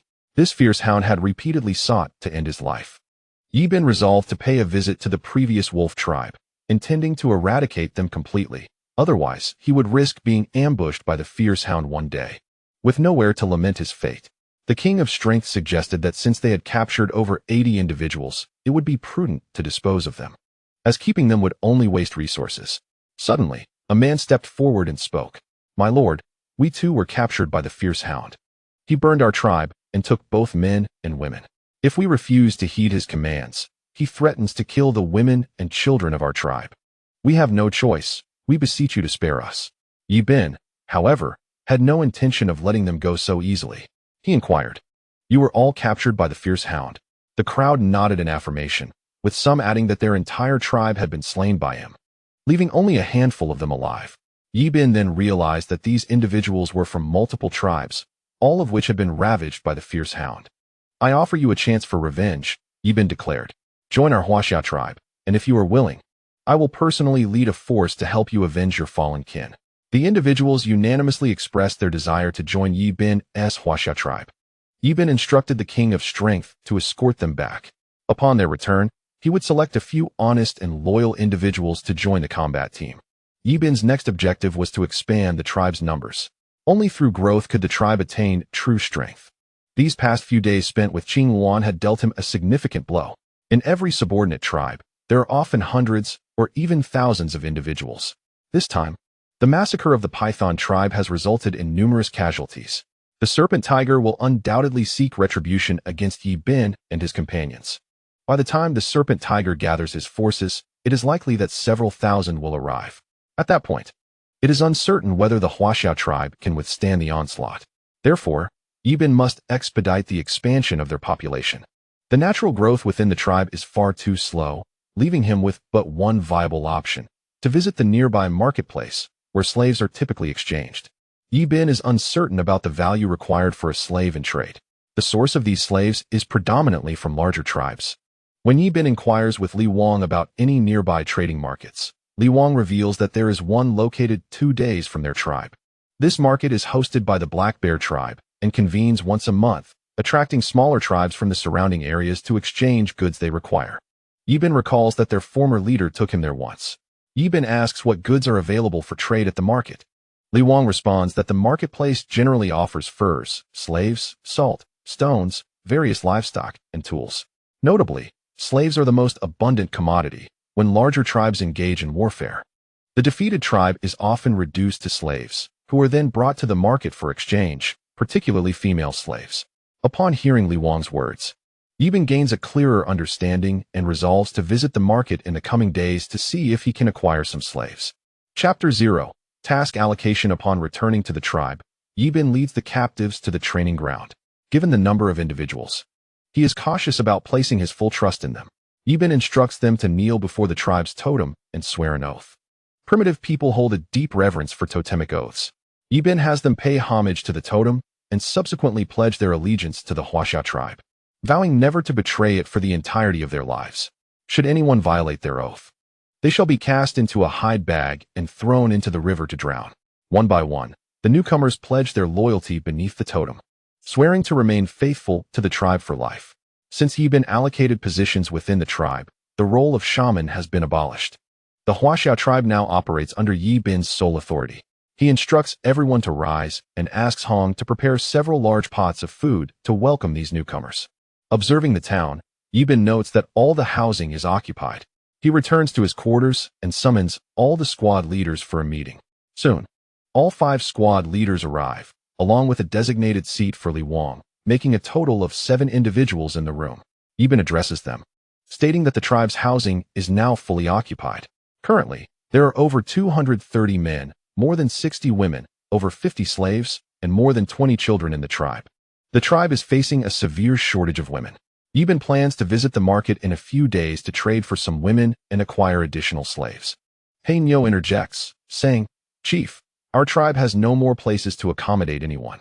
With so many people returning, where shall they reside?" Yi Bin remarked, "This is the second matter I wish to address.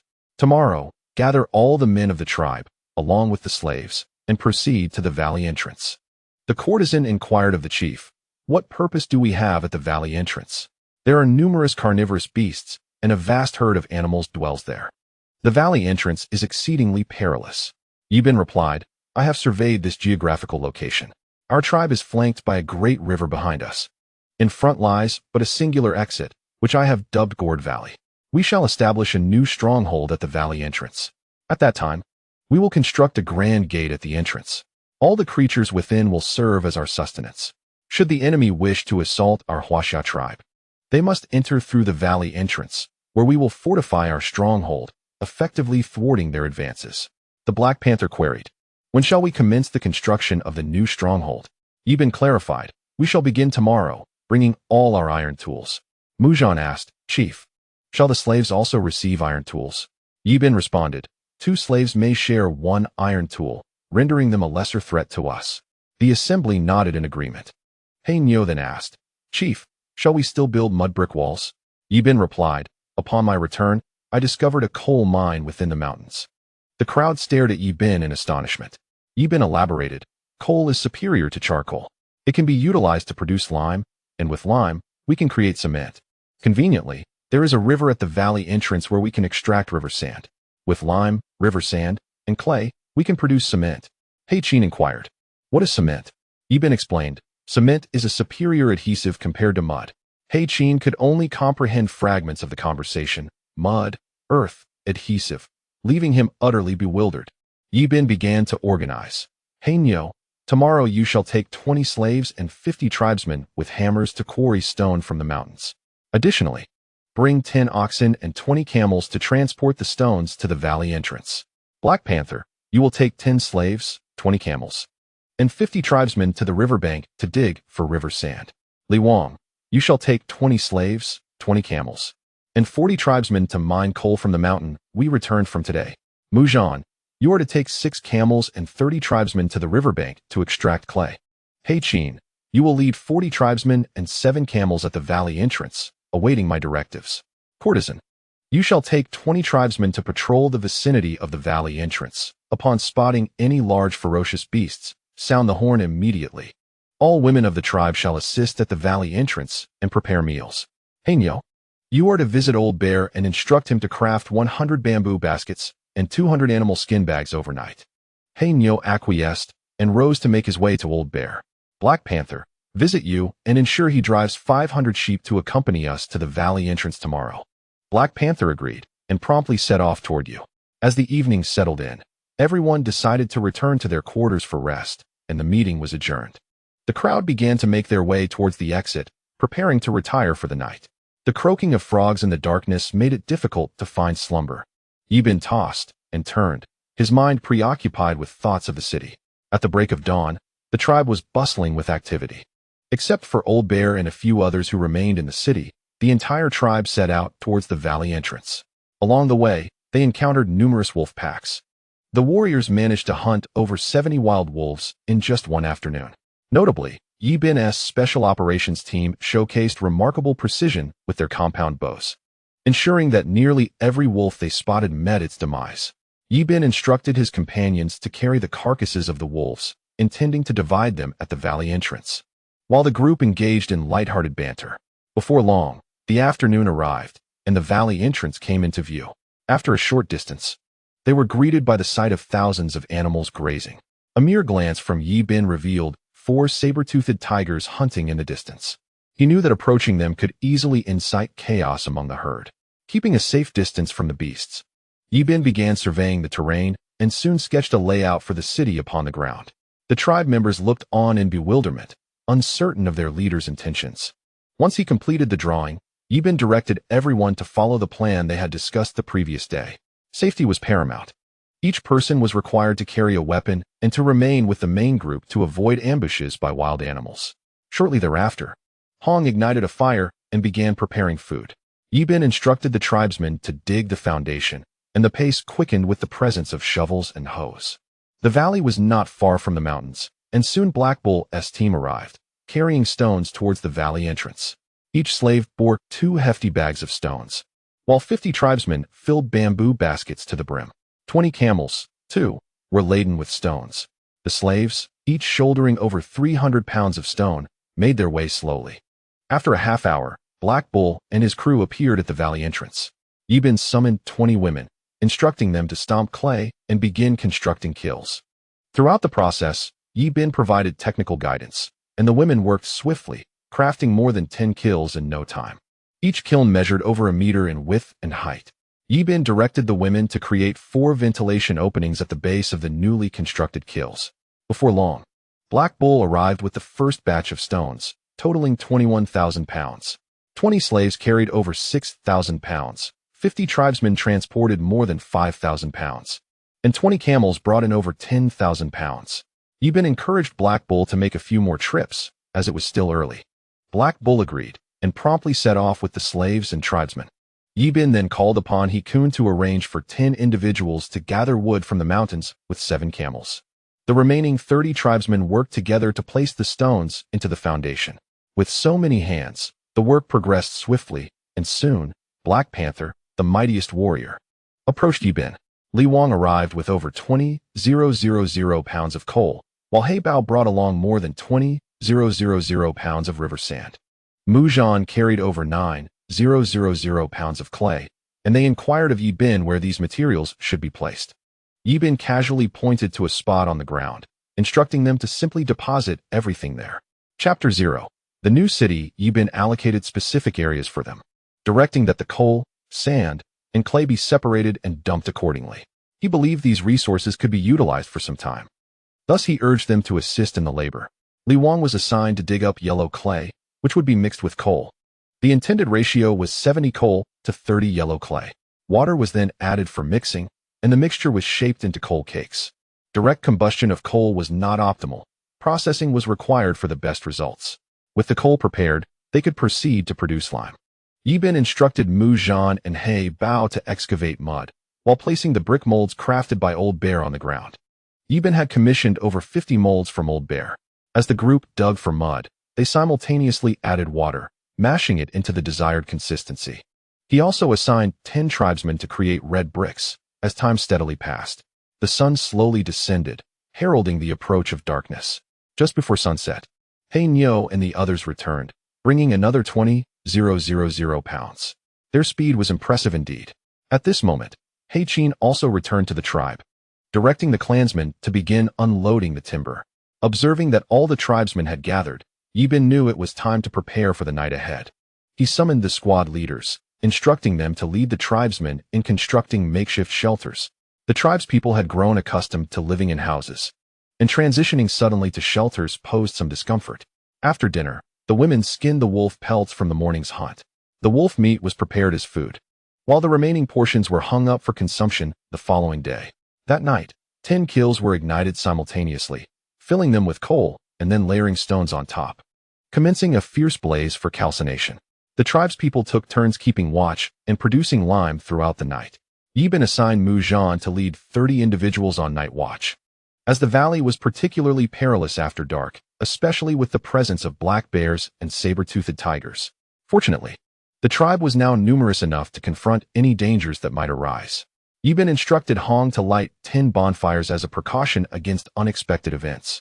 Animals instinctively fear flames. Such an array of fires would be sufficient to deter many fierce beasts.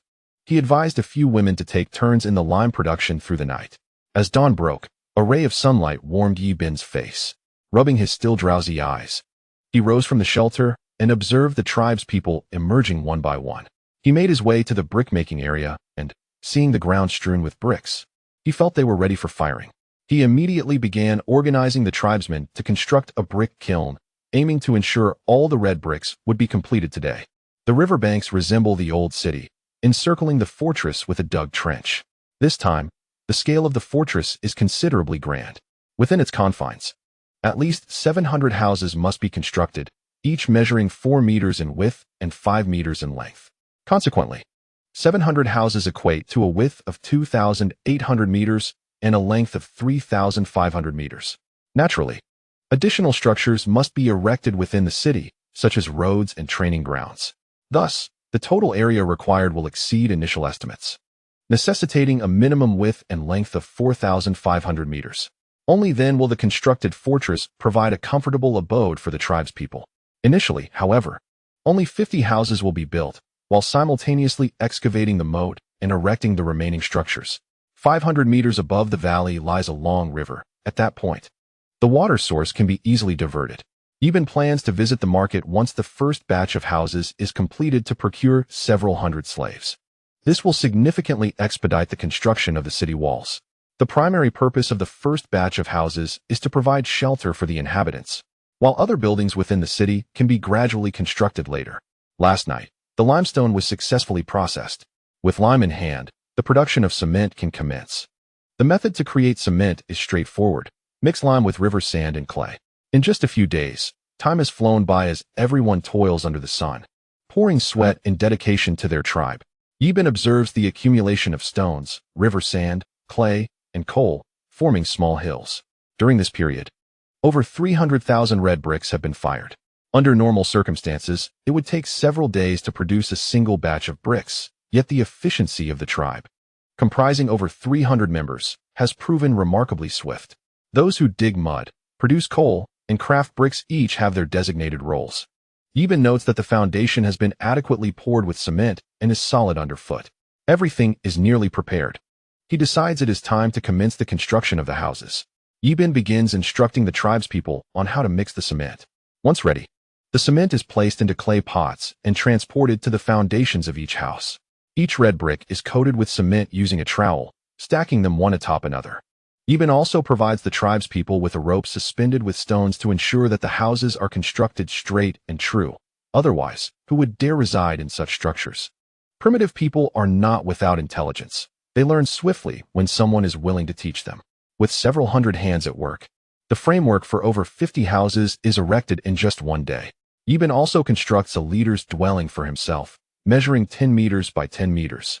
Notably, this house is designed with 2 stories, symbolizing the authority bestowed upon the tribe's leader. As Yibin touches the walls, he finds the houses built from red bricks and cement to be undeniably comfortable. Yibin, once again in the center of the first floor room, constructed a sand table using red bricks and cement. Within this model, he crafted a miniature city from clay, which would serve as a blueprint for the future development of the town. The model was densely populated with houses, barracks, training grounds, pastures, and a sewage system. At that moment, a black cow entered and reported that the framework for the first batch of houses had been completed. However, it queried whether the roofs would still be thatched as before. Yibin replied, "Come, let me show you something new that you have never seen." He fashioned several C-shaped molds from wood and rolled the prepared yellow clay into thin sheets, about the thickness of a finger. These were placed into the molds and pressed down with a round log. Excess clay scraped off with a rope. A clay tile was thus created, and Yibin began instructing the tribe members on the process of making mud bricks. Before long, they had grasped the technique. Yibin emphasized that the tiles must be dried in the sun for a period before being taken to the kiln for firing. In just a few hours, the tiles would be ready, yet the tribe members remained perplexed by their leader's words, exchanging confused glances with one another. Yibin, not wishing to elaborate, knew they would understand in due time. He instructed Haichin to construct wooden frames for each roof, securing them with red bricks and cement. By the next day, the tiles would be ready, and he would teach them how to install them then. Haichin, not comprehending Yibin's exact words, simply followed his instructions. Yibin appreciated such obedient followers. As night fell, Yibin gathered the tribe members in front of the houses to explain their construction. The structures, built from red bricks and cement, were remarkably sturdy, revealing to everyone that red bricks and cement were far superior to earthen bricks. The new houses were a stark contrast to their previous dwellings, which had been made of mud bricks. Now, the houses were not only robust but aesthetically pleasing. The tribe members were eager to move in immediately. Luoshi inquired, "Leader, why are these houses without thatched roofs? What will we do if it rains?" Yibin smiled and assured, "The roofs have already been constructed. Tomorrow, we can complete the roofing." He then announced that all the tribe members were present, making it an opportune moment to distribute the houses. "The largest room is mine," he declared, "and each squad leader may claim a separate room. The remaining 10 will share a room, while any married couple may occupy a single room together." He further explained that more houses would be built in the future, as families would consist of one man and one woman living together. Therefore, it was essential to construct additional homes. One tribe member questioned, "Leader, isn't it better for us all to live together? Why must we live separately?" Yibin replied, "If everyone resides together, the mothers will not know whose children they have given birth to. Children remain oblivious to the identity of their fathers, resulting in a perplexing web of relationships. Such offspring are likely to be born with deformities, and their survival rates are alarmingly low. One can only ponder the implications for a tribe where nearly every child bears some form of imperfection. Chapter 0. The Market Today. The moat has been excavated to a commendable length of over 600 meters. Yibin's primary objective is to construct the city walls. The tribe currently possesses an ample supply of cement, and Yibin intends to utilize stone for the fortifications. This wall is envisioned to rise at least 6 meters high and exceed 2 meters in width. Yibin aspires to establish this city as the principal stronghold of the Huaxia tribe, aptly named Dragon City. The city will feature 4 gates to facilitate the movement of the tribe's inhabitants. Unlike previous constructions, this endeavor aims to herald the dawn of civilization, guiding these primitive people into an era of advancement. Yibin has instructed Hainyo that the tribe's foremost task is to haul stones, river sand, coal, and to excavate earth. The demand for stone is particularly pressing, as a substantial quantity is required for the wall's construction. Hainyo remarked to the chief that the smaller stones in the mountains have nearly been depleted, while the larger ones are exceedingly slow to gather. Yibin acknowledged this predicament. They have transported a considerable amount of stone thus far. The warriors can manage to break smaller stones with hammers, but the larger ones remain unyielding.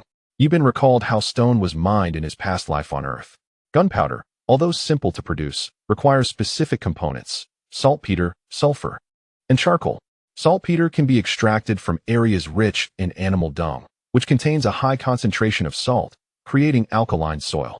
By excavating the dung and surrounding earth, soaking it in clay pots, and then filtering and boiling it repeatedly, one can obtain crystallized saltpeter. This crystallized form can then undergo further refinement to yield true saltpeter. Alternatively, one might locate a saltpeter mine, though sulfur is more elusive and can typically be found only at volcanic sites. Having yet to encounter a volcano in this world, Yibin realizes the need to defer the gunpowder production for now. Hence, he resolves to resort to the most rudimentary method, collecting stones from the nearby mountains. Ultimately, they will have to rely on hammers to gradually break the stones down. The combination of stone and cement will yield a wall that even explosives would struggle to breach. Today marks the day the tiles are completed. Yibin has instructed his tribesmen to transport the tiles to the front of each dwelling. Hainyo has already assembled the roofs using wooden frames, leaving only the tiling to be done. Yibin crafted several ladders from wood and advised the tribesmen to place 2 tiles upside down for every 1 tile upright, alternating in this manner. Once the tribesmen grasped the technique, they swiftly tiled multiple roofs simultaneously. In total, 50 houses were erected, arranged in 10 rows of 5. Yibin proclaimed that from this moment forth, the inaugural batch of houses in Longcheng had been successfully completed. The crowd erupted in joyous cheers, with women dancing exuberantly and men forming a large circle, joining in a primitive dance characterized by resounding shouts and wild movements. Observing from a distance, the dance, albeit rudimentary, possessed a certain rhythmic charm. Yibin, however, refrained from participating in their revelry, as Luo Shi approached him and took hold of his hand. With a gentle affection, Yibin patted Luo Shi's small head, causing her cheeks to flush a deep crimson. Despite the roughness of the primitives, a girl who had yet to experience intimacy with a man would inevitably feel bashful in such moments. Once the festivities had reached a suitable climax, Yibin announced that it was time to allocate the houses. The tribe comprised over 320 individuals, with the team leaders standing at the forefront as the male and female members of the tribe were organized into separate lines, 10 individuals per row. The slaves, too, formed a line of 15. Following the tribe's previous acquisition of iron tools, Yibin had provided each slave with a pair of iron handcuffs and leg shackles. Presently, each slave bore these restraints, which, with the current primitive means available, could not be easily removed. These captives had been taken from the wolf tribe, all robust and well-fed. And since their capture by Yibin, their condition had remained largely unchanged, receiving meat but never enough to satiate their hunger. Soon, the tribe members were arranged, and Yibin designated the first row of 5 houses to Hainyo, Bao, Muzhan, Qin, and Li Wang, allocating 1 room to each. The second row was assigned to Luo Shi, the witch doctor, Hong, Yu, and the courtesan, each receiving their own chamber. In the third row, the elderly bear, Zhu, Lu Xian, Yu, along with 3 other elders of the tribe, shared 1 house, while the remaining individuals each received their own room. The surplus of over 300 members would be distributed into the 4th, 5th, 6th, 7th, 8th, and 9th rows, with the slaves occupying the 10th row, receiving 3 rooms, while the remaining 2 would serve temporarily as storage. As for Yi Bin, his quarters were situated adjacent to the 1st and 2nd rows, in a standalone 2-story residence, the largest in the tribe. The distribution of the first batch of houses had been completed, with plans for a second batch of 100 houses set to commence construction in 3 days, which would include a dining hall, conference room, clinic, production area, armory, and smelting house, among other facilities. In the coming days, Yi Bin intended to prepare supplies for the market to trade for additional slaves. Recognizing that the tribe's growth was contingent upon population increase, he could not resort to raiding smaller tribes, for as a soul of earth, he could not engage in such acts of unwarranted aggression. Thus, he would opt for the market to secure more slaves. Recently, Yi Bin had instructed the elderly bear to craft 100 ceramic pots and bowls, alongside 200 small salt containers, and had arranged for Hong to refine 50 small jars of white salt, while also preparing 500 salted fish. Yi Bin had never visited the market before and was unfamiliar with the items available. He pondered how many slaves he could potentially acquire in exchange. After a few days of absence, he observed the wall constructed by the slaves with great satisfaction, though he noted that progress was somewhat sluggish. The wall had reached over 1,000 meters, while the moat had been dug nearly 2,000 meters. Nevertheless, he remained far from his goal. On the 3rd day, his kin began to construct a second batch of homes. After breakfast, Yi Bin, accompanied by Li Wang and the special operations team, prepared to set off for the market. Just then, Luo Shi approached him, her beautiful eyes filled with reluctance as tears glimmered within them. Yi Bin stepped forward and embraced her. The morning sun was particularly radiant, and their silhouettes were closely intertwined. At that moment, no one dared disturb the enchanting atmosphere. Releasing Luo Shi, Yi Bin assured her he would return, then turned away with Li Wang and the team, venturing into the distance. The team members rode camels, proceeding at a leisurely pace. Yi Bin inquired of Li Wang whether they were on the correct path. Li Wang replied that they merely needed to follow the river, and after 2 to 3 days of travel, they would reach the market. Along the way, they encountered 3 or 4 small tribes, and upon inquiry, discovered they were also heading to the market to exchange goods. The primitive people were desperately in need of food and women. Women were the most sought-after commodity at the market, and no tribe would part with their women unless absolutely necessary. Brothers and sisters, if you enjoy this new book, please leave a favorable review and support it. Thank you all. Chapter 0. Setting up stall after more than 2 days of travel. The team finally arrived at a large market. Over 100 warriors guarded the entrance, making it nearly impossible for any trouble to arise. With such a formidable presence at the gate and patrolling warriors within, it was evident that the Black Bear tribe was quite powerful. As they approached the entrance, a large man promptly inquired if Yi Bin wished to rent a stall. Yi Bin asked about the rental process, to which the man replied, 1 sheep for a day's rental. How many days do you wish to rent? Yi Bin responded that they did not have sheep and inquired if they could offer something else. The man asked what items Yi Bin had brought. Yi Bin listed ceramic pots, bowls, white salt, and salted fish. The man then inquired how many days he wished to rent a pot. Yi Bin decided on 3 days. He instructed Li Wang to retrieve 3 ceramic pots, which the man accepted before leading Yi Bin to their designated stall. Upon arriving, Yi Bin surveyed the spot and found it to be average, not particularly good or bad. The man explained the market's rules before departing. Yi Bin directed Li Wang to arrange their goods, and as they did, the market remained relatively uncrowded. Once everyone had set out the pottery, white salt, and salted fish, they were ready for business. Yi Bin observed that the market was still sparsely populated. He instructed Li Wang to remain vigilant at their current location while he wandered to other stalls.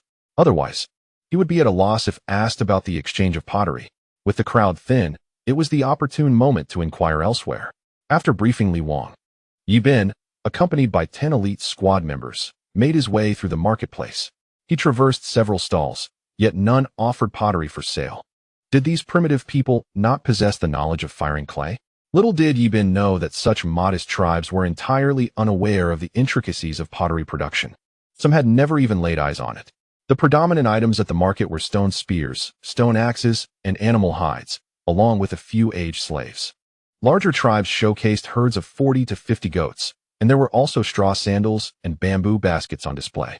Yi Bin found little of interest and continued forward until he spotted a stall containing 8 sturdy oxen. The presence of such mounts typically indicated a larger tribe, as it was uncommon for anyone to present a dozen oxen for trade at once. Striding towards the stall, he caught the vendor's attention, who approached with a smile and inquired about their trading intentions. Ibn asked about the exchange rate for the oxen, to which the vendor replied that 20 goats would fetch 1 ox. Ibn considered this to be a reasonable offer, recognizing the considerable utility of the oxen. He then asked if the vendor could reduce the number. The vendor's demeanor soured instantly, perceiving Ibn as a penniless negotiator. Among primitive peoples, haggling was not a customary practice. The vendor assumed Ibn was merely indulging in idle chatter and impatiently urged him to either proceed with the trade or vacate the premises to avoid wasting his time. Annoyed, Ibn retorted, "Am I not merely negotiating?" The vendor, eyeing the oddly dressed individuals before him, reiterated his impatience and pressed for a decision. Ibn replied, "We do not possess goats."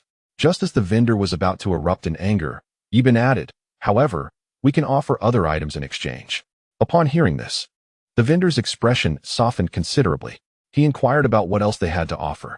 Ibn mentioned they possessed pottery and white salt, though he hesitated to mention the fish, feeling it was beneath the trade of someone offering oxen, indicating the vendor's tribe lacked food scarcity. The vendor, after contemplating, stated he would need to consult with their chief before providing a response. Ibn inquired about the chief's whereabouts. The vendor explained that the chief was currently engaged elsewhere and suggested they wait. Ibn then asked how long the wait might be.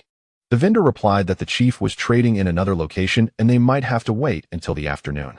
Ibn decided they would return later, to which the vendor agreed, advising them to arrive early. Ibn nodded and departed with his team. As they left, he noticed the market was becoming increasingly crowded and wondered how their own stall was faring. After wandering for a while with his companions, they still found nothing appealing. As of now, the number of slave trading stalls has increased significantly. Ibn observed a particular stall where over 200 slaves were bound, the majority of whom were women. Approaching the stall, he inquired about the exchange process.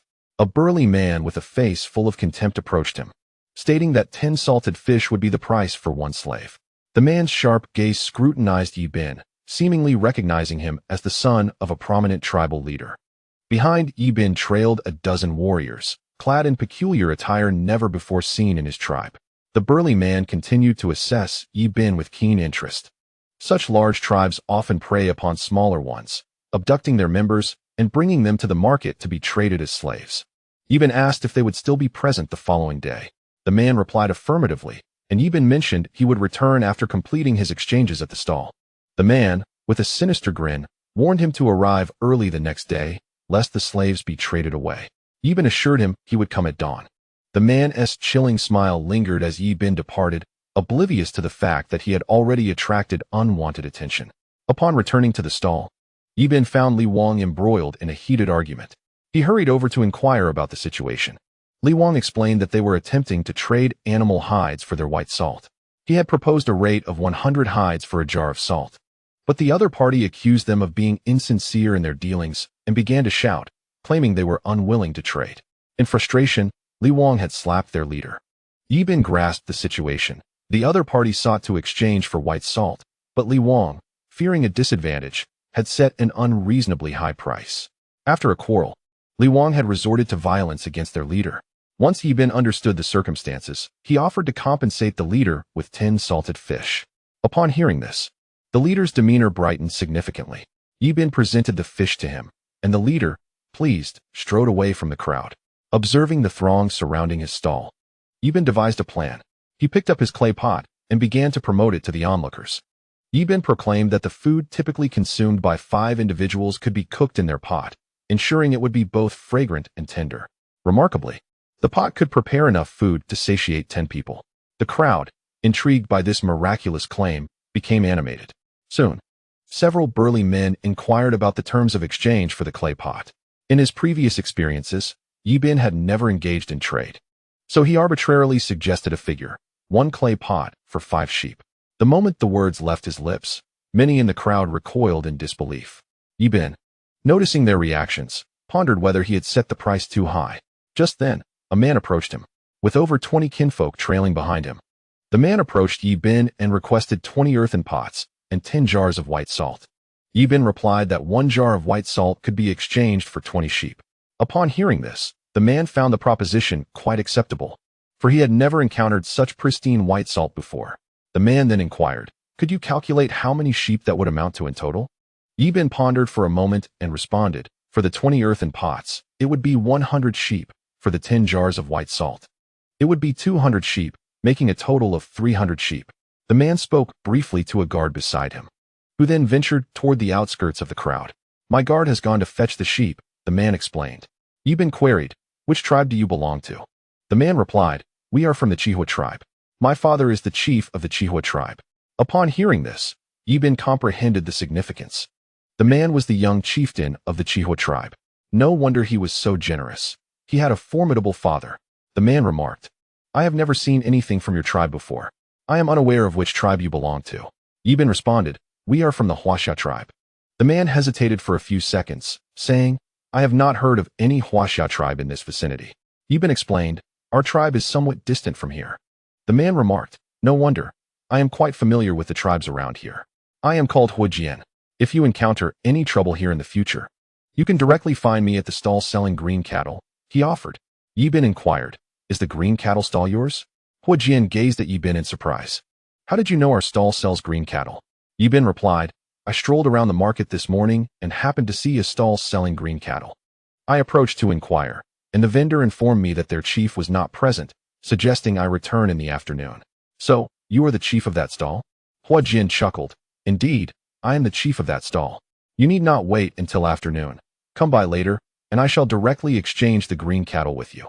Huajian then asked, "You have yet to tell me your name." Yi Bin smiled and replied, "I am Yi Bin, the chief of the Huaxia tribe."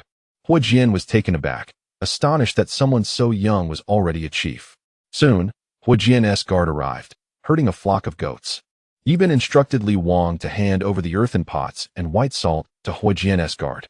Additionally, Yi Bin gifted Huajian 10 earthen bowls and explained their usage. Huajian was naturally delighted. After exchanging pleasantries, Huajian departed with the exchanged earthen pots and white salt. Just then, several robust men approached, demanding, "Bring me 10 earthen pots and 5 jars of white salt." While another proclaimed, "I want 15 earthen pots and 10 jars of white salt." Yi Bin and his companions were soon overwhelmed.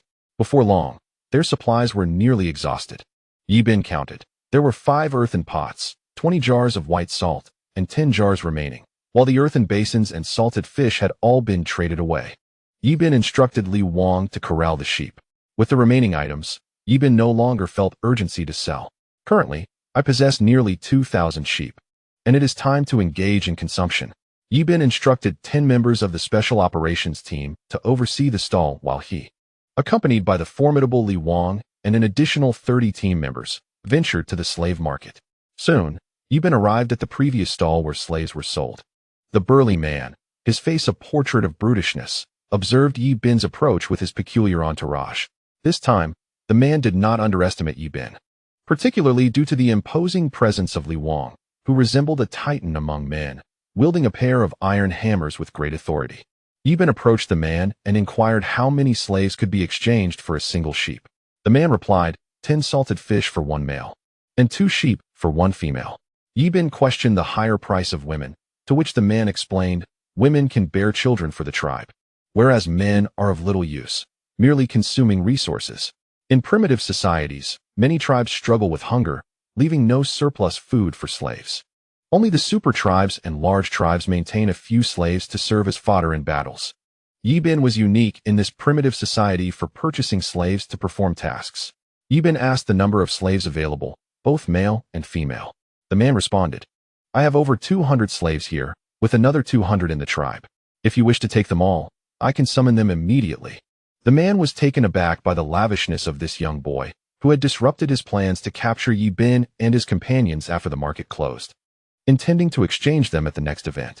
The man's tribe was a medium-sized one, with over 1,000 members, relying on the market to trade for individuals from smaller tribes. Yi Bin had not been originally on his list of targets, but now, with this many people, the man's plans were entirely thwarted. Yi Bin declared, "I will take all your slaves. How about 5 male slaves for 2 sheep?"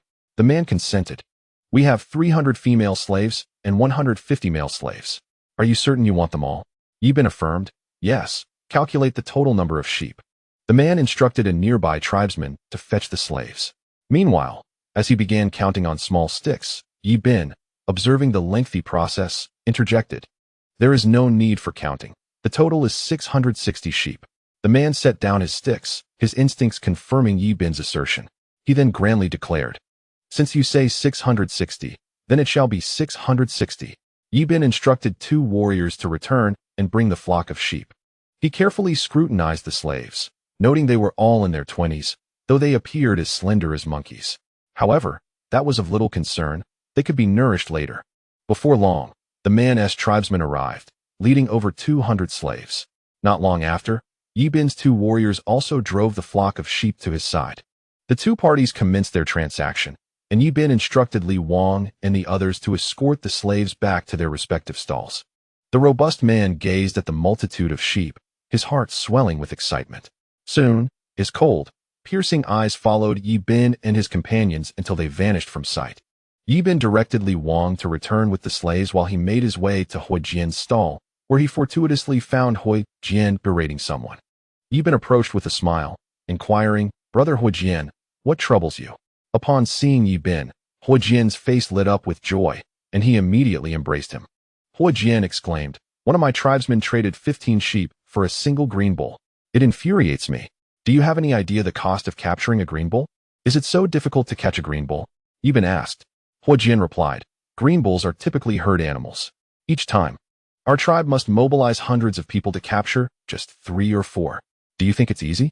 Yi Bin chuckled awkwardly and queried, how many green bulls do you have left? Hui Jian, hearing Yi Bin's question, responded, do you want them all? Yi Bin affirmed, indeed, I want them all.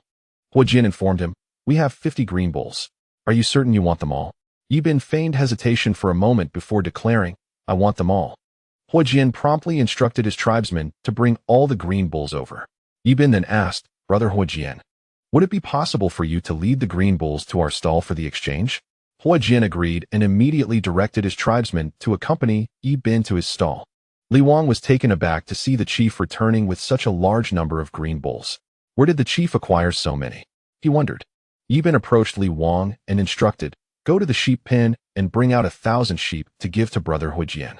Li Wang felt a pang of despair. The chief was indeed reckless with resources. The freshly acquired sheep had barely warmed under their care before being exchanged. Now, only 140 sheep remained in the pen, and the onlookers could only shake their heads at the chief's extravagant actions. After bidding farewell to Hui Jian and his group, Yi Bin inspected his stall and discovered the white salt was depleted. He recalled having tin jars when he left. His team, noticing the chief's confusion, explained. A few people came by earlier and exchanged the white salt for 200 goats. Yi Bin pondered. So we currently have over 340 goats? His team affirmed, yes, chief. What shall we do now? Yi Bin glanced around the stall, observing that only 5 clay pots and 20 clay bowls remained, and there was little left for trade. He then addressed the slaves seated on the ground, stating, from this day forth, you shall be slaves of my Huaxia tribe. I understand you were captured, but that is of little consequence now. I present you with 2 choices. First, you may join our tribe. Second, you may accompany us back to the Huaxia tribe and continue as slaves. However, joining our tribe comes with conditions. The first condition is that those who have taken a life must stand. Soon, more than 30 individuals stood up. Yi Bin declared that these 30 would return to the tribe as slaves, with their future performance yet to be evaluated. The others were free to choose to join our Huaxia tribe. The primitive people do not deceive. Their existence is devoid of convoluted intricacies. In their previous tribe, these slaves barely managed to secure a morsel of food each day, subsisting solely on water and a meager selection of wild grasses. Before long, someone rose and exclaimed, I wish to join your Huaxia tribe. The slaves were on the brink of starvation, their only thought being how to survive. When faced with the specter of death, if a glimmer of hope for survival is suddenly presented, any person would choose life, discarding all tribal beliefs. Now, these slaves were solely focused on the will to live. Yi Bin had bestowed upon them hope, akin to a drowning person grasping desperately at a lifeline. He was that lifeline, witnessing the slaves stand up, proclaiming their willingness to join the Huaxia tribe. Yi Bin instructed Li Wang to slaughter 8 sheep and prepare a feast to satiate their hunger. For the slaves, nothing was more pressing than food. They had not tasted meat in what felt like an eternity, with some lacking even the strength to stand. Shortly thereafter, the savory aroma of meat wafted from the clay pots. The slaves' eyes were fixated on the pots, longing to embrace them and devour the contents immediately. Yibin organized them into a line, but there were not enough clay bowls to go around. Thus, he had them fashion 2 small wooden sticks on the spot. The slaves were bewildered, questioning the utility of these sticks. Yibin then placed the remaining 20 clay bowls in front of 5 clay pots, directing the slaves to take turns drinking the broth, leading to an awkward scene. The slaves, holding their wooden sticks, stood around the pots, at a loss for what to do. Yibin instructed the warriors to teach the slaves how to use chopsticks. Within the 5 pots, there were a total of 450 pieces of cut lamb meat, perfectly apportioned for each individual. However, some slaves secretly attempted to take 2 pieces, only to be swiftly reprimanded by the warriors, who delivered a kick that sent them crashing to the ground. Upon witnessing the punishment, the remaining slaves became more compliant. Yibin permitted them to use any leaves they could find to wrap the meat and eat, acknowledging the lack of hygiene but prioritizing their hunger. Seeing them devour the food ravenously, Yibin was struck by nostalgia, recalling his own arrival when he too had been unable to secure a single morsel of meat. That feeling seemed to linger as if it were just yesterday. Li Wang observed Yibin lost in thought and approached him, asking, "Chief, shall we remain in the marketplace for a few more days?" Yibin snapped back to reality, responding, "Once they finish eating, we shall prepare to return to the tribe." Just then, a burly man approached with a broad grin. He introduced himself as Man Xiong, the leader of the Battle Bear tribe. "I've heard that there is a vendor selling pottery here. Is that you?" Yibin acknowledged, "Indeed, we are the ones selling pottery. And we still have 5 clay pots available. We have just finished cooking the meat and haven't had the chance to clean up," remarked the bear-like man nonchalantly. "It doesn't matter. After all, we are going to cook meat anyway." Leaf Bin, harboring no fondness for this bear-like figure, inquired, "What is the exchange rate for your pottery?" "These are the finest pots from our tribe," he replied. "I heard that 20 sheep are worth 1 pot. Surely, 1 pot cannot possibly be worth that many sheep." The bear-like man chuckled, sensing a trickery. "Very well, let it be 20 sheep for 1. And how many pots do you currently possess?" Leafbin asked. "We still have 5 pots," he answered. "I shall take them all," the bear-like man declared, soon summoning his tribesmen to bring forth 100 sheep. The exchange concluded swiftly, and as the bear-like man departed, he warned Leafbin, "The roads are perilous tonight." With a grin, he left. Leafbin understood the underlying threat. He would not let this go unchallenged. Having faced numerous tribulations since arriving in this world, he was not easily intimidated. The slaves, having filled their bellies, reclined on the ground, contentedly rubbing their stomachs. However, Leafbin noticed one slave standing upright, distinct from the others. He initially thought, "These primitive folk are hopeless." Yet, this one was different. He beckoned the young man to approach. "What is your name? Why are you not resting like the others?" The boy, appearing no older than 18 or 19, replied, "I am called Chasing Wind, from the Yoxiong tribe." Upon hearing the name Yoxiong, Leafbin was taken aback. He had never encountered such a tribe in all his time here. "Could it be that I have traversed back to Earth 5,000 years ago?" he pondered, observing that these primitives did not seem quite like that era. "How many of you are left in the Yoxiong tribe?" Leafbin questioned. "What led to your capture here?" Chasing Wind responded, "I am the last of my tribe. While hunting in the mountains with my father, we encountered the bear-like man. They killed my father before my eyes and took me as a slave to sell.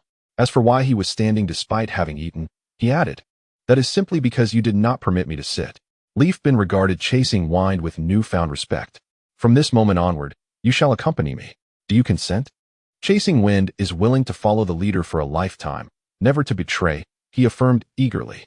"Then you shall take the surname Long," Leafbin decided. "You shall be known as Long Chasing Wind." There are only about 30 individuals in the tribe with the surname Long. Chasing Wind was astonished by the honor bestowed upon him, recognizing it as a sign of Leafbin's high regard. He then remarked, "The bear-like man will surely lie in wait for us on our return journey." Leafbin, surprised by the boy's insight, acknowledged, "I anticipated this. Should he dare to confront us, I assure you, he will not return." Chasing Wind's eyes gleamed with determination as they prepared to depart, gathering their belongings for the journey back to the tribe. Yibin led the newly joined tribesmen, herding a flock of sheep toward the market entrance. In the distance, a pair of malevolent eyes fixated on Yibin and his group. With Li Wang leading the way, The assembly proceeded towards the market. Upon reaching the entrance, a man with a scar across his chest obstructed Yi Bin's path. The man smiled and inquired, "Are you the leader of the Huaxia tribe? Allow me to introduce myself. I am Bai Hu, the leader of the Black Bear tribe. I have heard from my tribesmen that your pottery sells exceptionally well. I wish to exchange for 20 pieces. Yi Bin replied courteously, "I apologize, Chief Bai Hu, but our pottery has all been exchanged.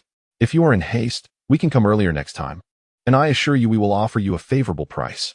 Bai Hu beamed at this and said, "Please ensure your safety on your journey back, Chief Yi." Yi Bin, detecting the concern in Bai Hu's voice, smiled in return and replied, "Thank you for your reminder, Chief Bai Hu. We shall set off now." Watching Yi Bin and his party depart, Bai Hu muttered softly, "I wonder if the Huaxia tribe can escape the clutches of the man-bear this time." A nearby warrior responded, "Few survive once the man-bear strikes." Bai Hu pondered for a moment and said, "Let us hope Chief Yi returns to the tribe safely. Their white salt pottery was the first to grace our market, bringing immense benefits. As long as their white salt pottery continues to sell here, many tribes will surely come." The warrior asked, "Should we not assist the Huaxia tribe?" Bai Hu replied, "No, the man-bear tribe has nearly 1,000 members and is part of the Glutton Alliance. We should avoid stirring trouble." The warrior contemplated but remained silent. The group hurried onward, and Yi Bin was acutely aware that ambush awaited them on the road. He instructed the weaker women to ride on the back of the green ox. The special operations team led the way, while the men guided the flock behind them. Yi Bin had arrived with merely over 40 people. Now, their returning party had swelled to nearly 500. These newcomers had only recently joined the tribe and had yet to pledge any loyalty. Should danger arise, it would be the special operations team that would safeguard them. At that moment, Chasing Wind approached and suggested, "Chief, I recommend sending 100 newcomers ahead." Yi Bin inquired why. Chasing Wind explained, "If an ambush arises, those in front will be the first to be attacked. We can let them fight amongst themselves, and when both sides are nearly even, we can charge in, minimizing our casualties." Yi Bin regarded Chasing Wind with astonishment, recognizing him as the most astute primitive man he had encountered since arriving in this world. "Your strategy is commendable," Yi Bin stated, "but it is unnecessary." Chasing Wind asked, "Why is it unnecessary?" Yi Bin replied, "You will understand in due course." Chasing Wind remained puzzled, unable to fathom why his flawless plan was dismissed by the chief. Could it be that the leader is too naive, utterly oblivious to the treachery that lurks in the hearts of outsiders? The group ambled along at a leisurely pace, and as Yi Bin approached Li Wang, he urged the warriors to muster their spirits, for the fierce bear was nearly upon them. Li Wang immediately stepped into the midst of the team and declared, "If we encounter the enemy shortly, 5 of you must protect the leader. The rest shall accompany me in unleashing our arrows." The members of the special operations team were suddenly invigorated with fervor. Indeed, ahead on the path, they spotted a throng awaiting Yi Bin and his companions. Yi Bin counted hastily. Goodness, there must be 200 or 300 of them, each wielding sharp stone spears, causing the ranks on Yi Bin's side to erupt into chaos. Chasing Wind suggested, "Leader, let these people charge ahead, and then we can make our escape," no matter how one looked at it. He could not envision the leader triumphing over the foes before them. His reasoning was that while slaves could be replaced, should the leader fall, all would be lost. Yi Bin, with a smile, instructed him to remain with the others in the back. Chasing Wind pondered in disbelief, questioning the leader's sanity. Yet soon, he was taken aback by the unfolding scene. Li Wang ordered a charge, and each member of the special operations team mounted their camels and surged forward. The fierce bear, upon seeing more than 40 individuals daring to rush towards him, burst into laughter, bellowing, "Warriors, charge forth and slay them." Over 200 men, armed with long spears, charged directly at Li Wang and his team. As they approached within 100 meters, Li Wang commanded the archers to fire. The warriors immediately released 7 iron arrows from their quivers, quickly preparing to reload. The fierce bear, witnessing a flurry of small wooden sticks soaring through the sky, thought to himself, "Such tiny sticks could never harm me." But as this notion crossed his mind, he was horrified by the scene before him. Over 200 iron arrows swiftly pierced through the crowd, accompanied by a cacophony of screams. The battlefield had transformed into a hellish purgatory. Agonized cries filled the air as the wounded clutched their injuries, blood seeping through their fingers. The fierce bear had never encountered such weaponry and found himself paralyzed in confusion. At that moment, a warrior rushed forward and pulled the bear to safety, shouting, "Leader, we must flee. Their weapons are too formidable." Before the soldier could finish his warning, an arrow from Li Wang pierced through his body, striking directly at his heart. The fierce bear looked down at the arrow embedded in the soldier's chest, blood trickling down its shaft. With his last breath, the soldier implored, "Leader, flee now, or we shall all perish here." The fierce bear finally grasped the gravity of the situation and promptly began to retreat. By this time, the special operations team's quivers were fully stocked, and the camels surged ahead with renewed speed. Though camels are typically slow, they could still cover over 40 kilometers in an hour. And as over 40 camels galloped with all their might, the ground trembled beneath them. The full throttle charge of the camels exerted a formidable pressure upon the fierce bear. Soon, the special operations team broke through the throngs of people. The warriors began their rhythmic strikes, and upon witnessing their leader, the fierce bear, flee, the fighters of the battle bear tribe were immediately engulfed in panic. Chapter 0. Return to the tribe. Li Wang observed as the fierce bear, accompanied by dozens of followers, made an escape. Mounted on a camel, he grasped his rapid-fire composite bow, loosing arrows with deadly precision, each one piercing the chests of 7 warriors, who promptly fell to the ground, their blood staining the animal hides adorning their bodies. These few warriors desperately shielded the fierce bear from harm. Li Wang hoisted his composite bow and seized the iron hammer from the camel's back, charging directly at the fierce bear and his entourage. The warriors, seeing Li Wang approaching, rushed forward, a dozen of them attempting to block his path. Not deterred, Li Wang swung his iron hammer with ferocity. The warriors braced themselves, but the tremendous force of the hammer sent them soaring, shattering their stone spears into fragments. The iron spikes on the hammer pierced through their chests, and they fell to the ground in agony, their insides obliterated. In mere moments, those warriors ceased to breathe. This sight horrified the fierce bear. The iron hammer in Li Wang's grip weighed at least several hundred pounds. Who could withstand such a blow? As Li Wang closed in, the remaining warriors abandoned their flight, brandishing their stone spears defiantly against him. Without hesitation, Li Wang charged forward, bringing his hammer down upon one of the warriors. Instantly, the warrior's head exploded, spraying blood and brain matter across his comrades. The warriors, recognizing their grim fate, shed their fear and lunged at Li Wang with their stone spears. Li Wang raised his hand, delivering another hammer strike that met the warriors' spears with terrifying force, shattering them to pieces. Now unarmed, the warriors faced Li Wang, who transformed into a harbinger of death. With a hammer strike to the left and another to the right, the remaining warriors spewed blood and collapsed, their insides rendered to pulp. Life ebbed away from them. The fierce bear, witnessing the gruesome demise of his fighters, felt utterly helpless, retreating in desperation. With one final hammer blow, Li Wang obliterated another warrior's body, blood and entrails spilling across the ground, leaving the spectators in shock. The special operations team, witnessing their captain's valor, transformed into a fearsome force. Each swing of their iron blades severed the necks of their adversaries, their squad resembling demons emerging from the depths of hell, each member drenched in blood. The iron blades, stained crimson, instilled terror in the remaining warriors, whose legs weakened at the sight. They had never encountered such lethal weaponry, capable of slicing through flesh with ease. While their stone spears proved futile against the special operations team's iron armor, the disparity in this battle was glaring. It was a one-sided massacre. As Yi Bin noted the fierce bear's retreat into the distance, he approached the battlefield and bellowed, "Lay down your weapons, or you shall all perish here." At that moment, over 60 members of the battle bear tribe remained on the battlefield, yet no one harbored the inclination to resist. The special operations team left an indelible impression upon them, particularly the formidable force known as the Strength King, whose single strike could obliterate a man. That harrowing scene was one no one wished to witness again. It was then that Chasing Wind comprehended why the leader had dismissed his council. The leader evidently held the bear tribe in utter contempt. Amidst the crowd, an individual began to discard his weapon, followed by 2, then 3 more, until shortly thereafter, all had relinquished their arms. Yi Bin commanded, "Bind them all." The special operations team promptly commenced their task, and within mere minutes, all captives were securely tied. Recovering the iron arrows was a magnificent endeavor of the Huaxia tribe. Yi Bin summoned Chasing Wind, instructing him to organize the gathering of the stone spears and axes strewn across the ground. as well as to strip the hides from the corpses. Chasing Wind approached the group and swiftly assigned 100 men to tidy the battlefield. The squads then returned to their respective larger forces.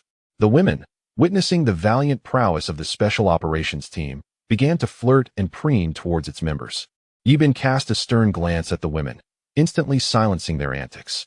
In no time, Chasing Wind had completed the cleanup of the battlefield and reported to Yibin. Leader, there are a total of 200 stone spears and 40 stone axes, with several damaged ones left uncollected. Yibin expressed his satisfaction with Chasing Wind, saying, "Are you certain you are not from a superior tribe? To tally these items so swiftly is beyond the capability of a mere small tribe." Chasing Wind replied, "Since my earliest memories, I have lived in a small tribe. These items were all taught to me by my father. Alas, he has passed away. Today, slaying so many from the bear tribe serves as a form of vengeance for him, though regrettably, that scoundrel man bear managed to escape." Yibin reassured him, "There will be ample opportunities in the future." He then instructed everyone to commence their journey. With these 60 slaves, the path would be considerably easier, as many tasks could be delegated to them. The party reached the riverbank, where Yibin directed Strength King and the Special Operations Team to shed their iron armor and cleanse themselves in the river, for they were smeared with blood. The water was soon tainted crimson as the warriors diligently scrubbed away the stains. Once they had finished, Yibin cautioned them, "Iron armor must not come into contact with water, otherwise it will rust and become prone to damage. You may use animal fat to wipe it down." Only then did the warriors realize the importance of this warning, as many had contemplated entering the water in their armor. Fortunately, the leader had intervened. Chasing Wind quietly committed Yibin's words to memory, marveling at the wealth of knowledge possessed by the leader. Yibin inquired about how to accommodate these individuals upon their return to the tribe. Chasing Wind responded, "Leader, if you provide them with a hearty meal, they will follow your command without question. No one desires anything but a good life. They suffer daily under man-bear, often going without food. It is you, the leader, who has liberated them, and with your provision of sustenance, they will wholeheartedly follow you." Chasing Wind understood that this was a test set forth by the leader. From the moment he laid eyes on Yibin, he resolved to follow the leader for the rest of his life. Chasing Wind understood that only by aligning himself with the leader could he seize the opportunity for vengeance. After several days of travel, the group finally arrived at the Gourd Pass. The city had begun its construction, and the courtesan had arranged for patrols atop the walls daily. Suddenly, a horn echoed from within the tribe, and over 100 brave warriors ascended the walls, bows drawn, awaiting the courtesan's command. Yibin observed the courtesan's vigilance with great satisfaction. A tribe devoid of caution would not thrive for long, though there was but a single wall at present. The primitive folk had never witnessed such a magnificent structure. They stood in awe, their perceptions utterly transformed. Chasing Wind inquired of Yibin, "Is this our tribe, chief?" Yibin nodded, replying, "This city is still a work in progress. Once it is completed, you shall truly understand what greatness entails." Chasing Wind felt the tribe was already impressive, yet the leader insisted that the future city would embody true power. The procession continued toward the valley, and it was then that the courtesan recognized the leader's return. The tribe members immediately descended to welcome him. Luoshi rushed to Yibin's side, and he lifted her into his arms, spinning her around. The onlookers had grown accustomed to such displays from their leader, encircling Yibin with joyous exclamations. After a moment, Luoshi suddenly recalled something, breaking free from Yibin's embrace, her cheeks flushed with embarrassment. At that juncture, Yibin introduced the gathered tribe members, stating, "These captives are our newly acquired slaves, alongside those obtained from the market, totaling 510 individuals. 60 were captured, and only 30 remain under evaluation. The remaining 420 have already joined our Huaxia tribe." Yibin went on to introduce Chasing Wind, who would serve as the tribe's strategist. In Yibin's absence, management would fall to Black Bull, Black Panther, the courtesan, and Chasing Wind. Chasing Wind then greeted everyone, and Yibin entrusted the more than 90 slaves to the courtesan for the construction of the city walls. The tribe, now including the slaves, numbered over 900. Yibin's journey had taken 7 days, during which the second batch of houses for the tribe had been completed. Presently, the tribe boasted a total of 150 red brick houses. Yibin inspected the structures, finding their construction satisfactory. 10 rows with 15 houses each, arranged neatly, offering a pleasing sight. He mused that the tribe currently had no shortage of housing and should prioritize the construction of the walls. With so many working together, the walls would soon be erected. Ascending the wall, Yibin surveyed its length, which had reached over 3,000 meters. The wall needed to extend 5,000 meters in width and length, totaling over 20,000 meters for all four sides. Yibin cast another glance at the moat, which had expanded slightly since his last inspection. The excavation of the moat proceeded with remarkable speed, having reached over 6,000 meters. With the advent of iron tools, the pace of digging through the earth had accelerated significantly. At that moment, Chasing Wind approached him, reporting that the newly arrived tribespeople and slaves had been settled comfortably, utilizing a total of 51 rooms. Yibin regarded Chasing Wind with satisfaction, expressing that with his assistance, managing the tribe would become considerably easier. Chasing Wind promptly pledged his loyalty, asserting that he would fulfill any request of the leader. Yibin then articulated his desire to establish an army once the city walls were completed, aiming to secure a foothold in the region. Chasing Wind responded, noting that a competent army must undergo the crucible of battle, otherwise it cannot truly be called an army. At present, the only individuals in their tribe who could be deemed warriors were those in the specialized combat teams led by Yibin, while the rest could merely be classified as brave men. The path to training a proper army would be long and arduous. Yibin felt astonished at Chasing Wind's vast knowledge. Was it possible that his father was a leader of a formidable tribe? Sensing Yibin's surprise, Chasing Wind revealed that these lessons had been imparted to him since childhood by his father, who had also taught him many other skills. Yibin realized that Chasing Wind's father was no ordinary individual. His current dilemma was how to train a cadre of warriors in the shortest time possible. Leader, entrust this task to me. I assure you that I will cultivate true warriors, Chasing Wind declared, willing to adopt extreme measures to achieve this goal. He envisioned leading the tribe's brave men to conquer nearby smaller tribes. He was prepared to be reviled by others for the sake of his leader, unperturbed by their judgments, solely focused on forging a formidable army. In primitive societies, only tribes with ill repute engaged in rampant violence, eventually provoking coalitions to eradicate them. Therefore, most tribes refrained from reckless aggression that could provoke trouble, as the majority favored peace. Had Yibin pursued a path of relentless violence, it would not be long before numerous tribes would unite against him, leading to catastrophic consequences for his tribe. To cultivate a strong military, one must adhere to conventional methods rather than resorting to underhanded tactics. The wolf tribe had been consumed precisely for this reason. After Yibin departed, Chasing Wind stood alone atop the city wall, lost in thought, fully aware that his nature suited that of a warrior leader, and only someone of Yibin's caliber could elevate them to new heights. Meanwhile, the crops planted in the old city had matured over time. Yibin resolved to send bamboo in a few days with 50 women to remove the weeds and loosen the soil in the fields. Additionally, they would mix human waste with water and apply it beside each seed to ensure a more bountiful harvest. In recent days, the tribe has devoted itself wholeheartedly to the construction of the city walls. During this period, Yibin has inadvertently offended two major clans within the Taotai alliance, the Python clan and the Bear clan, alongside the Wild Dog clan. He is troubled by the possibility that the scoundrel, Lai Quan, may be abducting individuals to bolster his own faction. The thought of enemies lurking everywhere weighs heavily on Yibin's mind. If he does not hasten the construction of the walls, the tribe will be in peril should adversaries come knocking at their door. These clans have clashed with Yibin before, and when they return, they will undoubtedly be prepared. At that moment, the effectiveness of Yibin's archers may be significantly diminished, for the Taotai alliance is likely aware of the presence of such weaponry.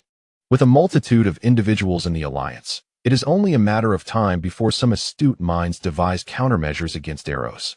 The Python and Bear clans will surely unite, potentially bringing a force of 2,000 to 3,000 against Yibin's meager numbers. He knows that even a mere spit could drown him. Thus, Yibin understands that the walls are the key to their victory.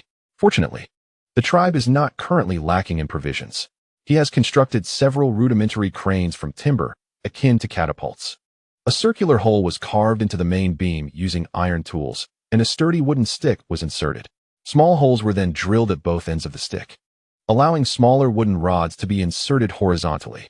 This simple crane can rotate a full 360 degrees. The rear of the main beam is secured with thick grass ropes. while a bamboo basket is suspended at the front.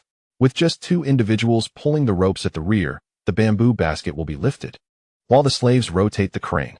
Stones can then be hoisted from the basket to the top of the walls, where they will be gently lowered by the slaves. When Yibin visited the market, Hainyo brought the old bear and his companions. The old city now stands deserted. In recent days, Yibin and the old bear have crafted over 20 cranes. With the crane's assistance, the pace of wall construction has accelerated, with over 900 tribe members laboring each day. The first day saw 400 meters completed, the second day 420 meters, and the third day 450 meters. As time passes, Yibin, accompanied by Bamboo and a few women, ventured to the old city to tend to several acres of crops.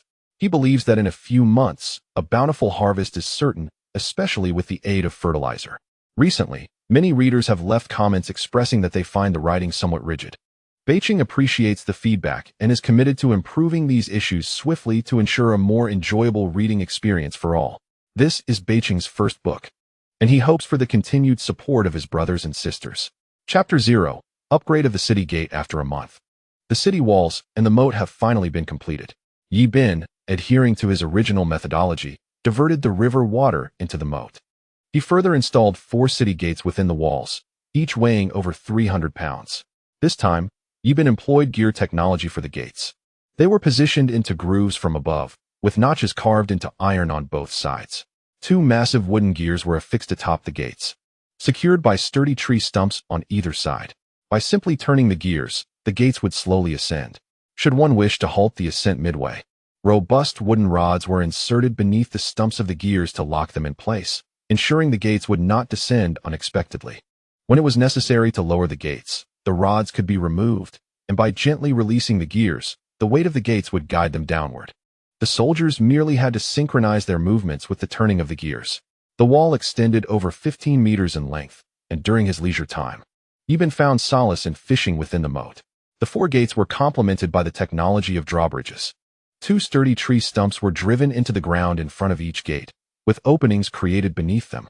The wooden bridges were then placed between the stumps, with small holes drilled at one end to secure them with rods inserted through the openings. Thus, the bridges were anchored, and thick ropes bound the front ends of the drawbridges.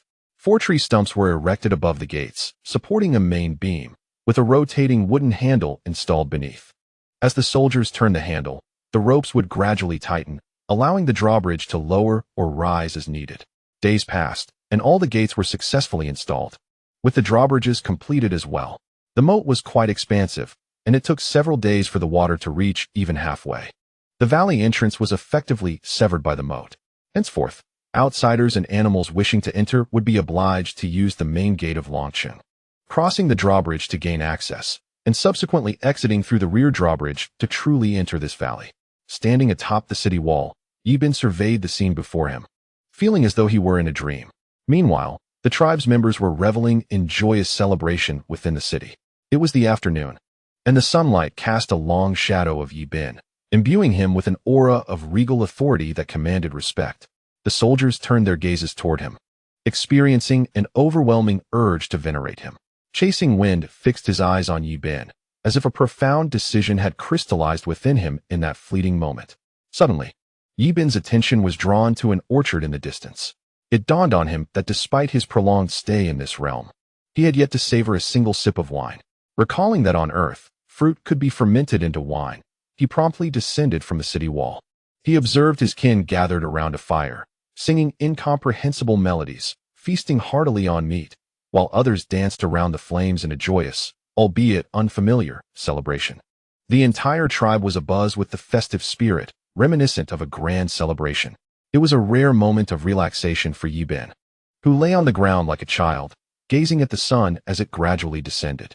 Luo Su, observing Yibin sprawled on the earth, approached him gently from the women's quarters. Her heart ached at the sight of Yibin, who had not paused for a single day since assuming the role of leader. Each day was consumed by his relentless efforts towards the tribe's advancement and sustenance. It had been a long time since Luo Su had seen Yibin so at ease. Perhaps, at that moment, he was truly the happiest. She took a wolf pelt and delicately draped it over him, her eyes brimming with concern that she could not conceal. In the distance, the moon bore witness to this tender scene, stirring complex emotions within. Although in primitive society, men were permitted multiple wives, Yi Bin had never expressed any such sentiments towards her. He treated her as a sister, and she could sense his lack of romantic intentions. The thought of Yi Bin's gaze upon her made her wish to distance herself, believing that such a separation would ease her troubled heart. As dusk deepened, the tribe members lay scattered on the ground, devoid of dignity, for their leader too rested upon the earth. Morning sunlight streamed upon Yi Bin's face, momentarily blinding him. He raised a hand to shield his eyes, only to discover that it had lost sensation. Turning his head, he found Luo Su asleep against his arm. In that moment, she appeared enchanting, her lips curved in a gentle smile, her brows fluttering slightly, resembling a celestial being fallen to earth. Yi Bin longed to gaze upon her forever. Suddenly, Li Wang approached, inquiring what their plans were for the day. At that instant, Yi Bin felt a surge of irritation towards Li Wang. Though he knew he could not best him in a confrontation, Li Wang would surely not retaliate. Luo Su, groggily rubbing her eyes, became instantly displeased upon seeing Li Wang. Her lips pursed in a pout, prompting Chasing Wind to swiftly pull Li Wang away, whispering to him, leaving Li Wang feeling quite innocent. Having just awakened, Li Wang had been tasked with rousing the leader, only to be met with disdain, which made him feel quite aggrieved. If Yi Bin were aware of Li Wang's thoughts, he might very well feel compelled to strike him, for who could endure such an infantile demeanor? Once Yi Bin arose, he noticed that the tribe members were uncertain about their tasks. Instantly, he realized that without leadership, they reverted to their former selves, struggling for sustenance. Recognizing the need for action, Yi Bin instructed He Nyo to sound the ram's horn, a signal now universally understood by the tribe, prompting them to gather around him. Standing on the training ground, Yi Bin proclaimed that from this day forth, every member of the tribe must practice dental hygiene. Each individual was to craft a toothbrush from twigs, applying charcoal powder to their teeth, and using the small branches to scrub them clean. He mentioned that he had been researching wool garments during this time. When the research is completed, every member of the tribe shall don garments woven from wool. At present, we have two tasks to undertake.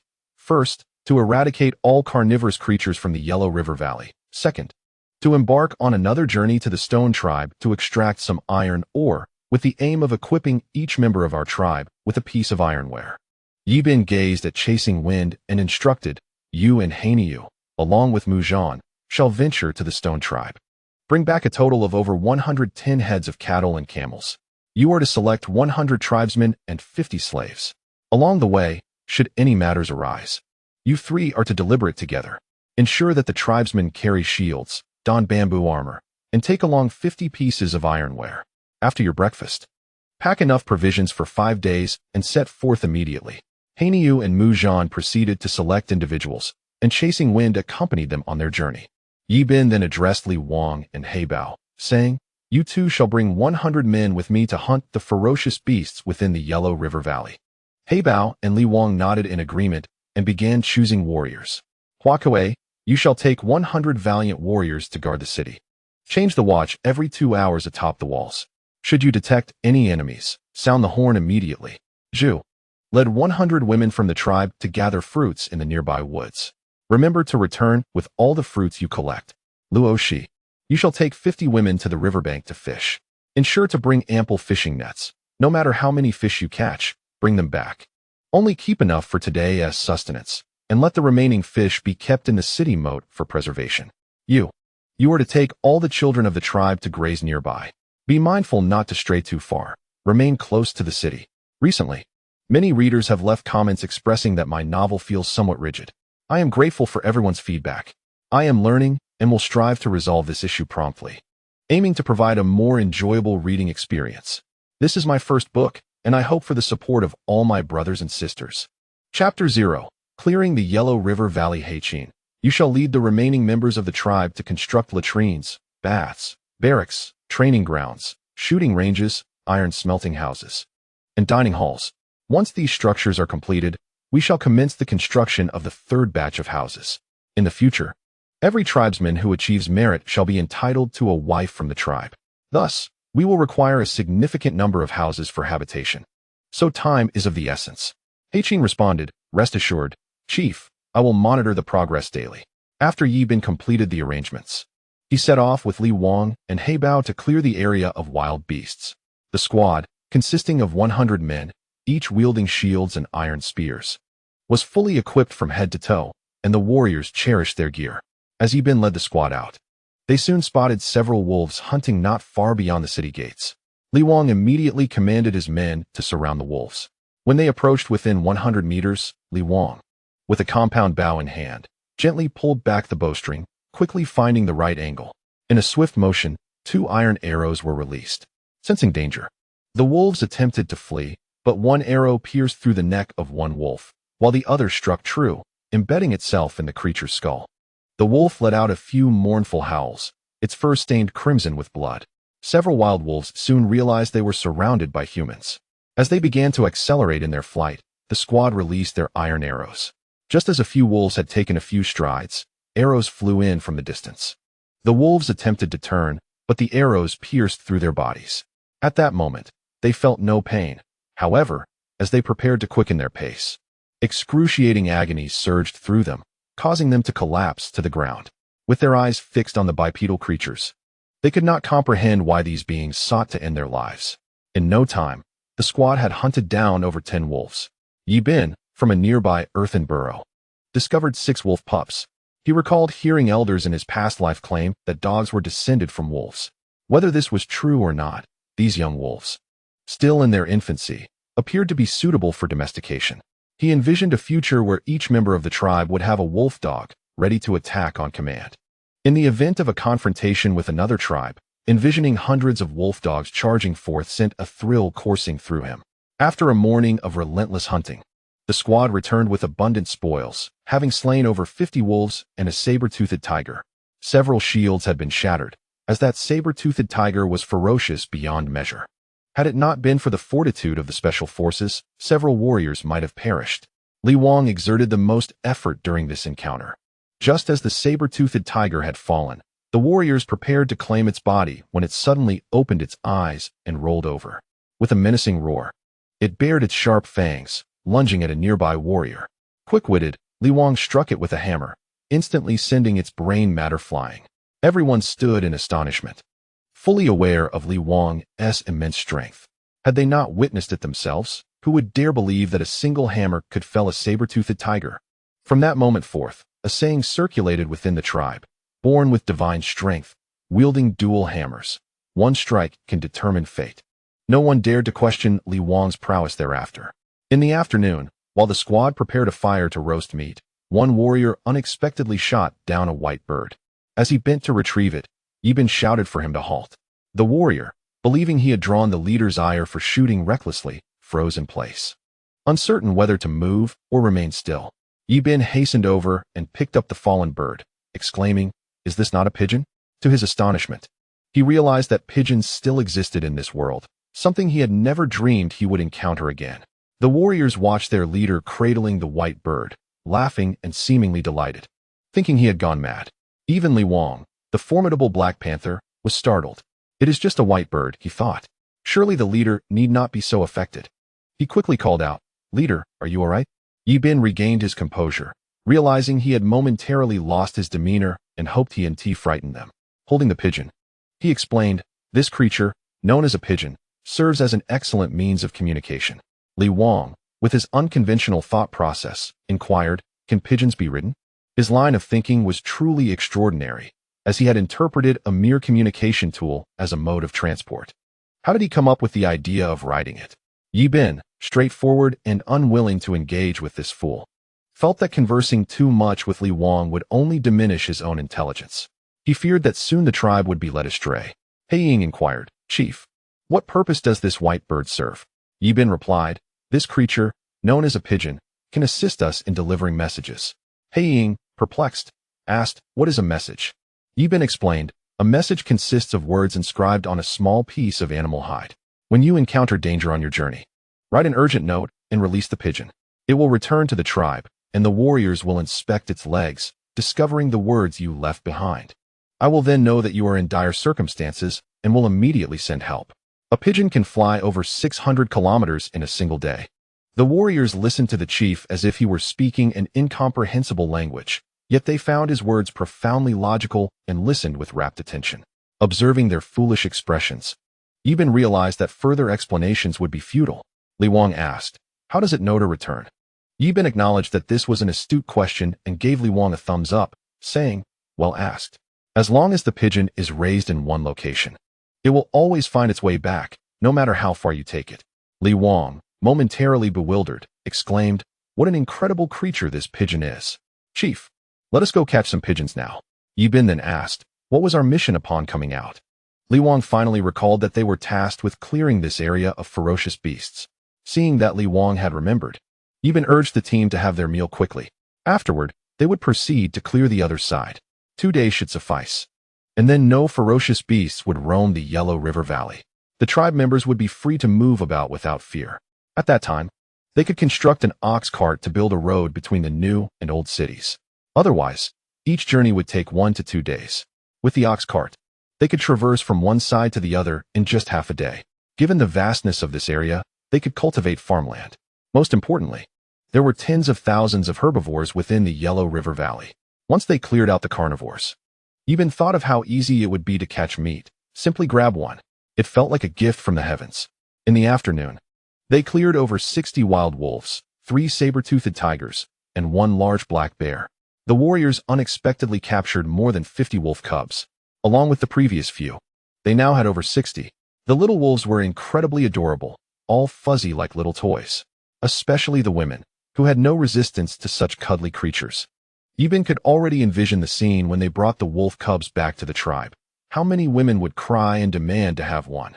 Recently, many readers had left comments below. I find my novel somewhat rigid, and I am grateful for the feedback provided by everyone. I am also in the process of learning and will strive to resolve this issue promptly, aiming to ensure that readers find enjoyment and comfort in my work. This is Beiqing's first book, and I hope my dear brothers and sisters will offer their generous support. Chapter 0. The Extraction of Iron. Yi Bin had his eye on 6 black wolf pups, intending to take 2 back for Luo, Shi while keeping 4 for himself. The little girl would surely adore such fluffy creatures. Meanwhile, Chasing Wind encountered some troubles along the way. Recently, Hei Niu had become increasingly arrogant after following Yi Bin into numerous battles. Along their journey, they stumbled upon a tribe of cannibals. Initially, the tribe, seeing the warriors' numbers, prepared to retreat. However, Hei Niu, emboldened, charged into their territory with over 30 men in pursuit of the cannibals. Unexpectedly, they found themselves surrounded by the tribe. Although Hei Niu was well-equipped and underestimated the cannibals, he soon faced the harsh reality of being besieged by 70 or 80 of them. The warriors initially held the upper hand, but as time passed, the number of cannibals swelled, and the warriors began to tire. The cannibals resorted to hurling stones and overwhelming their foes with sheer numbers, while Hei Niu sustained no external injuries. His body bore numerous bruises from the relentless barrage of stones. The battle grew increasingly fierce, with 3 to 4 dozen cannibals falling in combat. On Hei Niu's side, 5 or 6 warriors were injured, each one fatigued, their strikes becoming ever slower.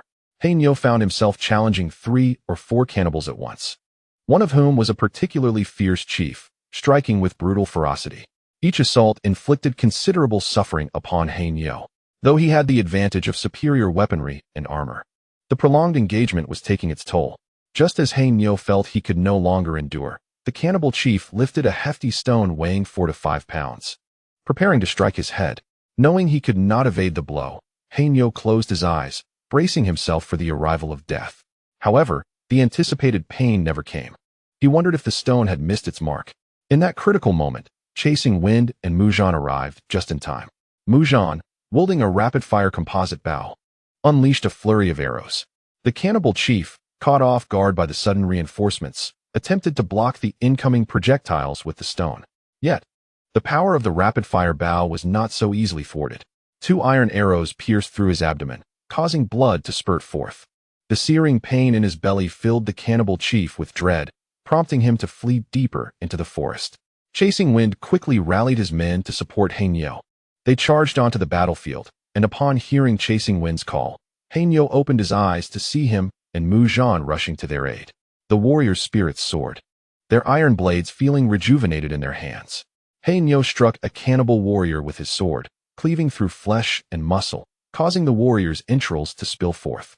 Before the warrior could react, Hei Niu delivered another decisive blow to his neck. Suddenly, a severed head soared into the air, while the lifeless body collapsed heavily onto the ground. The cannibals, witnessing their leader's flight, lost all courage to continue the battle as their captain was also slain by the Black Bull. One by one, they began to flee in all directions, with Wood Battle leading a pursuit. Chasing Wind promptly summoned his men to finish off the fallen cannibal warriors who were not yet dead. In that moment, the Black Bull collapsed onto the ground, feeling utterly drained of strength. Wood Battle and Chasing Wind hurried to his side, expressing their concern. "Are you all right, Black Bull? Are you injured?" Chasing Wind examined his body, relieved to find he was unscathed, albeit exhausted. After this brief interlude, they resumed their journey. That night, Yi Bin and Li Wang spent the night in the valley. Yi Bin felt a sense of joy, having slain numerous wild wolves and captured many wolf cubs. He envisioned the future where he would command a pack of wolf dogs in battle, releasing hundreds of them onto the battlefield, and the thought exhilarated him. However, his pleasant daydream was soon interrupted by the hungry cries of the cubs. In this desolate wilderness, where could he possibly find milk for them? Thus, Yi Bin devised a plan. He chopped the bear meat they had hunted that day and simmered it into a broth using a clay pot. To his delight, the wolf cubs consumed it eagerly. Realizing this method was effective, he instructed the soldiers to prepare more meat broth. After much effort, the soldiers managed to feed the cubs sufficiently. As night fell, temperatures began to drop, and the soldiers gathered around a fire for warmth. The valley was alive with the sounds of various creatures, yet the absence of many carnivorous animals suggested that the area had been mostly cleared. Although Yi Bin could not ensure complete eradication, he knew that as long as the carnivores within the valley were eliminated, it would truly belong to the Huaxia tribe.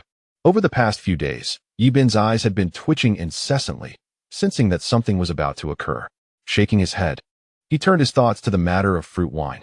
Wine is a splendid creation. A little each day can greatly benefit one's health. It can also be utilized for various other purposes, including strategic resources, which would be explained later. Yi Bin contemplated producing wine from grain, but under the current conditions, where was he to find grain for brewing? The first batch of food had yet to sprout. He recalled novels from his previous life, where protagonists traversed to another world and soon had grain, gunpowder, and cannons at their disposal. Only upon truly crossing over does one realize that food must be discovered through opportunity, and that sulfur for gunpowder primarily exists in the Northeast. Every day must be spent considering food and the safety of the tribe. There is little time to enjoy life when personal safety is not prioritized. Tomorrow morning might arrive with unforeseen calamities. Yi Bin had come to understand that the primitive society was exceedingly brutal, as humanity was still in the throes of evolution. Many matters are not as astute as subsequent generations. This is merely a testament of the times. It is through the experiences left by predecessors that one can reap the rewards.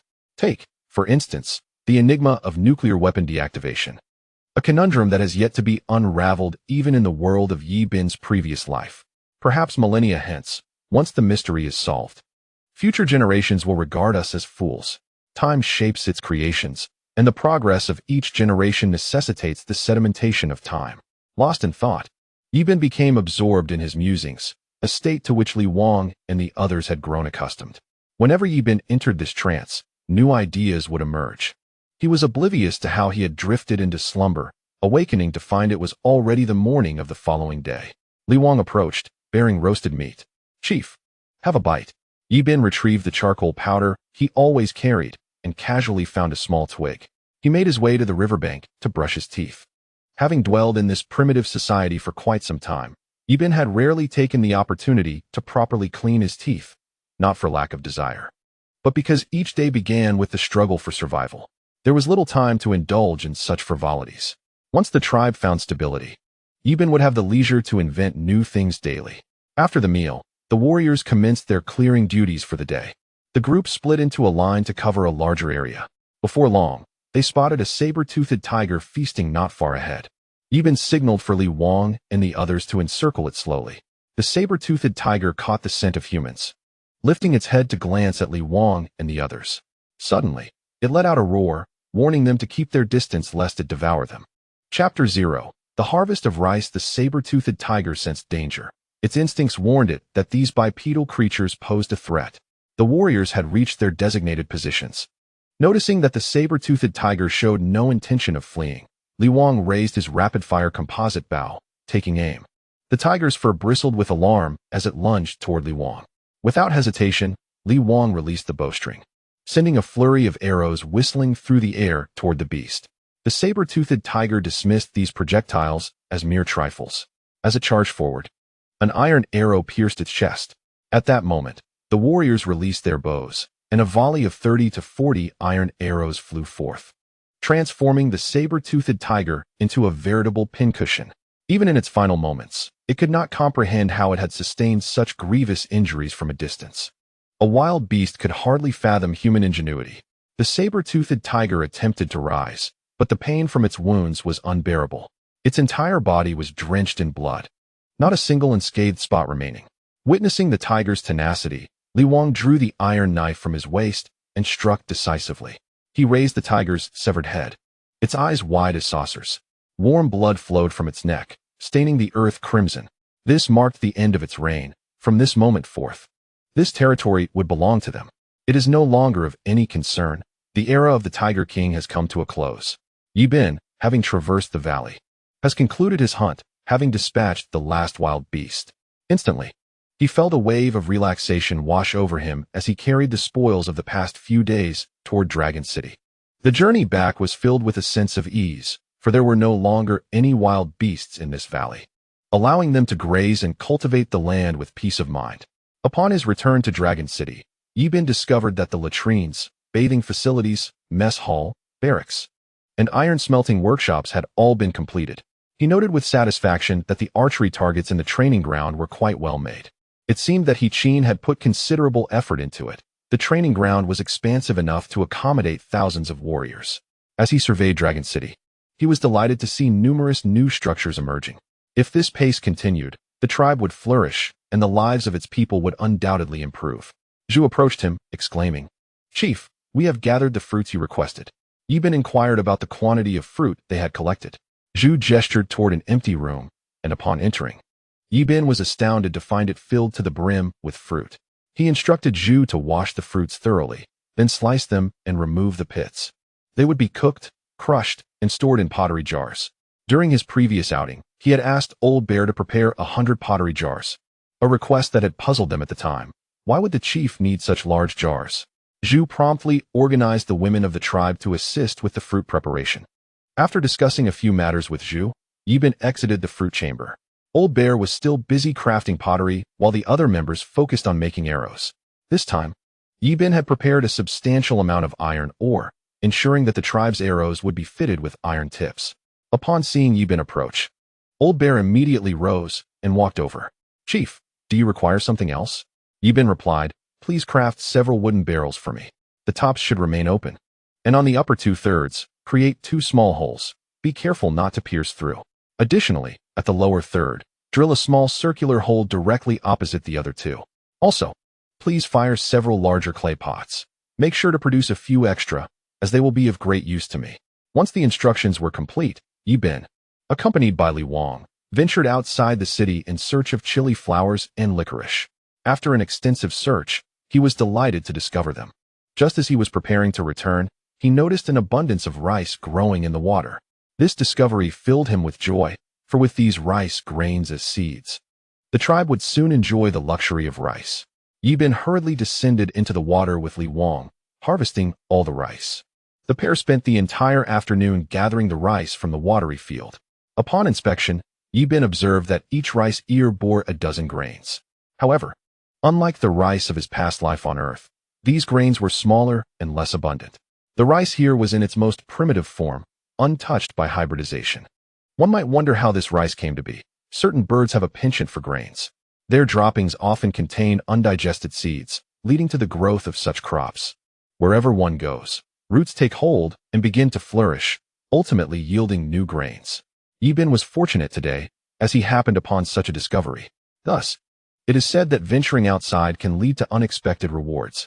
Yi Bin estimated that there must be around 200 to 300 pounds of grains.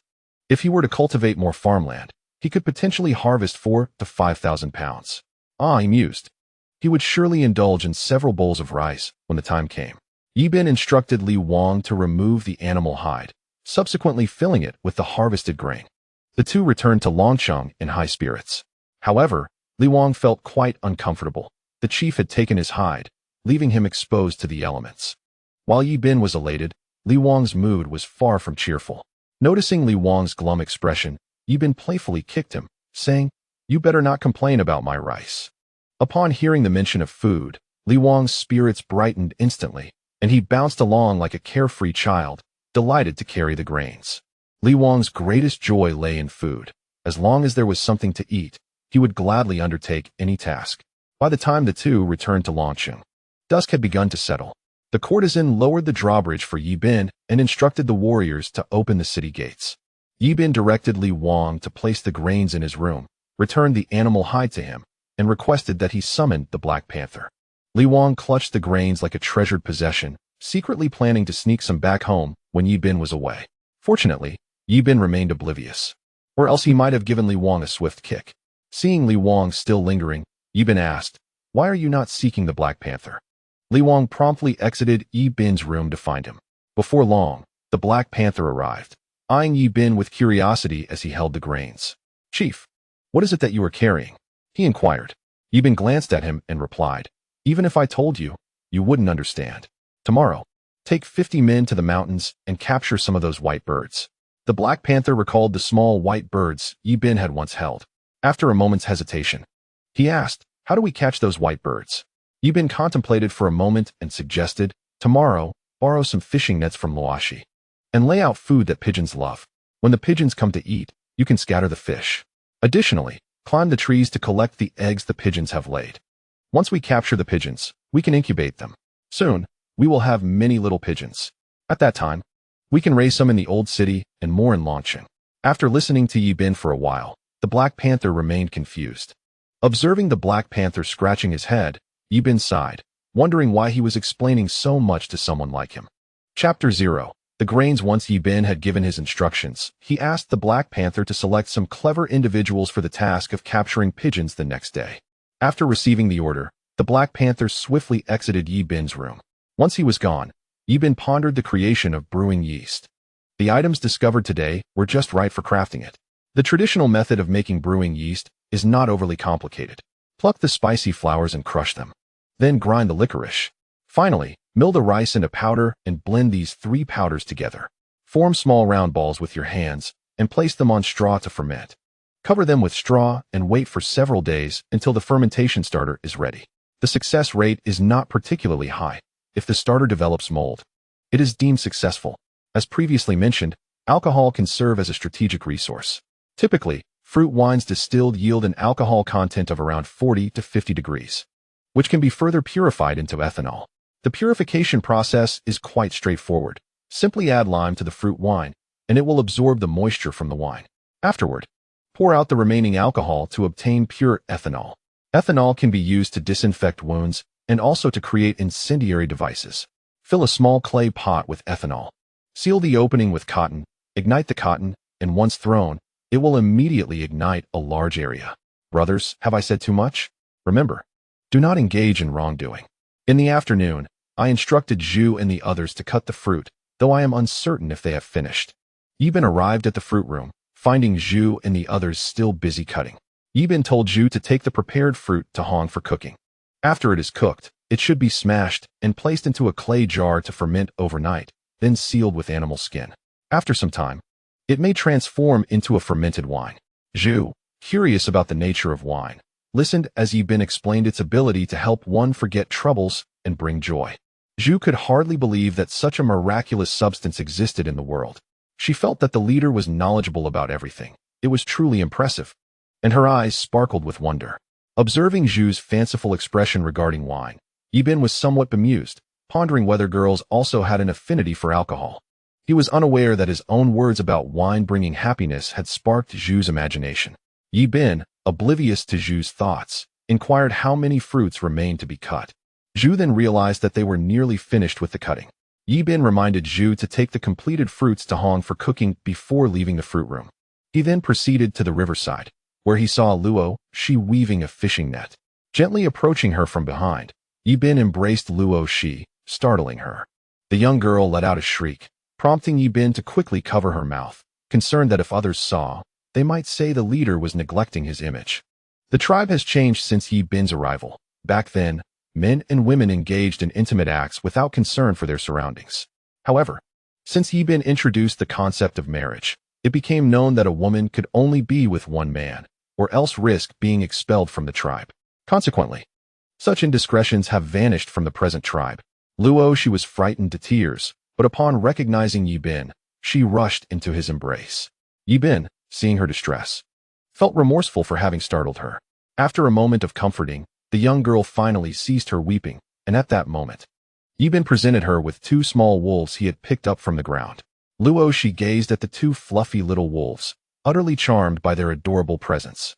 Yi Bin inquired if she liked them, to which Luo, she responded with delight, finding the little wolves irresistibly cute. Young girls often have a profound weakness for plush animals, and Luo, she was no exception. She soon realized that Yi Bin had come to present her with these delightful creatures, filling her heart with sugary joy. It indicated that he held her in his thoughts, bringing her delightful gifts. Luo, she, lacking experience in raising wolves, sought Yi Bin's guidance on their care. He advised her to feed them sheep's milk daily, as the ranch had an abundance of ewes recently giving birth. Once the little wolves grew their teeth, she could introduce meat into their diet, as they would grow rapidly in their initial months. With glee, Luo, she picked up one of the little wolves, cradling it against her chest as her small hands gently stroked its head. The little wolf closed its eyes in blissful contentment. Unbeknownst to her, Yi Bin observed the size of her bosom, which had significantly developed since his arrival in this world. As she playfully engaged with the wolf, she remained oblivious to Yi Bin's gaze, which caused him to swallow hard and quickly avert his eyes. A few days later, Chasing Wind and his companions returned to Long City, where they recounted their encounters with the cannibal tribe during their journey. Yi Bin was incensed to learn that He Niu had nearly perished, vowing to annihilate those cannibals for daring to target the Huaxiao tribe. Chasing Wind and his group brought back over 80,000 pounds of iron ore. Yi Bin promptly organized for the slaves to begin processing the ore and instructed the elder bear and his team to prepare the furnace for smelting. This time, he planned to forge a greater quantity of agricultural tools, as the sweet potatoes and pumpkins would take several months to bear fruit, while ginger and chili would mature much sooner. Presently, Yi Bin still possessed rice seeds, which could yield up to 3 crops a year across the early, mid, and late seasons. Yi Bin intended to commence the cultivation of rice paddies after processing the iron ore. He envisioned that every man in the tribe would be outfitted with a set of iron armor, complemented by an iron spear and short sword, drawing from previous smelting experiences. The process this time was swift, and soon all the warriors in the tribe were equipped with iron armor and spears. Yi Bin also instructed Elder Bear to produce over 1,000 double-piece bows, replacing all arrows in the tribe with iron-tipped and armor-piercing ones. The armory now stored more than 20,000 iron arrows, while over 600 sets of bamboo and vine armor were retained for future training of newcomers. Currently, the tribe focused daily on military drills and the slaves' efforts in cultivating rice paddies. The new paddies were to be established near Long City, with Yi Bin planning to clear 50 acres initially. With over 60 young oxen in the tribe, he had recently crafted a plow that would expedite the farming process. The plow was relatively simple to make. A bent piece of wood was drilled with holes, and another wooden piece was inserted from behind the plow, with a stick affixed in front and a horizontal piece secured beneath it. With the rope affixed, one can easily adjust the angle, connecting the rear of the plow to the main wooden beam. A primary beam is installed at the bottom, upon which an iron plowshare is fitted at the front. Thus, a wooden plow is crafted, and Yi Bin commissions Old Xiong to create 50 of them. With the increasing number of tribespeople, as long as the task does not involve core technology, Yi Bin assigns numerous women to assist Old Xiong and his team. With over 100 robust slaves, the pace of work naturally accelerates. In just a few days, more than 50 acres of rice paddies are cultivated. Yi Bin soaks the rice in water, placing it in a clay pot to await germination. Chapter 0, The Grass Chicken. After a night's rest, the rice has sprouted, and Yi Bin summons the women of the tribe, instructing them to scatter the germinated rice in the seed beds. In less than 20 days, they will be ready to transplant into the paddies. It has also been some time since the last fermentation of fruit, and Yi Bin's brewing efforts have yielded considerable success. It is now time to distill the liquor. Yi Bin heads to the dining hall, bringing along the large wooden barrels and clay pots crafted by Old Xiong, and places them on the stove. He retrieves the fermented fruit, adds some water to the clay pot, and pours in the fermented mixture, covering it with the wooden barrel. Inside the barrel, a contoured wooden plank is placed, and the clay pot is used to seal the top. The pot is filled with water to facilitate rapid cooling. A small bamboo tube is positioned at the barrel's lower opening, wrapped with animal hide, and then covered in clay to prevent air leaks. A small clay jar is placed at the bamboo tube's end to collect the distillate. Once everything is set, Yibin instructs Hong to ignite the fire. As the flame's temperature rises, liquor begins to flow from the bamboo tube. Yibin collects a taste in a clay bowl, savoring the high alcohol content, estimated to be over 40 degrees, with a delightful fruity aroma. Although not a habitual drinker, he indulges in a full bowl after such a long abstinence. Seeing the chief relish the drink, Hong too fills her clay bowl.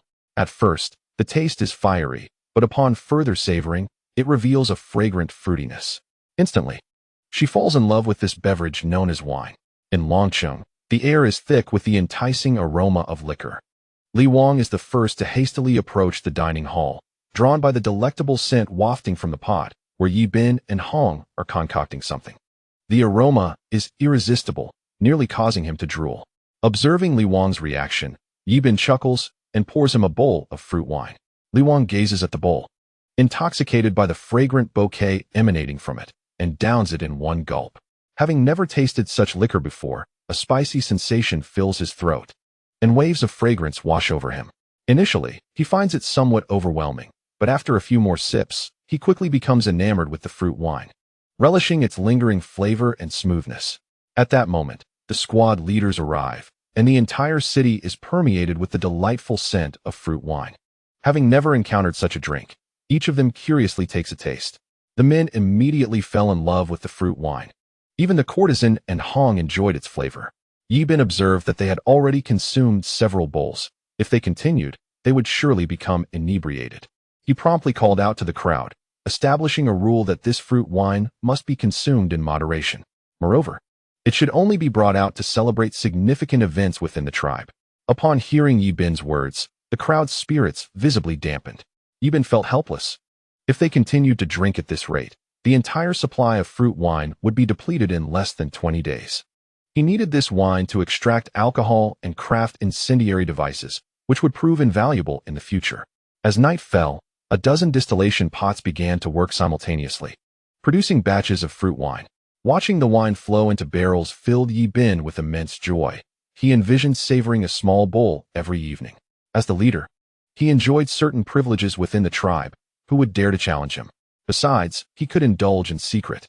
Only Hong had access to the warehouse, and even if she discovered his little secret, she would remain silent. Yibin chuckled to himself, reveling in his delight. However, Li Wang was not pleased. Having never tasted such exquisite wine before, now that he couldn't get the flavor out of his mind. It was even more intoxicating than a woman. With a pitiful gaze, he beseeched Yibin, "My leader, I wish to have just a small bowl each day." Yibin, seeing Li Wang nearly on his knees, felt a pang of sympathy. Ultimately, he consented to grant Li Wang a daily allowance of one small bowl. At that moment, the other squad leaders voiced their discontent. Why should Li Wang be the only one permitted to drink daily? Yibin, observing the brewing dissent, felt a headache coming on. He finally decided on a compromise. They could drink once every 5 days, with each person allowed only one bowl.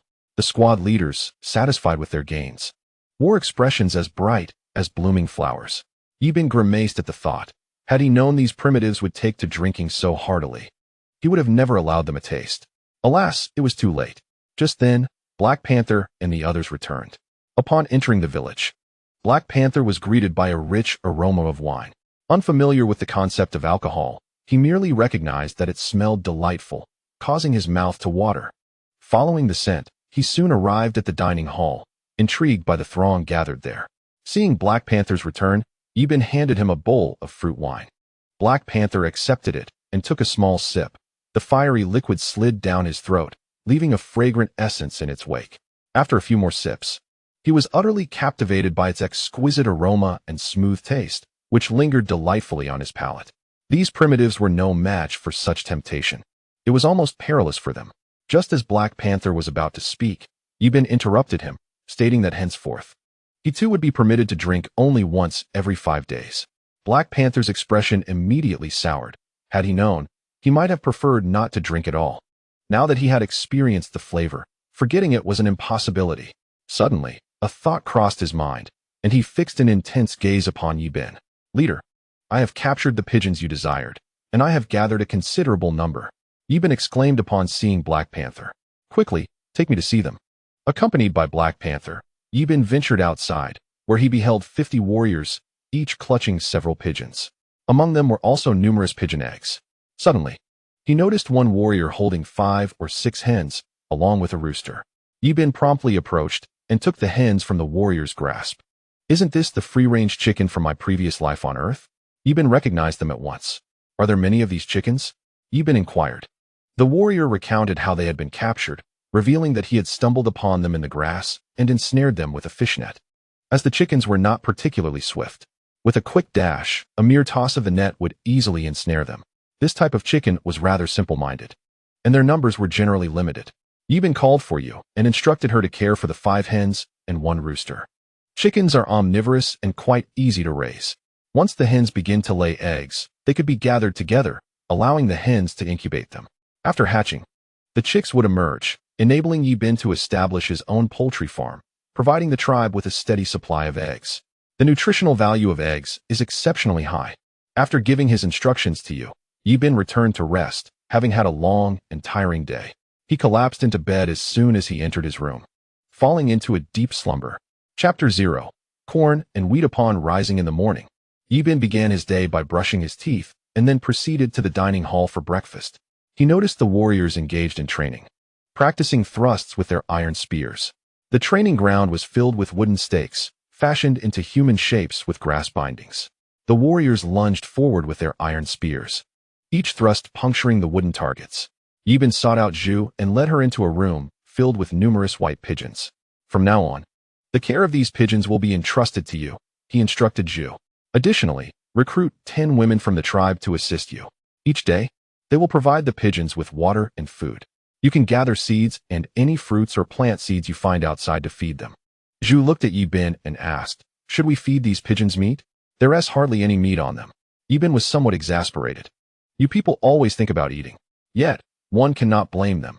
In the world of primitives, all animals are regarded as food. Unlike Yi Bin, who contemplates so much daily. Yi Bin replied with a hint of irritation. In this world, beyond mere sustenance, there exists something far more vital, swiftly acquiring intelligence on the battlefield.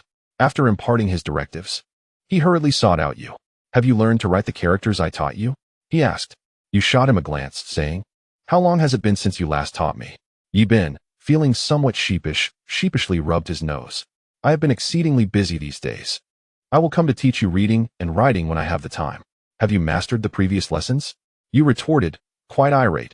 I learned them long ago. I practice every day.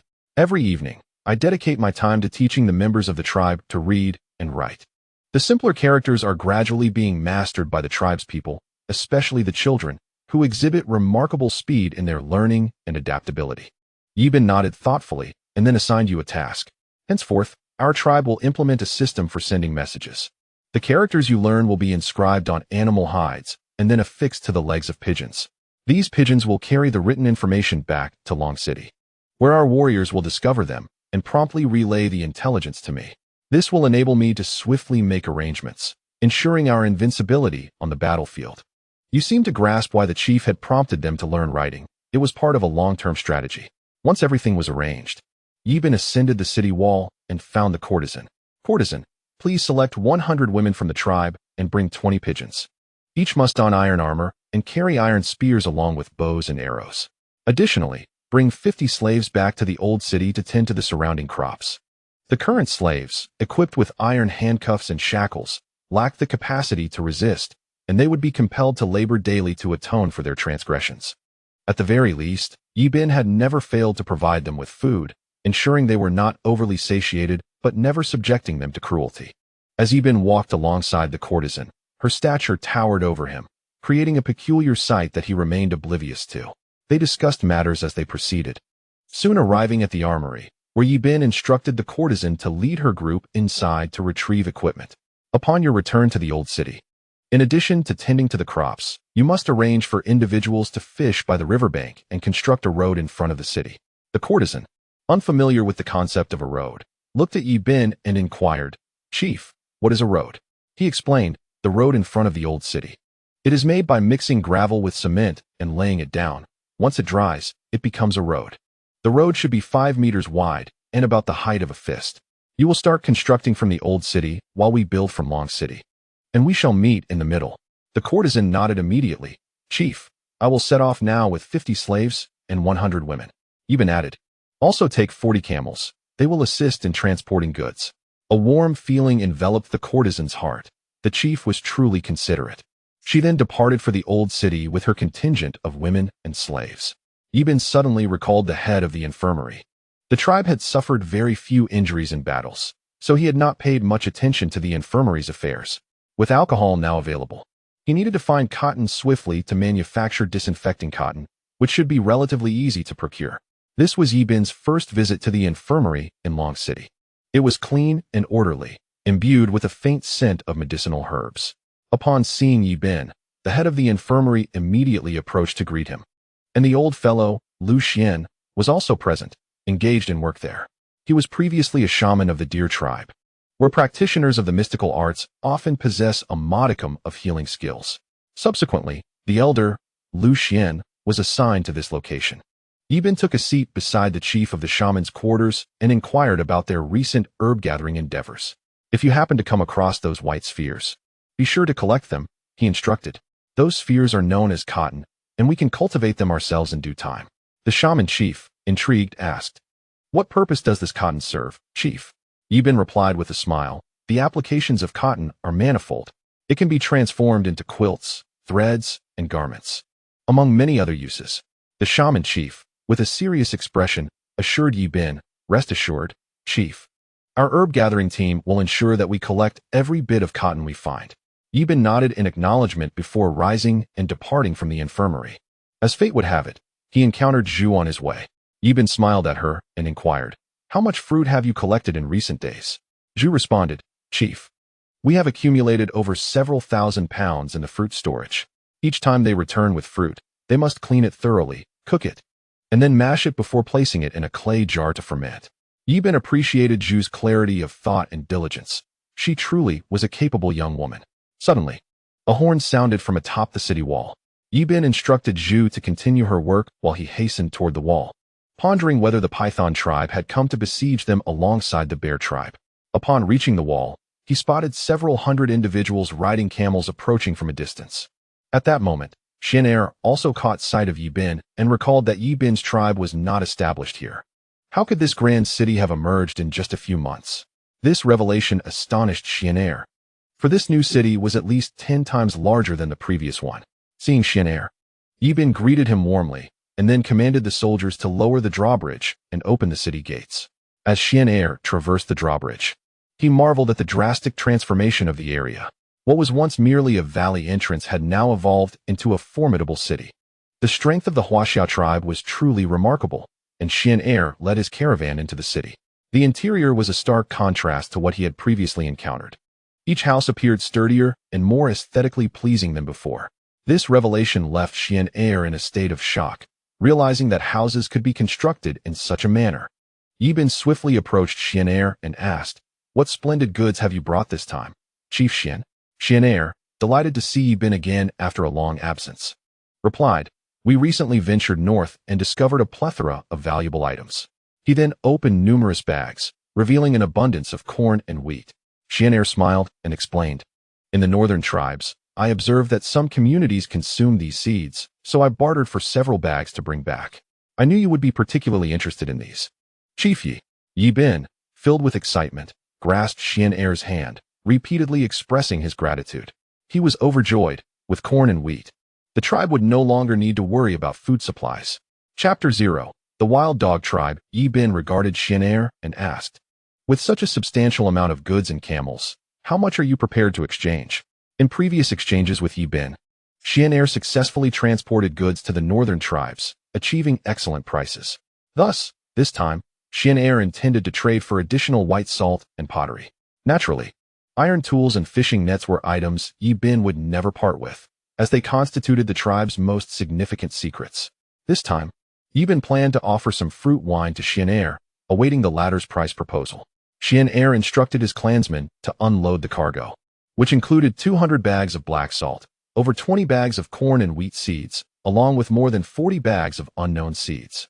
Since Xian'er had brought them, Yi Bin accepted all without hesitation, as he had previously encouraged Xian'er to gather any seeds he encountered.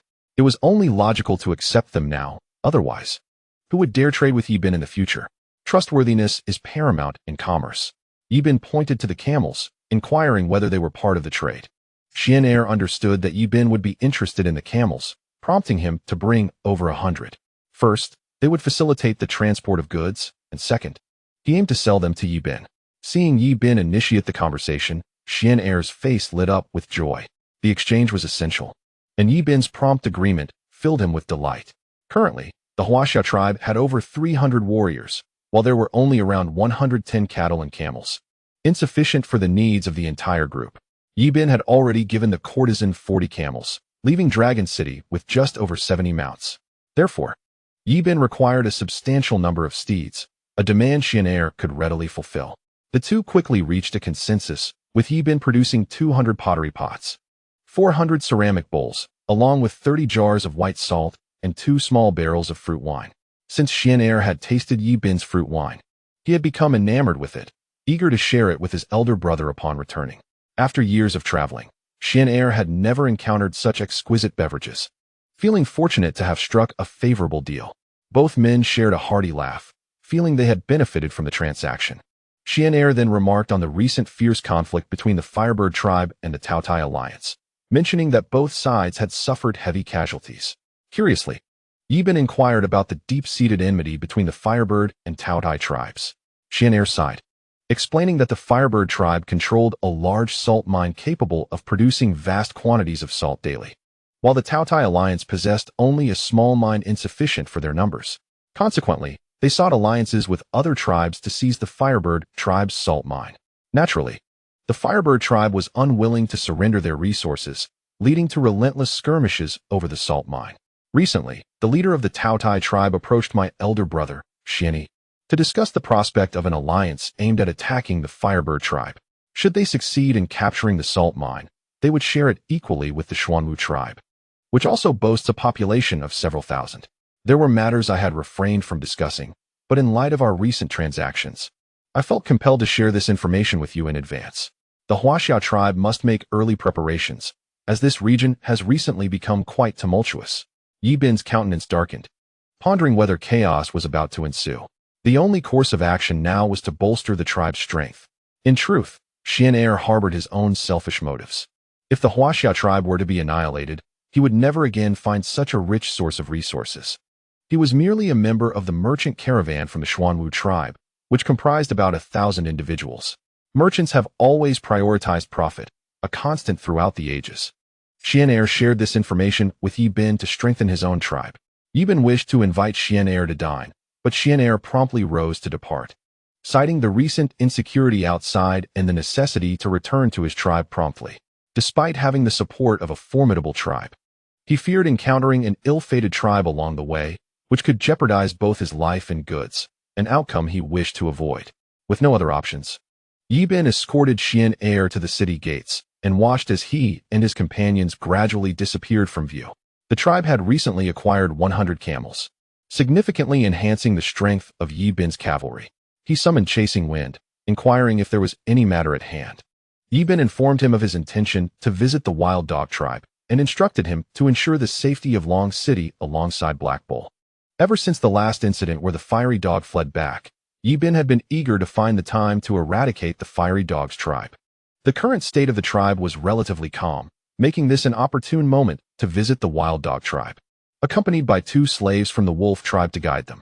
The warriors within the tribe were now equipped with iron armor and iron spears, although many had not yet participated in battle. Thus, Yi Bin planned to take 200 men on this expedition, including his special operations team and an additional 160 warriors. He would leave 150 warriors behind in Long City for protection. Yi Bin addressed the assembly, stating that upon his departure, Black Panther would lead the slaves in road construction, while Mu Zhan and He Qin would oversee the building of houses, with a target of 150 units. The group responded in unison. Currently, the tribe possessed over 200 mounts, of which 40 were allotted to the courtesan, leaving over 170. The contingent of 200 included 30 individuals sharing a single camel and 60 riding on blue oxen. Yi Bin, accompanied by Li Wang, set forth with the warriors. Each warrior carried provisions for 5 days, consisting of simple dried meat and mountain spring water stored in bamboo tubes. Yi Bin intended to execute a lightning strike, seeking to conclude matters swiftly without granting the wild dog tribe any opportunity for response. Under Yi Bin's leadership, the warriors advanced rapidly. What would typically require 2 days of travel was accomplished in a single day, thanks to the aid of their mounts. And they soon reached the vicinity of the wild dog tribe. Guided by the 2 slaves, Yi Bin quickly spotted the shelters and dwellings of the wild dog tribe. The fiery dog was indeed talented. In just a few months, the wild dog tribe had grown to at least 500 members. And Yi Bin was left wondering how the fiery dog had managed such a feat since the return of the fierce dog. He has assimilated the wolf tribe and commenced capturing wild men within the mountains. At that time, heavy snowfall rendered many tribes unable to sustain themselves, resulting in the expulsion of surplus members. Coincidentally, it was during this period that the fierce dog roamed the land, expanding his tribe by seizing individuals. After several months of relentless searching, the nearby smaller tribes had been entirely subdued by the fierce dog. Thus, the individuals Yi Bin had encountered earlier were those captured and brought back by the fierce dog. Yi Bin and his companions were concealed in a secluded corner of the mountains, observing the camp of the wild dog tribe from a distance. The camp was predominantly occupied by men, with women in the minority, and an idea swiftly formed in Yi Bin's mind. He summoned Li Wang and stated, "Once darkness descends, we shall mount our assault. This time, we shall forego bows and arrows. The warriors must charge directly into battle and personally experience the brutality of combat. A soldier who has never faced the battlefield cannot be deemed a true warrior. Only through the baptism of blood can one earn the title of a genuine fighter." Chapter 0. Slaying the fierce dog. The warriors crouched in the grass, awaiting Yi Bin's command. Observing the sky, Yi Bin sensed that nightfall was imminent and shouted, "Warriors, charge!" Over 200 warriors armed with iron spears surged toward the wild dog tribe's encampment, attacking anyone in sight. The members of the wild dog tribe quickly regained their composure, seizing stone spears to counterattack. The warriors of the Huaxia tribe thrust their iron spears forward, with Yi Bin having modified these spearheads to over 2 meters in length. In contrast, the stone spears of the wild dog tribe measured just over 1 meter. The 2 sides clashed fiercely. The warriors of the wild dog tribe were swiftly pierced by the iron spears, with the first row collapsing immediately. The movements of the warriors were straightforward. Using the sharpness and length of the iron spears, they left the members of the wild dog tribe with no chance to retaliate, forcing them to retreat. Soon, the enemy became tightly packed, and the warriors encircled them. The fierce dog, having just descended from a woman, was startled by the sight of an array of iron spearheads. He shouted in alarm, "Everyone retreat to the walls."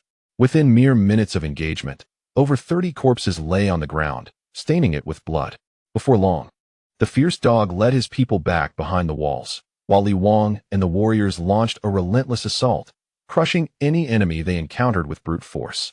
Witnessing Li Wang's ferocity, the fierce dog felt an overwhelming sense of dread and immediately rallied his warriors to barricade the entrance with wooden fences, positioning stone spears against the door. Yi Bin, observing this scene from the rear, was taken aback by the fierce dog's cunning.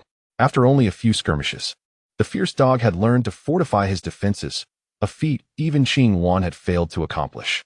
The warriors of both sides found themselves in a stalemate. Li Wang and his warriors stood outside the wall, gazing up at the towering structure, uncertain of their next move. The fierce dog suddenly reacted, immediately urging the warriors to pick up stones and strike forcefully downward.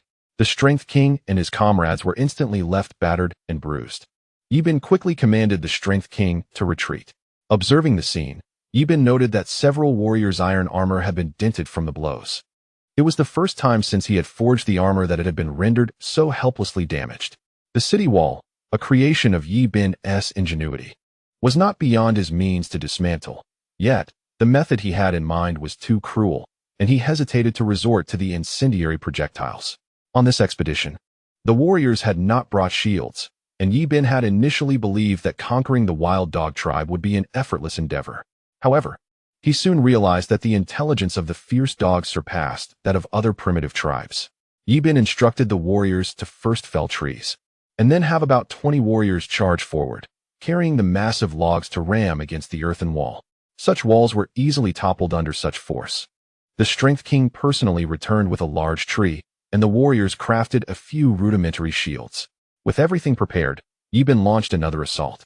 The Strength King held a shield in his left hand and embraced the tree with his right, while the warriors divided into two groups, mirroring his actions with the tree. Thud, thud, thud. The tree crashed violently against the earthen wall, which withstood only a breath's time before collapsing entirely. With collective effort, the wall finally crumbled, and the Strength King leaped forward, his hammer crashing down amidst the throng. In that moment, several nearby individuals were flung away, blood spewing from their mouths, while others expelled visceral fragments. Seeing the Strength King's valor, Yi Bin commanded an all-out charge. The warriors vaulted over the wall, thrusting their iron spears forward, toppling the warriors of the wild dog tribe one after another. The sharp spearheads easily pierced through the enemy's bodies, eliciting cries of anguish from the wild dog warriors. The women, terrified, crouched on the ground, trembling uncontrollably. Amidst the chaos, the Strength King unleashed his fury, each hammer strike carrying immense force. The fierce dogs, hidden among the crowd, looked around and realized they were surrounded by earthen walls, with no escape except through the single front entrance, which was continuously being breached by the oncoming warriors. They truly found themselves trapped, with no choice but to fight to the death unless they sprouted wings. Yi Bin remained calm outside, observing quietly. The fierce dogs had indeed brought ruin upon themselves, unwittingly stepping into a trap of their own making. Daring to use his own tactics against him? Was this not akin to seeking death by illuminating a latrine? One by one, the warriors of the wild dog tribe fell, their blood staining the earth red. Yi Bin's warriors formed a line upon entering, rhythmically thrusting their spears, and then retracting them in unison. The members of the wild dog tribe found themselves encircled, the ground soaked with blood mingling with mud, while many fallen warriors groaned in pain. Yi Bin observed the fierce dog scaling the wall and promptly drew his bow, releasing an arrow that cleaved through the air and struck the creature in its neck. The fierce dog quickly pressed its hands against the wound, but with its neck pierced. It was futile to attempt to staunch the flow of blood. Its hands became drenched in crimson, and its body began to tremble before it collapsed to the ground. Eyes wide open, unable to close even in death. Witnessing the demise of the fierce dog, the crowd lowered their weapons and crouched on the ground. Yi Bin then shouted, and the warriors, emerging from their battle state, exuded an aura of lethal intent, their bodies already soaked in blood, their gazes fixated on the men before them. Yi Bin stepped forward from the throng and addressed them, inquiring about their affiliation with the wild dog tribe. At that moment, one man stepped forward, stating that they were all captured by the fierce dog and that disobedience would result in brutal punishment. Yi Bin further probed, asking if anyone among them had ever assisted the fierce dog in committing murder. The man pointed to over 20 individuals, who immediately grew anxious. A glint of coldness flickered in Yi Bin's eyes as he regarded these 20 or so individuals with an expressionless demeanor. Such fickle personalities were unworthy of existence in this world. Keeping them alive served no purpose. Yi Bin harbored a deep disdain for those who thrived on oppression within their ranks. He gathered those who had not committed any wrongdoings into a group, separating them into two teams, with the 20+ standing together. Soon, Yi Bin counted the remaining numbers, totaling over 400, with women comprising the majority and men numbering just over 150. Many among them bore wounds, and upon further questioning, it was revealed that disobedient individuals were subjected to daily torment by the fierce dog. Some, unable to endure the suffering, acquiesced to becoming the fierce dog's lackeys, aiding in the oppression of their own tribe, while others met a grim fate at the hands of their own. As they recounted their experiences, many began to weep, mourning the loss of loved ones among the deceased. Yi Bin, moved by their plight, recognized that these individuals had not aided the fierce dog in any malevolent acts. He declared, "I offer you a chance to join our tribe. If you are willing, step forward." At that moment, a woman trembled as she spoke. "If we join your tribe, will you torment us daily like the fierce dog?" Chapter 0, Enlistment of the Wild Dog Tribe. Yi Bin smiled and replied, "By joining the Huaxia tribe, You will become part of our community, sharing the same privileges as our kin. A few stepped forward, questioning the veracity of his words. Will we be beaten every day if we join your tribe? Yi Bin regarded them with sympathy, recognizing the deep-seated trauma inflicted by the fierce dog's relentless abuse. He proclaimed loudly, I swear upon our totem, if I treat you as the fierce dog did, may my tribe be destroyed. As the crowd witnessed Yi Bin taking an oath, and doing so upon the sacred totem of his tribe, a profound silence enveloped them. In the realm of primitive man, the tribal totem held the utmost sanctity, and it was a rare soul who dared invoke it for an oath. At that moment, belief in Yi Bin surged through the hearts of the onlookers, many succumbing to tears as they finally glimpsed a flicker of hope for survival. As the tumultuous emotions began to stabilize, Yi Bin addressed them, urging those willing to join the Huaxia tribe to step forward. Swiftly, individuals emerged from the crowd. Their own tribes lay in ruins, devastated by the ferocious hounds, leaving them adrift and without direction. The prospect of aligning with the formidable Huaxia tribe appeared far more appealing. Each individual harbored similar thoughts, while Yi Bin's gaze fell upon a group of roughly 20 individuals, their hands stained with the blood of their comrades. Turning to Li Wang, Yi Bin commanded, eliminate them. Without hesitation, Li Wang raised his hammer and brought it crashing down. In mere moments, the traitorous 20 lay lifeless beneath the relentless blows, their fates sealed in a gruesome display.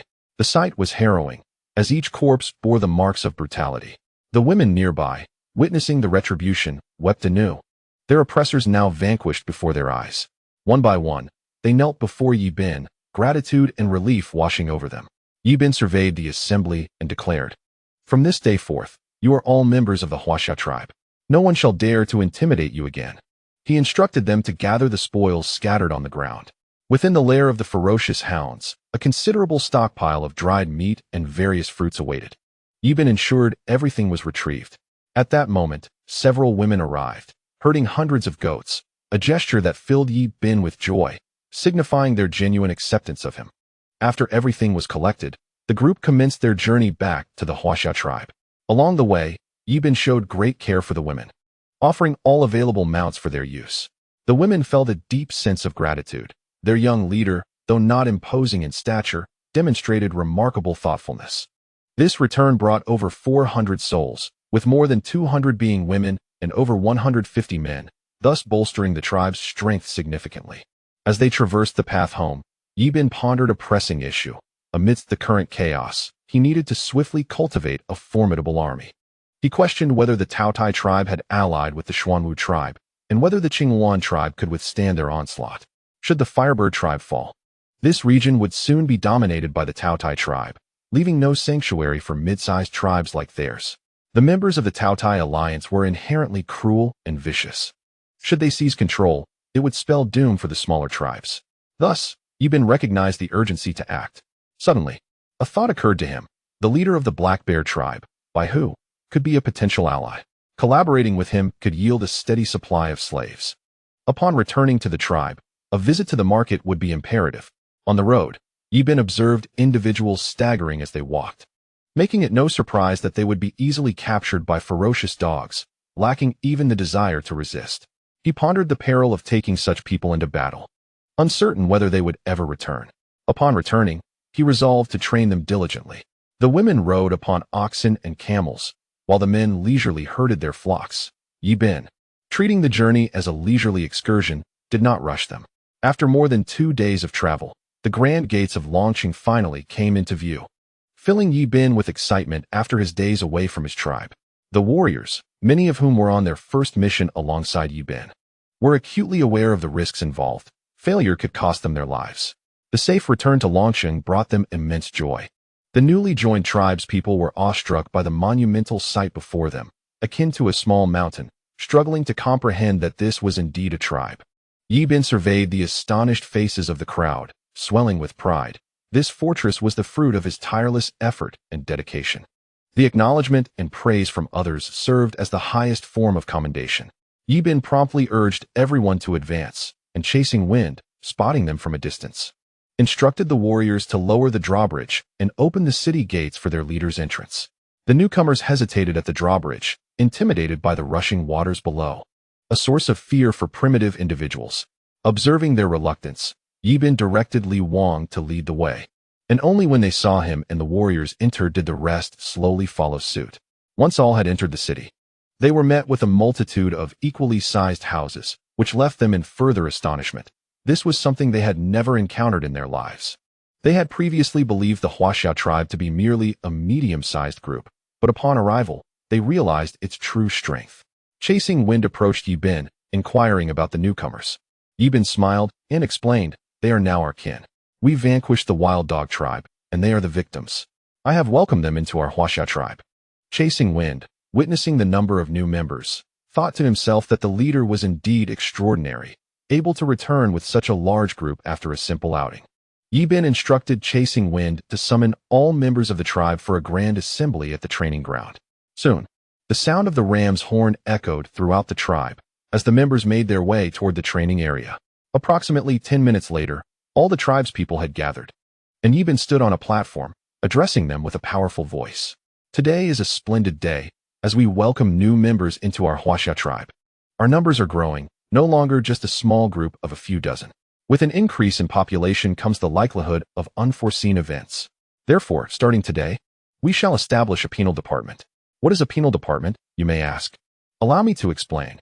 It is a means by which you can seek justice within the tribe if you experience bullying or unequal treatment. At this moment, the criminal law department was prepared to address the matter based on the principles of right and wrong, and the tribe's people began to grasp the significance of this. There was a growing consensus that the criminal law department was indeed necessary. Chapter 0. New policies. Yi Bin observed that there were no objections from the crowd.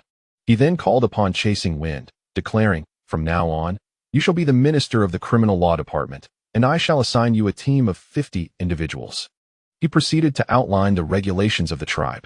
First, anyone within the tribe who forcibly engages a woman in relations shall be demoted to slavery, forever barred from rejoining the tribe. Second, any iron tools distributed by the tribe must not be removed without my express permission. In cases of loss or theft, the offender shall receive 30 lashes. Many among you may be unfamiliar with the whip. Shortly, I shall craft a few for your examination. Third, anyone who secretly pilfers food from the tribe without the consent of the designated authority shall be confined to a small dark room for 3 days, during which they shall receive no nourishment. Fourth, anyone who instigates a conflict in the city resulting in another's death shall face the death penalty. Fifth, those who betray or sell out the tribe shall also face execution. Sixth, anyone who leaks tribal secrets or divulges sensitive information shall be reduced to slavery. Seventh, individuals who engage in illicit relationships after marriage shall be demoted to slavery and permanently excluded from the tribe. From this moment forth, you are to adhere to the tribal regulations, which are established for the development of the tribe and the safety of all its members. Yi Bin continued his address, reiterating that any warrior who distinguishes themselves in battle would be awarded a spouse by the tribe. Presently, in the Huaxiao tribe, there are over 500 men and more than 500 women. As he spoke, over 100 brave warriors stepped forward. Yi Bin then turned his gaze toward the women, stating, "You may select your partners and together form families. After marriage, you are prohibited from engaging with others in a spousal manner. Otherwise, the criminal law department will intervene." Soon, each of the 100 warriors found a woman by their side. Yi Bin announced before the entire tribe, "From this day forth, you are officially united as couples. Each pair shall receive a private dwelling." Initially, Yi Bin contemplated adopting the elaborate marriage customs from Earth, but reconsidered, recognizing that such advanced traditions would likely be beyond the comprehension of these primitive people. Instead, he aimed to instill the concept of marriage within them, allowing for gradual adjustments over time. The individuals before him were the first among the tribe to marry. Their successful unions would encourage others to follow suit in forming families. Yi Bin stood upon the elevated platform, proclaiming loudly, "Tonight, we shall celebrate the joyous unions of these brave warriors with a feast of pork and lamb. Fellow tribespeople, let us revel in merriment and shout with joy." Instantly, the atmosphere transformed into one of exuberance, as countless voices erupted in jubilant cries. Many men embraced one another, breaking into joyous dance. The women gathered in a jubilant circle, their cheers ringing in the air. At this moment, Yi Bin descended, instructing Chasing Wind to bring forth 10 pigs and 10 sheep.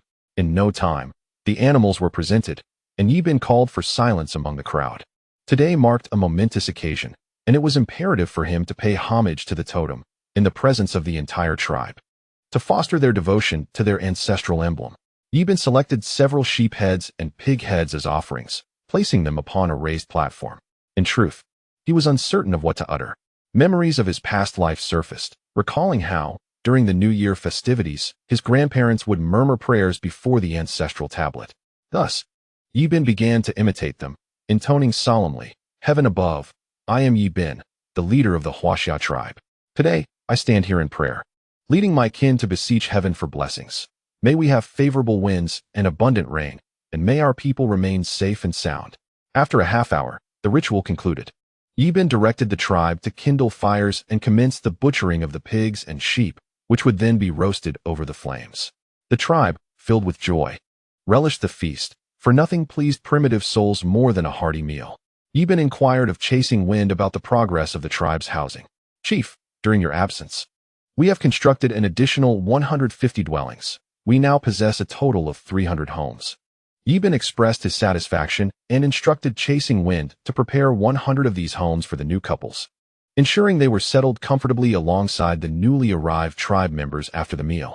Chasing Wind promptly agreed and set about making the necessary arrangements. Observing the lively scene, Yibin was filled with a profound sense of nostalgia. Such a spectacle would have been unimaginable in his past life. He then commanded Hong to produce 10 vats of fruit wine, determined that the evening would be one of revelry. Li Wang and He Niu, among others, were immensely delighted, for they finally had the opportunity to celebrate. Upon waking the next morning, Yibin felt a slight throbbing in his head, a consequence of the previous night's festivities. He could scarcely recall how he had returned to his quarters. Outside, the sounds of warriors training echoed, and he could hear He Niu's exclamations from afar. Yibin shook his head, bemused. Some individuals were indeed rather slow-witted, and He Niu was known for his impatience. Hastily, he donned his animal hide garments and began his morning routine. Suddenly, a thought from his past life struck him. He promptly summoned several squad leaders to his chamber.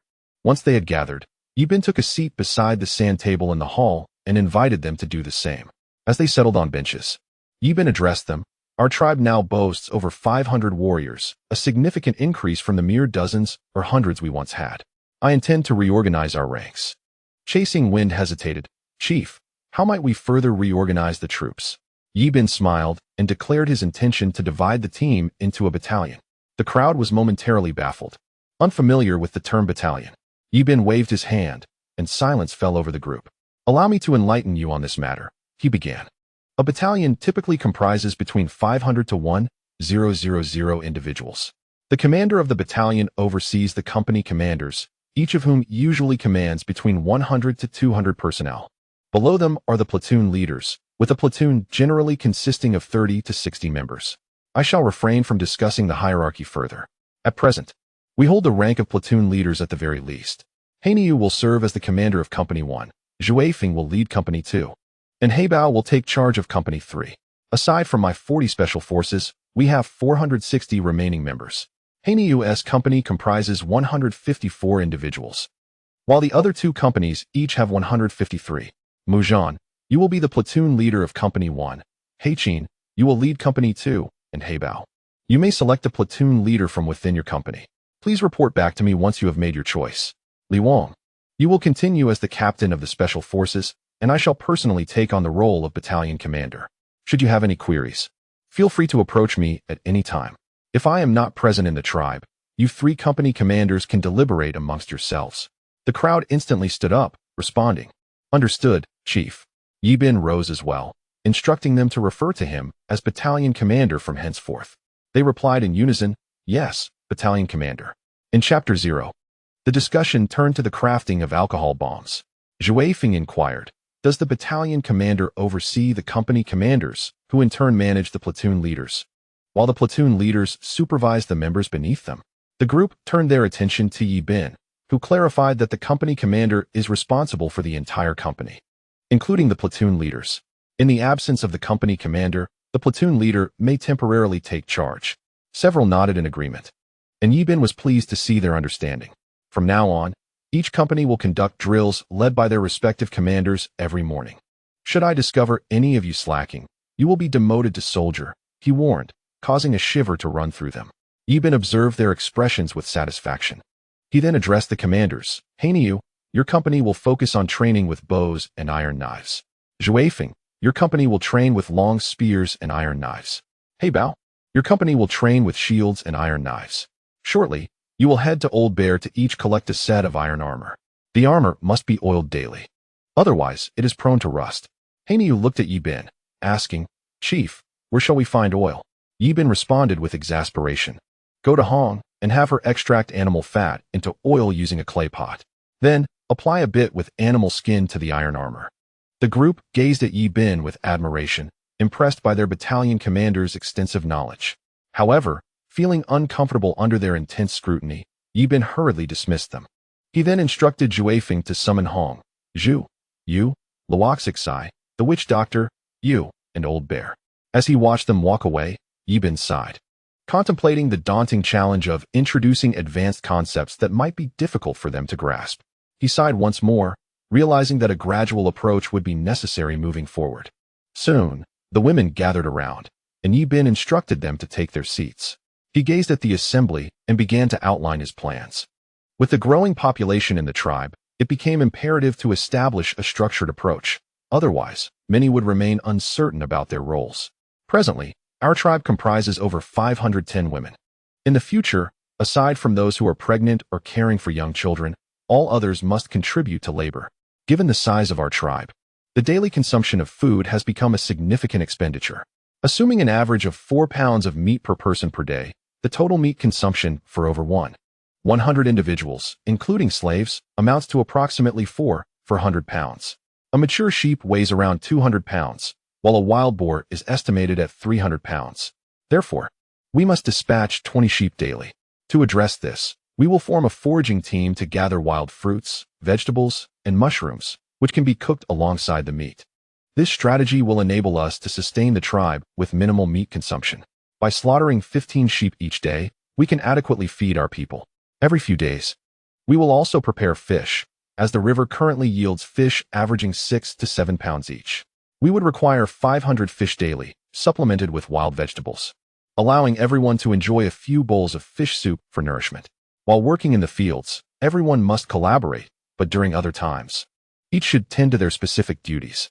It is crucial to remember that our tribe still consumes only 2 meals a day. Thus, Yi Bin must prioritize the tribe's welfare.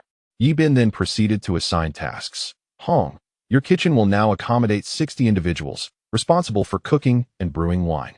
The leftover mash should be used to feed the fish in the moat, and you will continue as the team leader. Luo Shi, your fishing team will expand to 100 members, tasked with daily fishing and the crafting of fishing nets and ropes. Zhu, you will oversee the foraging team, which will also grow to 50 members, responsible for gathering wild fruits and vegetables. You will manage the care of pigeons, rabbits, and grass chickens, as well as the fish in the moat.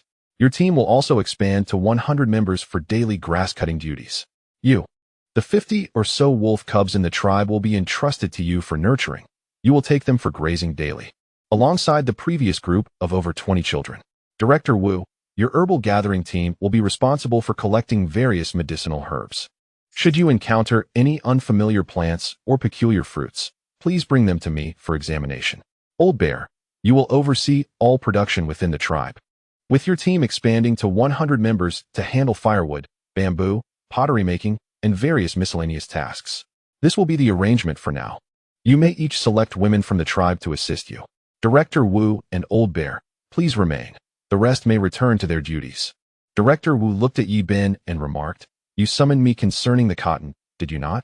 Yi Bin smiled and nodded, inquiring, How has your cotton gathering progressed? Since the leader mentioned it last time, we specifically sought out cotton and indeed found some, which is now stored in the pharmacy. Yi Bin exclaimed with excitement. How much have you all found? Director Wu pondered for a moment and replied, Perhaps about half a room's worth. Yi Bin was astounded by the quantity of cotton they had discovered. He promptly instructed, You should go to Hong and collect 2 barrels of alcohol. Then, soak the cotton in 1 barrel of alcohol and let it dry. If any soldiers are injured, we can use the sterilized cotton to dress their wounds. Director Wu nodded in agreement and made his way towards the door. Old Xiong, with a beaming expression, looked at Yi Bin and asked, Chief, do you require my assistance? Yi Bin contemplated for a moment before responding. Old Xiong, have you completed the small clay pots I asked you to fire last time? Yes, Chief. I have made about half a room's worth, and they are currently stored in the pottery room. What do you need so many small pots for? Yibin replied with a mysterious smile. You should go to Hong and retrieve 10 barrels of alcohol. Then visit Director Wu to bring back some cotton. But remember to leave the cotton seeds behind. At the appropriate time, let Director Wu plant them in the ground. I will teach you how to create something amusing. What are you planning to make, Chief? Old Xiong inquired. First, go collect the materials, Yibin urged. Old Xiong stood up and promptly headed towards the cafeteria before proceeding to Director Wu's location. Meanwhile, Yibin leisurely strolled into the production room, where he found half the space filled with small clay pots. He casually picked a few up, each roughly the size of a fist. Yibin mused to himself, wondering about their potential destructive power. Before long, Old Xiong returned with dozens of people, bringing the alcohol and cotton. Upon seeing Yibin there, Old Xiong rushed forward, asking, Chief, what weapon are you concocting? Yibin smiled and replied, You will find out shortly, as he approached the barrels of alcohol. He filled the small clay pots with alcohol, soaked the cotton in it, and then sealed the pots with the cotton. Yibin approached a pile of wood and surveyed the surroundings, instructing everyone to step back. After making his announcement, he ignited the cotton at the opening of the pot and tossed it into the woodpile. A resounding crash echoed as the clay pot shattered, and the woodpile was instantly engulfed in flames. Yibin swiftly retreated at an astonishing speed, observing from a distance. However, he deemed the fire insufficiently large. He considered that adding sulfur powder to the pot would enhance the effect, resulting in an even larger explosion. Yet, the whereabouts of sulfur remained unknown. Old Xiong and the others, witnessing the enormous flames before them, were immediately taken aback, scurrying away in fear of being caught in the blaze. Chapter 0. The creation of the ox cart. Although the power of the alcohol bomb was not particularly great, its burning speed was remarkably swift. At the moment the clay pot shattered, the woodpile was instantly enveloped in a fierce inferno. Although Yibin harbored some dissatisfaction, his means of dealing with these primitive individuals proved sufficient. During confrontations, tossing an alcohol bomb towards the opposition would ignite a vast area. The flames would persist until the alcohol was entirely consumed. The mere thought of hurling several such bombs sent a shiver down Yibin's spine, for it was utterly brutal, akin to wielding nuclear weapons in the eyes of the primitives. The primitive folk already harbored an intense fear of fire, and an unquenchable blaze would only amplify their terror, as evidenced by the expressions of Old Bear and his companions. Yibin cautioned Old Bear that while crafting the alcohol bombs, not a single spark should be allowed to ignite, lest the entire room explode, reducing them to ashes in mere moments. Old Bear, sweating profusely, recalled the terrifying power of the alcohol bomb Yibin had thrown earlier, and he remained shaken. Once again, Yibin reiterated the importance of avoiding any sparks.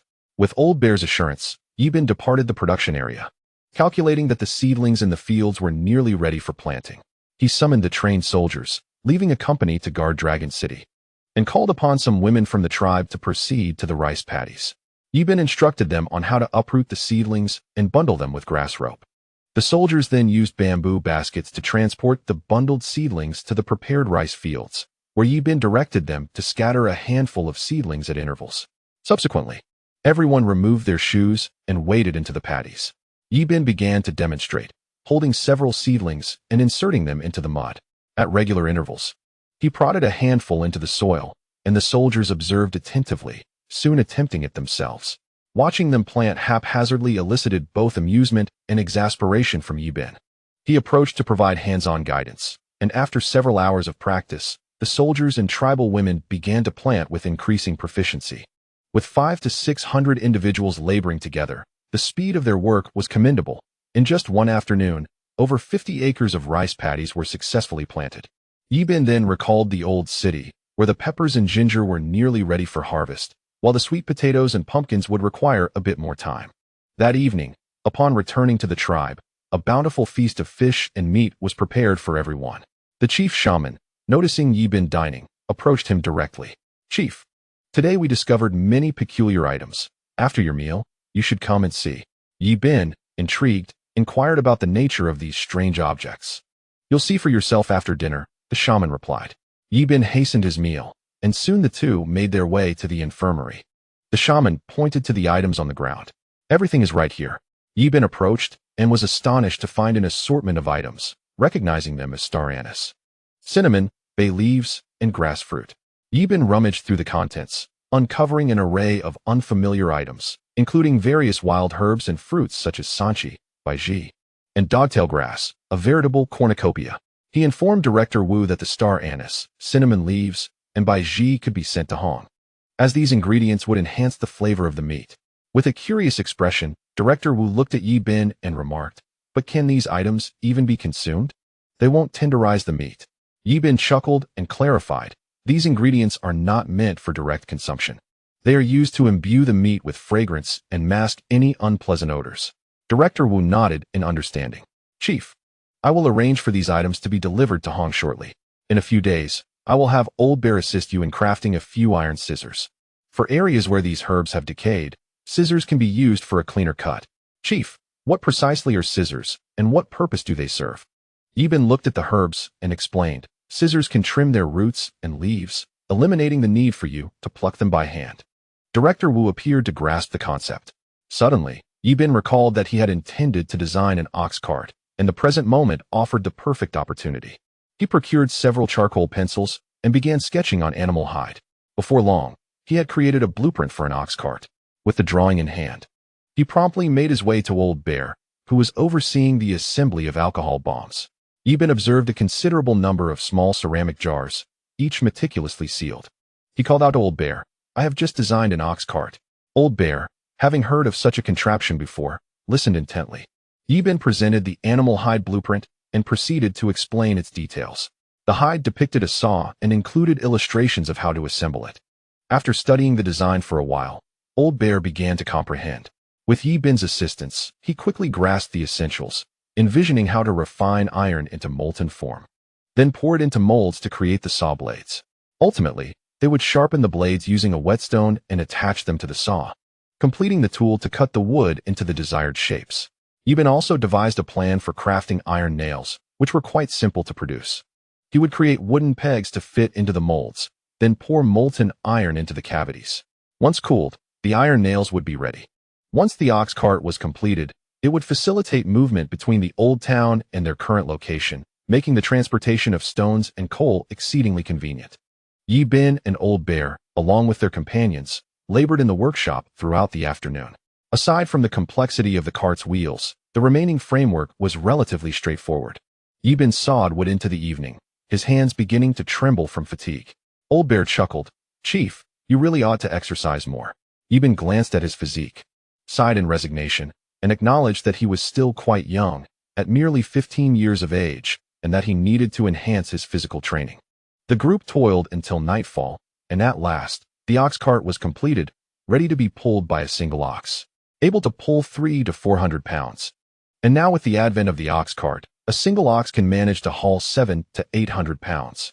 Thus, it is wisdom that reigns supreme.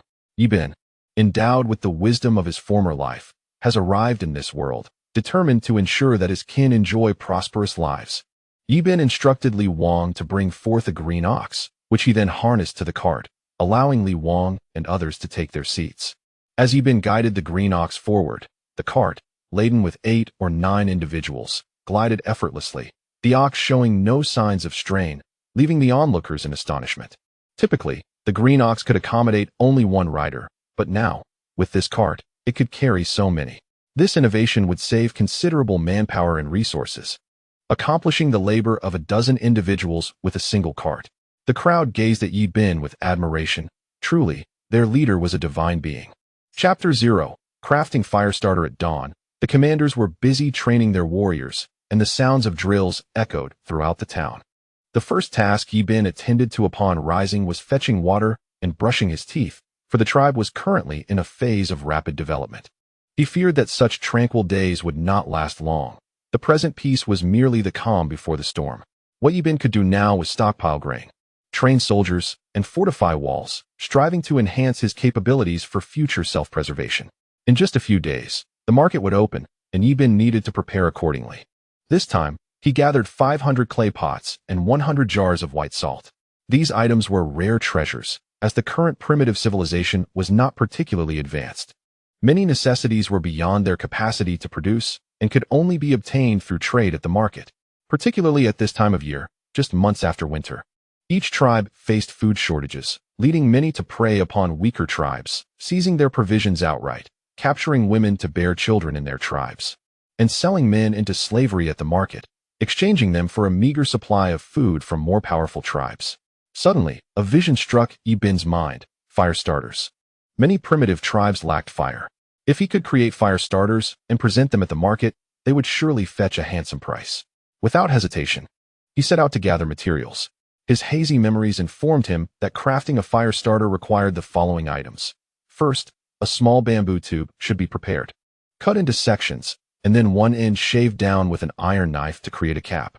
A small hole should be punctured with an iron nail, followed by the preparation of cotton, crushed twigs, and charcoal powder, with a splash of alcohol added. These components must be mixed thoroughly, then tightly rolled with a wooden board before being stuffed into the bamboo tube. Once ignited and sealed, the fire starter would be complete, ready to ignite with a mere breath when needed. After completing the task, one must cover the bamboo tube with a lid. Most importantly, the fire starter can be reused repeatedly. One fire starter can last an entire day.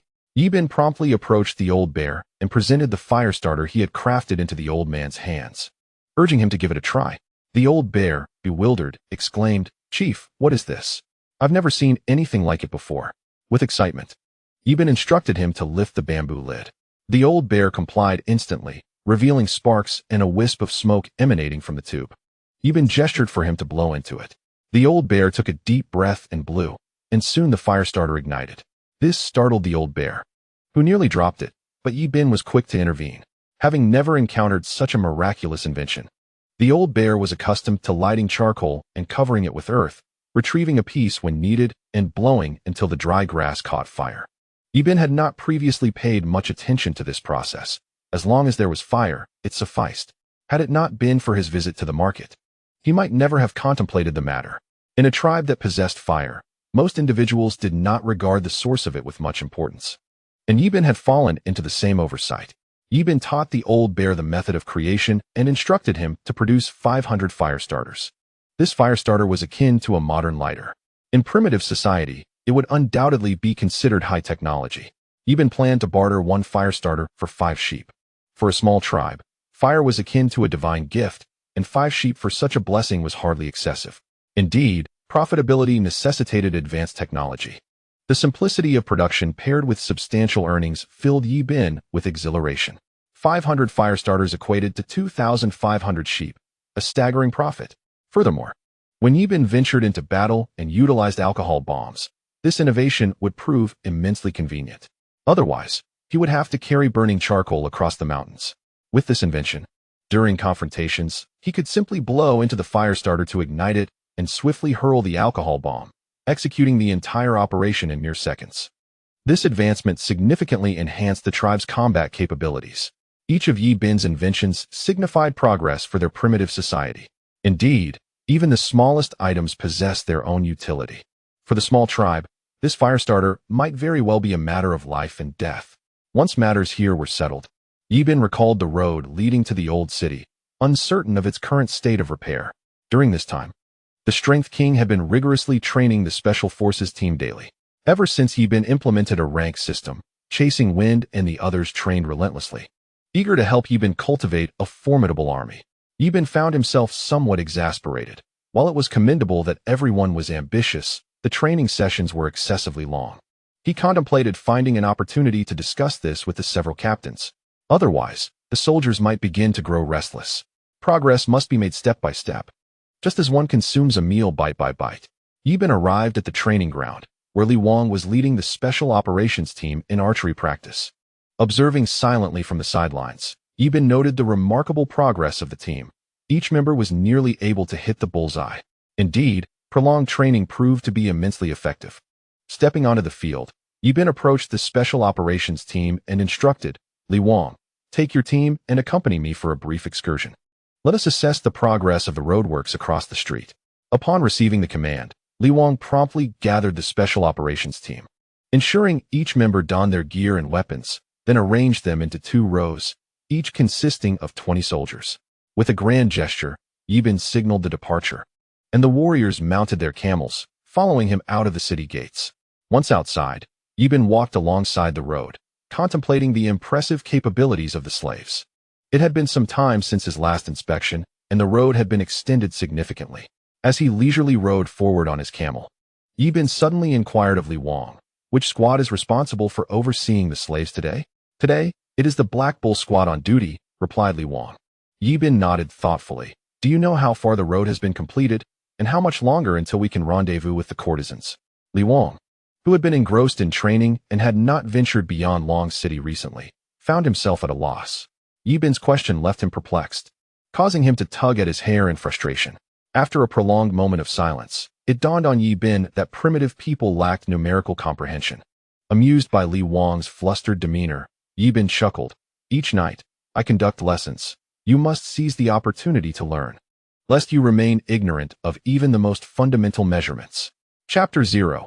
The plea for assistance from Qing Wan. After several hours of travel, Yi Bin caught a glimpse of a large group of individuals ahead, industriously laying stones and mixing cement. Approximately 50 to 60 slaves were busily engaged in their labor. Yi Bin dismounted his camel and made his way toward them. Observing Yi Bin's descent, Li Wang quickly leaped off his camel, wielding a hefty iron hammer. The guards, upon recognizing Yi Bin's presence, hurried over to greet him. "Commander, what brings you here?" Yi Bin smiled at them, responding, "I merely ventured out for a stroll." He felt a surge of joy at the admiration reflected in the eyes of the soldiers. They were acutely aware of every endeavor he undertook for the tribe. In earlier times, when the tribe was smaller, they could see Yi Bin daily, but now, with an increase in the tribe's population, the soldiers could only catch glimpses of him during grand assemblies. "How much road can the slaves complete each day?" One soldier eagerly replied, "Commander, they are currently able to repair approximately 400 meters daily." Yi Bin was astonished by the soldiers' ability to provide such an immediate response. "Do you all attend night classes with you?" Yi Bin inquired. The soldier, looking somewhat bashful, affirmed, "Yes, Commander. Every evening upon returning to the tribe, we study under Captain Yu." Yi Bin pondered to himself. No wonder he could utter such words as 400 meters. It was all thanks to Yu. It had been quite some time since he last visited her. He ought to carve out some time to impart new knowledge to her. The lessons he had previously taught her were nearly all assimilated, and it was high time to introduce her to fresh concepts. Yi Bin felt a profound satisfaction with this soldier. "What is your name?" he inquired. "Commander, I have no name," the soldier replied, causing Yi Bin to be astonished. Was it possible that there were so many nameless individuals in the tribe? "How many of you lack names?" he asked. "Commander, in our unit, many individuals do not possess names." Yi Bin was taken aback, having forgotten such a significant detail. In the world of primitive people, many individuals were indeed nameless. Their civilization was so rudimentary that they had no written language, and consequently, no names. After some contemplation, Yi Bin suggested, "How about I give you a name?" The soldier looked at him with excitement, speechless and overwhelmed with emotion. Although Yi Bin had traversed souls, he had inherited the memories of this body. Yet, there were still many words that even they could not comprehend. It was akin to Earth in a previous life. A person from a distant county might speak in an entirely different manner. "From now on, you shall be called Ji Xing." The soldier beamed with joy. "I finally have my own name. Henceforth, I shall be known as Ji Xing." "Ha! I am overjoyed." Observing the soldier's exuberance, Yi Bin felt a deep sense of happiness himself. It turned out that primitive people were so easily contented. The other soldiers gazed enviously at Ji Xing, wishing for names of their own. Their eyes filled with anticipation as they looked at Yi Bin. Yi Bin thought to himself, "With so many of you here, it is challenging to conjure up names for all at once." He smiled and addressed the soldiers, "Rest assured, in due time, each of you will have a name. Once I find the opportunity, I will certainly bestow names upon you all." The soldiers were filled with joy, dancing in elation, eagerly awaiting their own names. Seeing them so jubilant, Yi Bin naturally felt thrilled as well, for these soldiers were members of the Huaxia tribe. He, Yi Bin, had nurtured them step by step. At that moment, he felt an immense pride, having transformed a tribe of dozens into one comprising thousands. This sensation could only be truly understood by those who had experienced it themselves. After completing his rounds, Yi Bin led Li Wang and the special forces back to Long City. As soon as Yi Bin entered the city, he spotted Qing Wan and Gu Li and immediately approached them. Both Qing Wan and Gu Li bore numerous stains of unwashed blood. "Yi Bin, anxious, looked at Qing Luan.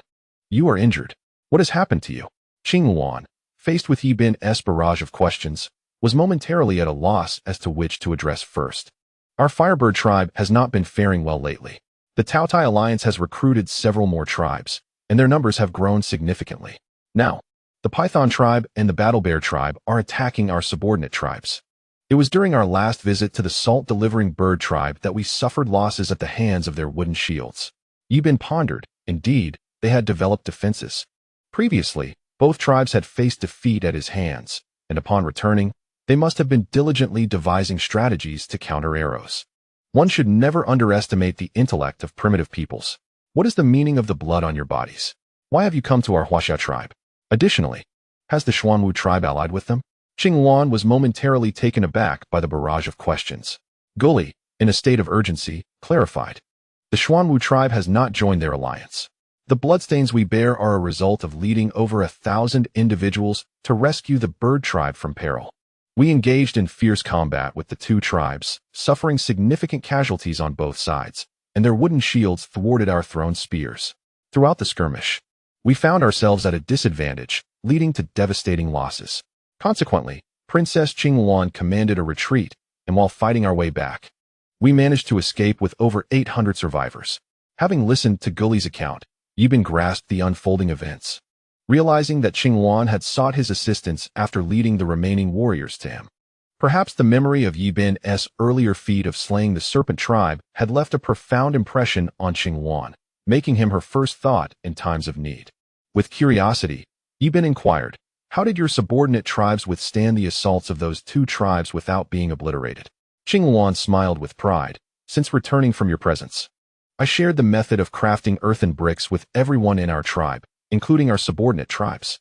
The bird tribe's ability to withstand the onslaught of the two tribes is due to their newly erected walls and the trench they dug, reminiscent of your previous settlement. Thus, the serpent and war bear tribes have been unable to breach their defenses, yet they have surrounded the bird tribe for an extended period, leading to a lack of sustenance for them. They dispatched several groups to send messages, but only the last group managed to escape and deliver news to my father. He instructed me to rally over 1,000 men to swiftly assist the bird tribe. Had it not been for our previous ambush against the serpent tribe, I would have fought to the last man without retreating. Yi Bin looked at Qing Luan with a sense of relief. At last, you've learned the importance of adaptability. If all of you perished, who would come to rescue the bird tribe from its crisis? Therefore, in the face of future challenges, it is essential to first consider the consequences of your actions. Chapter 0. The call to arms. Yi Bin had not previously visited the bird tribe directly, and thus, he remained ignorant of its precise location. He needed to ascertain the distance to the bird tribe and estimate their numbers. Otherwise, rushing in blindly would be tantamount to sacrificing lives. Qing Luan contemplated for a moment, realizing that there were likely 3 of them for every one of their number. Yet within the flying bird tribe, there were still over 1,000 individuals. When the time comes, we shall charge forth from behind while the members of the flying bird tribe strike out from within. We still have a chance of victory, which is why I have come to seek your assistance. Without hesitation, Yi Bin acquiesced, not out of a desire for beauty, but due to the deep-seated enmity he held against the Python and Battle Bear tribes. Of course, Yi Bin would never divulge this to Qing Luan. Should he assist her this time, the Firebird tribe would owe him a tremendous favor. Yi Bin instructed Li Wang to sound the horn, and soon, the warriors of Dragon City began to assemble on the training grounds. Qing Luan's heart raced as she beheld the multitude of warriors before her. She recalled that during her last visit, the Huaxia tribe had only numbered 100 or so. Now, just a few months later, they had amassed such a formidable force. The Huaxia tribe was truly terrifying, for in Qing Luan's eyes, each warrior was worth 10 ordinary men. She had witnessed this firsthand during her last encounter with Li Wang. Standing atop the platform, Yi Bin was filled with confidence. First and second company leaders, swiftly account for your troops and ensure each is properly equipped. We shall depart the city for battle. The assembled troops responded in unison, yes, Commander. Qing Luan was bewildered. She had never heard terms like commander or company leader before, and neither had Gu Li. Each visit seemed to introduce her to a new lexicon, but she gradually grew accustomed to it. Third company, you will remain in Dragon City to guard our home. Should any intruders approach, greet them with your arrows. Black Panther, with a solemn expression, assured Yi Bin, Commander, I will steadfastly defend Dragon City. Yi Bin then turned to the Special Forces team. Li Wang, go to the moon to retrieve 5 pigeons. Then visit Old Bear to collect 100 fire starters and 400 bottles of alcohol bombs. Each of you is to carry 50 iron arrows. Li Wang immediately set off with the Special Forces. Yi Bin then addressed Chasing Wind. Select 150 mounts and swiftly gather at the training grounds. Once all arrangements were made, Yi Bin descended from the platform. Qing Wan and Gu Li gazed at him in astonishment, feeling as if they were listening to an incomprehensible text. In the blink of an eye, Yi Bin had recited a myriad of terms that were foreign to them, leaving them utterly confounded. After all, these were concepts from a high-tech world that Qing Wan and Gu Li had never encountered, let alone understood. Approximately half a stick of incense later, the first and second company leaders, along with Li Wang, arrived at the training grounds, each carrying an alcohol bomb. The Special Forces team held 2 alcohol bombs apiece. Yi Bin addressed them loudly. This will be our first major battle. You must follow my commands. Anyone who disobeys orders on the battlefield and acts independently shall be executed. The warriors immediately shouted in affirmation, pledging to obey commands and follow orders. Yi Bin gazed at the crowd, his heart swelling with satisfaction. This was the essence of what a warrior should embody. Qing Wan observed the formidable aura exuded by the soldiers, which sent chills down her spine. They were nothing short of an elite force. It was also the first time Gu Li had witnessed such a powerful assembly. With everything prepared, Yi Bin approached Qing Wan and Gu Li, noticing several small nicks on their iron swords. Qing Wan, he remarked, it appears we have slain too many adversaries. Their stone axes and spears have been shattered, yet our swords bear several deep gashes. Qing Wan felt a pang of distress. Such sharp weapons marred by imperfections signified a grave situation. She yearned to inquire how to mend the blades. Observing her pained expression brought a smile to Yi Bin's face. After all, every member of the Huaxia tribe possessed iron weaponry. A few damaged swords were trivial in comparison. Without hesitation, Qing Wan urged, Yi Bin, let us set forth. Yi Bin nodded, and the troop commenced their march through the city gates. As they emerged, they encountered 700 or 800 individuals sprawled on the ground, each stained with blood, unmistakably having endured a fierce battle not long ago. A red feather adorned each of their arms. Upon seeing Qing Wan and Gu Li, the warriors of the Firebird tribe rose to their feet. Qing Wan swiftly approached her kin. This is Yi Bin, the leader of the Huaxia tribe, who will assist us against the Python and Warbear tribes. The Firebird warriors, upon witnessing the small number of Huaxia soldiers, harbored disdain. Surely such a meager force could only lead to doom. Yi Bin discerned their scorn and chuckled. Victory on the battlefield is not determined by numbers. It is the mind that prevails. Otherwise, no amount of manpower would suffice. The warriors scoffed further. In the primal world, strength in numbers was paramount. How could one possibly defeat an opponent otherwise? Yi Bin, uninterested in further explanation, mounted his camel and set off. The Firebird warriors were taken aback by the number of mounts possessed by the Huaxia tribe. They then noticed the peculiar attire of the Huaxia soldiers, unaware that they were clad in iron armor. Even Qing Wan and Gu Li had not fully grasped the armor's capabilities. They had only heard Yi Bin speak of its formidable defensive power, but its true strength remained a mystery to them. As Yi Bin departed, Qing Wan promptly mounted her ironback dragon, which thundered with each step, its imposing stature and lengthy tail signifying a fearsome creature. It was unclear how Qing Wan had managed to capture such a beast. Yi Bin watched as she approached, her mount too frightened to stir. He mused that in the future, he would need to capture an even more formidable steed than the dragon. Otherwise, as the chieftain of a Huaxia tribe, if he were to venture out only to have his mount tremble in fear, it would undeniably bring him to the brink of disgrace. Along their journey, the warriors moved with alacrity. Yi Bin observed the Firebird tribe's formation, which, albeit somewhat disordered, exhibited commendable discipline. In the realm of primitive society, such warriors are indeed the elite among the elite. Were it not for Yi Bin's origins from Earth, along with the cultural heritage and memories he carried, he would have found it impossible to develop the tribe within such a brief span. Chapter 0. Yi Bin's strategy. The warrior's pace was swift, and after a day of travel, Yi Bin and his companions soon arrived near the Flying Bird tribe. Yi Bin promptly ascended a hillside to observe the Python and Battle Bear tribes, noting their encirclement of a settlement. To call it a settlement might be an exaggeration. It consisted merely of a small river and earthen walls, inhabited solely by makeshift shelters. From his vantage point, Ibn could see a throng of heads below, numbering at least over 2,000, causing a stir of anxiety within him. It was his first experience witnessing such a multitude poised for combat, and it was impossible to deny the tension he felt. He surveyed the surrounding terrain and discovered that the path leading in was flanked by hills. If they could set an ambush on either side and lure the Python and Battle Bear tribes into the trap, they could unleash a barrage of incendiary bombs, followed by a volley of arrows. Subsequently, the cavalry could charge forth, ensuring a rout of their enemies. After enduring a round of firebombs and then a storm of arrows, the morale of the Python and Battle Bear tribes would surely be shattered, further compounded by the flames of the incendiary devices, which would instill terror in their hearts. At that point, the cavalry would charge directly, rendering them unable to maintain their grip on their weapons. With a strategy forming in his mind, Ibn immediately summoned Black Bull and Chasing Wind, instructing them to lead their respective units. They were to lie in wait on the slopes, each unit armed with 200 incendiary bombs. As soon as he threw the first bomb, they were to ignite their own incendiary cloths and hurl them towards the densest clusters of enemies, ensuring not to concentrate all their throws in one spot. If the ground was already saturated with bombs, they were to target an alternative location. Once their incendiary bombs were expended, they were to swiftly retrieve their bows and unleash a relentless barrage of arrows until their quivers were empty.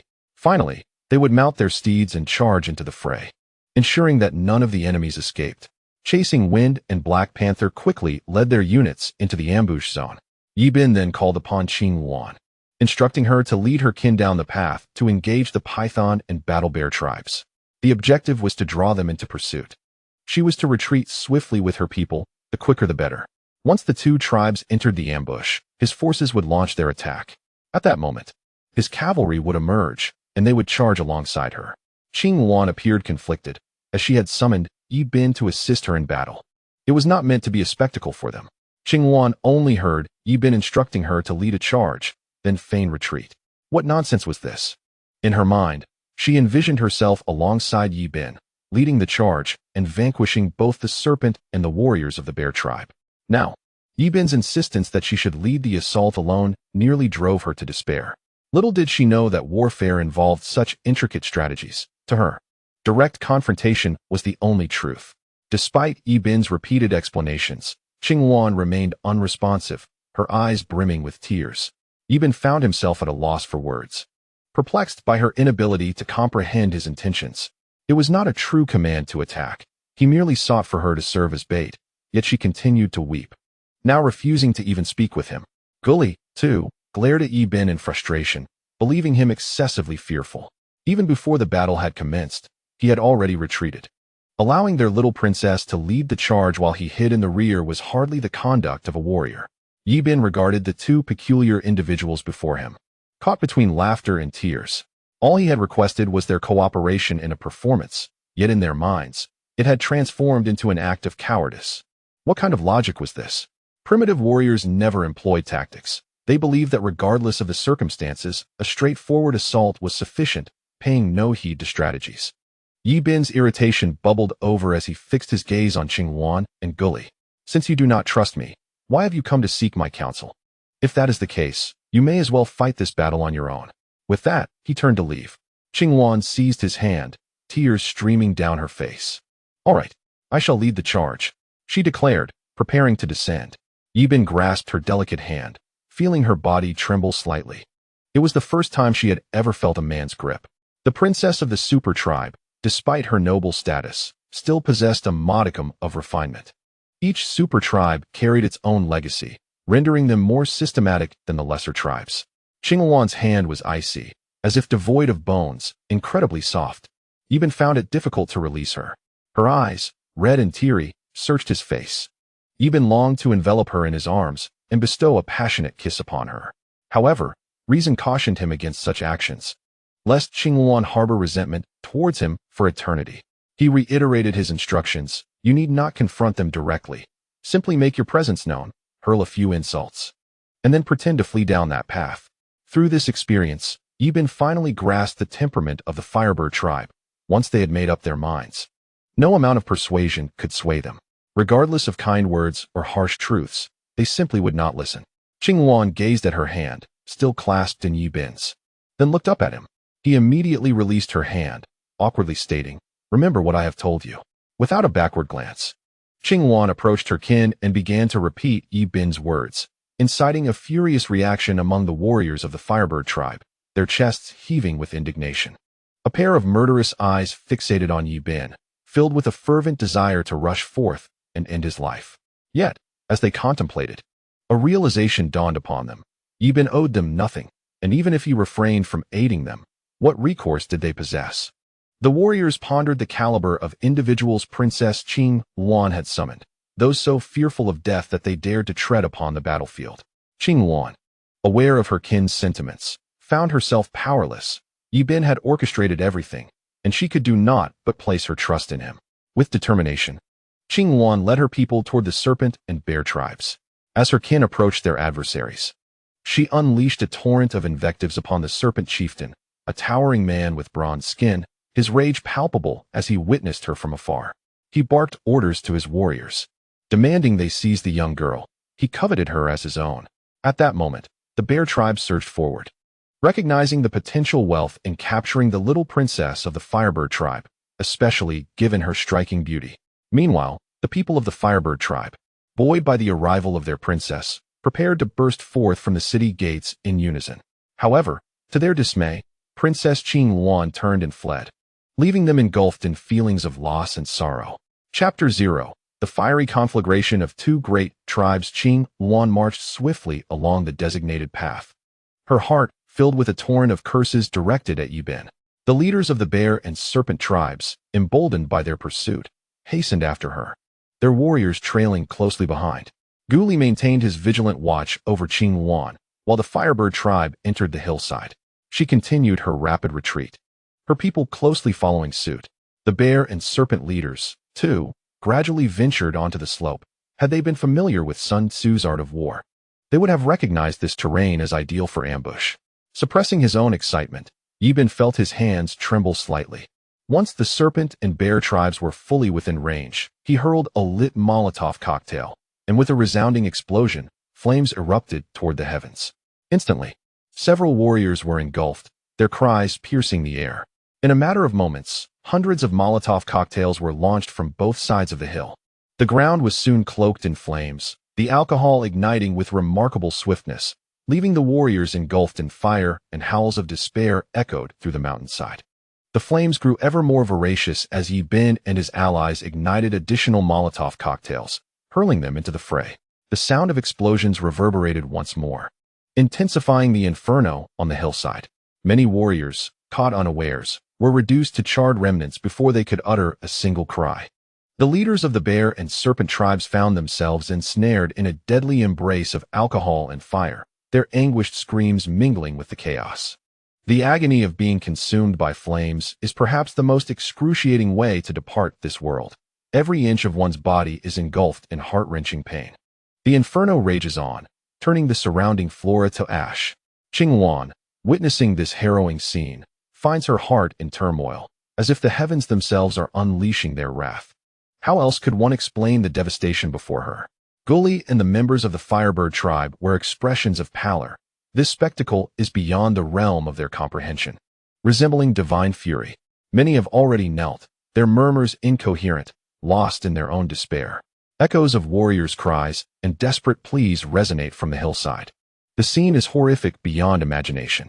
Yi Bin gazes into the sea of flames where soldiers are being reduced to charred remains. A deep unease settles within him. The loss of so many lives leaves him powerless. Reluctantly, he contemplates the use of incendiary bombs but hesitates, wishing to avoid such drastic measures. This event is etched indelibly in the hearts of the warriors, haunting their dreams and prompting many to succumb to nausea. Even the formidable Li Wang furrows his brow. Though he is no stranger to bloodshed, witnessing such a massacre is a first for him, stirring a tumultuous response within. Yi Bin, sensing the urgency, promptly issues orders for the archers to secure both exits. Any who dare emerge shall be met with arrows. Warriors from the Python tribe, their bodies ablaze, flee in terror. Despite the overwhelming shock, Chasing Wind and Black Bull swiftly comply with Yi Bin's commands, shooting down anyone who dares to escape. On either side of the hillside, over 100 archers stand vigilant. The warriors of the Python and Battle Bear tribes find themselves utterly incapable of breaking free, their wooden shields reduced to cinders. The flames that engulf them consume all rational thought. Each warrior is solely focused on survival, oblivious to the archer's presence. Chaos reigns as they scatter like a herd of frightened beasts. Chasing Wind stands guard at the valley's entrance, prepared to unleash arrows upon any who emerge. Qingluan and her companions wish to charge forward, yet the formidable blaze halts them in their tracks. The fire is insatiable and relentless. As it continues to burn, the valley falls silent. The cries and wails have ceased, replaced only by the crackling of flames consuming all life within. The inferno devours everything, a crisis seemingly averted. After a tense half-hour, Yi Bin and the warriors await, but none emerge from the inferno. Gradually, the flames begin to subside. It is only then that they behold the grim reality. Over 2,000 corpses lie strewn across the ground, each body unrecognizable, charred beyond repair. The valley, shrouded in darkness, presents a scene of unspeakable horror, as if the god of fire has unleashed his fury, mercilessly obliterating all living beings within. Qingluan ascended the hillside with her kin, and upon witnessing the scene before them, a collective gasp escaped their lips. In the valley below lay a multitude of charred corpses. Even Qingluan and Gully, seasoned by numerous battles, found their legs trembling in terror at the sight. They had participated in countless skirmishes, yet never had they encountered such a grim tableau. It was only now that Qingluan comprehended the sheer horror of Yi Bin's fall and the magnitude of his intellect. Within a mere few hours, over 2,000 lives had been reduced to ashes, truly a divine feat. Yi Bin regarded Qingluan with a complex gaze. The peril here has been mitigated. I shall return with my men, he declared. The sorrow of her distrust weighed heavily upon him. Did he need to engage in brutal combat with a long blade like the savages to be deemed a true warrior? The Firebird tribe, with its multitude, could afford to lose hundreds or even thousands without a second thought. Yet, the Huaxia tribe was different. With only 500 warriors, their demise would spell utter ruin. Yi Bin felt an unwavering responsibility for his entire tribe. Despite his friendship with Qingluan and his enmity with the Python and Bear tribes, he would not foolishly plunge into a fight. Frustration surged within Yi Bin. He believed Qingluan was indifferent to the fate of their tribe. Such a girl, no matter how beautiful, would never earn his affection. Though he enjoyed the role of an admirer, it depended on the circumstances. Not every girl warranted his devotion. Yi Bin was no longer alone. He bore the weight of responsibility for over 1,000 lives. With that thought, he turned his back and departed without another word. A sudden ache gripped Qingluan's heart, leaving her bewildered. The combat style of the Firebird tribe had always been straightforward, a manner she had embraced since childhood. This approach to battle had become ingrained in her very essence, and she could not fathom the cause of Yi Bin's ire. Though she yearned to call him back, her inherent pride quelled that impulse. Standing still, she watched Yi Bin recede into the distance, her heart heavy with sorrow, tears tracing down her cheeks. Chapter 0. A fateful encounter with the serpent and tiger. Yi Bin, lost in thought as he rode his camel, spoke little along the way. The others were puzzled by the captain's demeanor. Miraculously, they had suffered no casualties while vanquishing over 2,000 from the Python and Bear tribes. The warriors trembled with excitement. It was their first major battle, yielding such astounding success. Following this encounter, they felt buoyant, imbued with newfound confidence that colored their speech and gait. Chasing Wind observed Yi Bin with a mix of admiration and confusion. As he gradually came to understand the captain, he realized that Yi Bin was increasingly inscrutable, whether in managing the tribe or leading troops into battle. Chasing Wind felt there was still much to learn from him. As long as one follows Yi Bin, he will undoubtedly encounter a plethora of experiences previously unseen. In the heart of Chasing Wind, Yi Bin surpasses even his own father in prowess. With such a leader at the helm, how could the Huaxia tribe possibly fail to grow stronger? The spectacle witnessed today left Black Bull in a state of astonishment. The inferno in the valley resembled divine retribution. Such a phenomenon cannot be attributed to mere human strength. Yet, this was the reality crafted by their leader. The fiery abyss of the valley etched vividly in his memory, causing his limbs to tremble uncontrollably. The warriors, brimming with excitement, had not ceased to smile throughout their journey. Yi Bin approached the birdcage and inscribed the words peace upon a piece of animal hide. He then retrieved a white dove from within the cage, affixing the hide to its leg before releasing it into the sky. The dove flapped its wings fervently, soaring towards Dragon City. The warriors were left in awe, perplexed by what the commander had affixed to the bird's leg. Chasing Wind approached Yi Bin, inquiring how they could retrieve the dove once released. These doves have been nurtured in Dragon City for some time. I have attached a piece of animal hide inscribed with the word peace to its leg. Once he receives the message, she will inform the entire tribe, ensuring that everyone is aware of our current safety. He continued, this is our first attempt at using doves for communication, and I cannot guarantee that you will receive the message promptly. The Firebird tribe suffered immensely due to delayed communication. Had they possessed a similar tool, they would have received news of the siege on their subordinate tribe in a timely manner, potentially saving countless lives. In the future, as our tribe expands, we may need to establish a new city. Should conflict arise, you need only attach a message to the dove's leg, and it will carry the news to Dragon City. I will then dispatch reinforcements immediately. This underscores the significance of timely information. A single step ahead can make all the difference. Chasing Wind, still grappling with Yi Bin's words, found it hard to comprehend the concept of birds conveying messages, as such a notion had never been encountered in their primitive society. Only through personal experience would he grasp the advantages of swift communication. At present, they could not fathom the implications. No matter how eloquently Yi Bin articulated his thoughts, it remained mere theory until lived. On their return journey, Yi Bin realized that he and Qing Wan hailed from entirely different worlds. Their meeting was a result of various fortuitous circumstances. Although Qing Wan had gifted him numerous items, Yi Bin had assisted her on several occasions, thus balancing their exchanges. He mused that they could simply part ways in the future. Suddenly, Black Bull approached Yi Bin, announcing, Commander, many people have appeared ahead. Let us go and take a look. Soon, they found themselves in a concealed location, observing a gathering of 200 to 300 individuals escorting over 500 slaves. Yi Bin swiftly discerned a familiar figure amidst the crowd, Shihu, who had escaped previously. It was no wonder that he had not spotted Shihu during his time at the bird tribe. As it turned out, he was escorting slaves, seemingly unperturbed by the annihilation of the Python and Battle Bear tribes. He glanced at Hein Yo, the camp leader, and inquired about their next course of action. The soldiers, still basking in the glory of a recent triumph, gazed at Yi Bin with fervor. They felt emboldened, believing they could easily vanquish the remnants of the Python tribe. However, Yi Bin was far too prudent to act recklessly. Each warrior lost would weigh heavily on his heart, so he chose to observe the situation before engaging in battle. The presence of the enslaved individuals posed a significant dilemma. If Shihu threatened them with weapons, they might be compelled to fight back or face execution. The fear of death is a powerful motivator. In such a scenario, the opposing force would boast over 800 warriors, while Yi Bin had only 2 companies and a special operations team, totaling merely 347 men.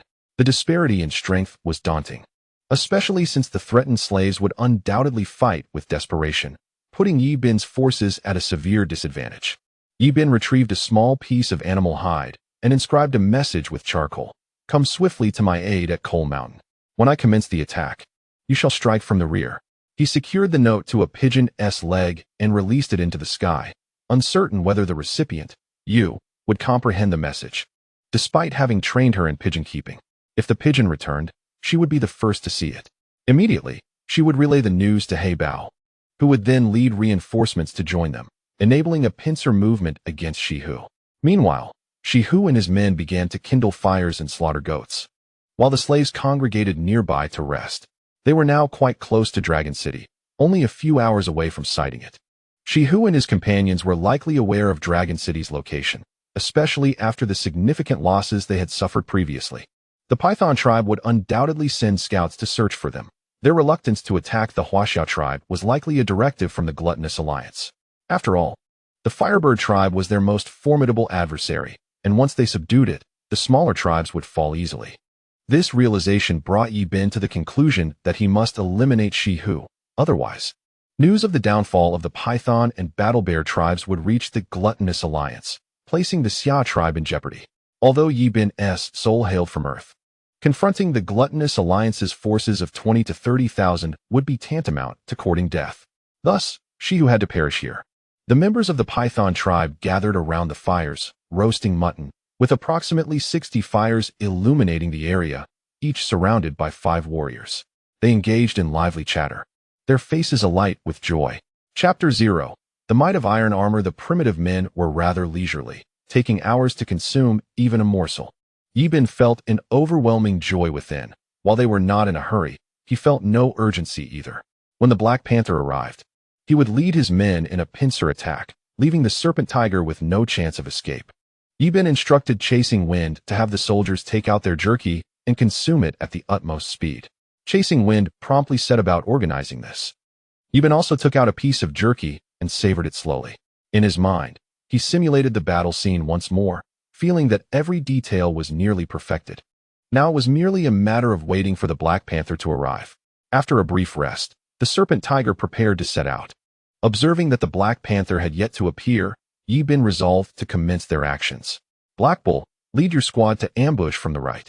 Chasing Wind, take your squad and ambush from the left. Power King, you will lead the Special Operations Team in a frontal assault. I will take the Special Operations Team to provoke them first, feigning defeat to lure them in. Then, the 2 squads will strike from both flanks. At that moment, the Black Panther was hastily making their way, and they were not far from Coal Mountain. Just as the Serpent Tiger commanded the departure, Yi Bin, accompanied by the Special Operations Team, charged forth. 40 team members promptly grasped their rapid-fire composite bows, aiming at the Serpent Tiger and his men. With swift precision, they drew their bows and released a volley of arrows, initially catching the Serpent Tiger off guard. In the blink of an eye, 30 to 40 warriors from the Python tribe had perished. Upon realizing it was Yi Bin's team, the Serpent Tiger shouted loudly, "Warriors, quickly raise your shields." The Special Operations Team has only inflicted damage with the first 2 waves of arrows. The subsequent 5 waves struck our wooden shields. Suddenly, the Serpent Tiger burst into laughter, exclaiming, "Did you truly think me a fool? After suffering a significant loss at your hands last time, I returned and devised a method to counter your weapons. Now, let us see how you fare against me this time." The iron arrows from the Special Operations Team struck the wooden shields, and the Serpent Tiger, filled with glee, felt assured that Yi Bin was trapped with no escape. "Warriors, let us slay them," he commanded. The warriors of the Python tribe, armed with shields, charged towards Yi Bin's team, while the Serpent Tiger stood at the rear, laughing heartily. "This time, I shall chop you to pieces and feed you to my little snakes." Yi Bin immediately ordered a retreat. Observing their intent to flee, the Serpent Tiger commanded his warriors to hurl their stone spears. A rain of stone spears descended upon them. The spears sliced through the air, targeting the Special Operations Team, and several warriors were caught off guard. With spears, the warriors raised their shields to protect their bodies as arrows swiftly rained down upon them. Yet, a few fell to the ground, blood spilling profusely as they emitted anguished cries. Snake Tiger, indifferent to their fates, continued to issue commands for the assault. At that moment, the 1st Battalion of Black Bull and the 2nd Battalion of Swift Wind burst forth. The soldiers, mounted on camels alongside the Green Bull, charged rapidly towards the members of the Python tribe. Yi Bin halted his advance, instructing King Li to lead the charge back. Suddenly, the oncoming cavalry startled Snake Tiger and his men. Regaining his composure, Snake Tiger commanded his guards to wield their stone spears, threatening the slaves to charge forward. Black Bull, armed with an iron spear, plunged into the fray. His mount crashed into the warriors of the Python tribe, sending them flying. With a sweeping motion of his spear, he eviscerated several warriors, their entrails spilling forth, blood splattering onto the faces of those nearby. The following warriors surged forth. Cavalry against infantry was a sheer massacre. Over 100 steeds galloped into the fray, scattering the Python tribe's warriors in disarray. The soldiers frantically thrust their iron spears, piercing the warriors of the Python tribe like candied hawthorns. Soon, the battlefield descended into a stalemate. The initial wave of the cavalry's assault proved devastating. Once the steeds halted, close-quarters combat ensued. Losing their speed advantage, the soldiers swung their iron spears vigorously. The sharp spears penetrated the bodies of the warriors. At that moment, over 500 slaves picked up stones from the ground and charged forth. Though the soldiers bore iron armor, they could not withstand the sheer number of assailants. As the slaves approached, the 3rd Battalion led by Black Panther erupted from behind the Python tribe, loosing arrows as they ran. The slaves, caught unawares, never anticipated an ambush from their rear. The warriors led by Black Panther, while running and shooting arrows, overwhelmed the slaves, who wore no shields and were clad only in ordinary animal hides. The iron arrows fell like rain, swiftly piercing through the crowd. One by one, the slaves fell into the pools of blood, unprepared for the onslaught. Upon seeing Black Panther's reinforcements arrive, Yibin was filled with joy and shouted loudly, "Warriors! Our reinforcements have arrived. Now seize your weapons and join me in vanquishing them." King Li surged forward, hurling an iron hammer that struck two nearby warriors who could not evade in time.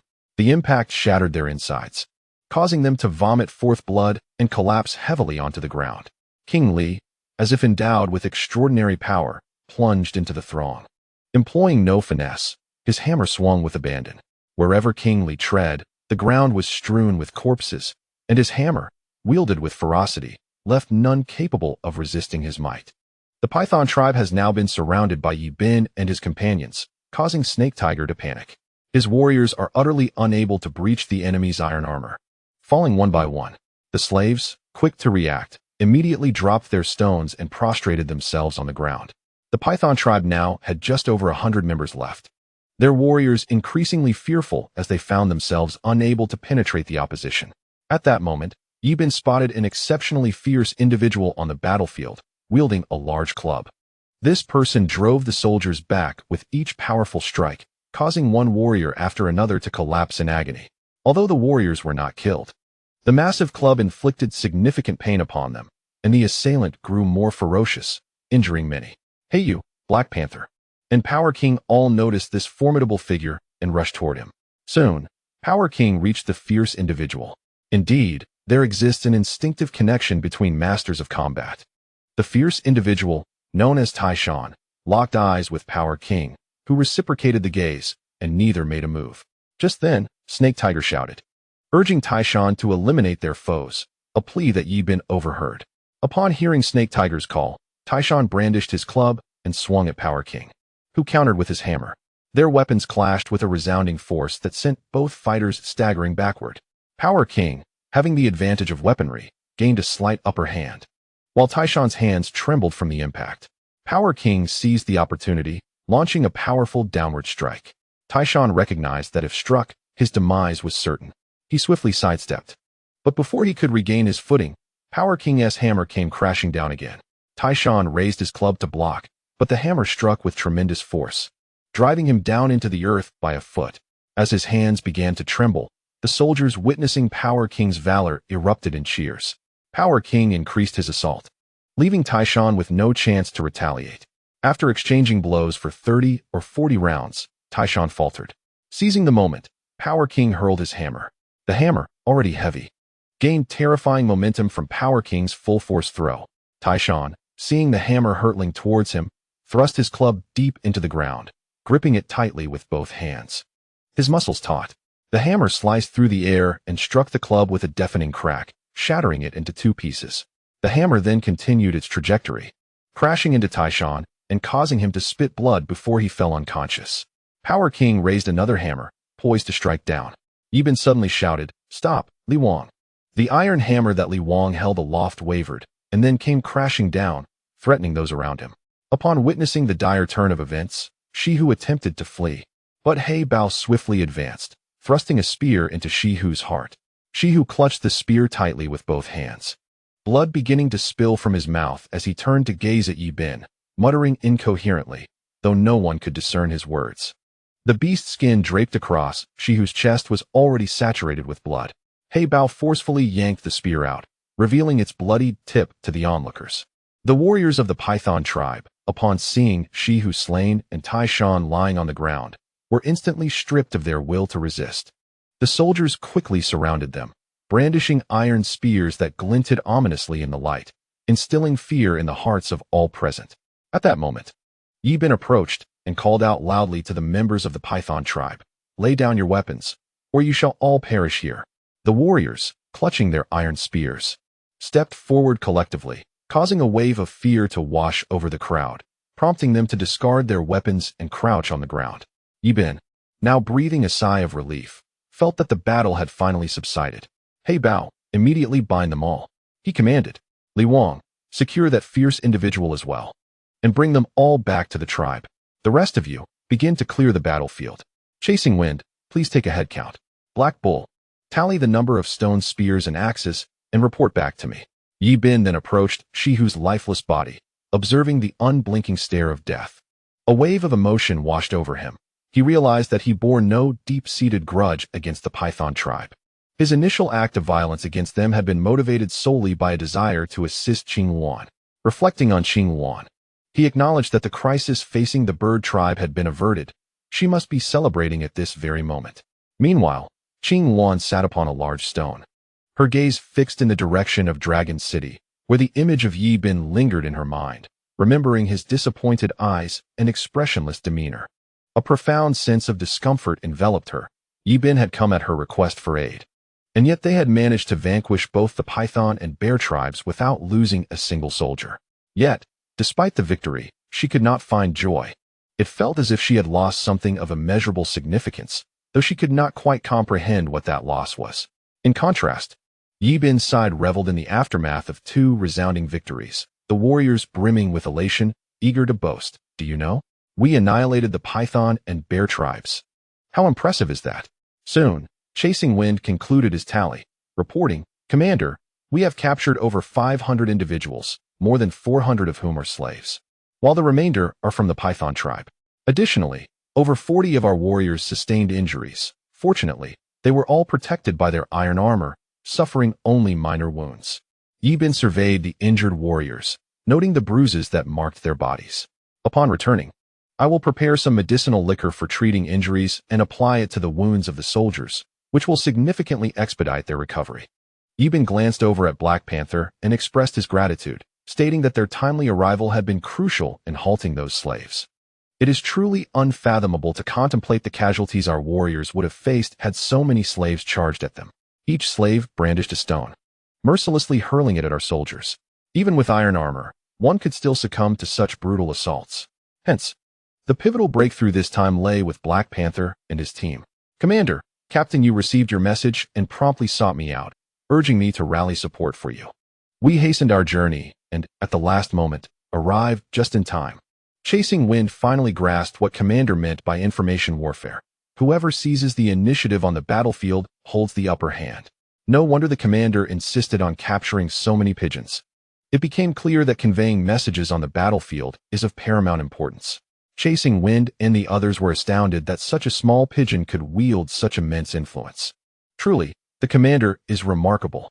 At that moment, Li Wang approached, carrying Taishan, who had since regained consciousness. He observed Yi Bin, contemplating how such a young child could possess such formidable protection, realizing that the Python tribe had indeed encountered a formidable opponent this time. Yi Bin regarded Taishan and inquired if he would be willing to join him, promising a life of indulgence. Taishan, without so much as a glance at Yi Bin, turned his head away. Indeed, true masters possess a sense of integrity. Yi Bin chuckled awkwardly and asked, "What is your relation to the Python tribe?" Initially reluctant to answer, Taishan, upon seeing Li Wang's fierce gaze, responded truthfully, "I hail from a small tribe and agreed to protect Shihu out of a sense of gratitude." Shihu?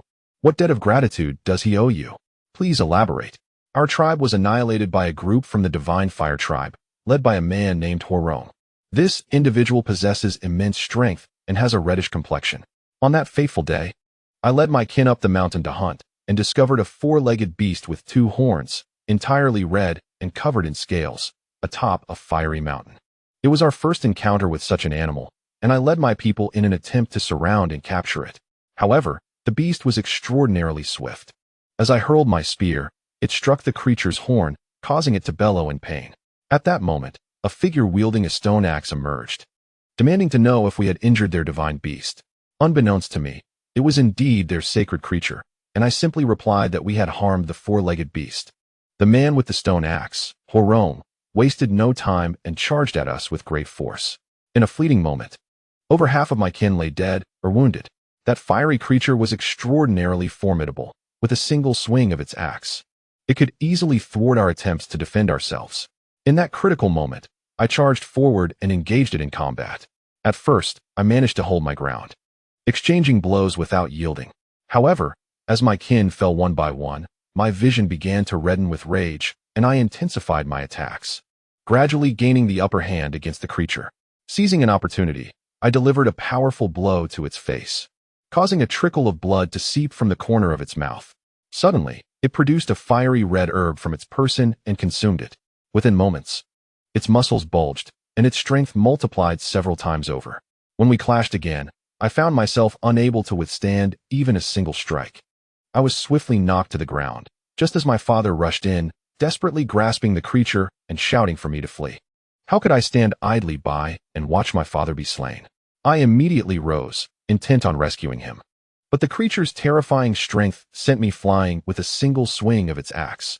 Blood streamed from my wounds as my father urged me to escape and seek vengeance later.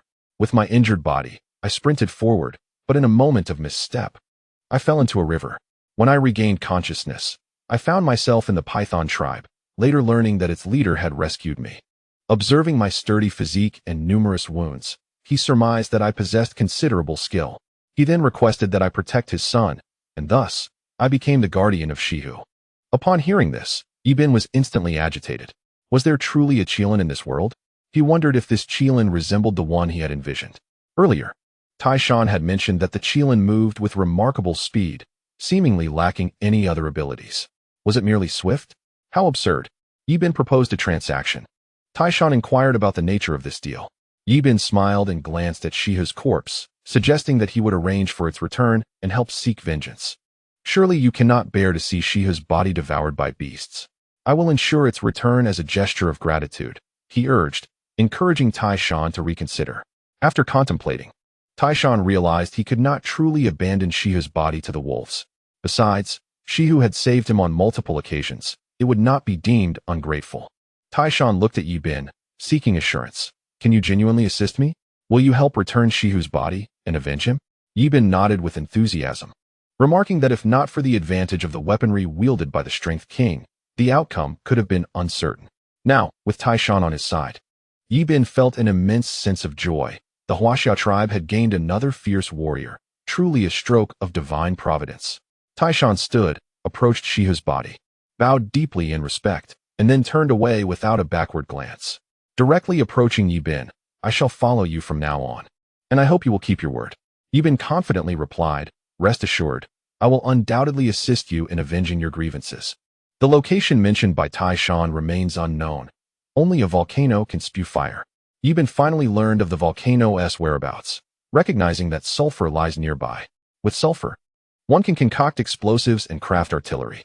Just envisioning the prospect of bombarding those who displease him filled Ibin with exhilaration. Aiding Taishan in his quest for vengeance seemed merely a secondary task.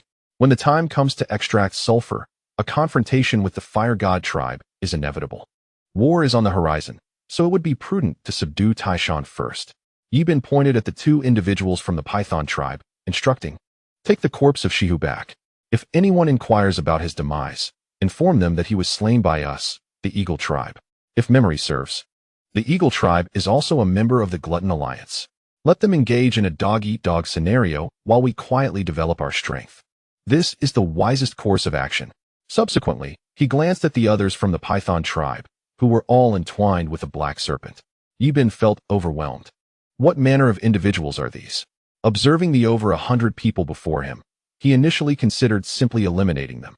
However, with the small black snakes they carried, he dared not imagine the consequences of bringing them back to the tribe. Chasing Wind, noticing Ibin's predicament, suggested, Captain, let us eliminate the snakes on them. This would render them harmless.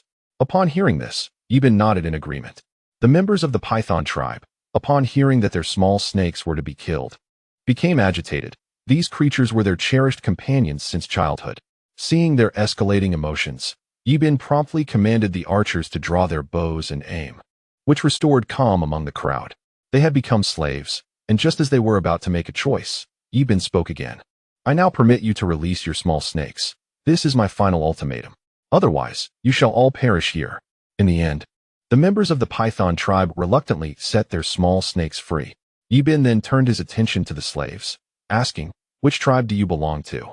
And how did you end up captured by the Python tribe? At that moment, a few stepped forward, stating, we are from the mountain tribes. Recently, the Python tribe invaded our territory pillaging our food and abducting our women.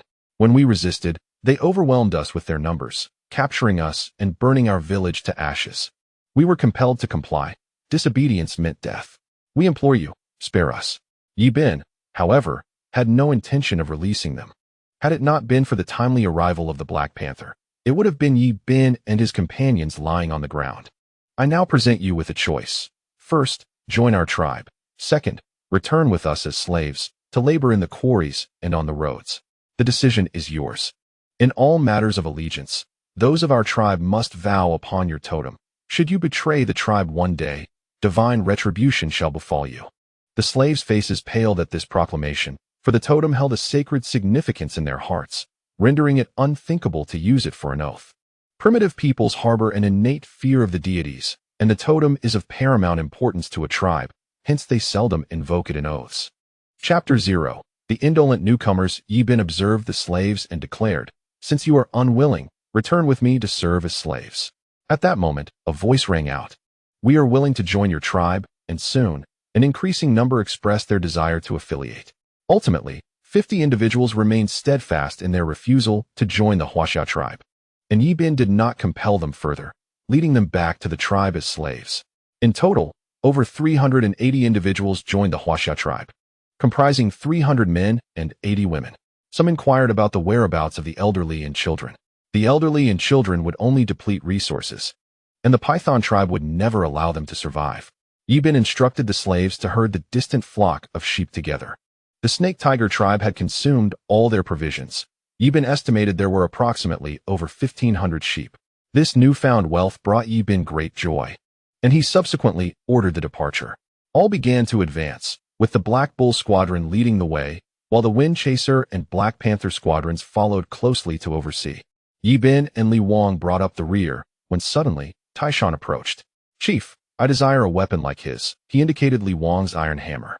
Yi Bin instructed Li Wang to hand the hammer to Taishan, who caught it, but immediately let it fall to the ground. The hammer was far too heavy for him to lift, let alone wield in combat.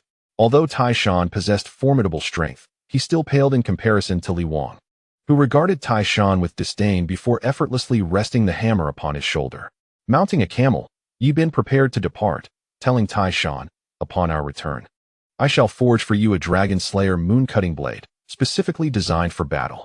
Upon hearing the name of the blade, Taishan's excitement surged. It sounded immensely powerful.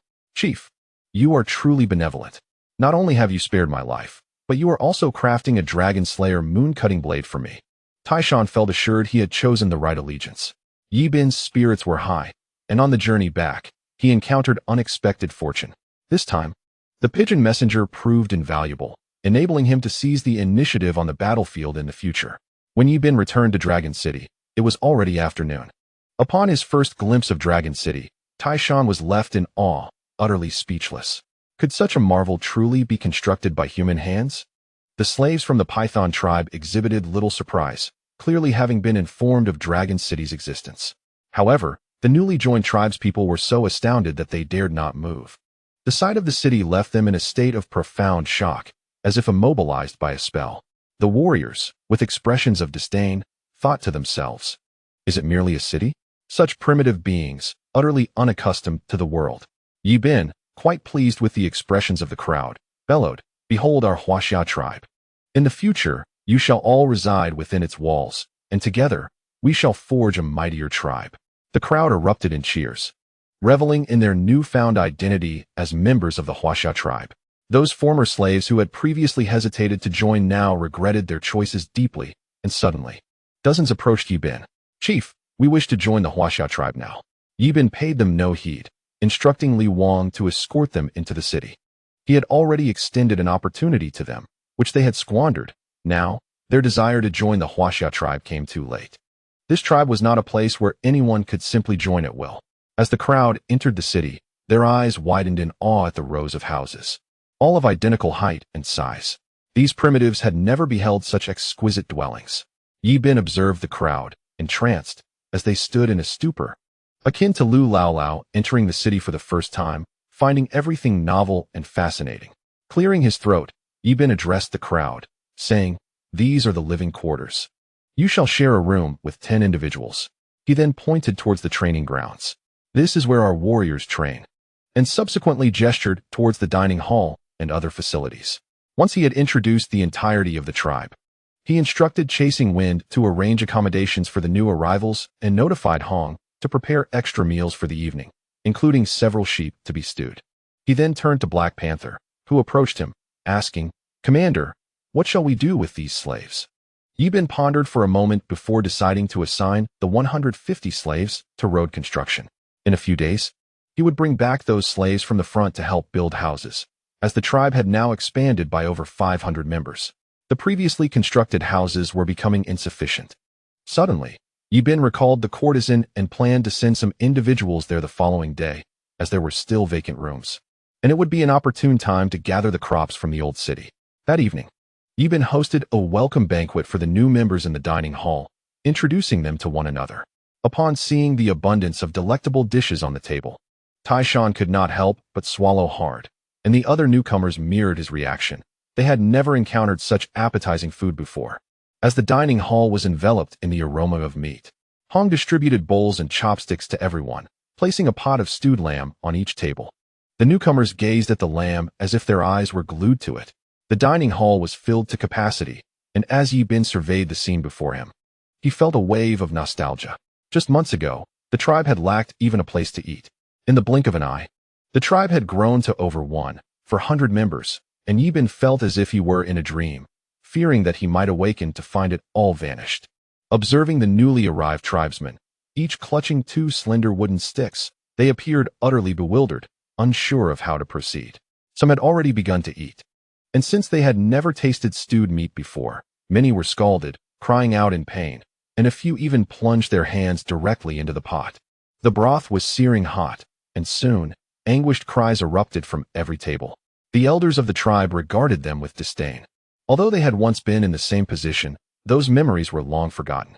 Now, witnessing the newcomers, a sense of superiority arose within them. As the meal progressed, everyone feasted heartily, their mouths dripping with grease and their bellies protruding. Once satiated, the primitive folk had a penchant for lying down to sleep.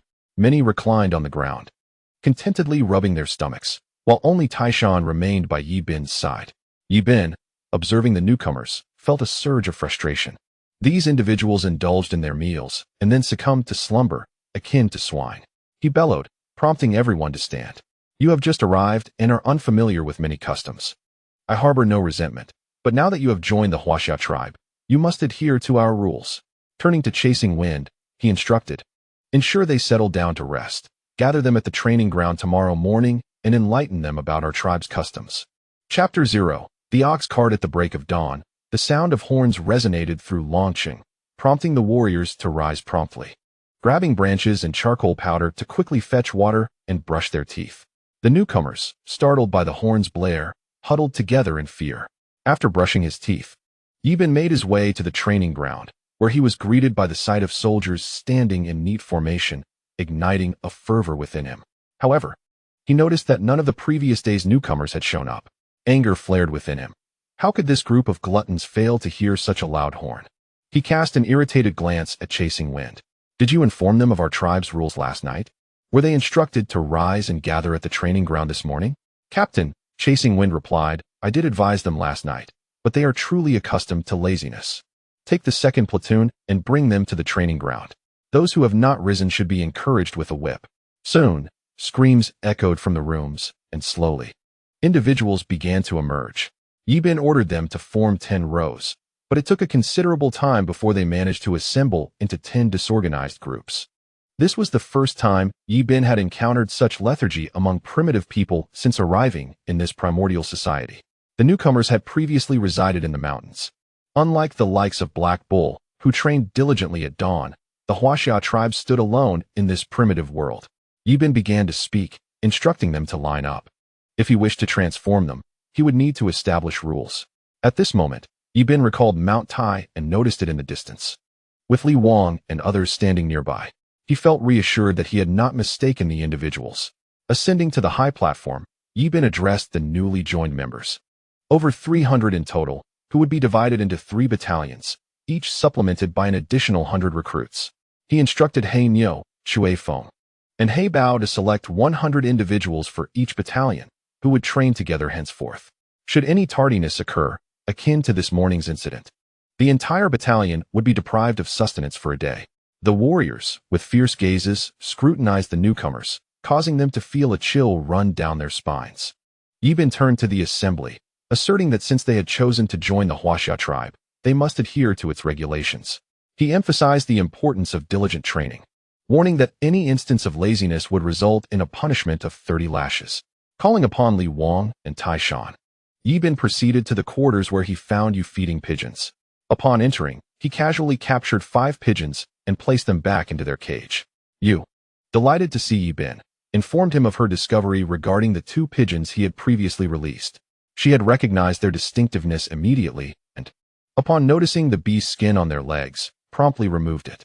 Fortunately, she was able to read the inscriptions and had quickly summoned Captain He Bao to rendezvous with Yi Bin outside the city. As Yu spoke with increasing enthusiasm about the warriors' return and their eagerness to share their achievements, Yi Bin smiled at the girl. You are exceptionally astute. It seems you have grasped everything I have taught you. In a few days, I shall impart further knowledge. Yu joyfully embraced Yi Bin's arm, her small hands affectionately rubbing against him. In their primitive society, where women lacked undergarments, Yi Bin could distinctly feel the softness against his arm.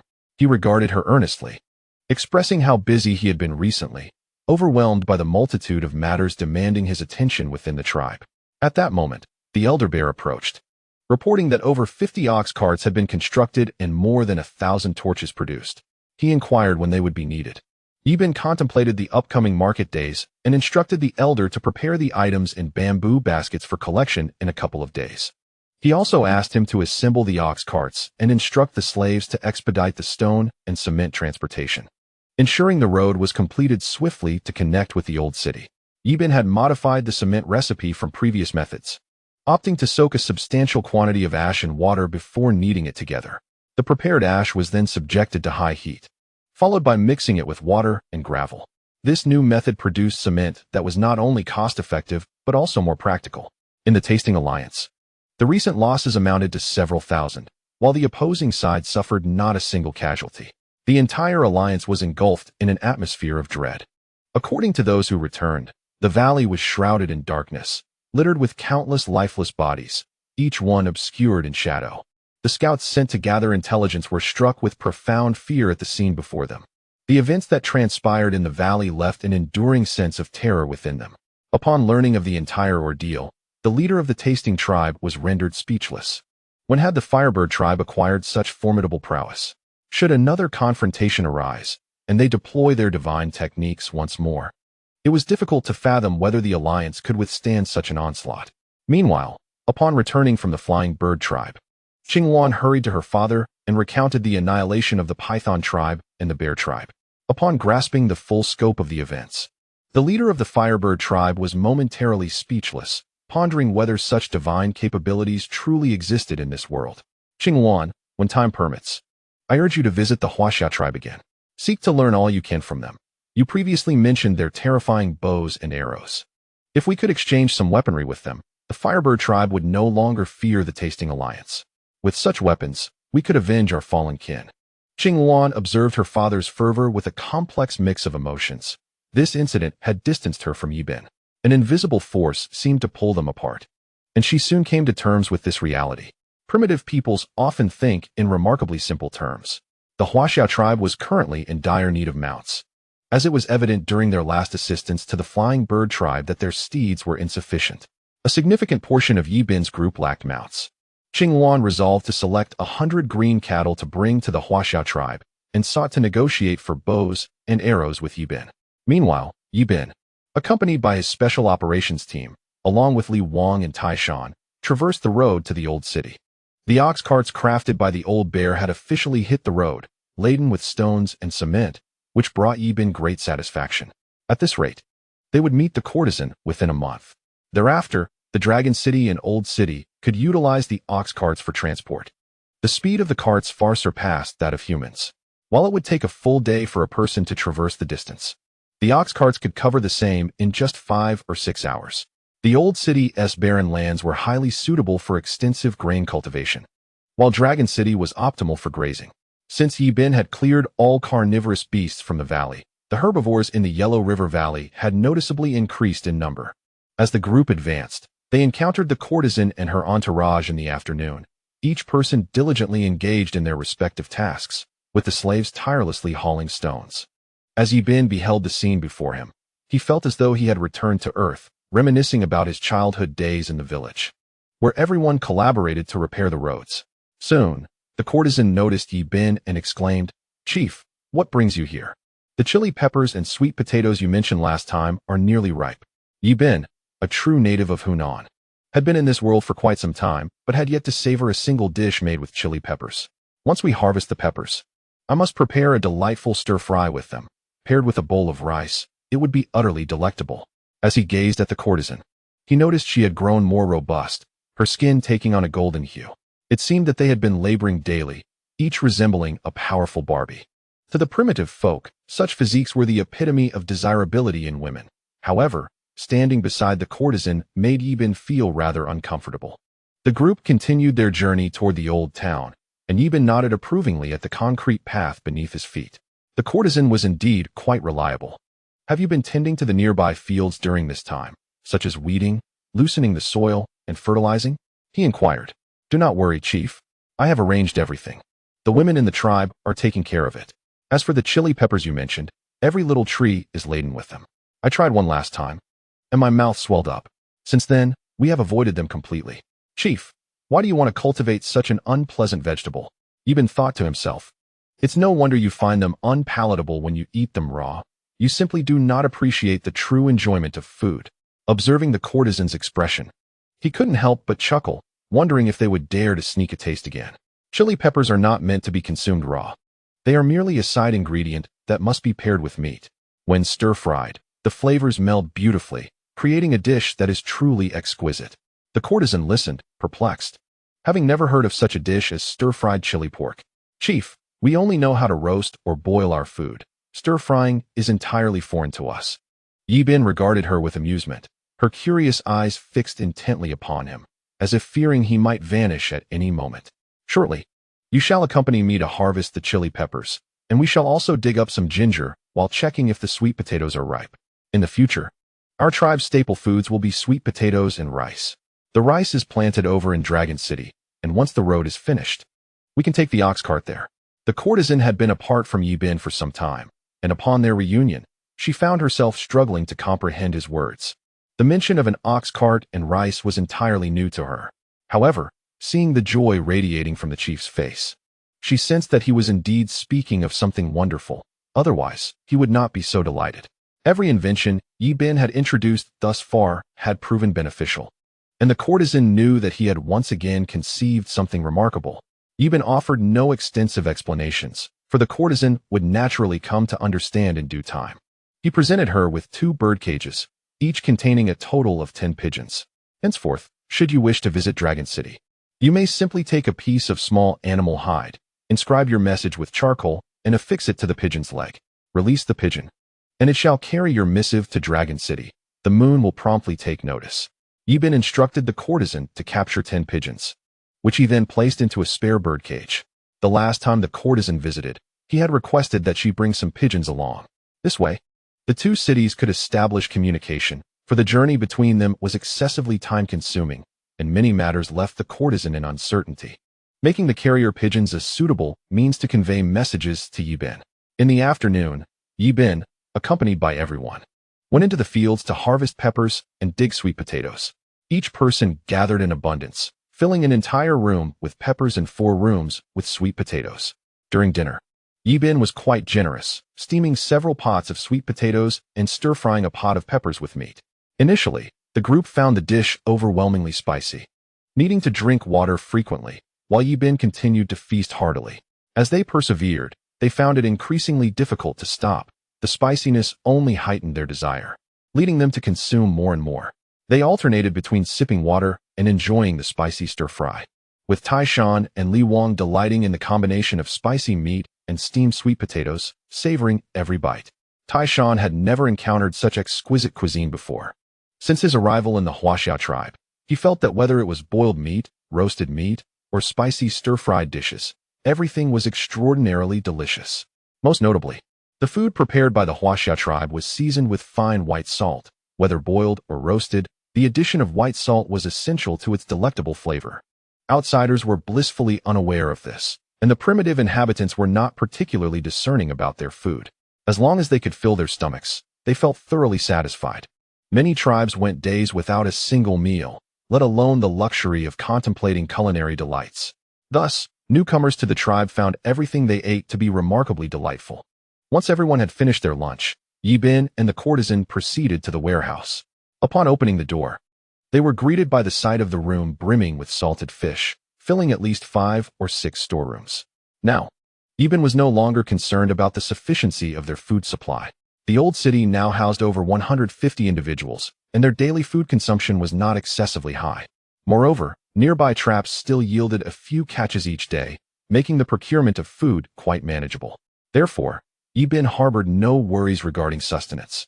Yi Bin intended to take some sweet potatoes back to Dragon City, leaving the remainder for the courtesan and her companions to continue cultivating.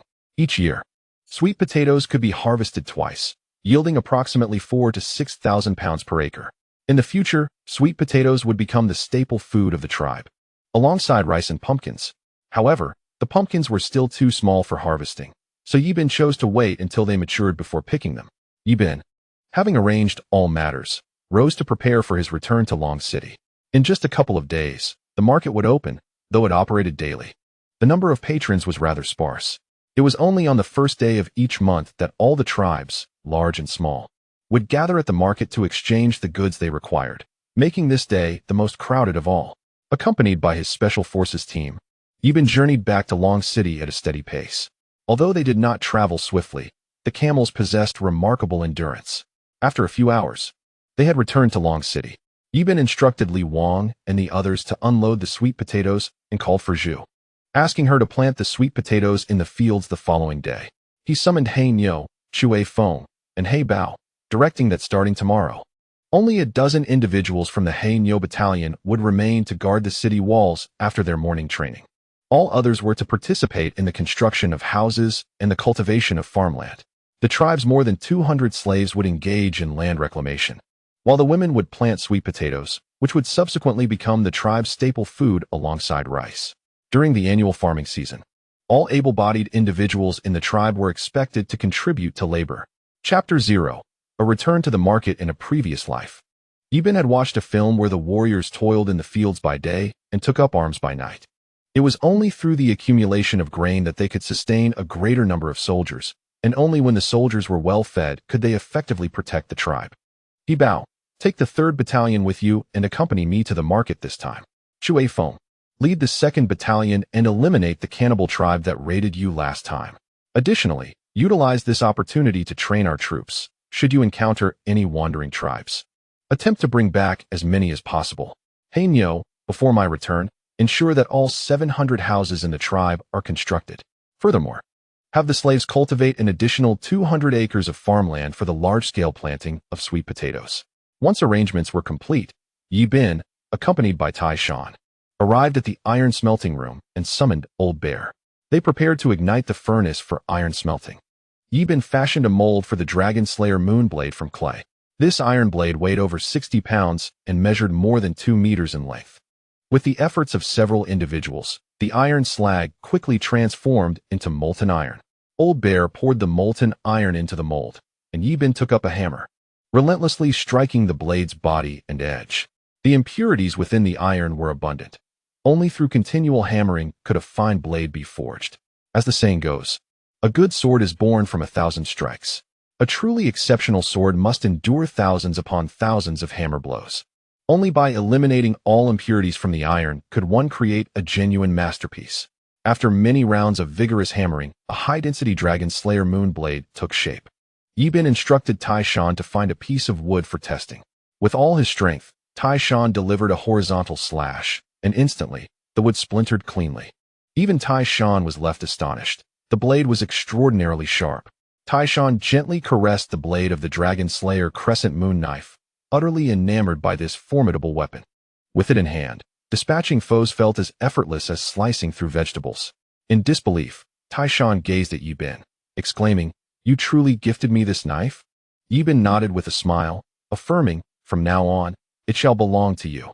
Take good care of it. Cradling the Dragon Slayer crescent moon knife as if it were a precious treasure, Taishan feared that others might seize it. From the moment he laid eyes on the blade, he was resolutely captivated. Never before had he encountered such a razor-sharp weapon. Had he possessed it earlier, vanquishing the likes of Huarong would have been a trivial task. Taishan practiced several moves, effortlessly severing wooden logs, and with each strike, his satisfaction and admiration deepened. Observing him, Yibin shook his head in resignation. Indeed, even the most valiant of men reveal their childlike innocence when confronted with something they cherish. Yibin then instructed old Xiong to prepare supplies for their impending trip to the market, intending to bring along a greater quantity of goods this time. Yibin planned to secure a long-term rental space at the market for two primary reasons: to gather intelligence from the surrounding area and to facilitate the ongoing exchange of resources. This would also enable the tribe to acquire more food and slaves. For this journey, Yibin intended to take along 1,000 fire-starting sticks, 500 clay pots, 100 jars of white salt, and an additional 5,000 salted fish. He would subsequently assemble his own transportation team for efficient back-and-forth travel. Yibin also contemplated taking some metal tools and bows, but upon reflection, he decided against it. Revealing such assets prematurely could disrupt the delicate balance among the tribes, hastening the transition into the Iron Age, an era beyond his control. Only by fortifying his own tribe could he safeguard these advanced technologies. Otherwise, they would merely become a means for others to gain power.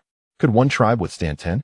Thus, the priority remained on low-key development, expanding the population, stockpiling food, and crafting weapons to ensure resilience against any threats. At dawn, as the first light broke, Yibin hurriedly rose, brushed his teeth, and had breakfast.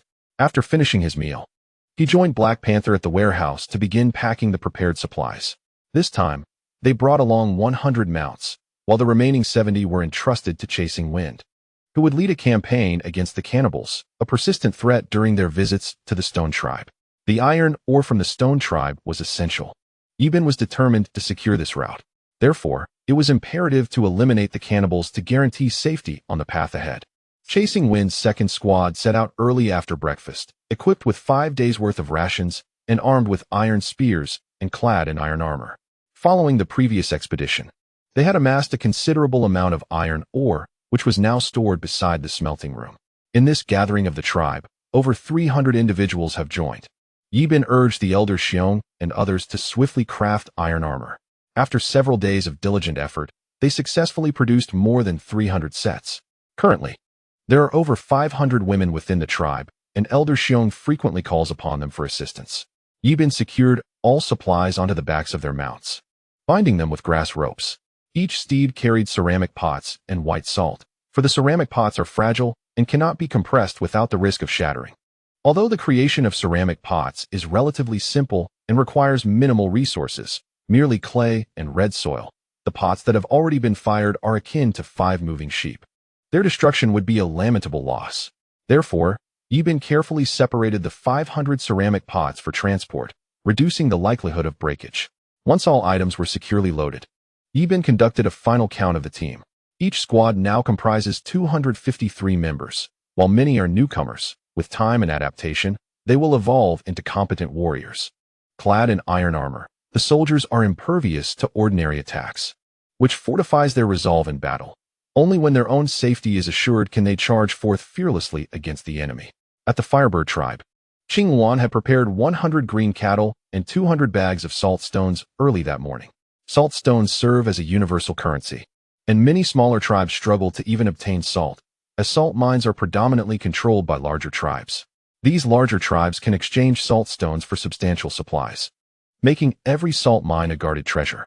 Unless one is prepared to forfeit their life, raiding their salt mines is not an option. Salt stones are typically categorized into sea salt and well salt, with the well salt from Qing Wan's tribe being particularly rare, especially the natural variety. This scarcity underscores the perpetual conflicts faced by the Firebird tribe. Had they been a smaller tribe, they would have long since been annihilated. The Taotai Alliance seeks to seize this well salt mine for their own exploitation, aiming to reap greater profits. As an ancient saying goes, there are no eternal enemies, only everlasting interests. However, This adage does not apply to the Firebird tribe. Should one bear a grudge against them, it will be remembered for a lifetime. Just as acts of kindness will not be forgotten. This is why Qing Yuan consistently delivers salt stones to Yi Bin. Chapter 0. Farewell to the White Tiger. Once everything was secured on the mounts, the group conducted multiple checks to ensure all was in order before preparing to depart. Yi Bin, leading the third squad alongside Li Wang and Tai Shan, as well as the special operations team, set off towards the marketplace.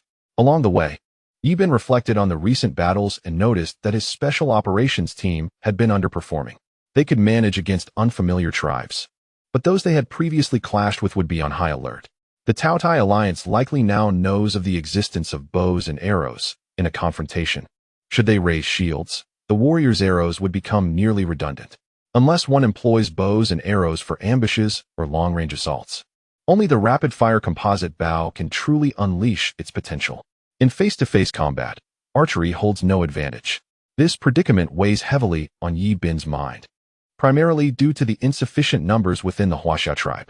Should they forego the benefits of archery, they would be compelled to engage in direct confrontation. Despite the warriors being clad in iron armor, they are vastly outnumbered. Eventually, the warriors will tire, and at that point, they would be vulnerable to slaughter. Thus, Yi Bin must devise a novel strategy to compensate for their numerical inferiority. After much contemplation, he conceived the idea of forming a genuine cavalry. Currently, Yi Bin finds himself in the southern region, characterized by its expansive plains and dense forests, with a scarcity of wild horses. Instead, one encounters an abundance of wild cattle, goats, and predatory creatures such as wolves and leopards. However, to establish a true cavalry, the procurement of wild horses is imperative. Regrettably, the southern territories are devoid of such steeds, leaving Yi Bin in a quandary. A journey to the north would require at least 2 to 3 months. A prospect Yi Bin cannot entertain. The thought of returning to find his dragon city in ruins is simply intolerable. While the Yellow River Valley teems with wildlife, it too lacks wild horses, predominantly hosting goats, wild boars, antelopes, and a small number of wild cattle. The predators have long been eradicated by Yi Bin. Although green cattle and camels could serve as mounts, their charging speed is inadequate, inflicting minimal damage upon the enemy. In fact, during a charge, many warriors risk falling from their backs. Initially, Yi Bin contemplated fitting saddles, but he soon realized that the physiological structure of cattle does not accommodate saddles, leading him to abandon this idea. As Yi Bin meandered along, he arrived at the riverbank leading to the marketplace. Following this river for a few days would bring him to his destination. Even though this was not his first excursion, the journey of 2 to 3 days proved to be quite arduous for Yi Bin. In a primitive society, devoid of vehicles or airplanes, one must rely solely on their own 2 feet. For the primitive inhabitants, traversing vast distances is commonplace. However, for Yi Bin, who has traversed time, it feels like a monumental task. Li Wang and Tai Shan were brimming with excitement throughout the journey. Each time Li Wang accompanied Yi Bin, he was nearly always ready for a fight, finding pleasure in both combat and sustenance. Tai Shan, having recently acquired a dragon-slaying crescent blade, was eager to test it, wishing for a few unwitting individuals to emerge and attempt a robbery, thereby drawing forth his prized weapon. Each individual was engrossed in their own thoughts. While Yi Bin observed the two, their faces adorned with foolish grins, reminiscent of having feasted on honeyed delights. Yi Bin felt a surge of frustration. As he contemplated the future of the tribe during their trek, these 2 imbeciles appeared blissfully oblivious, laughing heartily. As Yi Bin was about to utter a few harsh words, an idea suddenly struck him. He recalled a technique from his past life, depicted in a video, involving a fire bull formation. By tying some dry grass to the tail of a bull and igniting it, the bull would charge forward with great fervor. If there were numerous foes ahead, it would be even more advantageous. Once the bull scattered the enemy, he could rain arrows upon them, at which point the adversaries would likely be devoid of shields. In a confrontation where one side wields bows and arrows while the other possesses nothing, the outcome would inevitably be a one-sided massacre. Upon realizing this, Yi Bin felt an immense relief, and his spirits soared as he observed Li Wang and Tai Shan, who also appeared much more at ease. Indeed, a tranquil mind facilitates the smooth execution of any endeavor. Along his journey, Yi Bin encountered numerous small tribes. Some brought animals, while others accompanied women, typically those venturing to the market to barter goods. Casual conversations revealed that many tribesmen brought women to the market in exchange for food due to their insufficient supplies. Many primitives, lacking intellect and tools, solely relied on their bare hands and stone spears, making it nearly impossible to hunt for prey unless they could outrun the animals. Yibin's tribe, however, faced no food shortages, thanks to their fishing nets and pastures. With an abundance of food, including sweet potatoes and rice, they were far from lacking. This situation mirrored that of Earth in his previous life. The affluent grew wealthier, while the impoverished struggled to afford even a pack of cigarettes. In primitive society, those with skills feasted on meat, while the inept faced hunger. The laws of society remained constant across all realms. At dawn, Qing Wan placed the carefully selected salt stones on the back of a green bowl. Among the Firebird tribe's most prized possessions was indeed salt. They lacked weapons, and the Huaxia tribe was not deficient in food either. Yibin gifted 2 iron knives to Qing Wan and Gu Li, who treasured them dearly. Even the leader of the Firebird tribe possessed no iron tools. Upon their return to the tribe, they incited envy among the entire community. Qing Wan's 2 younger brothers eagerly desired the iron knives, but she consistently refused to part with them. This matter escalated to Qing Wan's father, yet she remained resolute. Qing Wan's younger brothers, named Qing Hua and Qing Yu, would gaze at the iron knife in her possession with a fixation akin to being welded in place. Qing Wan, too, cherished the knife and had previously sought to trade for it with Yibin, but he had declined her offer, leaving her at an impasse. Just as Qing Wan was preparing to embark on her journey, 2 voices suddenly called out, Sister, can you take us along this time? We are eager to see what the Huaxia tribe is like." Qing Wan firmly rejected their plea, knowing that her brothers were successors of the tribe. Should any misfortune befall them on the road, the Firebird tribe would be thrown into chaos, and she would surely face her father's wrath. The Qing Wan summoned the ancient force and set forth joyfully with over 200 people. At long last, she could reunite with Yibin. Meanwhile, after several days of travel, Yibin and his companions arrived at the entrance of the bustling market, observing the throngs of people diligently paying their stall fees. Just then, the leader of the Black Bear tribe, Baihu, approached with a broad smile directed at Yibin. "Brother Yibin, you have finally arrived. We have been saving your previous stall for you," Baihu exclaimed. Yibin quickly stepped forward to greet him, firmly grasping Baihu's hand. Baihu was momentarily taken aback by this unique greeting. However, he found it quite delightful, feeling that such a handshake was indeed the proper way to greet someone.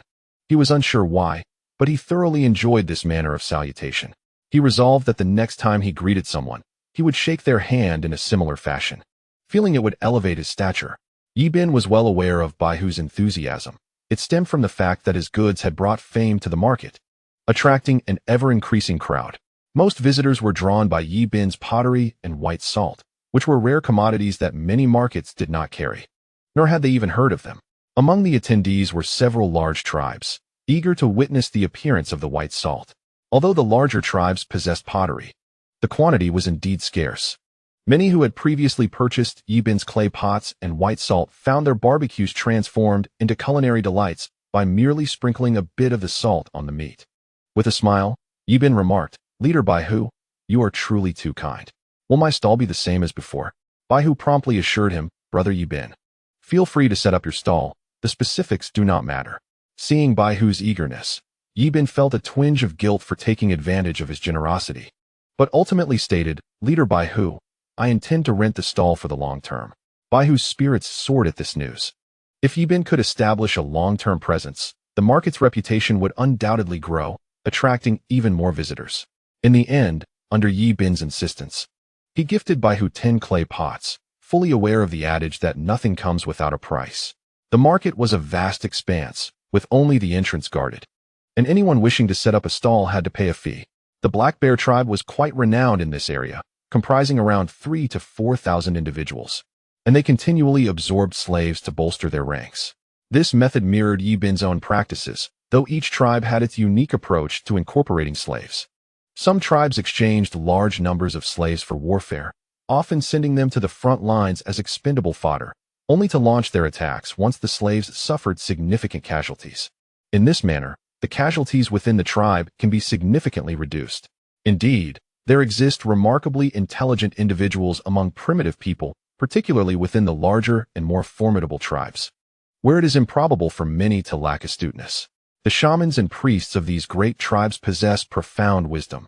One should never underestimate them, as each year, numerous tribes meet their demise at their hands. Recently, Yibin exchanged a considerable number of slaves at the marketplace, which has attracted the attention of many prominent tribes. Typically, significant exchanges of slaves occur only in the presence of substantial military operations. Otherwise, no one would engage in such transactions. Even for the larger tribes, the daily sustenance required for slaves is a considerable burden. Consequently, Yibin's actions have drawn the attention of many tribes, which prefer not to expend their human and material resources in conflict, risking mutual destruction. Ultimately, this would only benefit rival tribes, which is why, to this day, no one has dared to trouble Yibin. After concluding his dealings with the white tiger, Yibin led his companions back to the previous stall. For those who have resided there long-term, it is common practice among many tribes to construct shelters behind their stalls. The marketplace is expansive, with a central thoroughfare and stalls for exchanging goods lining either side. Behind these stalls lies open ground.